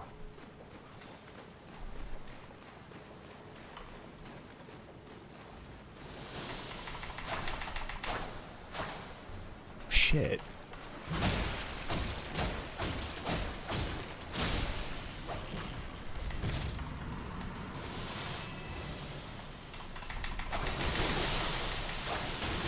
Shit. I was trying to use the blood blade thing. Sadly, you just didn't know how effective something was going to be until you try it. Yeah, that acidic venom's gonna kiss my ass. Okay, we're going to give this another shot because we lost all our runes, so who cares? Try to get them to fall down for me.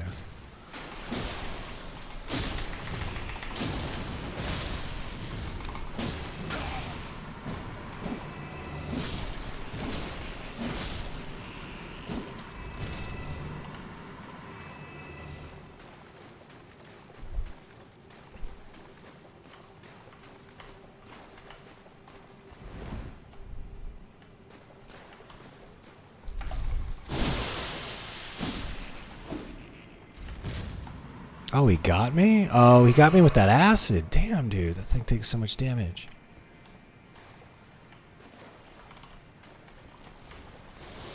Oh, you're gonna start doing your bullshit too, huh?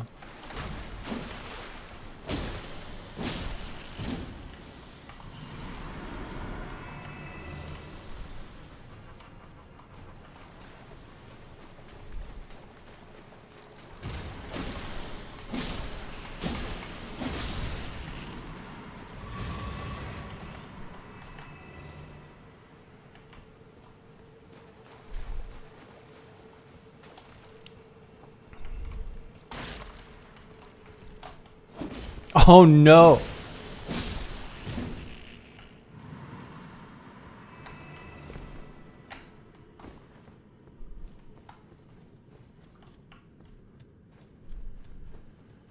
Yeah, overshot it. Is it upgraded? Oh shit, is it? No. Oh, we didn't. Oh. No, I haven't given it any upgrades. Oh, why don't we go do that? Why don't we? Come on. Come on, you bastards.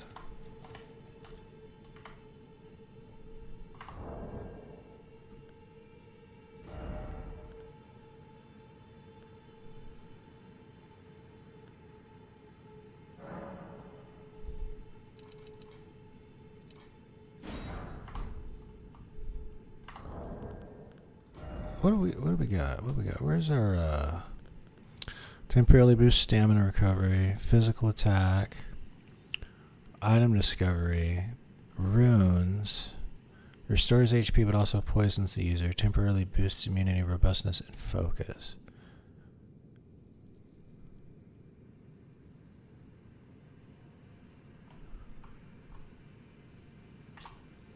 Crude strip of meat dried out after picking it and adaptable medications to the medical station.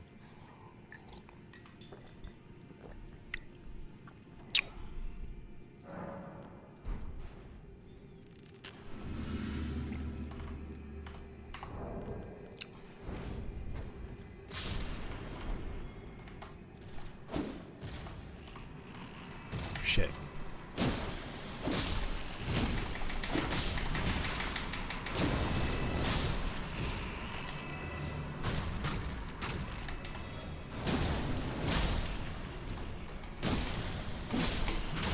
Shit.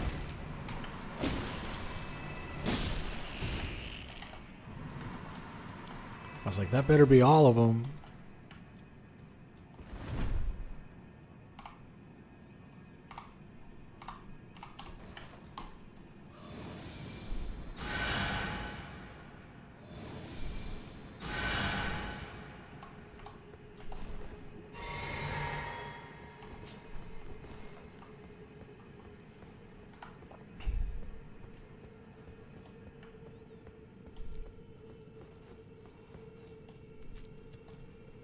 Okay, all right, but hold on. What if we go the other way real quick? Because I know what's down there. There's another entrance. There's a fork up here, and I don't think I've been down it yet.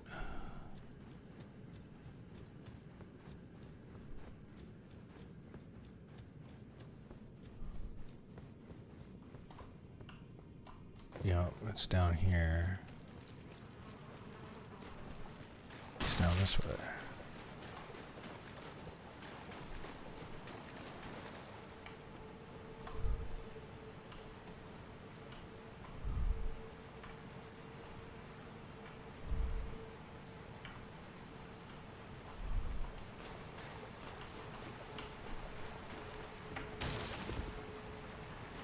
Oh, okay. We're up here. So there's a grace right over this way then.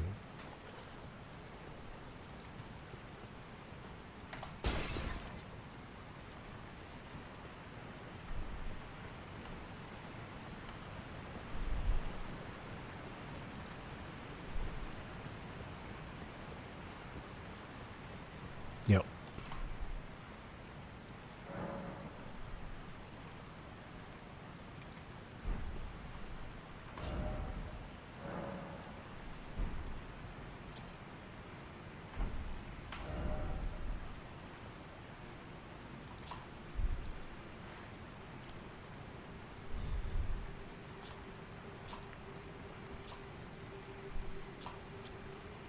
Whoops. No, not that.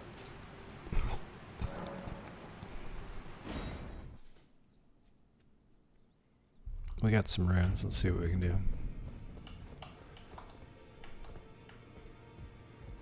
No. No, it's on the other side. Past that, and then we go here. And we take a left. There he is. Well, I took you for no man to lay out your arms.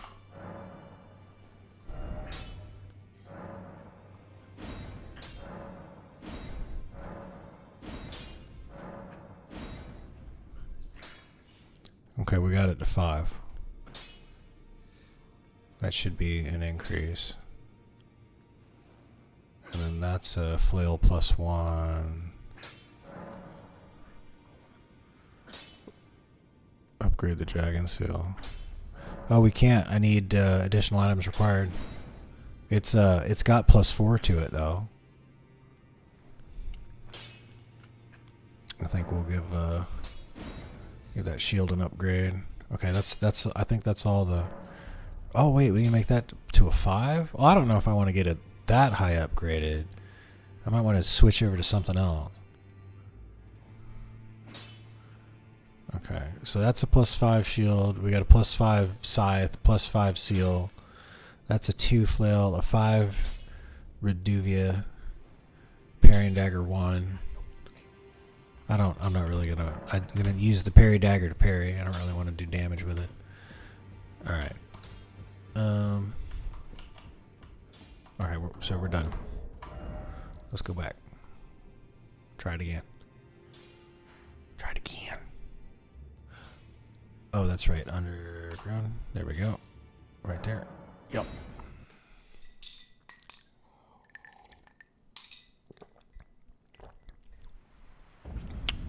Two won't do much damage. Okay.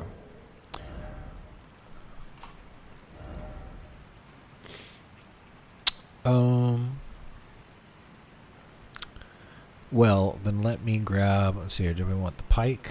Oh, the pike will put me into heavy. Oh, this will all put me into heavy load. Oh no, we can take the short spear. No, that's heavy. A halberd. Yeah, that all puts me into heavy.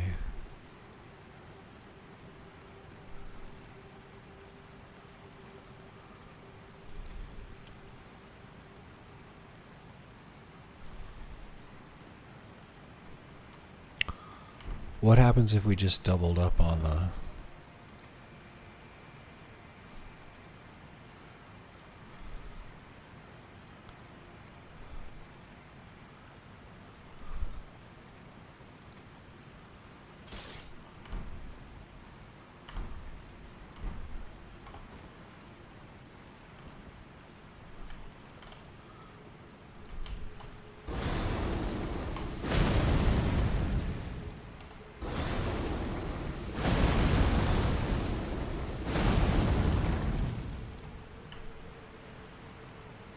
Well, dual wielding. Is this a viable? Does it at least boosts my attack and stuff, right? Like instead of just having an empty inventory slot, if it's not going to be a weapon, it should be something that buffs me. So, by putting the clawmark seal here, and even though I typically switch over to the dragon seal to cast magic, at least this is boosting my stats, right? Do I have to have it equipped for it to boost my stats? Because it says it gives me, plus physical damage. It's much lower than dragon scale. Okay. Alright, we'll screw it. I think I'm going to take that spear. Just for them ants. Because the moveset for that spear is, shield and poke. I can shield and poke.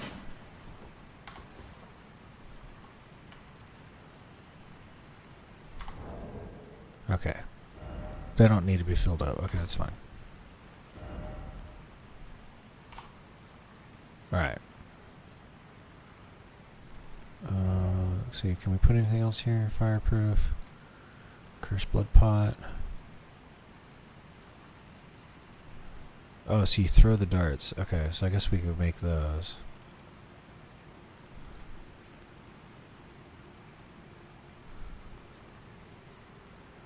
Yeah, let's look at that. Crafting. Those are bolts. Where are the darts? Can you make the darts? There they are. There's some bone darts. What else?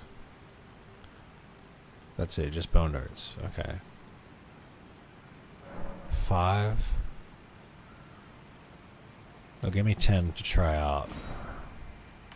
Okay.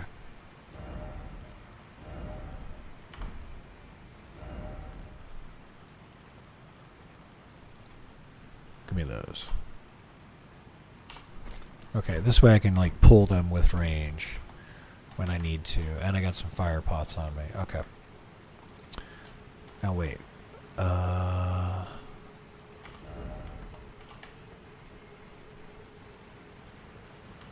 We go this way. There we go. Whoa, whoa, whoa, whoa, whoa!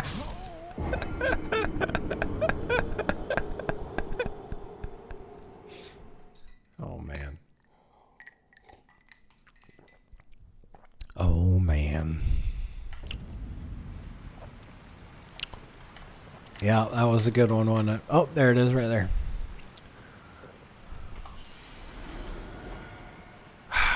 Well. No, I almost did it twice. You know what? Let me just, this is just for my safety at this point, okay? This is just, yeah. It's that or, oh, we should just equip the torch. Oh, the torch is fine. We can do the torch.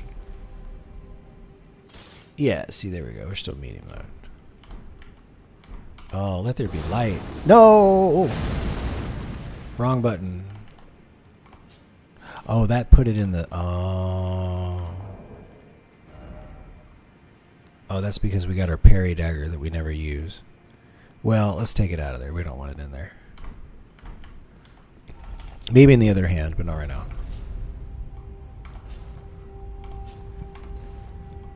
Okay.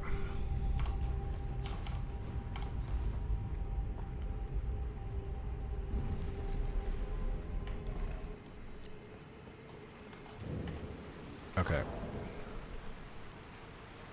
It's time to summon the Beastie Boys.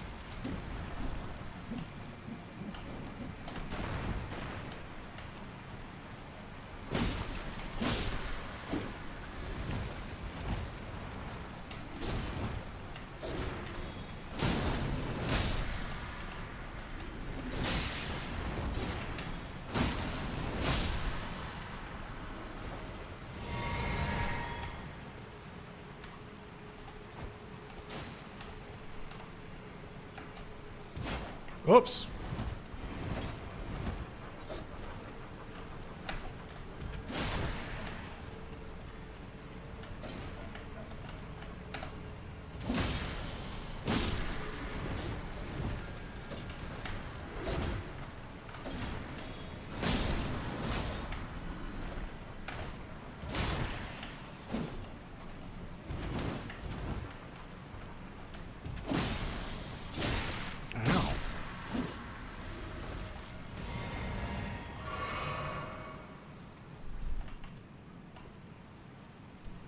Oh, is there anything over here? These guys are like patrolling back here. I think we already got it. Okay.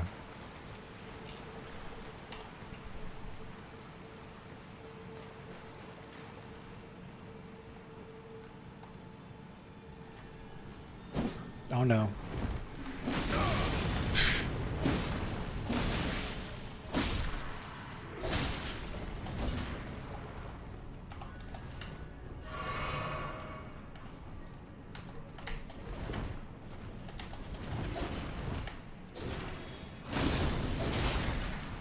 Oh, that was bullshit.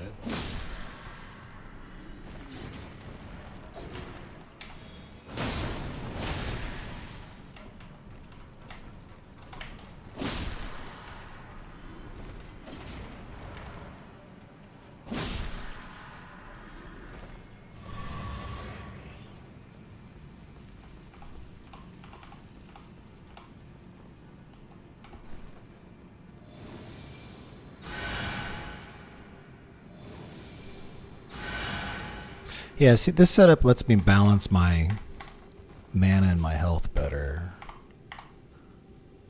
See, we're doing pretty good for all the combat we've done. I still feel like I'm versatile. Oh, that's right. Oh. Seriously. Oh, he's going to shoot things at me right now.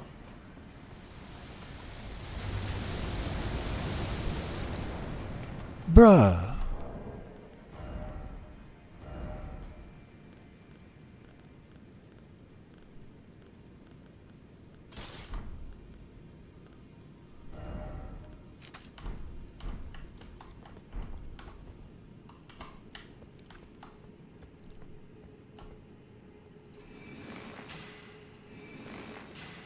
Ha!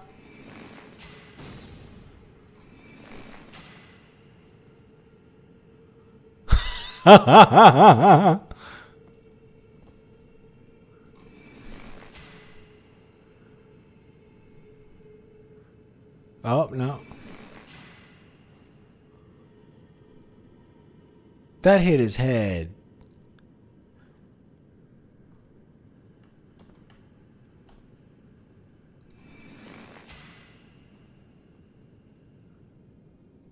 That hits him, bro.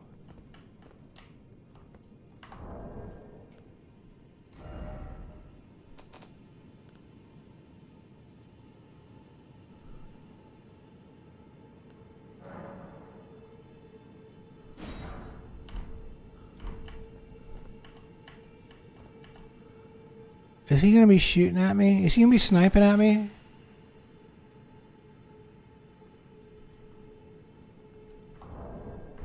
Alright, well, we'll leave the bow on. Shit.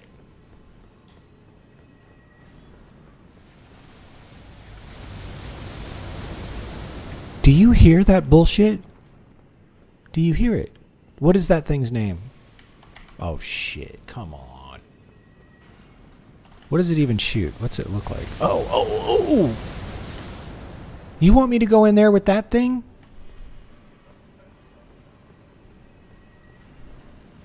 Oh, come on. Alright, let's do it. Let's go over here. We're going this way. We're going to break line of sight.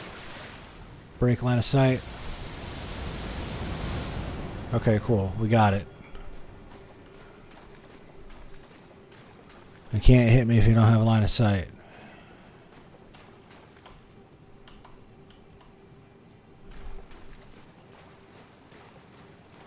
Malformed star. That thing's called a malformed star?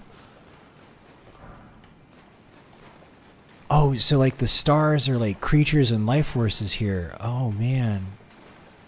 So that's what the star gods are like?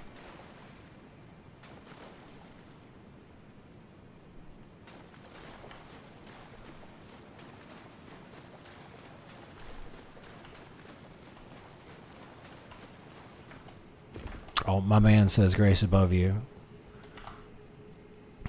Thus saith the Whiskers. There we go. Oh, I feel a lot better. Yeah, we're ready to dance now.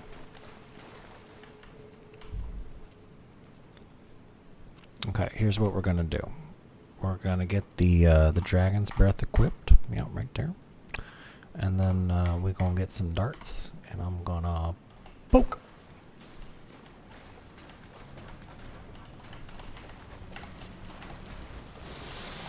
Oh no, I knew it. Yeah, come on.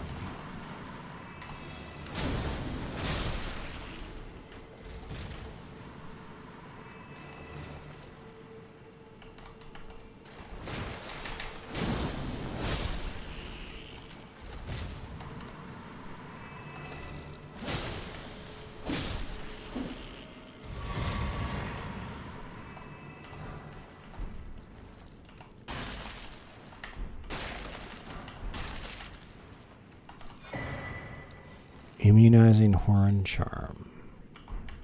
Oh, that probably...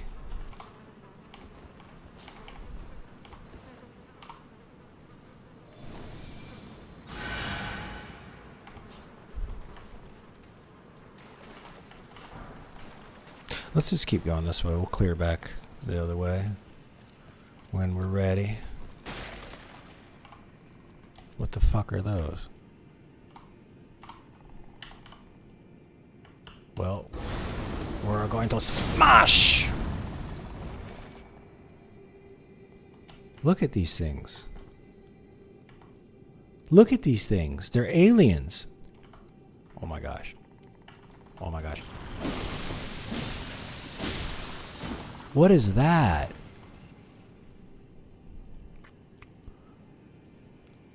Are these like basilisks? Do these, is that turn me, is that stone? Raises immunity.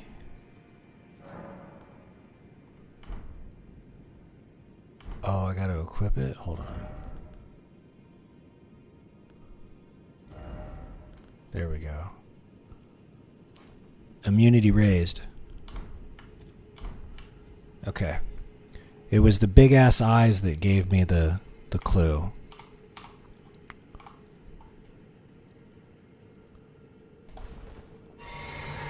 Ooh, is there a mirror shield? Can you be like what's his name? The guy who fought the Medusa. What was it? Was it Perseus? Who fought the Medusa? Yeah, Perseus. Yeah. You can be like Perseus and get you a mirror shield. Oh yeah. I like that mechanical owl, man.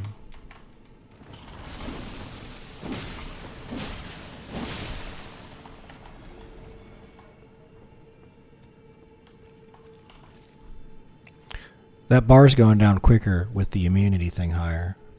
Bubo, yes.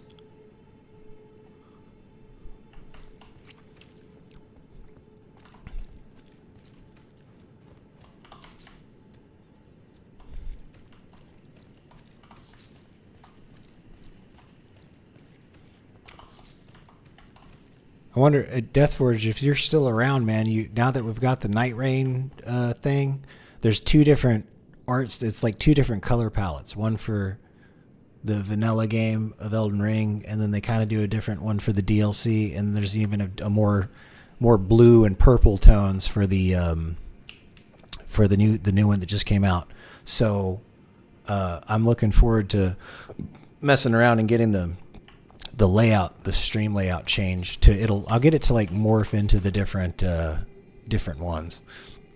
It'll be on a loop of like a couple different phases. Anyway, I'm going to work on it this weekend. So if y'all stop by this weekend, you're going to see me working on updating the. I like the layout. I like how we've got a custom layout for Elden Ring. I want to lean into it even more. I want to animate that shit.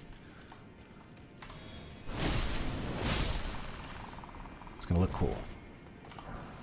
Soap? Soap? Really? Removes filth and acclimation on the body. A plant-based soap made from mushroom juice, craftable item. Don't threaten me with a good time. Cleans off filth, other acclimation of the body while also slightly reducing poison buildup. Filth covering the exterior eventually seeps inside, soiling one's very spirit. Okay. Hey, question. If you eat one of them gold pickled fowl feet and then sell stuff, does it sell at a higher price? That's the question. Damn. Okay. I can't put any points into barter, huh?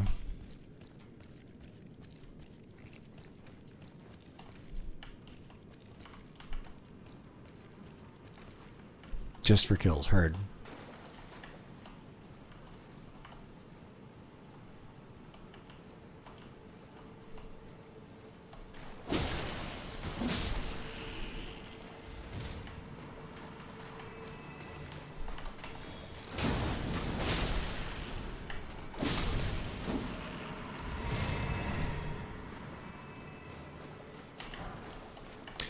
Does it like restore one charge? It only restores like one charge when I see that like kind of blue energy ball or a red energy ball. Because sometimes I kill them and there's like this extra effect and sound and a sound effect. And I'm thinking that like recharges one flask. I'm never sure. Raise the bug.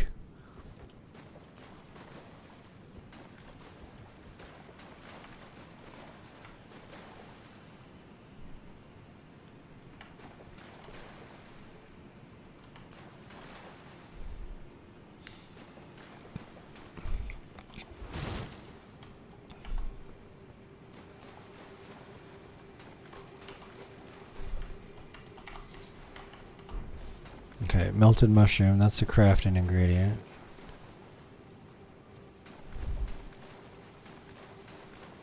Weak enemies, fewer flat. Yeah, those ants are... Well, the ants are pretty weak by themselves. It's like when there's 4 or 5 of them, that's when there's a problem.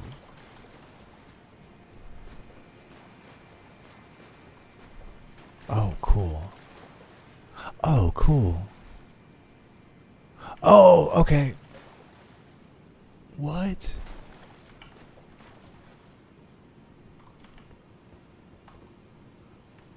Bro. They're like coming up out of the ground. These aren't statues, dude. I mean, they are now, but they weren't. What the fuck? That's crazy. See, this is... Dude, I get the camera controls. I can't wait to get the camera controls working. Those mods working. I'm going to like record this kind of stuff, but with a free cam. Oh, man. What? What is that? It's a Dragon Knight. For real. Dragonkin soldier. Oh, boy. Ow. Ow.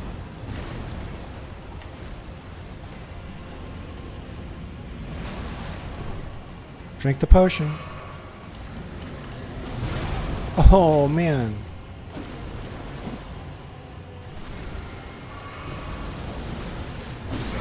Ouch.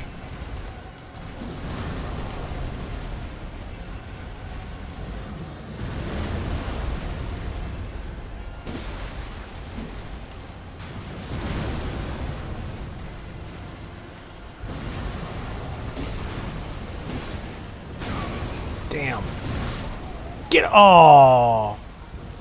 Okay, we got him to 75% first try. Oh, and we can summon ads too. All right, so we need to summon the soldiers. Let's go back to the thing. Yeah. This will put me right where I need to be, I think. Yeah, here we go. Okay.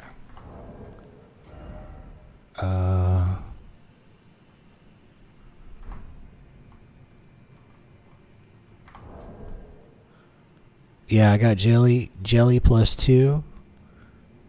So jelly +2 it is, huh?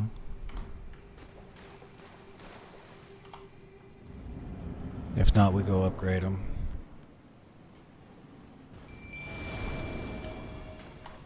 Summon spirit jelly.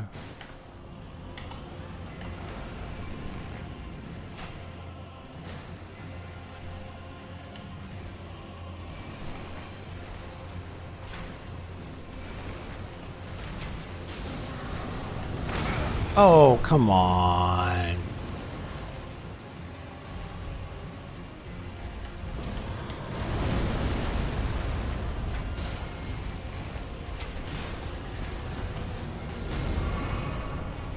Oh, did I fat finger that? Shit.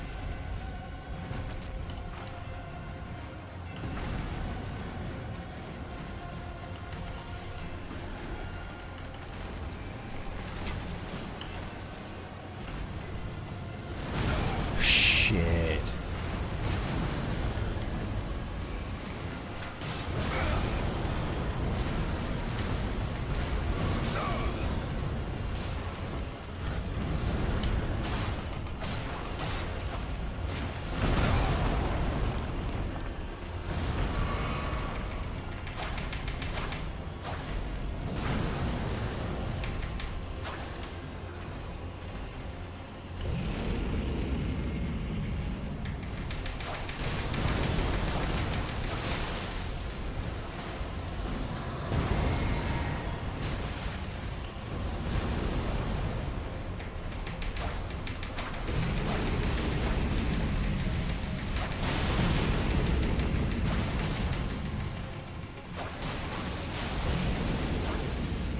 Whoa!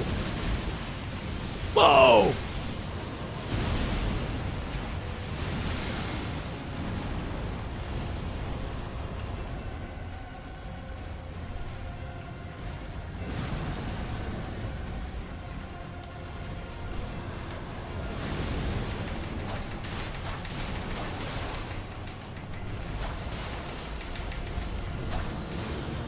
Got him.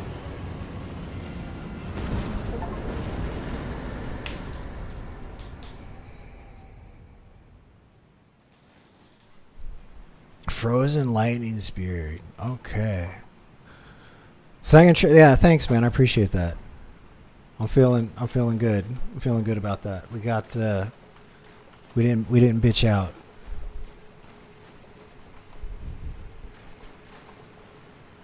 Oh yeah, she's just right up here. Dude, that's fucking crazy. It's like they had a giant god or something. And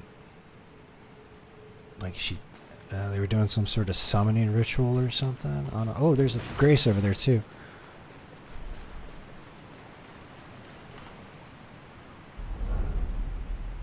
If this is a teleporter trap, I'm going to stream. Okay.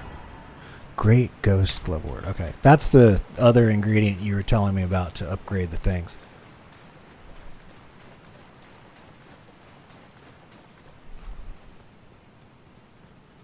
Alright.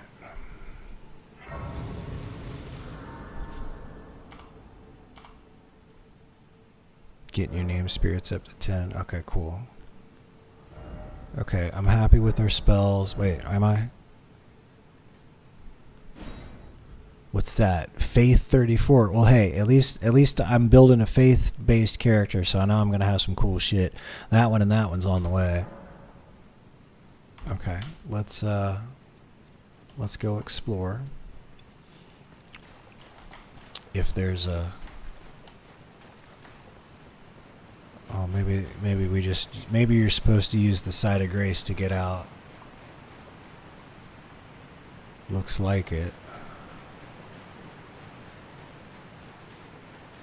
From 9 to 10. Yeah, so yeah, going from 9 to 10 is like the hardest, I guess. Or the rarest. Okay. Yeah, we are going back to that side of grace, it looks like. I do like how they design things like this to be destroyed. So like the boss coming through and running some of those over really, made it more visceral. All right, well.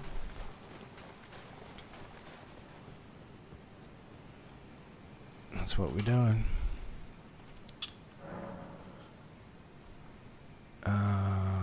Yeah, that's fine. We're good. Now we're gonna go Y. Okay.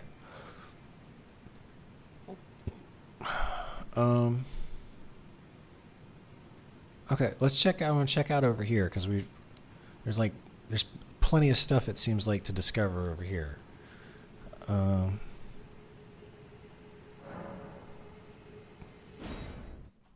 we go.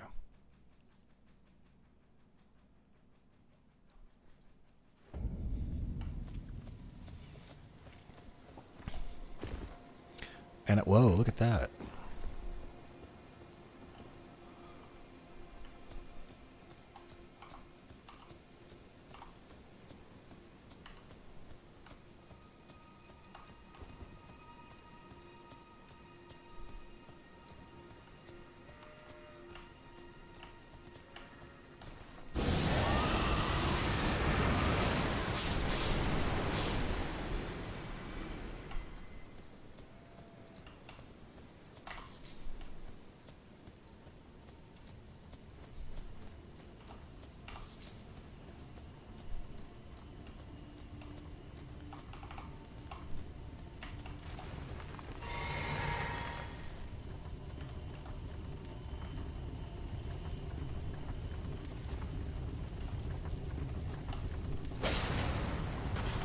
Oh, come on.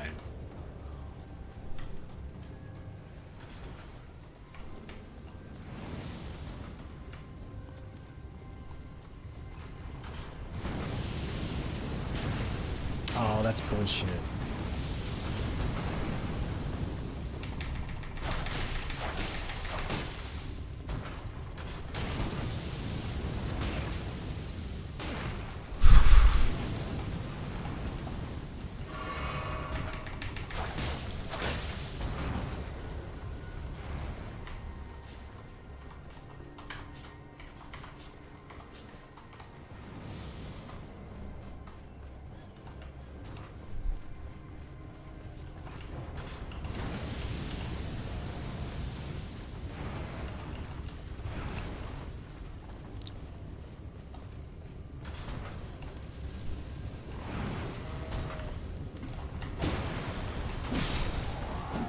There we go. 1,200 runes. Oh, I think we should go level up.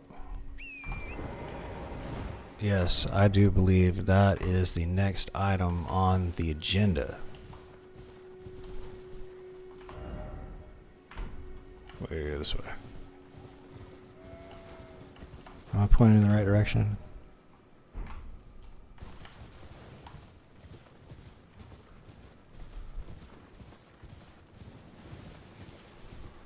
Yeah, I'm down here.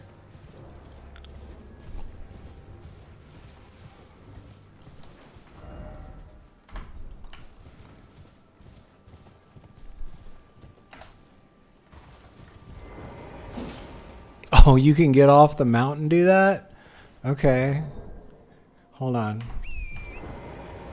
So you can go, well, bam.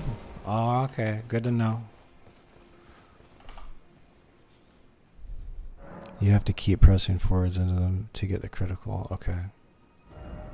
Oh, we need 6,000 more. Actually, a little bit more. Not 6,000, 600. We need just a smidge more than 600. So let me see if I got an 800. That's item crafting.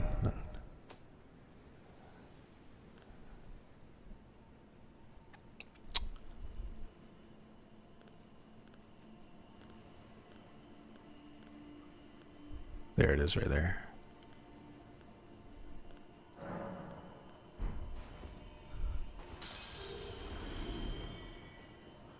That should be enough. Yeah, we're good. Vigor, 27.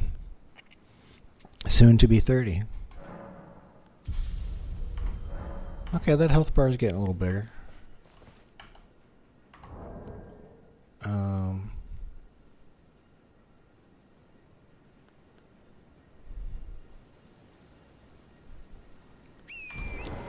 I don't think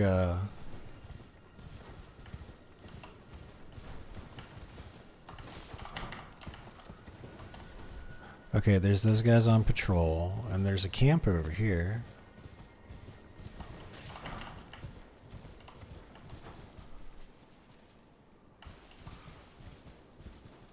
There's a statue of her.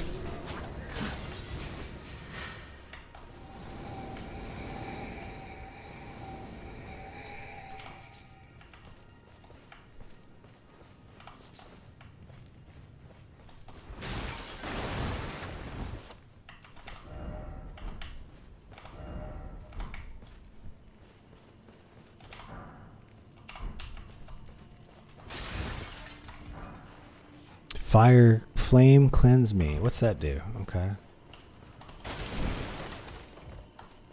See anything this way? Is that something? Yeah. Okay. Nothing in there.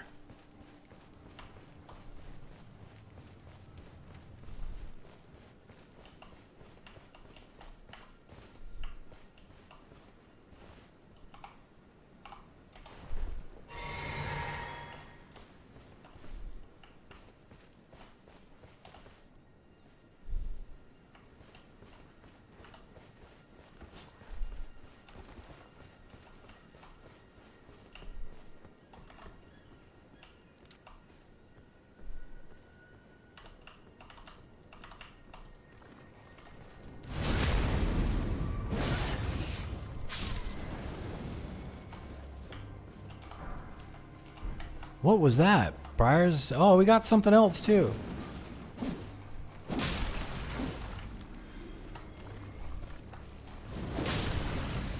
Oh, I got burned.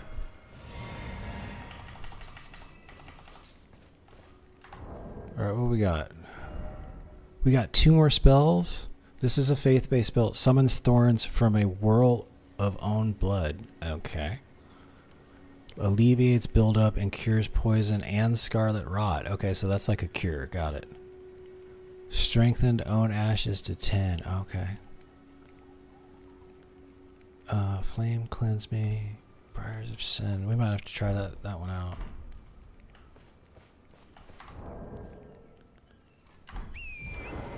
Did I upgrade my summons? I upgraded some of them. I guess we can go back and do that. We were just kind of exploring this way. We got this camp, and then We got that camp. Is there another camp?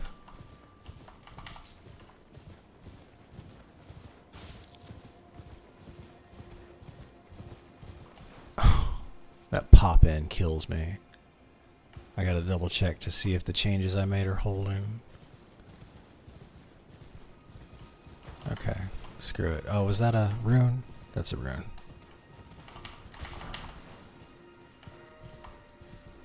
Okay, let's go see if I can upgrade the stuff, and then we'll go up this way and see what's over here.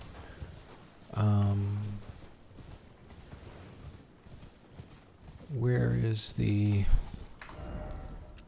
Oh, I'm near it. There it is, right there.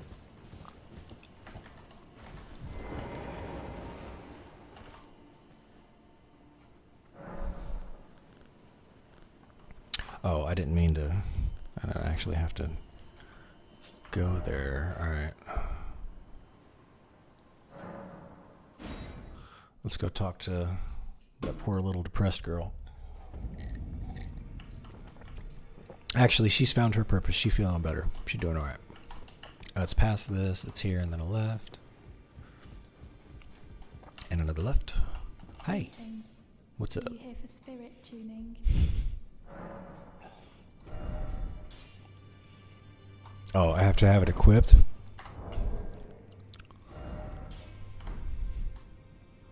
So we got the jellyfish, and we got the... Let's see what else we got. We got the glintstone sorcerer ashes. I ain't even tried him yet. And then we got the marionette soldier ashes. Those got a +1. And then I don't really think upgrading the land squirt ashes is a good idea. So there are 3 tabs moved to the right. Oh, I might not have... Should we upgrade the soldiers? I kind of like the soldiers. 3 different targets. Marionette ashes. I haven't tried these guys, but apparently they're ranged.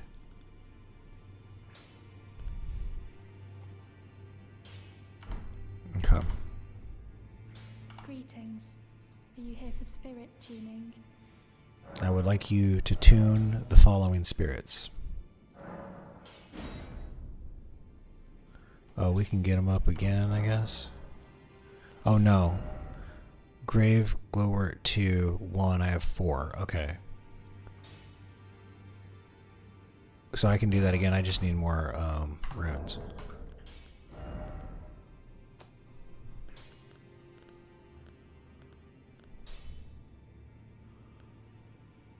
Let's do 16 hundo. Greetings. Are you here for...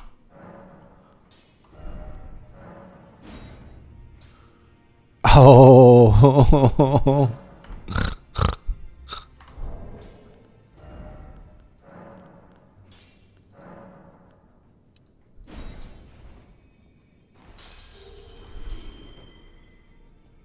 Greetings.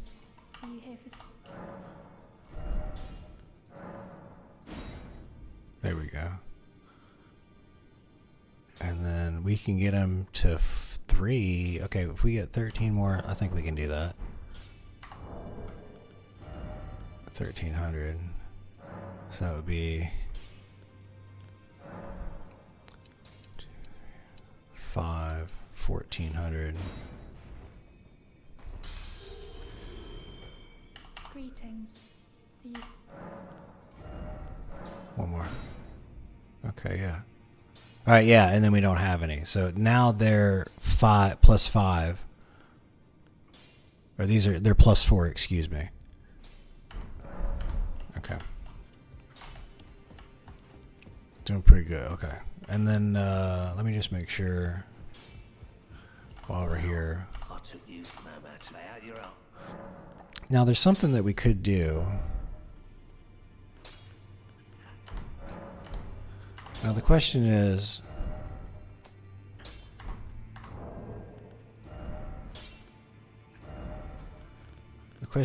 which weapon do I want to put the I want to put the turn undead spell on or whatever. That's a spiked claw. I think I could put it on that. That cross Nagita. But I gotta get 2 more points into dexterity.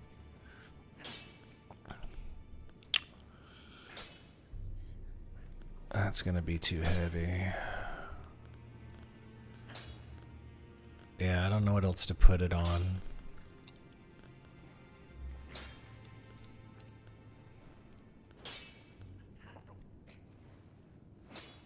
Yeah, Sacred Blade, you're right. So we got 1, 2, 3, 4, 5 daggers. Or a great sword claws. Yeah, I'm thinking I'll put it on a great sword. I think I'll put it on the... Well, if I do that, I have to take Lion's Claw off. The great sword. That's a colossal sword. Okay. Quality bronze sword. Long sword. Straight sword. Maybe Warhawk Talon? Instead of spinning slash.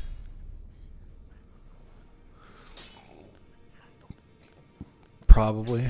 The curved greatsword. Ooh, well that's got Bloodhound's finesse on it. That's a special ability, I think. Curved greatswords with a gently undulating blade wielded by Bloodhound Knights, a fearsome blade capable of brutal airborne attacks.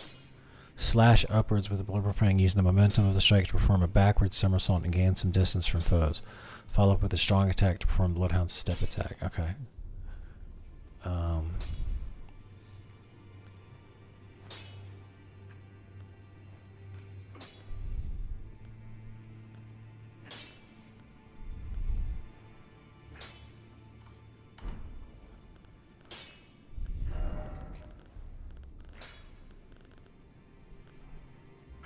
Those are straight swords. Maybe I can find another claymore. Here,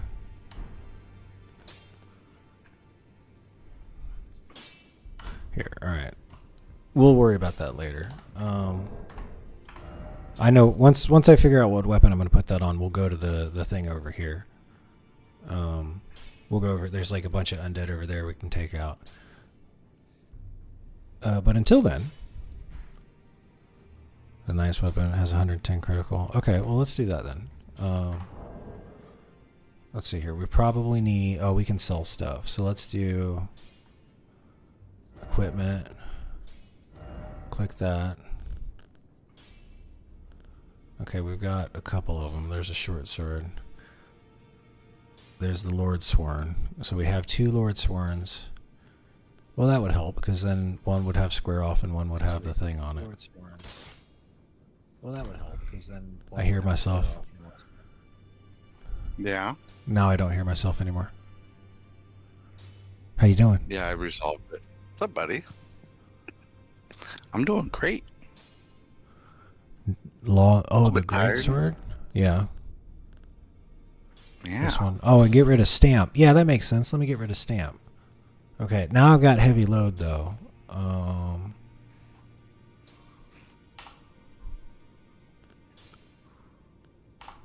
Yeah, we take off that. No, it's fine. Because what we do is we'll take off the scythe when we're carrying around the greatsword. Howdy, Mr. Whiskers. Happy Thursday. Yeah, then we still So get you're the using the period greatsword now? Well, only for certain mobs. So I'm configuring it to do a bunch of holy damage. Back already. Hmm. No matter. Because there's a couple areas where there's a bunch of undead, and this is going to make it a lot easier. Sell.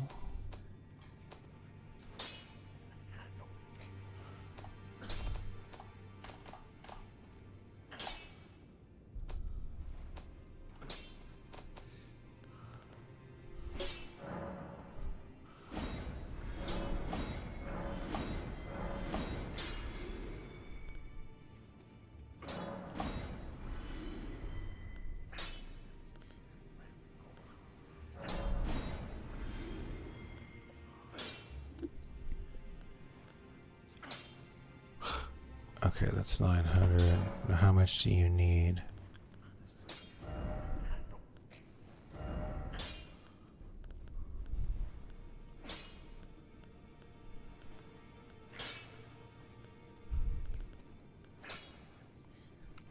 Hey, Whiskers, should I duplicate should I duplicate this? Because I can duplicate this before I use it.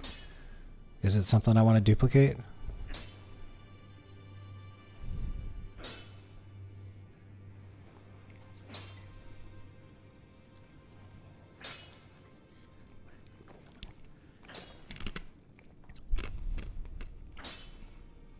I don't know if I need it on another weapon, but I guess we're just going to put it on this. It's my first playthrough. Big deal. Let's do it. All right, so sacred. Oh, D is better than... Okay, yep, D is better. What does that do? That increases the magic damage. That increases the holy damage. But it decreases the physical. So the standard's probably the way to go. Okay. Now it's got that on there. Oh, you can take it off? Okay, good to know. Alright. No, I didn't mean to talk to you. There.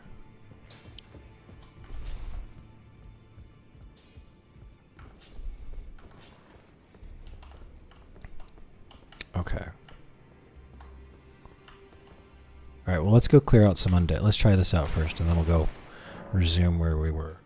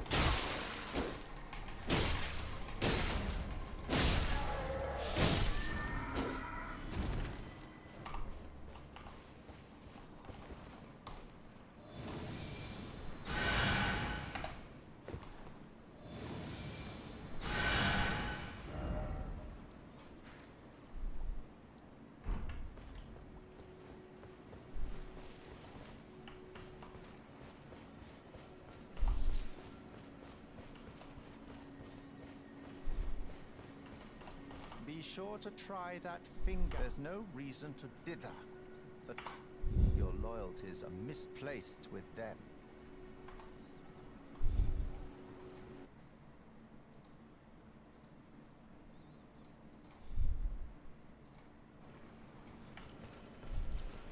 Try the finger? Okay. He wants me to, I forgot which item he gave me. Oh, let's just recharge flasks. Okay, well, we made it. We're here. Now we're going over here.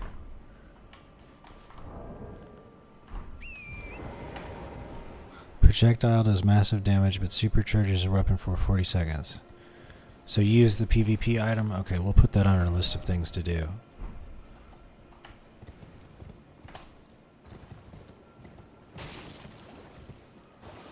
That looks pretty good, not gonna lie.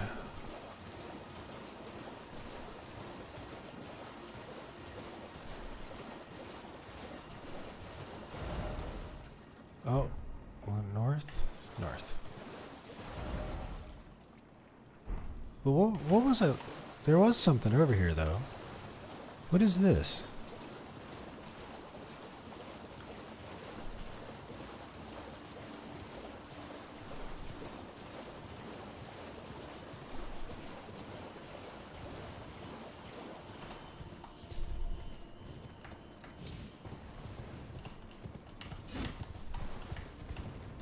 Oh, wow. There's a lot of those guys.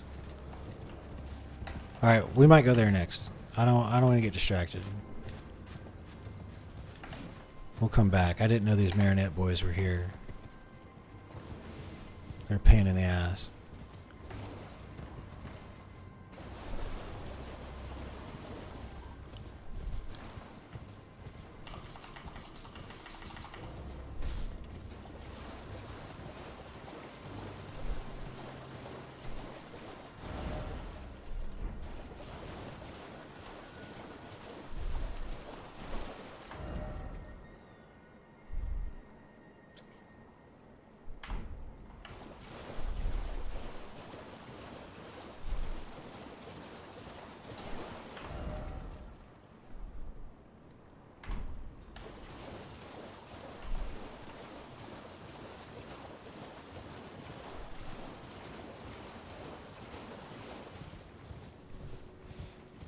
The Tibia Mariner undead enemy. Oh, there. Yeah. When you go it's like a PvP thing. There was a dude that showed up in red. Like I was heading through. Like I was going up a river and suddenly like I couldn't get on my mount, and it was because the thing had started. Like I was being invaded by the PvP guy. What's that? Look at that. What?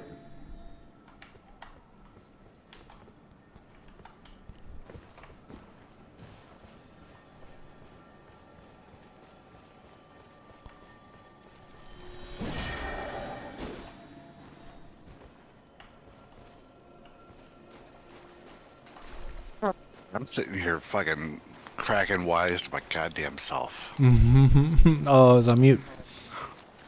Yeah, I've been on mute. I'm like reading Mr. Whisker's stuff out loud.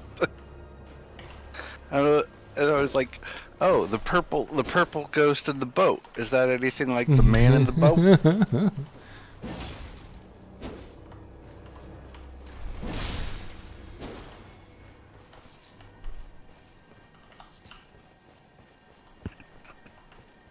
There it is. Don't you run from me. Do you have to shoot it with range?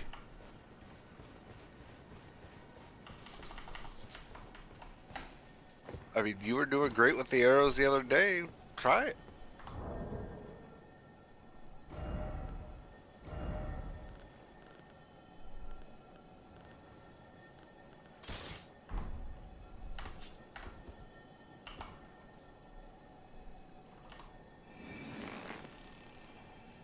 Jesus fucking Christ, that's not good. Okay. Well, that was the solution.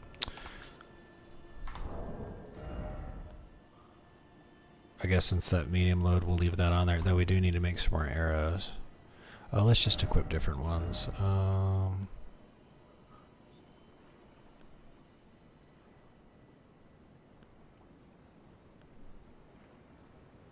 Let's just have some normal bow and arrows. Okay. Let's change out immunity for slowly restoring HP.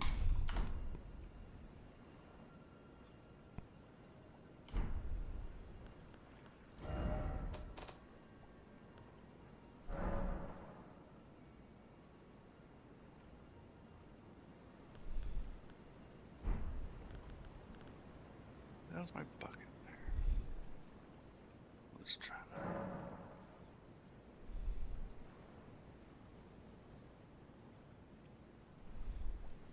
We need more thin beast bones. That's what we need.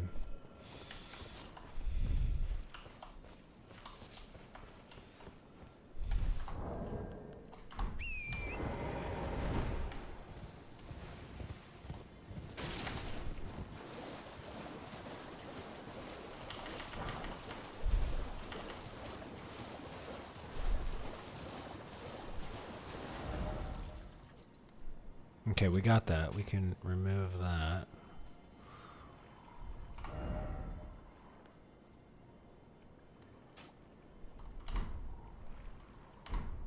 Okay. Oh wait, I can.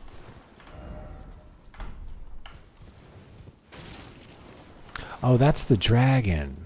I'm in the wrong spot.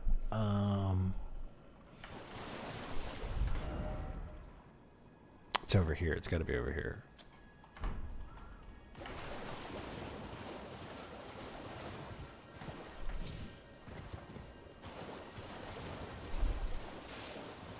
It might be too spoopy to do it at night. We might have to wait until day.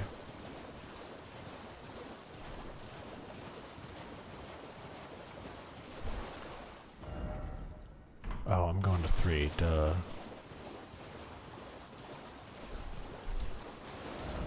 There's a grace right here.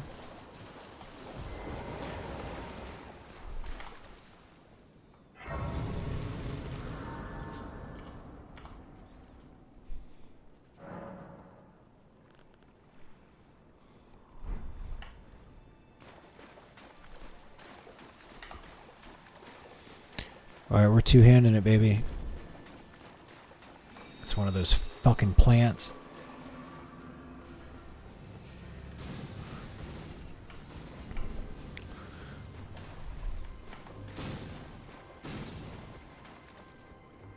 This isn't it either.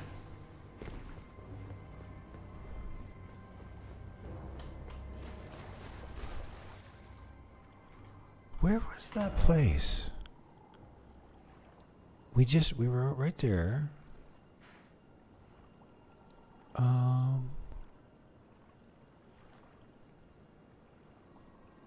Is it over here? No, it's Academy Gate Town. Where is that dude that was in the boat and he was summoning guys? I have no idea. It was around here somewhere.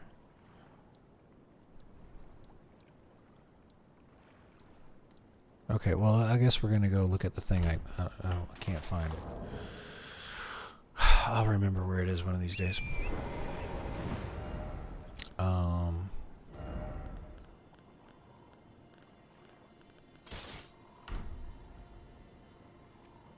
There, I'll take it.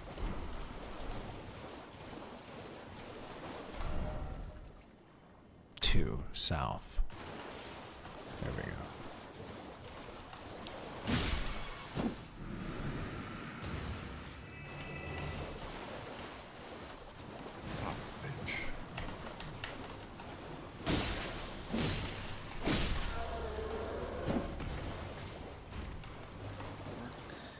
What is that?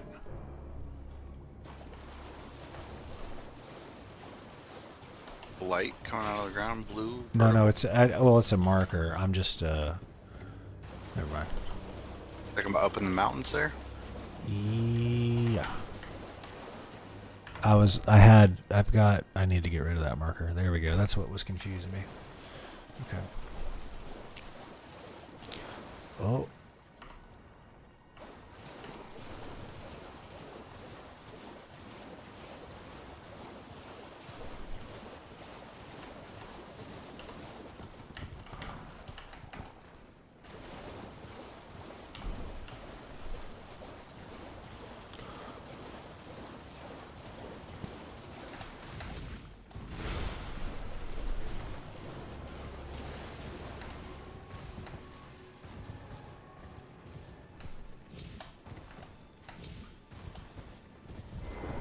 Oh, shit.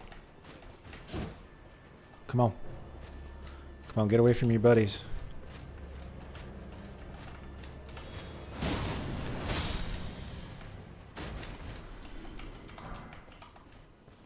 Cuckoo glintstone.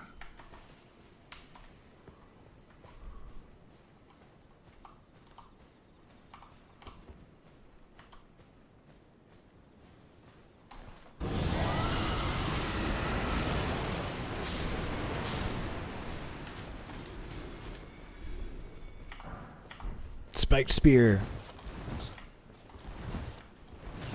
There we go.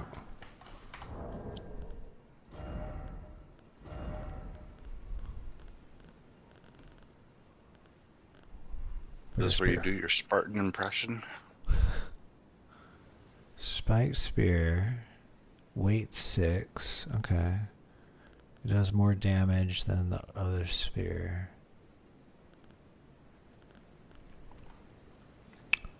Okay.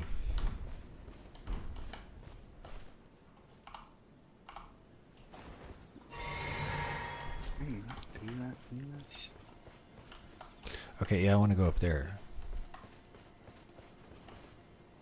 What's all over here? What is that?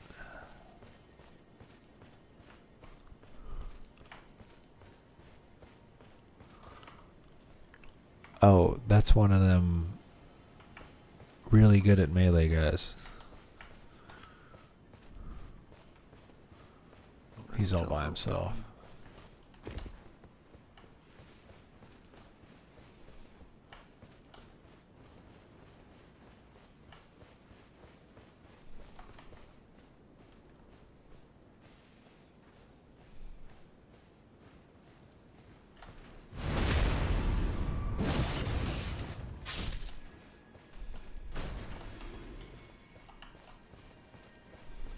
Oh, there's a side of grace right over there too.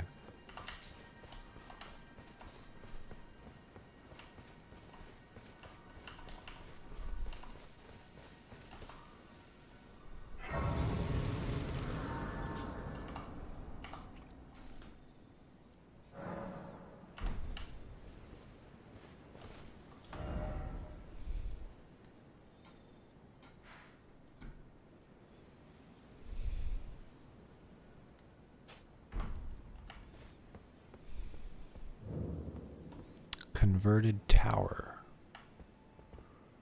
Converted how?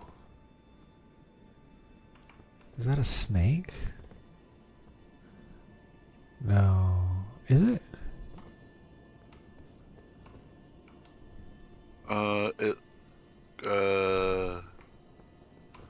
Pull out your lantern. Yeah,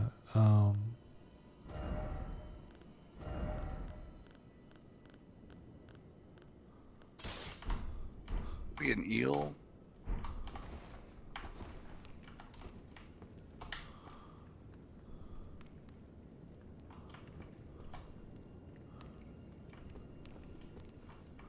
yeah, there's no head on it though. I was just trying to figure out like if they were changed. This is because it says converted. Oh, converted. There's it's like a magic person was here because there's crystals everywhere. Here we go. Glintstone.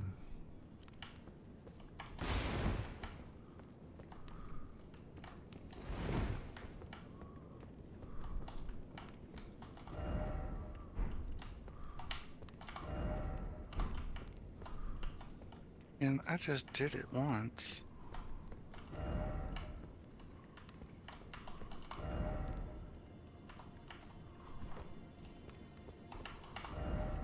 Gesturing.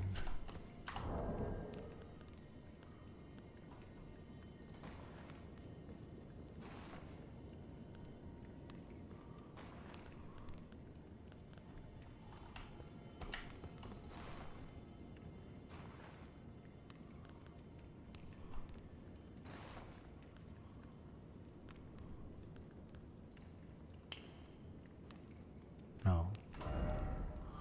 What else we got?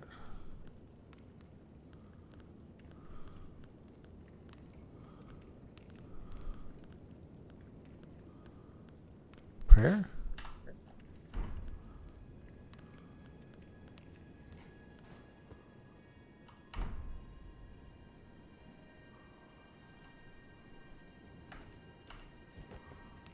Okay.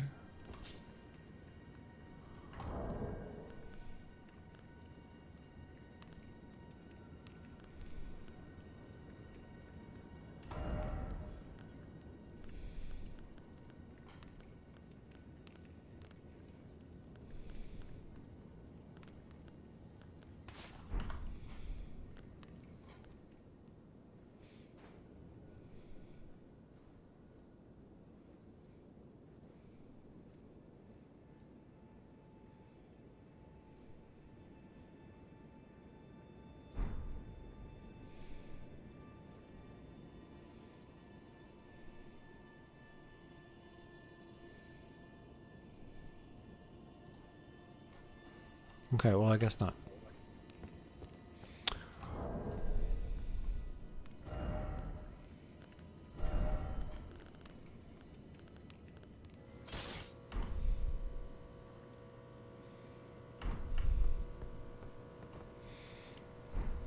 Yeah, I'll take a hint.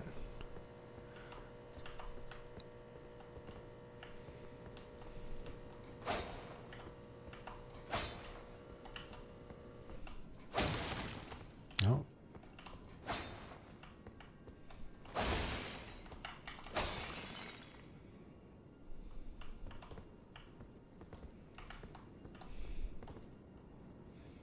Okay. Well, I don't have a Burger King item right now. Let me see.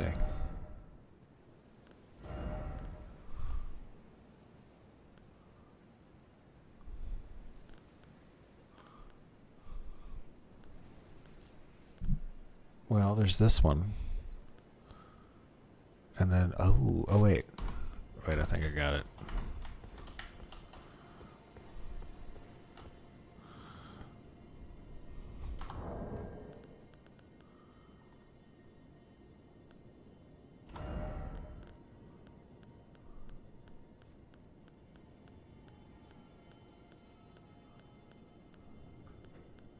Oh, I don't have it yet. I don't have Erudition yet.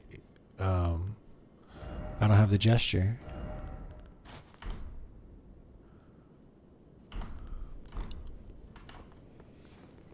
Nope. It's okay. Yes, I discovered something. We found something. This is where I wanted to be on the map anyway. I'm gonna go looking around here. I'm gonna go. Let's go to the tree.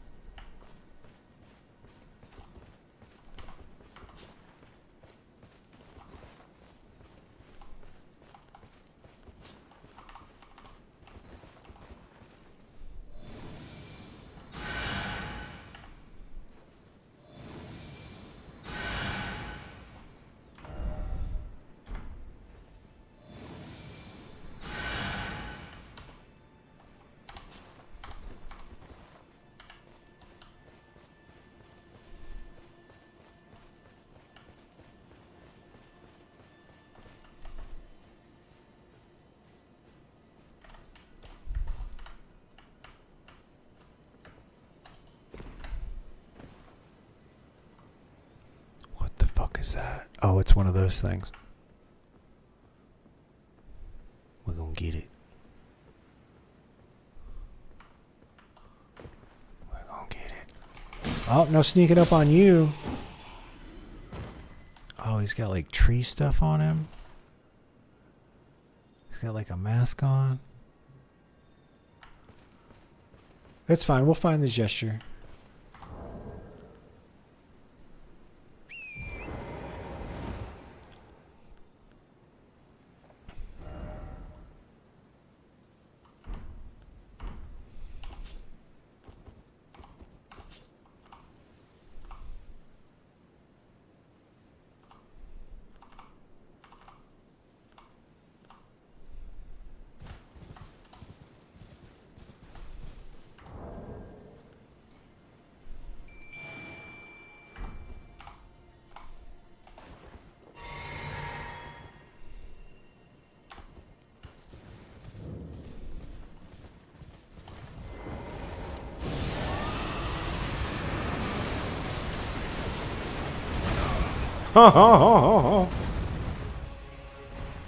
Oops.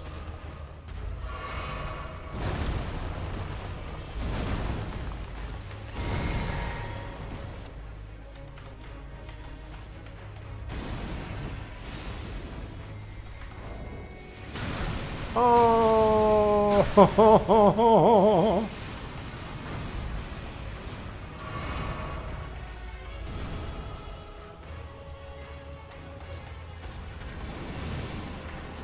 What the hell is going on? Oh,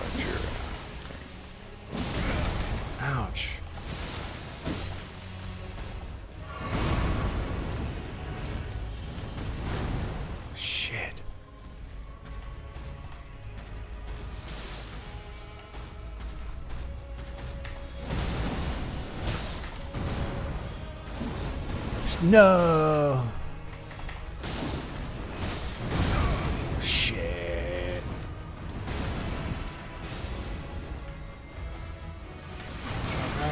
No.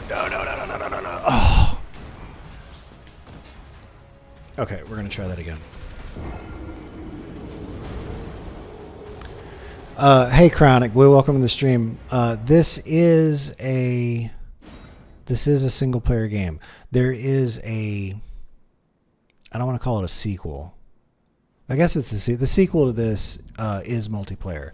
It just came out like 3 or 4 days ago, and actually just had a viewer here, Deathforge, donate a copy. So we'll be playing it.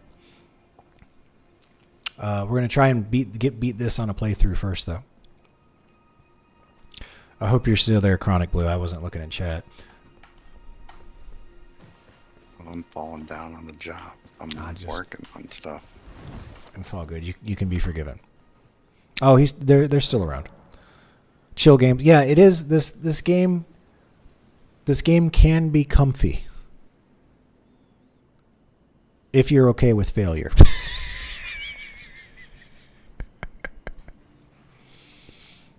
It's the best way to get better. That's the best way. Yeah, failure is the best teacher. So you're going to learn a lot playing this game. Let's swap out that for that, and then see what else we got. I want to try that out. Let's try that out. There we go. Okay, cool. All right, let's try this spell out first. Why can't I cast? Oh, is he out of range?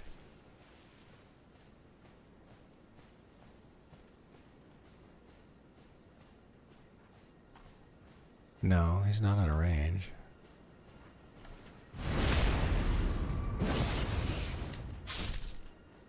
Okay.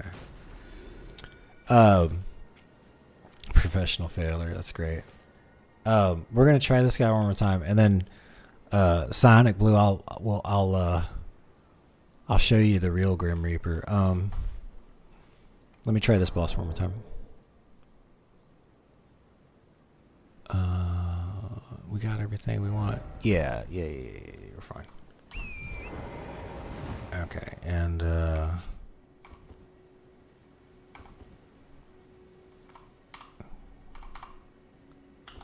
there we go. Okay.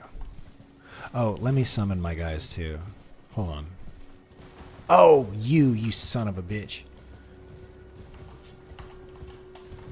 I'm on to you.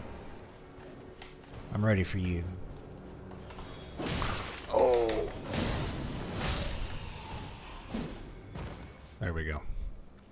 The thing about this game, Psionic, is that like you have to take every fight seriously. You can die to like dog, not even wolves. You can just die to like some doggies if you're not paying attention. Okay, let's summon the Beastie Boys.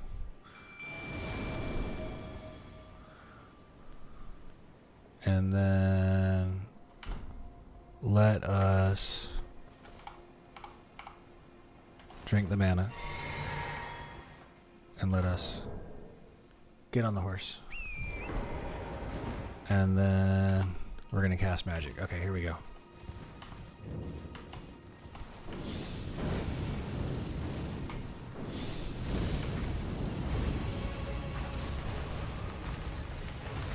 Get out of the way.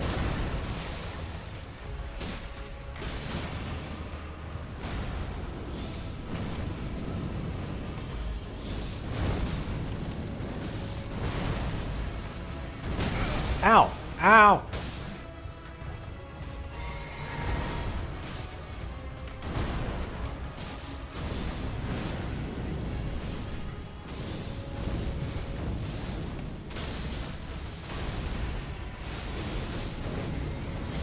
Oh shit.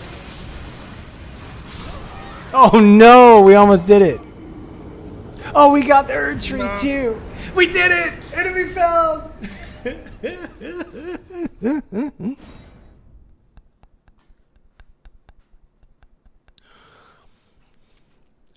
Been many years since you saw me in Swifty. Oh, we got credit. We did it. We got it. Cerulean, we got stuff for our physic. We totally nailed it. Totes nailed it. Let me go get my runes. That's great.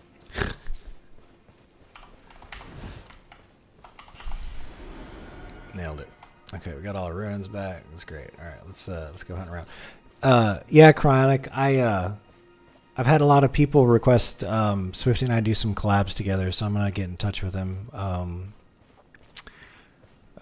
this week or next. I got a couple other things I got to do, but we'll start making some content together again. Back by popular request. Oh shit.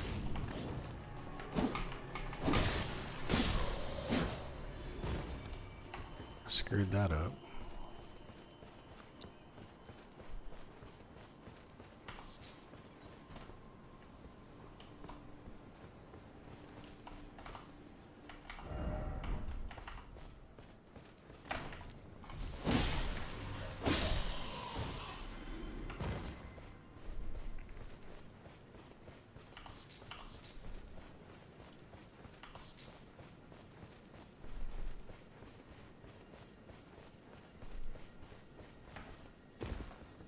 Well, that's about it, huh? There's nothing, it's just that guy.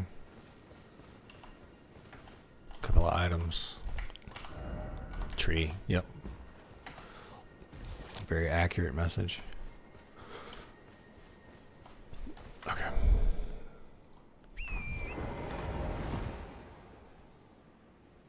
Okay, so we did it. Now what's over here? We got roads in catacombs. Okay, we got, that means there must be something in there. If I've got that little skull icon above it.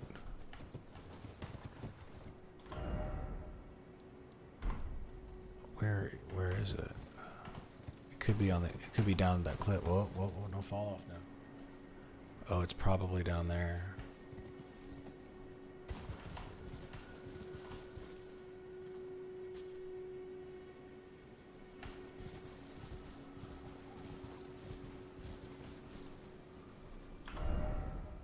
Okay.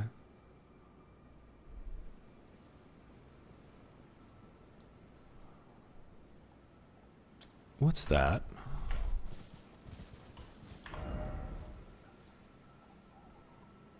I don't know. Oh, I know what that is. I can't get to that spot. I don't think I can get, I don't think there's anything over there for me to get.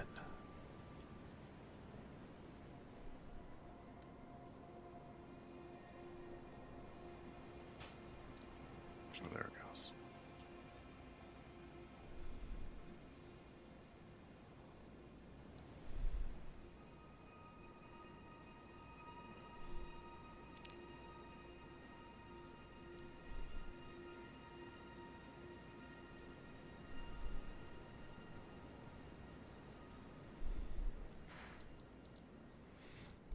I'm still trying to remember where that place was.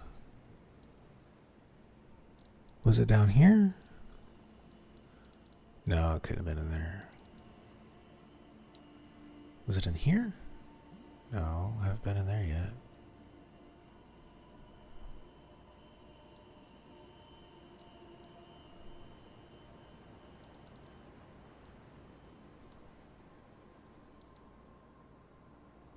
We've been to the 4 belfries.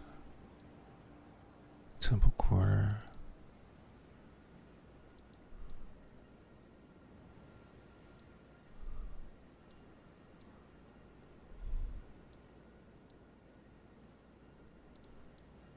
Well, let's see what's over here.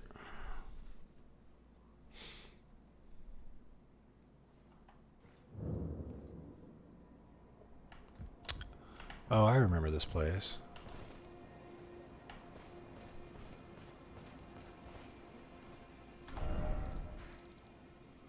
There's got to be more stuff. Let's go this way.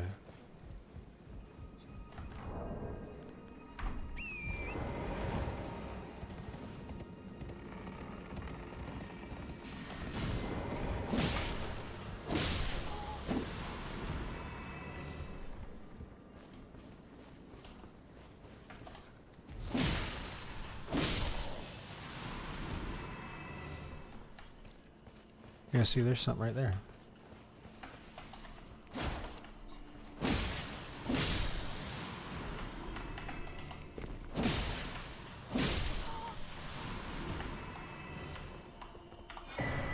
Crystal sword, check it.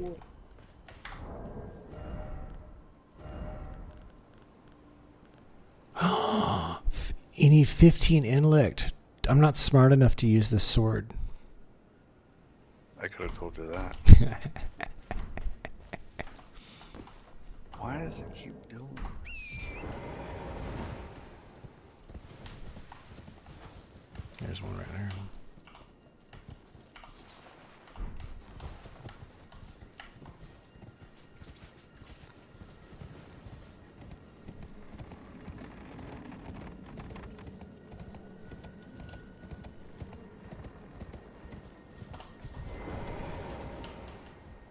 That's the grace we were just at. Nothing back there.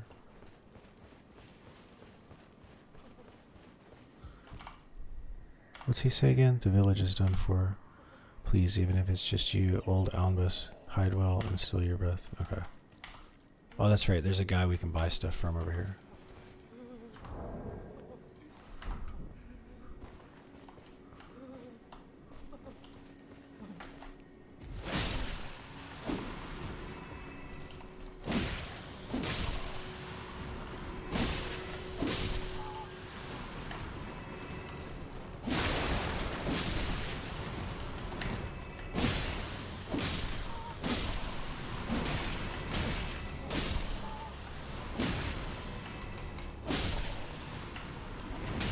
Shit.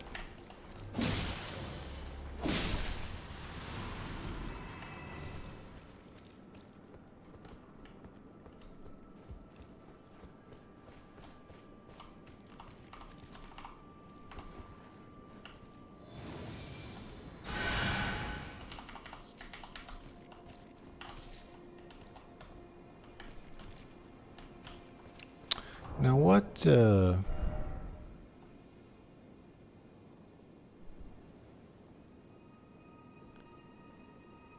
screw it. I forgot. Oh, well, I'm getting tired. Oh my god, it's 2 a.m. Bro, we're that's it. We done. I didn't realize it was 2 a.m. Damn, I got started late tonight.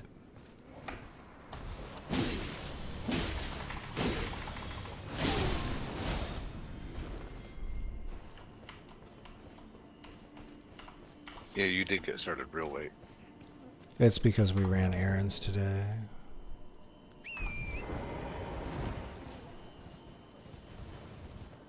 All right.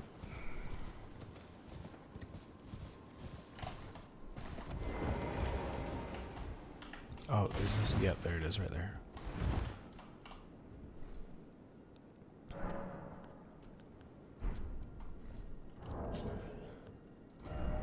All right, y'all. It's been fun. Yeah, I hope to see you around Sonic Blue. I'll be live streaming again tomorrow, basically all day. So stop by anytime. What is it going to be? Friday? Yeah, it is Friday. So